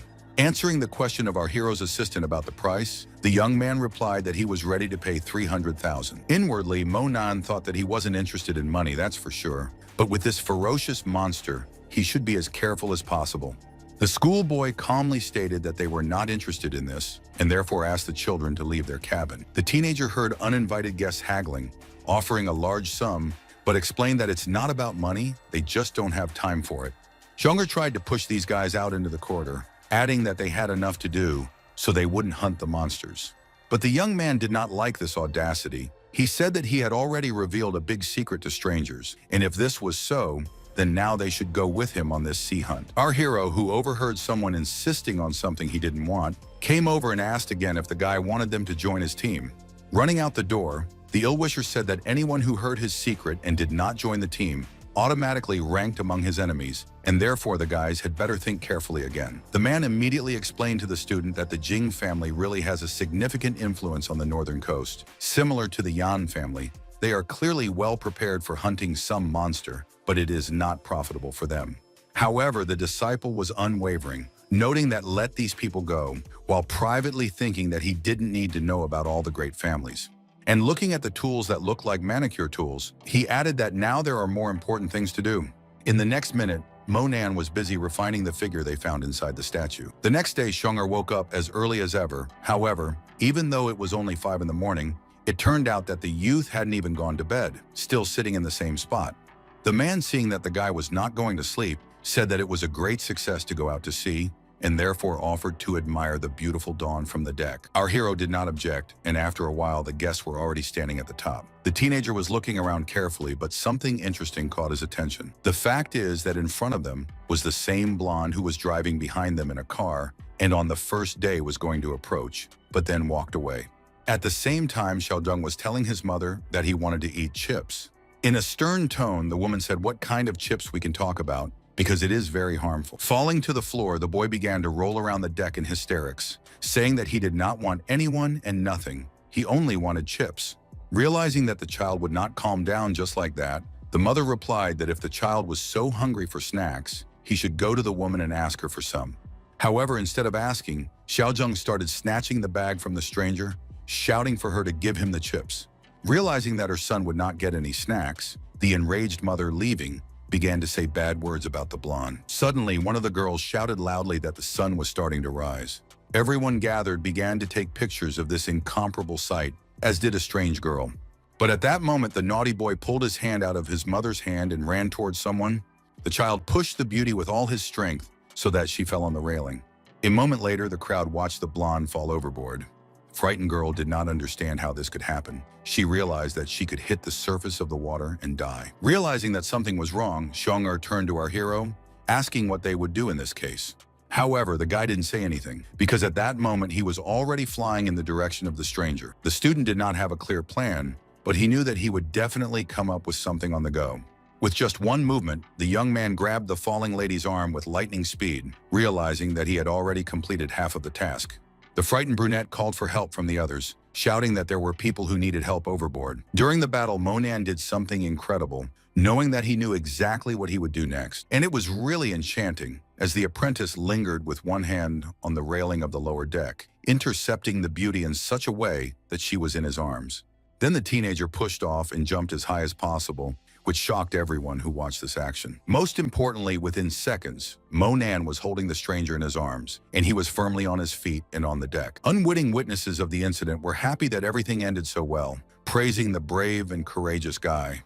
Seeing what had happened, the student immediately approached his friend and asked where the mother and her son were now. With anger in his voice, the man explained that as soon as they realized what had happened, they immediately ran away. They did not understand that their cabins would not be so difficult to find, and when they did, they would face retribution. Moving closer to her rescuer, the girl said that her name was Jialing Xuan, and she sincerely thanked the teenager for risking his life for a stranger. The young man was already used to this kind of gratitude, so he just gave his name as well as the name of his comrade. Leaving, the young man asked the beauty to be much more vigilant in the future, so that this would not happen. But the men did not manage to leave because the beauty asked to stay in their room to rest, noting that she was resting herself and she was a little scared. Turning around, the guy boldly replied that this could not be done, but thought to himself that he could not allow anyone to interfere with his cultivation. The girl said that they already knew each other, first met when a brave schoolboy was chasing a pickpocket. He got under the wheels of her car. The second time they met when a student drove into a cottage village. After these words, our hero became a little tense, deciding that this could not be a simple coincidence, and then asked why the blonde was on the ship.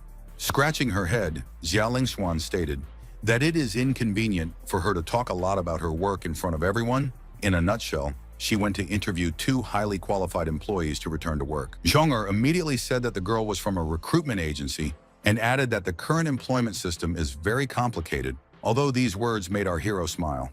The day passed quickly enough, and at 3 o'clock in the afternoon, our heroes and their new acquaintance met again on the deck. The children saw boats that sailed to drop everyone off on a small island. The young man felt that the strongest vibrations were coming from the bell, which indicated that the fragment he needed was located in the vicinity of the lake. That is why the teenager told his friend that they were also disembarking. There were many people who wanted to swim to the island, including Monan's opponent. Hong Yu, who was accompanied by 2 masters, told Xin and Yin to go ahead. Seeing the 2 elders ahead, Zia Lingxuan explained that they were the people their department wanted to bring back, so she had to catch up with them. Thinking about it, the young man said, "Most likely, these 2 monks were invited to kill the sea monster. But does it really exist?" With sadness in her voice, the blonde asked the teenager to come up with a way to get to them. The young man said that they had already invited me to go with them before, so I could remind them about it. Moving behind these people, Monan reflected that the Buddhist teaching wasn't very stable, but the magic power of these 2 was much stronger than anyone else he had met up to this point. Zhao, seeing our hero, told Tom to immediately get into the boat and take his seat and do not forget to fasten his seatbelt. Otherwise, he would get lost somewhere else. A moment later, he shouted again for everyone to come and sit down because they were leaving very soon. A moment later, a man walked up to Jing Hongyu and handed him a box, noting that his treasure had arrived. Inside was a rifle of the highest quality, which raised the mood of the young man. His assistant immediately began to flatter, saying that they were facing the best and most famous shooter of the North Coast, who would show everyone what he could do today. He immediately added that this time they were going out to sea to hunt a sea beast. Without marksmanship, it would be many times more difficult, but having 2 masters also played a huge role. When the masters heard what they were saying about them, they said that they were dangerous only with weapons, but they could do some things without them. Laughing, Hongyu confessed that Xin and Yin were both great people on the northern coast. Moreover, there was no one stronger than these 2 in all of Jiangnan and Jiangxi. But at the same time, the elders declared that there was still one person who could be their rival, the Great Mo, and this person deserved the glory that was attributed to him.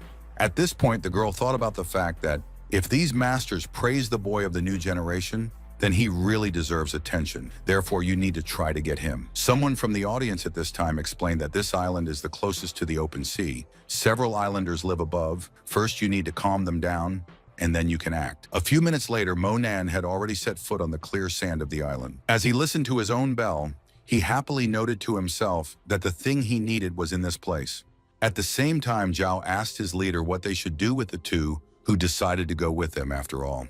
With anger in his voice, the boss shouted that the assistant was definitely not right in the head. After all, he was told to focus on the 2 masters and not drag these idlers with him.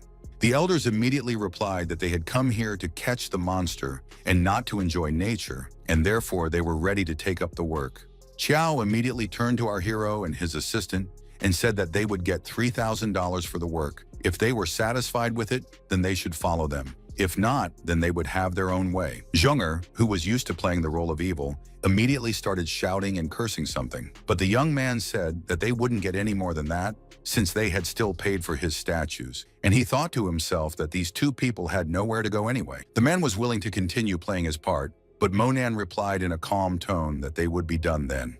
While Dronzer was still muttering to himself, the schoolboy suggested that we take a walk to the fishing village. However, the young man suddenly thought of Xia Lingzhuan, so he asked her where she was going. The girl carefully watched the group of people who were going to hunt, but she didn't know exactly what to do. Suddenly, the beauty looked at her new acquaintances and loudly declared that she would still go with them. Approaching one of the huts, our heroes heard a local resident offer 2,000 yuan for one person. Noting that in the whole village it is so, and closer to the center, the prices are even higher. Dronzer shouted that in the city, you can rent a good apartment with all the amenities for 200 yuan, but here you will have to pay as much as 6,000 for 3 people, which is a real robbery. Putting his hand on the shoulder of his friend, the teenager calmly offered to ask around for more housing. However, the host, when he heard that the guests were about to leave, shouted even more loudly that the strangers had trampled the whole island with them. There was not a single place where they were not. But it wasn't all surprises, because after a while, the heroes had to meet Liu Shugui, the same careless mother who almost killed Jia Lingxuan. The blonde, who had been very calm before, was now shouting that she had been trying to find the woman all along, but now the woman was standing in front of her. so the reckoning was very close. The peasant woman pretended that they did not know each other at all, and therefore began to bend her line that they were on her territory. Then she yelled that uninvited guests were trampling on her garden, and she demanded damages. Dronzer immediately chimed in, reminding that the woman hadn't paid any compensation when her son just pushed the girl into the sea, and she only miraculously survived. Lu Shugui didn't say anything. Instead, she just fell down near her house. Although then she started shouting and calling out to the neighbors to see what these strangers who came here and still set their own rules had done. At the same time, our hero did something that surprised everyone. He asked what amount of compensation the peasant woman wanted. The woman immediately replied that $20,000 would suit her, and tourists should not think that they would be able to escape so easily. The guy smiled and asked if the old lady was afraid. Making money dishonestly, stay for life with nothing, having experienced monetary karma. But Lu Shugi screamed even louder. Now she was accusing the schoolboy of surely having such a callous heart that as soon as he was born, he immediately killed his parents. Suddenly, a man approached the peasant woman, who noted that nothing had happened to the garden, and therefore compensation in the amount of 20,000 yuan was clearly too much. It was obvious that Lu Shugui was evil by nature, and she immediately began to yell at the old man, noting that she was wondering when he would die, because she was always meddling in other people's affairs. The neighbors gathered around and immediately began to discuss everything the woman had said, realizing that she was clearly not herself. However, this did not bother her. Instead, she told everyone that her husband would turn off the water supply to everyone in the evening, and therefore the inhabitants of the island would die of thirst. Monen turned to his colleague and asked him to give this woman 10,000 yuan. The man didn't ask anything. He just gave this peasant woman the right amount of money. As she left, the still angry Lu Shugui was doing the guests a favor, declaring that she would let them go this time. A relative of this woman told the children that if they did not disdain, they could stay at his house that night. The old man pointed out that he would only charge the guests 100 yuan, even though he didn't have any hot water. Moving through the village, the residents said that although the children had to give 10,000, but they avoided trouble because the Zijin family in this place manages everything, and most importantly, water, they are real tyrants. Some tourists had previously argued with this lady. As a result, in the dead of night, poisonous snakes were thrown into their room, and a trap for wild animals was set at the door. People almost lost their legs. Looking at the blonde, the teenager said that she should not worry. They will definitely avenge her. It's just that the right time has not yet come. The night went well, so the next day, all the heroes got out on the beach. Thinking about it, the guy decided that the bell was always leading him to the opposite island. After looking at Jing Hongyu and seeing their boat, the teenager thought that he was probably heading to a nearby island. And then he suddenly told his friend to get a boat, because they are also going to the same place as their friends. After a while, the guys were already on the ship, glad that one boat still waited for them. Zhao looked over his shoulder and was surprised, as he hadn't expected to see these people. Realizing that the strangers were approaching, the young man shouted that the intruders should not dare to follow them, as they would pay for their act. Zhong'er started yelling again. He explained that his master is superhuman Mo. There is no place in the world that he can't go to. But Hong Yu laughed, remarking that it was funny that they had decided to make a very great and powerful master out of the boy. At this time, some residents of the island carefully watched where the guests went. And Lu Shugi asked these people if they had done what she had instructed them to do the day before. Another girl said that she did something with the boats. When these people drown, all their belongings will belong only to them. The peasant woman was glad that the crowd had come to live with them, paying 2,000 apiece, which means that they must have a lot of money on them. The ill-wisher noted that they will also take those beggars, because for sure, when they are shown knives, they will give everything that they have hidden. And then they decided that they should catch up with those guys, since their boat was very close. At the same time, Zhao was shouting that their little boat was leaking, even though it couldn't be. But having looked more closely, the young man reported that the hole in the bottom actually exists. Moreover, it was made by an electric drill, and therefore this is not an accident. The second team also shouted that they had the same problem, but they realized that panicking was not the best way out, so they immediately began to draw water. Our heroes saw that something was wrong with their competitors when they caught up with them. Zhong'er, with his usual villainous look, asked Hong Yu what had happened, although he then added that they didn't have time to talk, so they should spend their time working. However, this guy was not so simple. He immediately grabbed his rifle and yelled for the guys to give him their boat. Mo Nan sternly stated that if the ill-wishers even thought of rushing in their direction, they wouldn't even have a wet spot left. However, Hong Yu didn't hear him, saying that the young man was just crazy. He might go to the north coast and find out that daring to provoke the Jing's wrath was like facing his own demise. The master didn't want any quarrels, so he shouted for everyone to stop panicking because it was just a small leak. And then he continued to say that there is no hope for men. You have to do everything yourself. Realizing what was happening, the student was a little surprised because this Shin knows a very strong magic spell. In the same second, the elder continued to say that he was using the seal law as well as the freezing law. Suddenly, the sage hit the bottom of the boat with all his might, knowing that the effect would be amazing. And this was really surprising because the water that was in the ship turned to ice. With surprise, the guys shouted that the greatest master was in front of them, thanks to which they could easily continue their journey.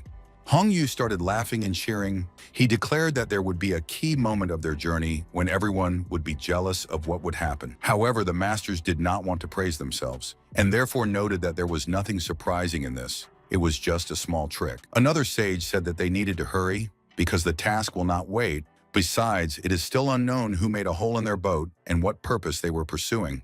After a while, our heroes landed on the island, who behaved extremely cautiously because they did not know what to expect from this place. After the guys arrived and hunters who shouted that we can start, the boss said that you don't have to wait for him. He allows you to shoot anything that flies. Whether it's something that is in the sky or moving on the ground, there are enough cartridges, you cannot spare them at all. The guys were happy that they were given such freedom of action and noted that they were not working together for the first time, and therefore they would quickly sort everything out. She wanted to hear what these people were up to, but they were already running forward when she got as close as possible. With a wistful tone, Xiaolingxuan noted that these villains were gone. However, she would like to know what exactly they were up to. After a while, the girl added that she was not interested in these boys. She had to talk to the two masters for whom she had come to this place. But Zhong'er suggested that their new acquaintance talk to superhuman Mo, explaining that he was much stronger than the other two. Looking at the guy in surprise, the beauty said, "Everyone knows that Great Mo is a white-haired old man, but not a high school student." The man didn't like that no one believed in the teenager, so he shouted after Xiaolingxuan that going to look for those old men was a very big mistake. The blonde thought to herself that there was something wrong with this fat man, since he was putting two of the best masters on a par with some boy.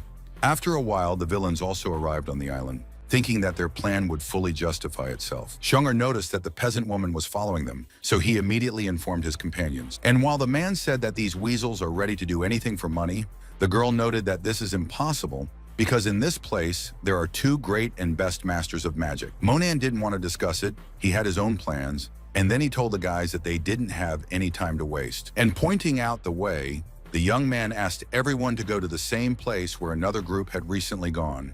After walking only a short distance, the young man put his foot into a small river, but it seemed that he did not like it at all. The schoolboy raised his leg and looked around suspiciously, as if something was bothering him very much. His companions were also uneasy, and therefore they asked their guide and leader what they saw in front of them. Carefully studying the fallen trees, the young man assumed that they were all broken by something huge, although he cannot say more precisely. After a moment, something seemed to fly by in the sky, and therefore the audience immediately noted that something terrible and unpleasant actually lives in these places. Clutching the shoulder of our hero, the girl frantically said that they might still return, especially since their boat is on the shore. After a moment, there was another strange sound, so Xiaolingxuan clung even more tightly to her friend. In less than a few seconds, the hunters who thought they were the best in the world were now running towards the shore and begging for someone to save them. Mixed in with the screams were gunshots and something else that was hard to identify. Only the schoolboy was standing there, thinking that the fragment of the wheel of interdependent origin was somewhere nearby. And judging by the gang from the Jing family, they were being chased by the same sea monster. It suddenly dawned on him that the fragment might be inside the monster itself, which made the task a little more difficult. Running past our heroes, the guys shouted that now is not the time to just stand there. It is necessary to hide as quickly as possible, because they have never seen such a huge monster before.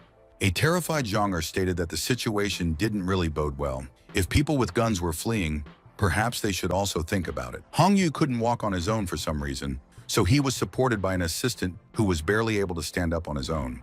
Once again, the guys heard gunshots, but because of the panic, it was difficult to understand who was shooting, and most importantly, who was the target. The masters who ran along with everyone said that they should try to burn this monster because they have such a powerful power. However, the elders did not manage to find the right place because a huge monster paw was moving at Blue's heels, which could crush him at any moment. Although it wasn't long before everyone noticed that it wasn't exactly a monster, but a bird resembling an eagle that had landed in the forest and was now carefully studying everyone present. The eagle was in no hurry. He just stood there and looked at our hero and those who were next to him. Monan, hearing what his companions were saying, said that he never thought that instead of a sea monster, he would see a condor, which was very strange. After grabbing the weapon, Hong Yu immediately took aim and started shooting at random, hoping that he would be able to kill this giant bird. But the condor only narrowed its eyes, then immediately swerved to the side. The bird was set up aggressively. It carefully looked at its abusers, clearly understanding what it would do next. Suddenly, the feathered bird flew down with great speed, striking people with its huge beak. The frightened hunters knew they needed to hide somewhere the condor couldn't reach, but they needed to escape first. One of the masters who had managed to climb a tree was waiting for the right moment to strike this powerful bird. The elder was concentrating on something, intending to use his technique. In the next second, a sword appeared in Shin's hands from somewhere, so the sage was confident that he would defeat this bird very easily and quickly. Attacking the flying enemy, the master shouted that now there would be no trace of Connor, because this is a very powerful technique and a special weapon. However, in the next moment, something went wrong, because the bird landed on the ground while the old man performed some pirouettes in the sky. The frightened hunters continued to say that even if the sage could not control this bird, no one could defeat it. Xiong'er, realizing that the situation was escalating, told the young man that no one would be able to deal with Connor, and therefore the best solution would be to run away and never come back. The schoolboy carefully watched this bird. He saw that the fragment he needed was in the belly of this feathered bird. The girl immediately reached out to our hero to make it clear that they should immediately run, but she did not succeed. The young man strode off in the direction of the bird, although no one knew what the boy was doing. Standing in front of Connor, the schoolboy confidently declared that he would destroy this feathered one. The injured masters who were standing nearby said that even they didn't succeed. What to say about an ordinary disciple who goes to certain death? Monan said, if the elders don't understand knowledge and skill, then it's no wonder they didn't succeed. Hearing Shin and Yin grow indignant, Hong Yu remarked that it was best for the sages not to waste their strength on this madman. They should hurry up and leave the island. Then he added that the boy even called himself Superhuman Mo, even though he wasn't really anything. All of a sudden, something that the crowd hadn't expected happened, as the guy who looked like a normal teenager had now transformed and looked like a young master. Our hero knew exactly what he needed and was not going to back down from it at any price. One of the hunters, looking carefully at the schoolboy, was interested in how it happened that his hair turned white. Xiaolingxuan, who had been staring at the young man without taking her eyes off, now couldn't believe what she was seeing in front of her. Connor was also staring at the man, though he wasn't going to do anything about it. As for Monan, he told the bird that it still had a small chance of survival. The feathered bird just had to spit out the fragment that was in its body, then its life would be spared.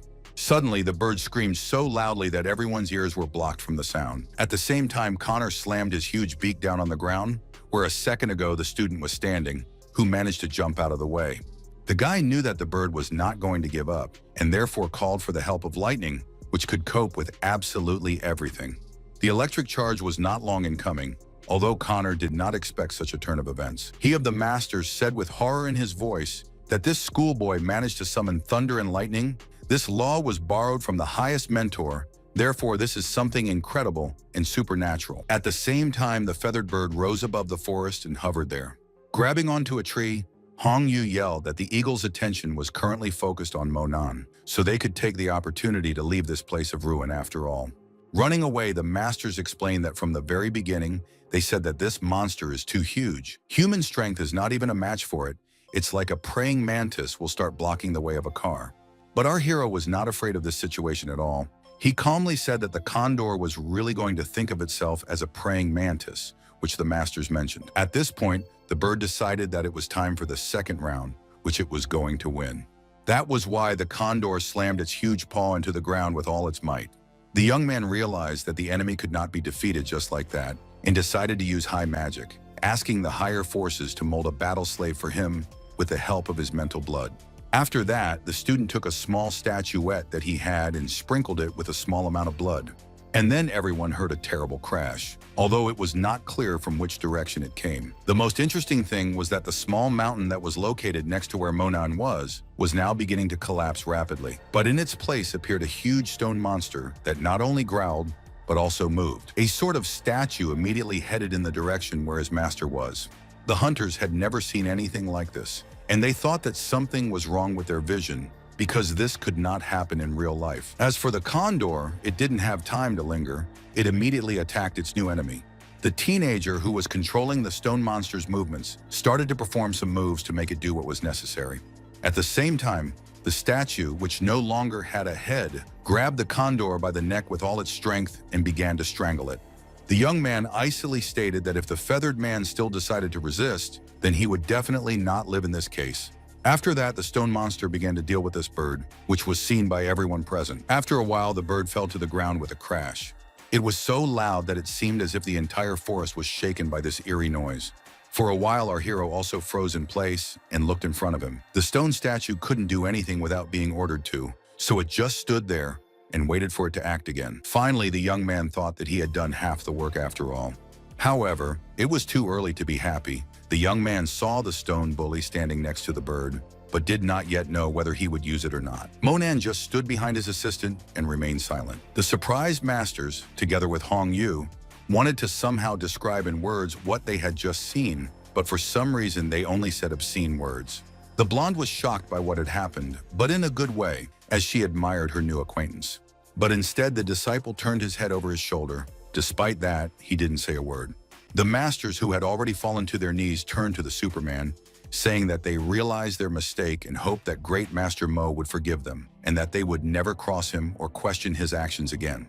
In an icy tone, the disciple asked if it was true that the elders had previously said that the boy was looking for problems on his own head. But they lamented, slapped themselves on the cheeks, and also said that they themselves could not do anything, and therefore said all sorts of nonsense. Approaching the student, the elders handed him a small box as a sign of understanding and gratitude, adding that if he ever needed help, they would always provide it. However, at that moment, the teenager's only thought was that he needed to settle the matter with the stone giant that was standing at the back. So, with a snap of his fingers, the disciple made the statue fall apart into small stones from which it was assembled. Hearing a terrible crash, the masters again began to ask to be forgiven and spared, although this action had nothing to do with them. Hongyu, who was standing nearby, saw that the Superman's gaze was directed at him, so he was terrified of what would happen next. Monan, meanwhile, was heading towards the young man who was dreading this moment. In a shaky voice, Hongyu begged the Superman not to kill him, saying that he could give him a lot of money, but he must not touch him. After a moment, it seemed to the hunter that what was standing before him was not a man, but the most terrible monster that can only be seen in nightmares. Zhao, who ran up to his boss, nervously shouted that he had fainted. He needed to be helped somehow. Zhonger wanted to personally check out what had happened to this upstart and was surprised to realize that he was actually unconscious, and he had pretended to be the coolest person in the world until recently. Suddenly, Monan turned around, so something that he had expected happened. At the same time, he saw the stone he had been trying to find fall out of the bird's mouth. The young man immediately took off and ran there to see for himself that everything worked out. A few seconds later, the young man held a stone in his hands from which he could not take his eyes off. At the same time, the fat man, grabbing the ill-wisher, tried to bring him to his senses, saying that you do not need to pretend to be weak when it is profitable for you. But Hongyu asked the man to let him go, explaining that he now believes that Superman not only exists, but is also close to them. Moreover, he is incredibly cool because he single-handedly defeated Connor. One of the masters explained that this boy pretends that he is so bold. In fact, he is not a bad boy, loves his parents, who run an eye clinic, and came here for the sharp eye of a bird. Hongyu was also explaining that he had 200 million on the card, so if it could make up for him, he would be happy to give all the money to Mr. Mo. When Mr. Xiong remarked that this was not enough, the hunter explained that if necessary, he could get some more money. Turning around, our hero announced that he could sell the bird's eye for 5 billion. The hunters who witnessed the conversation thought to themselves that even for the Jing family, this is a huge amount of money. The guy wanted to take the trophy, but he asked to give him 3 months to collect the necessary amount, since now there is what is on the map. Monan said that he was willing to accept the deal, but if it was broken, the young man's family would have to pay 10 times more. After that, the student asked Mr. Shin to take the treasure from the beast body. After hearing about this, a friend of our hero noted that he also wants to go, if he is allowed to do so. In the next instant, the man was staring intently at something as if spellbound. Suddenly, the master pulled out a strange object from the bird's body. Shin explained that this is a condor's eye, which treats absolutely all eye diseases, and therefore it is very valuable. However, the teenager was more interested in his subject, which was not a simple fragment of the wheel, because to master it, you need to use all your strength, otherwise it will simply slip away. This part of the wheel needed to be improved as much as possible, which was the reason why he decided not to touch Hong Yu. A minute later, the young man our hero was thinking about came up to him and sincerely thanked him for this eye. Just as the crowd was about to leave, the villains from the village shouted for no one to move. The boy who had done bad things before was now telling his mother that he too wanted the same eye that his uncle kept. The peasant woman shouted that this place belongs to her family and no one has the right to take anything out of here. Therefore, the young man is obliged to give up what is in his hands. After hearing about this, the guy shouted at Liu Shugai to get out of here, as he deserved this trophy. Holding a crossbow, the little prankster viciously declared that he would shoot the hunter for treating his family like this. A moment later, the child shot an arrow that passed only a few centimeters away from Hong Yu. Despite the fact that there was a child standing in front of the tourist, he pulled out a gun and pointed it at him, realizing that he was already a real bandit. Nothing could stop the guy, so he fired several shots. The young man was angry and said that no one dared to threaten him, especially this petty criminal. The villagers looked on in bewilderment at what was happening in front of them, not believing that it was really happening. The enraged mother threw herself at her abuser, shouting that she was going to deal with him now. Hong Yu slapped the peasant woman across the face and yelled that she had asked for it, so there was nothing to complain about now. The assistant grabbed his boss, telling Tom that they had taken everything they wanted and now it was time to leave. But after saying that, the guy became even more angry, saying that he would destroy this woman who dared to hunt them. The comrades knew that this might not end well and immediately rushed to the leader to restrain him and lead him away from here. Jiao began to call out wisdom, saying that if the Jing family found out that their son had killed half of the island's people, they would definitely not give him money for Connor's eye. But the young man didn't want to listen to this, claiming that they were the masters of the North Coast, hence they could do what they wanted. Then he said that if Monan wanted to do something to them, he would not be able to do it because they could send an entire army to help them. At that moment, a fat man came in and told his companion that they had collected all the treasures from the bird, and now he wanted to know what they should do next.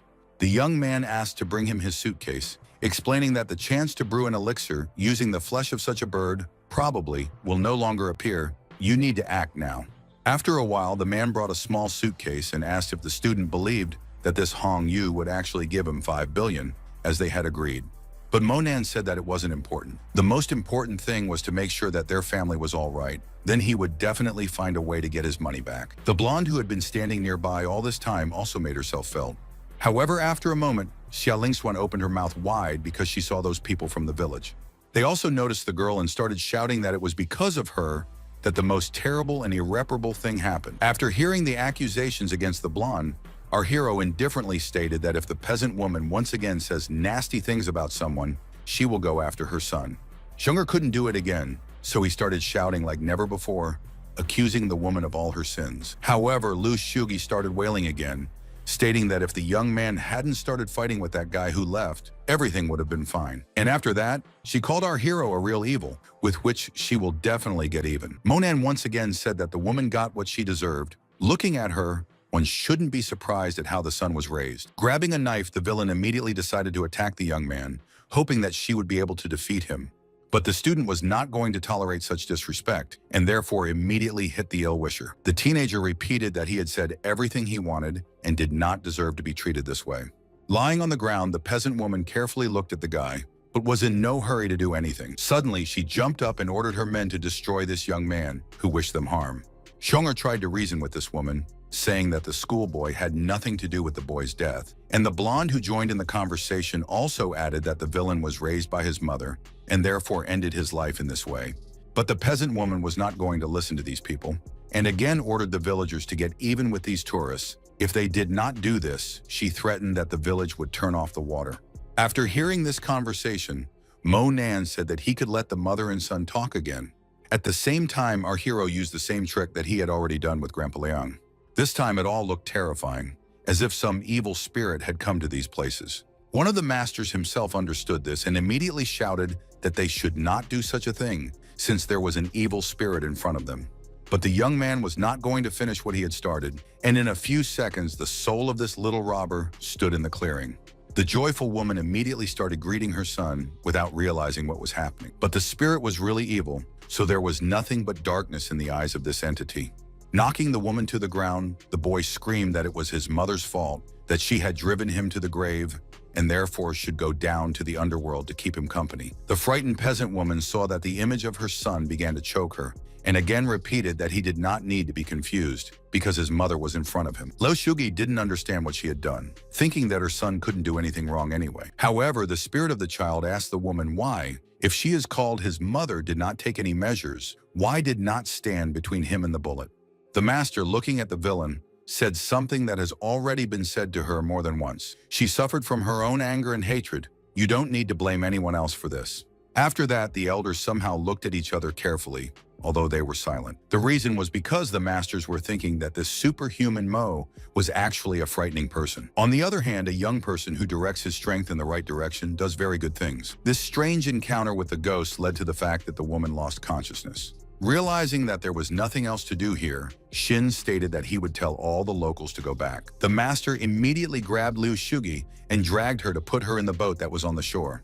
Shung'er, who had approached the other elder at this time, asked why they needed to leave so quickly. The man explained that the young man did not kill this villain because he did not want to tarnish this wonderful place with her bad spirit. At the same time, the guy plans to take the soul of this Connor, and Liu Shugi, or rather, her energy, could prevent this. The man and the girl asked in unison about the plans of their friend because they had no idea how this could be done. The master didn't explain.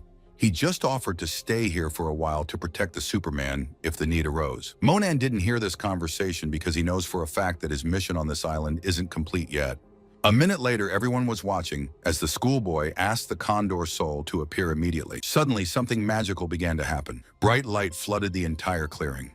Closing the soul in a vessel, the student explained that first it will stay in this place, and later he will decide what to do next. The sages immediately noted that this is a very interesting technique, which is closely intertwined with the teachings of yin and yang, and they are glad that they have witnessed something like this. He added that if they could learn from superhuman Mo for a while, they would be able to die without regret. After returning, our hero explained that when he returned home, he would combine all these components with medicinal herbs to get some effective remedy. And he thought to himself that the condor's blood was not only very rare, but also very valuable, and therefore he would use it very carefully and sparingly. But the young man did not wait for his return because his interest was too great, and therefore he was busy for the next few days. The companions who hadn't been distracting Monan all this time now wanted to know what he had done, because making pills and not testing them was an unforgivable mistake. But the schoolboy did not want to offend his friends, and therefore proudly declared that if they want, they can try his new magic tool. The audience, who had volunteered themselves, were now happy to try what they were offered. The masters immediately said that it seemed to them that this potion increased their inner strength by several times, which is why they decided to meditate to see if this was the case. Shung'er didn't understand why his nose was bleeding, so he immediately asked this question to an acquaintance. The teenager noted that there was nothing wrong with this, and then asked the man to help him collect the remains of plumage and claws so as not to leave garbage behind. As for the masters, they noted that the pill actually enhanced the strength of their 10 years of practice. And after a moment, they told Monan that from now on, they would serve the boy faithfully and follow him. Although the young man explained that he worked on his own, and therefore the sages should go their own way. Unexpectedly, Shung'er shouted happily that he had managed to contact the ship. They were leaving in 3 hours. Time passed very quickly, and therefore very soon the movers were already bringing on board the boxes that belonged to our hero. Shung'er supervised the process and requested that everything be done very carefully. When everything was loaded, the cruise ship set off on its return journey. Standing on the deck, our hero thought that he still managed to find the fragment. Now it is important to talk to the class teacher so that there is no scandal due to absence from school. However, the student was brought out of his thoughts by a friend who shouted that customs would check all the goods. There is a risk that their goods will be confiscated. This was the first time Monan had heard of this, so he asked where the information came from. Xie Lingxuan, who came up unexpectedly, explained that the search is true, but it can be avoided if you meet one person. With some suspicion in his voice, the teenager asked if it was true that the blonde had spread these rumors. The beauty said that the guy needs to talk to one person, adding that the conversation will not take much time. Holding his head, the young man sighed heavily, but decided that it was not worth refusing. Inwardly, the sly blonde thought that this time, she would not only bring 2 masters back to the company, but there was also a chance that superhuman Mo would join them. When Monan arrived at the port, he instructed Xiong'er to first take out their belongings and check that everything was in place. As for the young man himself, he followed his new acquaintance, and the elders went with them. Once in a certain room, the girl finally took off her glasses and said that all her comrades can go inside, where their secret base is located. The young man didn't immediately understand where they were, but it didn't bother him much. Although the masters immediately said that this organization plays with this kind of mystical tricks, the stranger who saw Jia Lingxuan said that she had returned, probably because her goal was to scare the whole team, because there had not been a single message from the employee for several days. In response to the lady's question about where her father was, Ian said that the commander was currently conferring with the lady on some business, so he shouldn't be distracted right now. And then, coming closer, he said that he would like to know how many days the beauty did not take a bath. Xia Lingxuan didn't understand why she deserved to be treated so disrespectfully, so she shouted that there was no smell coming from her. It was all just Ian's imagination. Suddenly, someone turned to the girl. The woman asked in a stern tone what kind of scandal the young lady had caused. Mei looked at the blonde carefully, waiting for her to give her a clear answer. However, the beauty was in no hurry to do this. Instead, she addressed the stranger as a sister, but clearly in order to appease her. But the woman continued to say in a stern tone that she didn't understand why she would run away on some kind of trip alone. Didn't Xia Lingxuan know how dangerous it was? In a low and soft voice, the girl explained that she would not do this again, but in her defense, she wants to say that this time she brought talented people with incredible abilities. And pointing to her acquaintances, she proudly announced that she wanted to introduce them to each other. First, the blonde told about two great masters, one named Xin and the other Yin. These men were personally invited by her father. After that, she moved on to the Superman Mo, who is now known throughout their city. Mei said hello out loud, but she thought to herself, how can this Superman look like a poor student? Surely the blonde girl was tricked by some charlatan again. The young man caught the smirk of this unfamiliar woman, but decided not to say anything. She, in turn, carefully looked at the elders and said that thanks to them, their organization will become even stronger. But she didn't understand why Mai would be so dismissive of the teenager, since he was so much stronger and more powerful. The woman at this time pointed the masters to the study and asked that the guests go there. The elders couldn't afford to enter the room earlier than Mr. Mo, so they invited him, even though the manager had told the sages to enter first. The men did not resist because they were only guests, and so immediately hurried into the office. The blonde immediately turned to her friend and asked for forgiveness for the fact that her sister ignores the guy, noting that she does not do it on purpose. However, the student was not interested in this. He wanted to know why they were brought to this organization in the first place. Xia Lingzuan said that the teenager probably knows about the four most mystical special forces units in China's military circles. These units guard China. They not only have great power, but also surpass any army in strength. So this is the place where they recruit talented candidates for special forces units. After listening to all the explanations, Monan decided that this girl was a real authority in this place and said out loud that she brought him here so that the guy could meet her father, Commander Sia.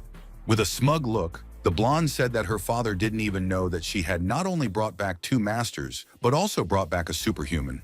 Our hero said that in this case, he wants to meet this man as soon as possible because immediately after the meeting he will go home, where he has a lot of things to do.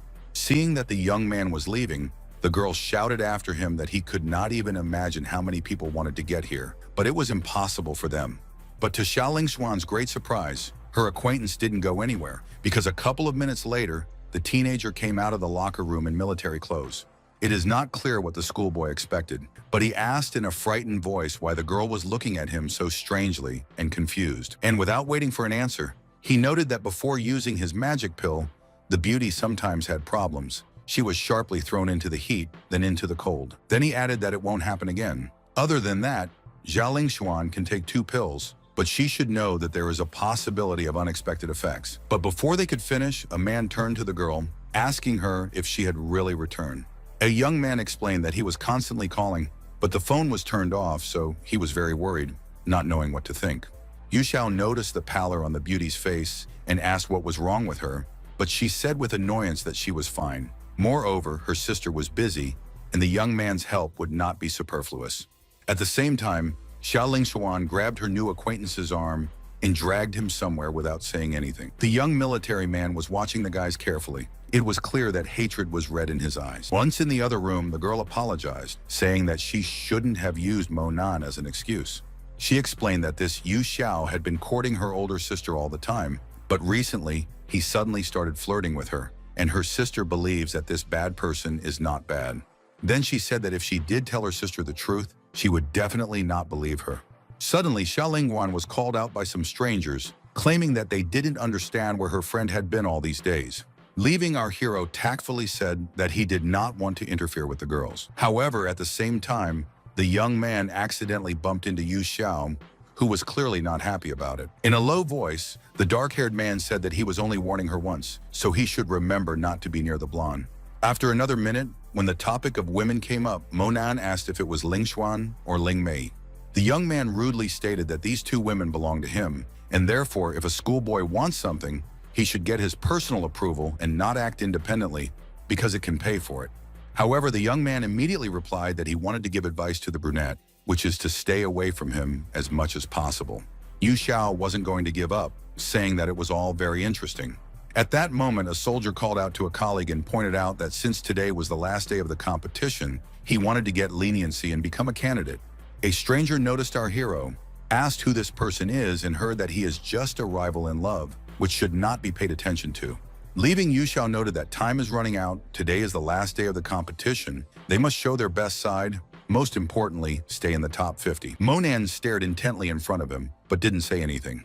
After a while, the soldiers gathered at the battleground to watch the competition. The student was also in no hurry, and therefore sat down on the podium with the others, so that he could at least roughly understand what was going to happen here. Suddenly, the host asked everyone to keep quiet. Since the commander has arrived, he also has something to say. The man got up on stage. His whole appearance said that this is a real leader, this is a man of his own business. The leader of the guys did not greet them, but went straight to the point, explaining that today they would have the last opportunity to select candidates. Everyone knows the rules, even though the first 50 best people have already been chosen, but the rest still have to fight no matter what. He immediately added that today they had the honor to invite instructor Dong Rong, who was about to appear on the stage. And while the man was approaching the stage, the audience immediately began to exclaim in surprise. The guys did not believe that this was the same instructor from the Baihu division. Young people said that this person personally came to choose the fighters of the unit. It is impossible to even dream of such a thing. The coach immediately said that he did not need to pay attention to him. He was just passing by, therefore the competition can begin. But the guys didn't seem to hear these words, continuing to say that the power of the Baihu division is much higher than the Xuanwu division. If they can get the favor of this person, then it will be possible to soar up the career ladder. Once again, the captain spoke up, saying that he knew what the fighters were looking for, but this time Dong Rong really came to see the show. Xiaoling Mei, who has now come to the forefront, announced that the competition is starting. If anyone wants to show off, they can do it right now. Suddenly, the blonde turned to her sister, who didn't understand what had happened. The girl said that she had brought 3 people with her, and they did not yet have the rights to write a challenge to someone, and therefore it was necessary to test them first, although the older sister was against this idea. With tears in her eyes, Xiaoling Xuan said that she didn't understand what was going on with the young woman. After all, she wasn't like this before. Moreover, her father also doesn't mind the idea. After hearing her sister's approval, the beauty immediately turned to the masters and also called Monan. The father, who already knew who his daughter had managed to bring in, wondered how she had managed it, since even he couldn't persuade Xin and Yin to join their team. The elders were ready for any development of events, and therefore they were waiting for when they could go on stage to show themselves. One of the guys asked the guests to hit the test machine, saying that as soon as the value reaches 1,000, they will fit the stated criteria. Seeing what was happening, Mr. Zhao remarked that it was a waste of time. He knows what these masters are capable of. They can be enrolled immediately. The men were shocked by the fact that they didn't need to pass the tests. They were enrolled in the group automatically. Folding her arms across her chest, the girl said with admiration that Papa could not persuade these sages, but she did it with ease. Dong Rong, who had overheard the conversation, explained that he had also heard about the two's reputation. They were eccentric, but they were very suitable for teaching and training newbies, especially considering their rich experience. Smiling, the sages said that whether they went anywhere or not, it all depended directly on Superman Mo, and if he was hired, they would work side by side with him. The commander didn't believe that Mo Nan, who was being talked about so much lately, was also here.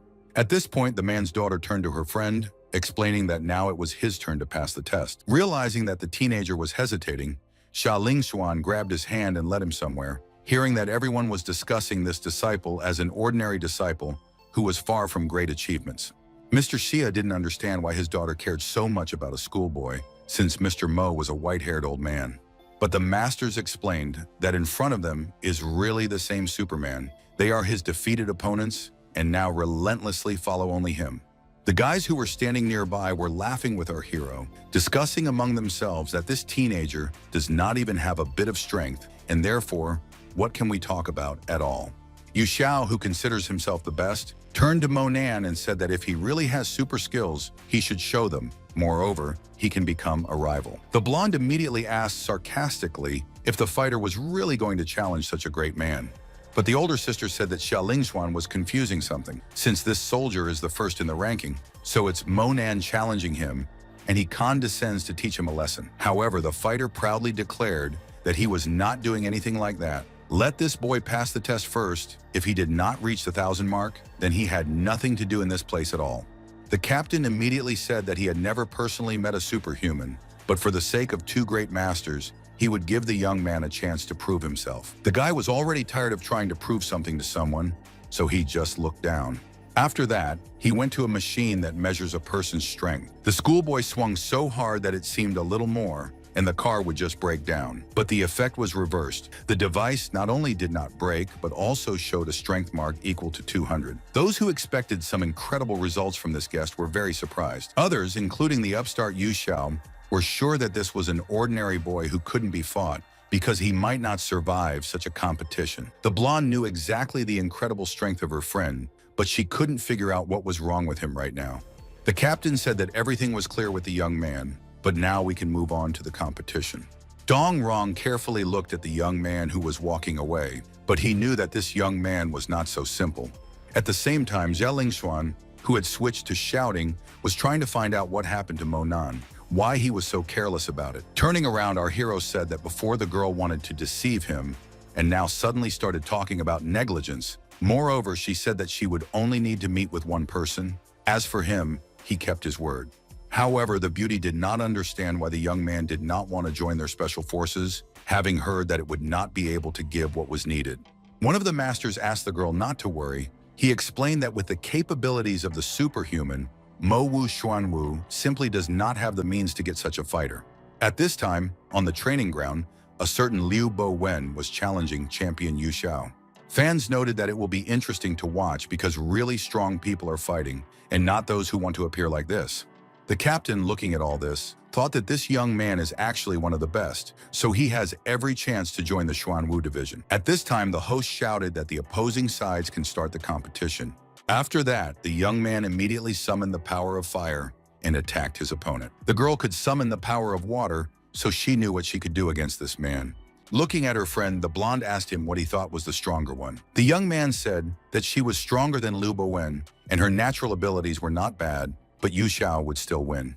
The girl did not understand why this was so, but the teenager said that the fighter had little experience, and besides, practical techniques were not suitable for her. Looking at Xia Lingxuan, the schoolboy could tell that she was looking at everything that was going on with some embarrassment. As for the fight, it continued, but it seemed that both opponents were holding up very well.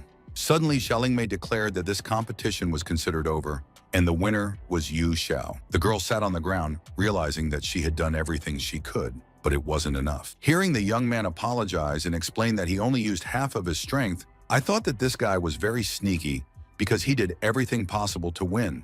The viewers who supported Yu Xiao said that they believed that he was capable, and he was certainly their leader. The captain said that they had already selected 50 people. They would compete with each other.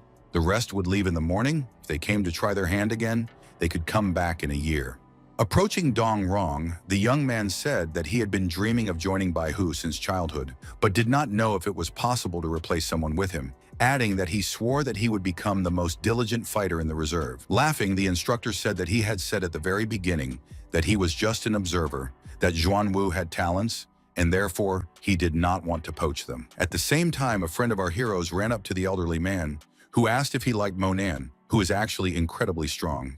The girl's father immediately shouted that he didn't want to hear any more about this boy who wasn't capable of anything. And as he left, he added that today his daughter had disappointed him very much, and she should think about her behavior so that this would not happen again. At the same time, behind the girl's back, the fighters began to say that Mr. Zia has two daughters. The older one is very smart, but the younger one is not only naive, but also stupid. The blonde immediately turned to see who was spreading such rumors. With a heavy sigh, Monan thought that these matters were none of his business, so he would return home in the morning. As for Jia Lingxuan, she went to a place where she could be alone. The girl was offended that everything turned out this way, because in her plans, everything was completely different. At the same time, the beauty heard someone say in a sharp tone that she probably hadn't realized everything yet. It was Mr. Jia who was saying that his daughter would be 23 years old this year, and she still hadn't matured yet. It seemed like she needed to find someone to raise her. That was why the commander decided that the girl should be taken care of by someone, and it should be Yu Xiao that they can get married in. Hearing about this, the beauty immediately became indignant because she did not understand why her father suddenly started talking about such a thing. An exasperated Xiaoling Xuan said that this is not a good person. First he ran after her sister, now he decided to take on her, then nothing will happen. However, the man didn't care what his daughter said, even though she was already an adult. Leaving, the commander noted that this young man will certainly become a full member of the squad with unlimited rights. If the girl marries him, then for the rest of her life, she will not have to worry about anything. The blonde girl was not going to give up and shouted that as soon as Yu Xiao entered Xuanwu, his father would immediately be promoted, and therefore he was thinking only of himself. Mr. Jia explained that if it wasn't this fighter, then his daughter would bring some unknown beggar into the house. With tears in her eyes, the beauty remarked that Mo Nan was 100 times better than Yu Xiao, and she would be better off with him than with an impudent soldier. After these words, the man began to say that his youngest daughter does not understand people at all, not to mention the eldest, who has a lot of advantages. Tilting her head, the blonde noticed that since childhood, she had always been compared to Xialing Mei, believing that she was better at everything. No matter how hard she personally tried, no one would notice.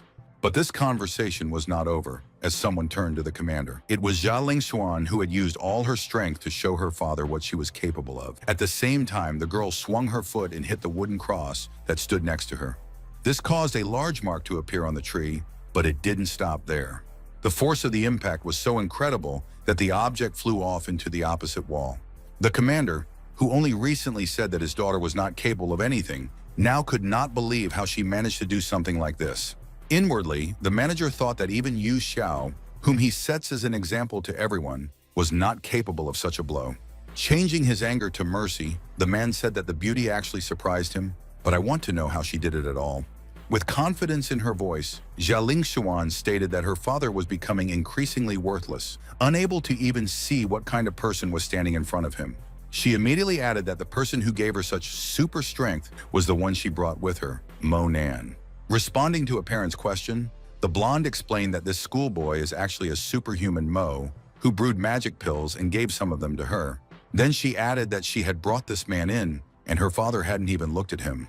At the same time, Mr. Jia had an idea about pills, so he asked his daughter where this guy was, even though the beauty replied that it was too late for her to ask about it.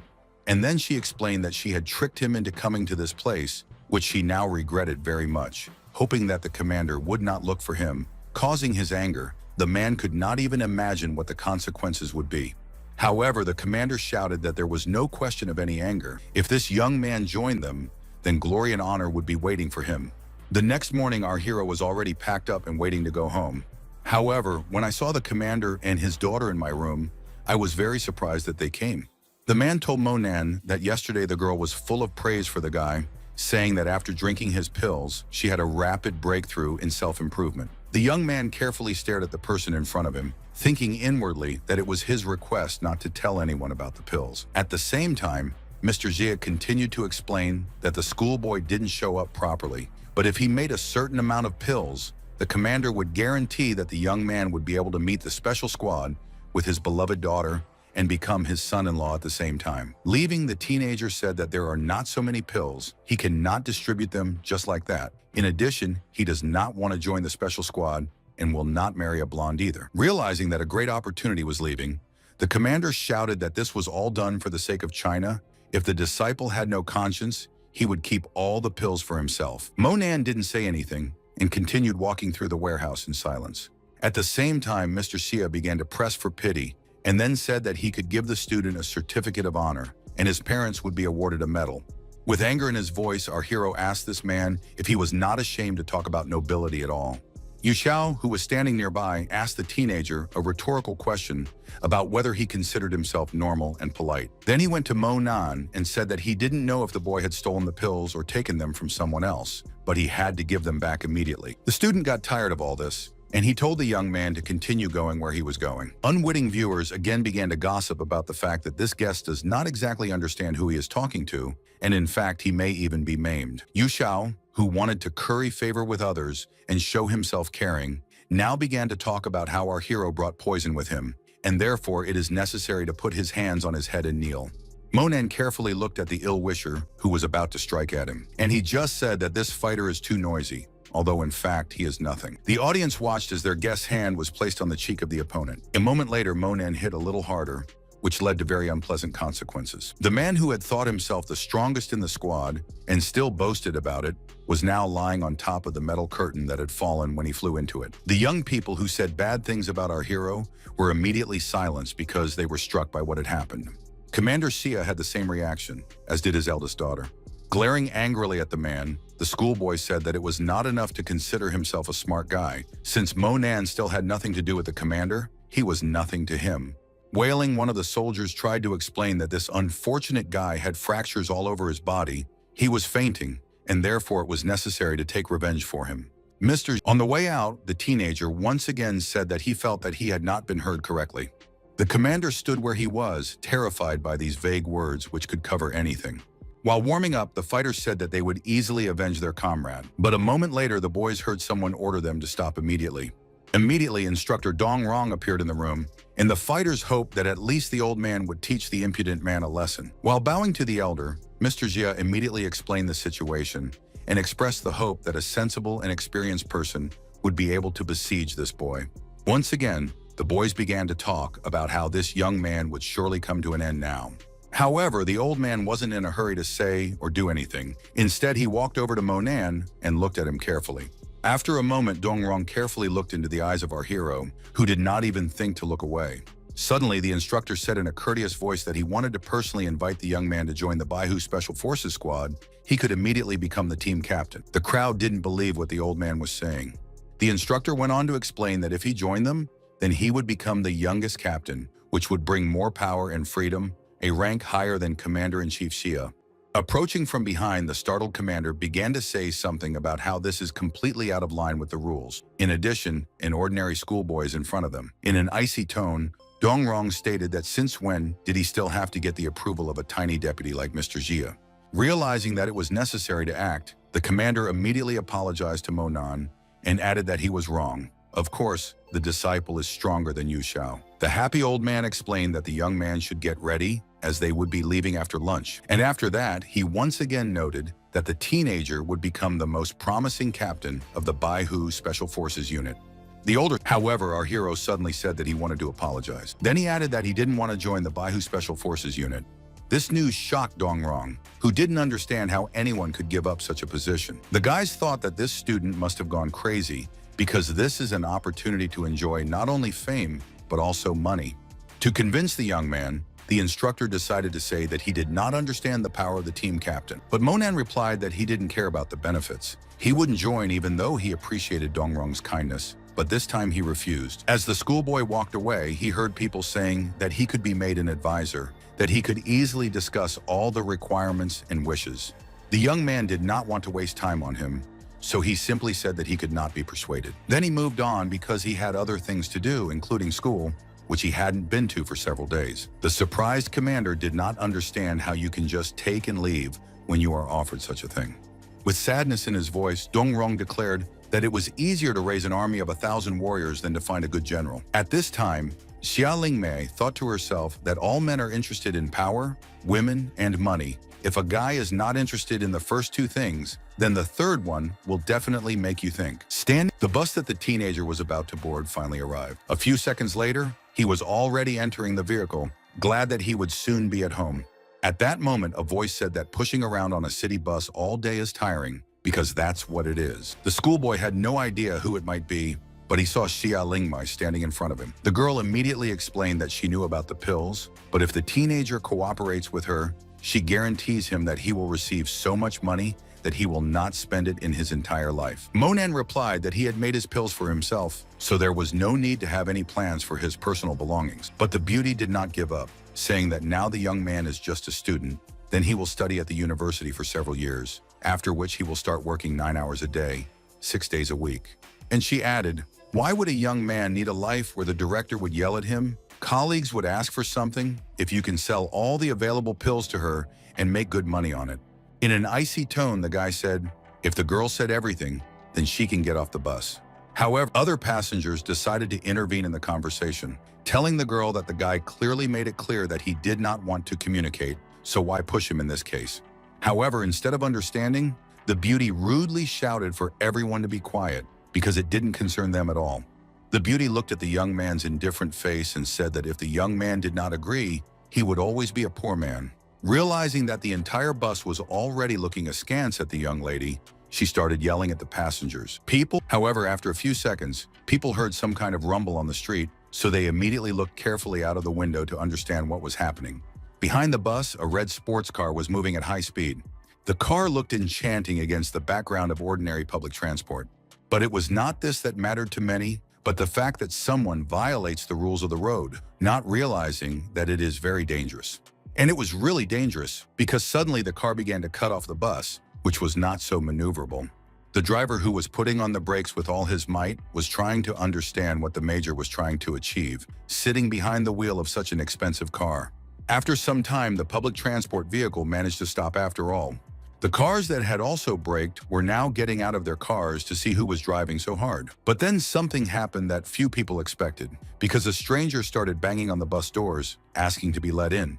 The driver did as he was asked, although he didn't understand what was going on, but the man explained that they were looking for one person. Xia Lingmai was sure that they were coming for her, and she said out loud that if Mo Nan wanted to buy one of these cars, he should sell her his wonderful medicinal pills. Suddenly, the stranger, seeing someone on the bus, immediately began to smile all over his mouth. Standing in front of the girl, the young man started bowing, which caused Xia Lingmai to smirk. Suddenly, the man said that he was glad to see Mr. Mo, for whom he had come here. The surprised beauty shouted with annoyance in her voice that it was simply impossible that such a person would come to see an ordinary schoolboy. The stranger asked if it was true that the teenager was going to the city, and added that he had talked on the phone with Zhong and found out that the guy was stuck here and therefore came to pick him up and take him home.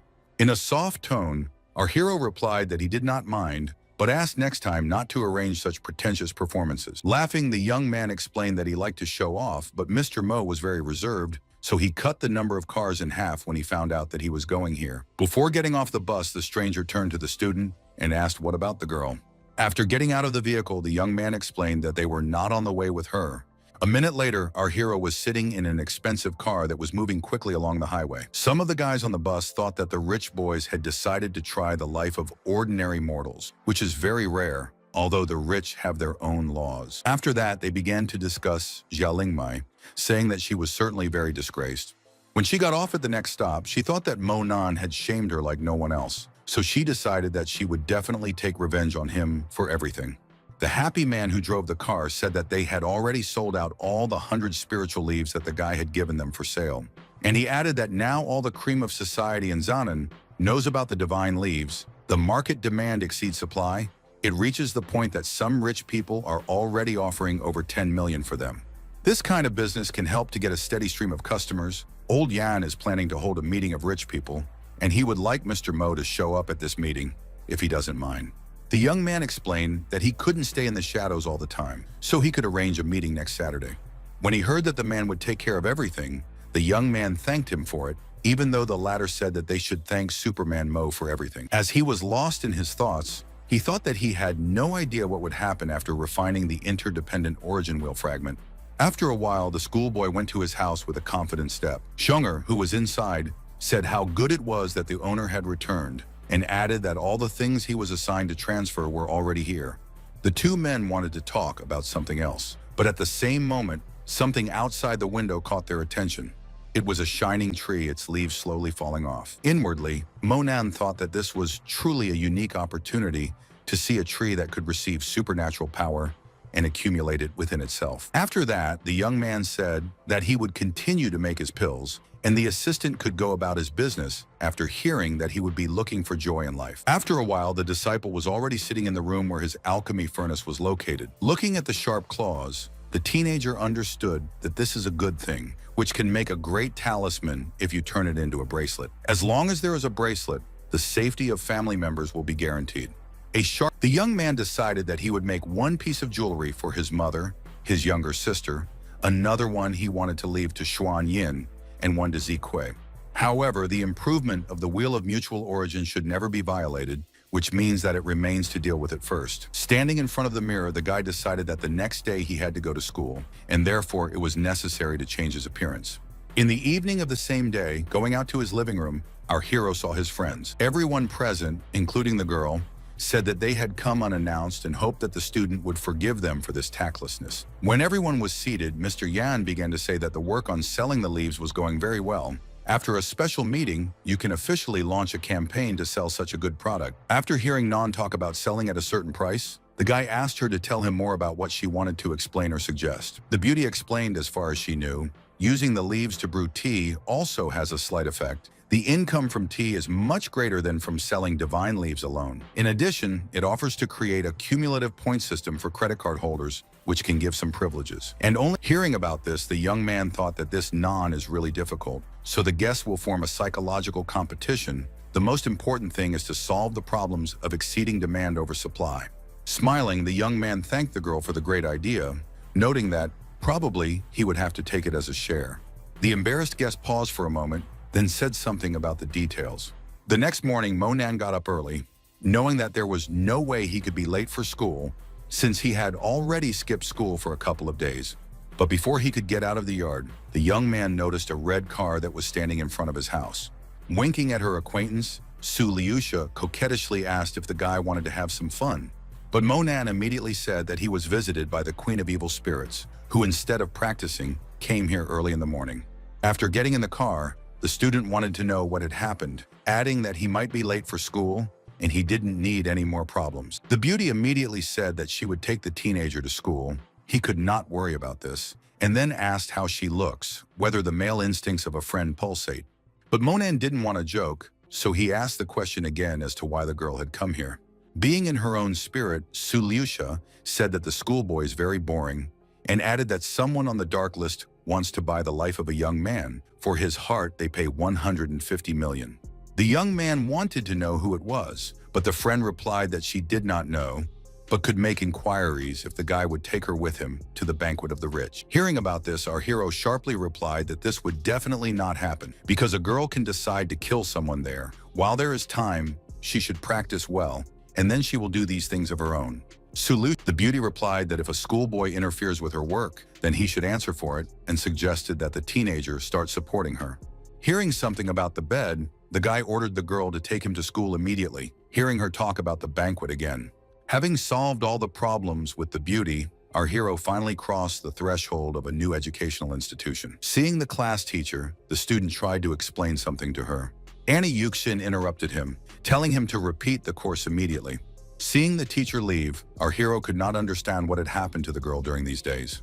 The beauty did not want to talk to anyone, so she went up to the roof where she could be alone. The teacher was looking down at the street and thinking about something else. The woman cried, saying that about 200,000 rubles were not enough for treatment and surgery. Hearing that her mother had borrowed money from everyone she could, but still didn't have enough, Annie thought for a while. Even though the teacher had promised to help, she had no idea where she could get the money since she didn't have any rich acquaintances. At this time, Lin Yutong once again reproached him, saying that the young man was very slow, and her mother was waiting for him for lunch. The teenager said that he did not want to eat, but the girl began to hint that if Monan skipped school again, he would have serious problems. Inwardly, she thought, it's very strange that her mother's so worried about this young man.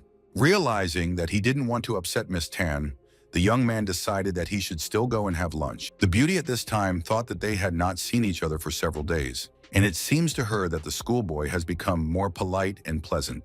Most likely, this teenager has some rich patron who buys him absolutely everything that helps Monan look just perfect. After a while, the guys were already at the house where the guy lived for some time. In a stern tone, Lin Yutong explained that Yang Xiao and Jijie were already here, so it would be best if the guest entered the house in silence. A friend, seeing the door open, shouted that they were just discussing it, and therefore it was so good that she came. Then, folding her hands, she added that she didn't understand why the student had brought this ill-mannered teenager again, and that if he stayed for lunch, Jijo would immediately leave. However, this time, Lin Yutong decided to defend her acquaintance, explaining that he was invited by her mother, so it would be as the hostess said. The girl, realizing that she was put in her place, decided to take out her anger on the young man, and therefore began to say that life in the villa was probably boring for him, therefore he began to take care of the schoolgirl again. The guys also joined in, laughing at Mo Nan and claiming that he was working for a rich woman from that cottage. Embarrassed, Lin Yutong didn't want to be talked about in her house, so she felt embarrassed and blushed. It seemed that now the girl looked at our hero completely differently, thinking that he did not look like the one they were keeping. Realizing that there was something to talk about, Gigi changed the subject, saying that Yan Qingse had released a new song that sounded as good as all the previous ones. Lin Yutong happily noted that it was a song called Light Cold. Laughing, the friend replied that this is actually the same composition, but it's hard for her to understand how you can be so talented to come up with such a thing. A friend of our hero caught fire with the idea that she would like to ask Yan Qingxi to help her write something similar. One of the students picked up this idea, noting that if you understand the principle of writing, they will be able to come up with something of their own, just as beautiful and original. Lin Yutong rejoiced, hoping that her boyfriend would actually help her in her endeavor. After that, the girl remembered that our hero was still in the room and asked him if he had heard the song. The guy said that he hadn't heard it, but he would listen to it when the wind stopped blowing.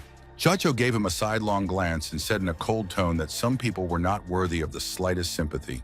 And only a friend of the guy was surprised how he could know that the title of the next song is Calm. At the same time, two men were walking down the stairs talking very animatedly. One of them was Lin Yutong's father, whose name was Lin Jinming. As for the second man, Zhang Juntian was one of the 4 Jiangdu masters. Turning to him, the disciple said that he had been talking to Uncle Lin for a very long time. However, with a smile, but at the same time sharply, the master said that this was absolutely no concern of the boy. In the same second, Lin Yutong's friends also greeted her father and their family's good friend. The man said that it was enough to say hello, it's time to sit down, and especially since dinner should be served soon. It seemed that our hero wanted to say something to the owner of the house, but he looked at the teenager with a cold look. After that, Lin Jinming told his daughter to call her mother and ask when she would be back, explaining that they had an important guest today, and the woman was out shopping for a long time. Looking at the man immediately began to justify himself to a friend, saying that Tanya is such a person, despite the small salary, she has a lot of work at school every day. He told her to find a better job, but she refuses. Seeing his friend's awkwardness, Ken Junian said that there was no need to make excuses, and immediately added that he had brought some goodies with him this time, but he would only show them when the woman returned. And then he added that before dinner you need to talk about something good and kind, so as not to spoil your appetite. At the same moment, the students heard footsteps and the creaking of the front door, so they told everyone that Aunt Tan had come. Monan immediately jumped up from the chair to help the woman, but the woman replied that it was not difficult at all, especially since she did not have to go to the store. She ordered all the food from the restaurant. Answering her daughter's question, the vice principal explained that she was late at work because teacher Yuxin had asked for a short vacation, and it was necessary to think carefully about everything because exams are coming up soon. When our hero heard that the homeroom teacher wanted to take a vacation, he thought that she had been restless all day. Perhaps something had happened to her. After a while, a variety of delicious dishes were placed on the table. The young man immediately recalled what Kang Junian had said about wanting to show off something interesting. The man immediately said that everyone probably knew about the superhuman Mo, who became famous in their city. Spreading her hands, Jijo said that everyone knew about him. It was unforgivable not to read about such a thing. And the guest went on to say that these days, all the rich people are trying to get hold of only one thing, that spiritual water purified by Superman Mo. This spiritual water can shake a person's spirit or completely heal them. The disciples said that Yang Junyan brought this water especially for the Lin family, so that they could experience what it is. After a moment, the young man reached for a small box, which he had already begun to open. The guest said that everyone will get a sip. After the first customers drank it, they became much smarter and healed. Everyone should check it out for themselves. The woman thought that this water should cost a lot of money, but laughing, the man explained that its price is only 200,000. When in a couple of days the great Mo will meet with the richest people, he will still bring this healing water. Mr. Lin explained that he had also heard about this festival, but he wasn't rich enough to go there. It was said that only people with a fortune of 300 million yuan have the opportunity to attend this event. Gio said that she wanted to go there, and the guest replied that there would be no problem with this because this hall belongs to his best friend, and therefore everything can be arranged. But after a short pause, he added that he can only take one person to the event. As the man handed the bottle to Junpei, he asked him to share the spirit water with everyone present. The student was happy to help in this matter, and therefore immediately reached for the container. After a while, the student began to pour water to everyone, but so that it was enough for absolutely everyone. However, when it came to Lin Yutong's turn, it turned out that she barely had enough, let alone our hero. Pretending that this was an accident, the young man shrugged, saying that there was nothing else in the bottle. Kenjunian didn't want the stranger to get the water, but he decided to justify himself in front of everyone, explaining that he didn't think there would be any strangers in the house, so he only took a little of this valuable water. Teacher Tan immediately walked over to Monan and handed him her glass, asking him to take some of the elixir from her. However, the daughter sharply stated that the mother is not so healthy as to refuse such a value. Our hero thanked his aunt and said that he had already tried such water before, but now, firstly, he didn't want to, and secondly, he still had his own things to do. Many of the people gathered looked at the departing man with some anger, believing that he was far from their level.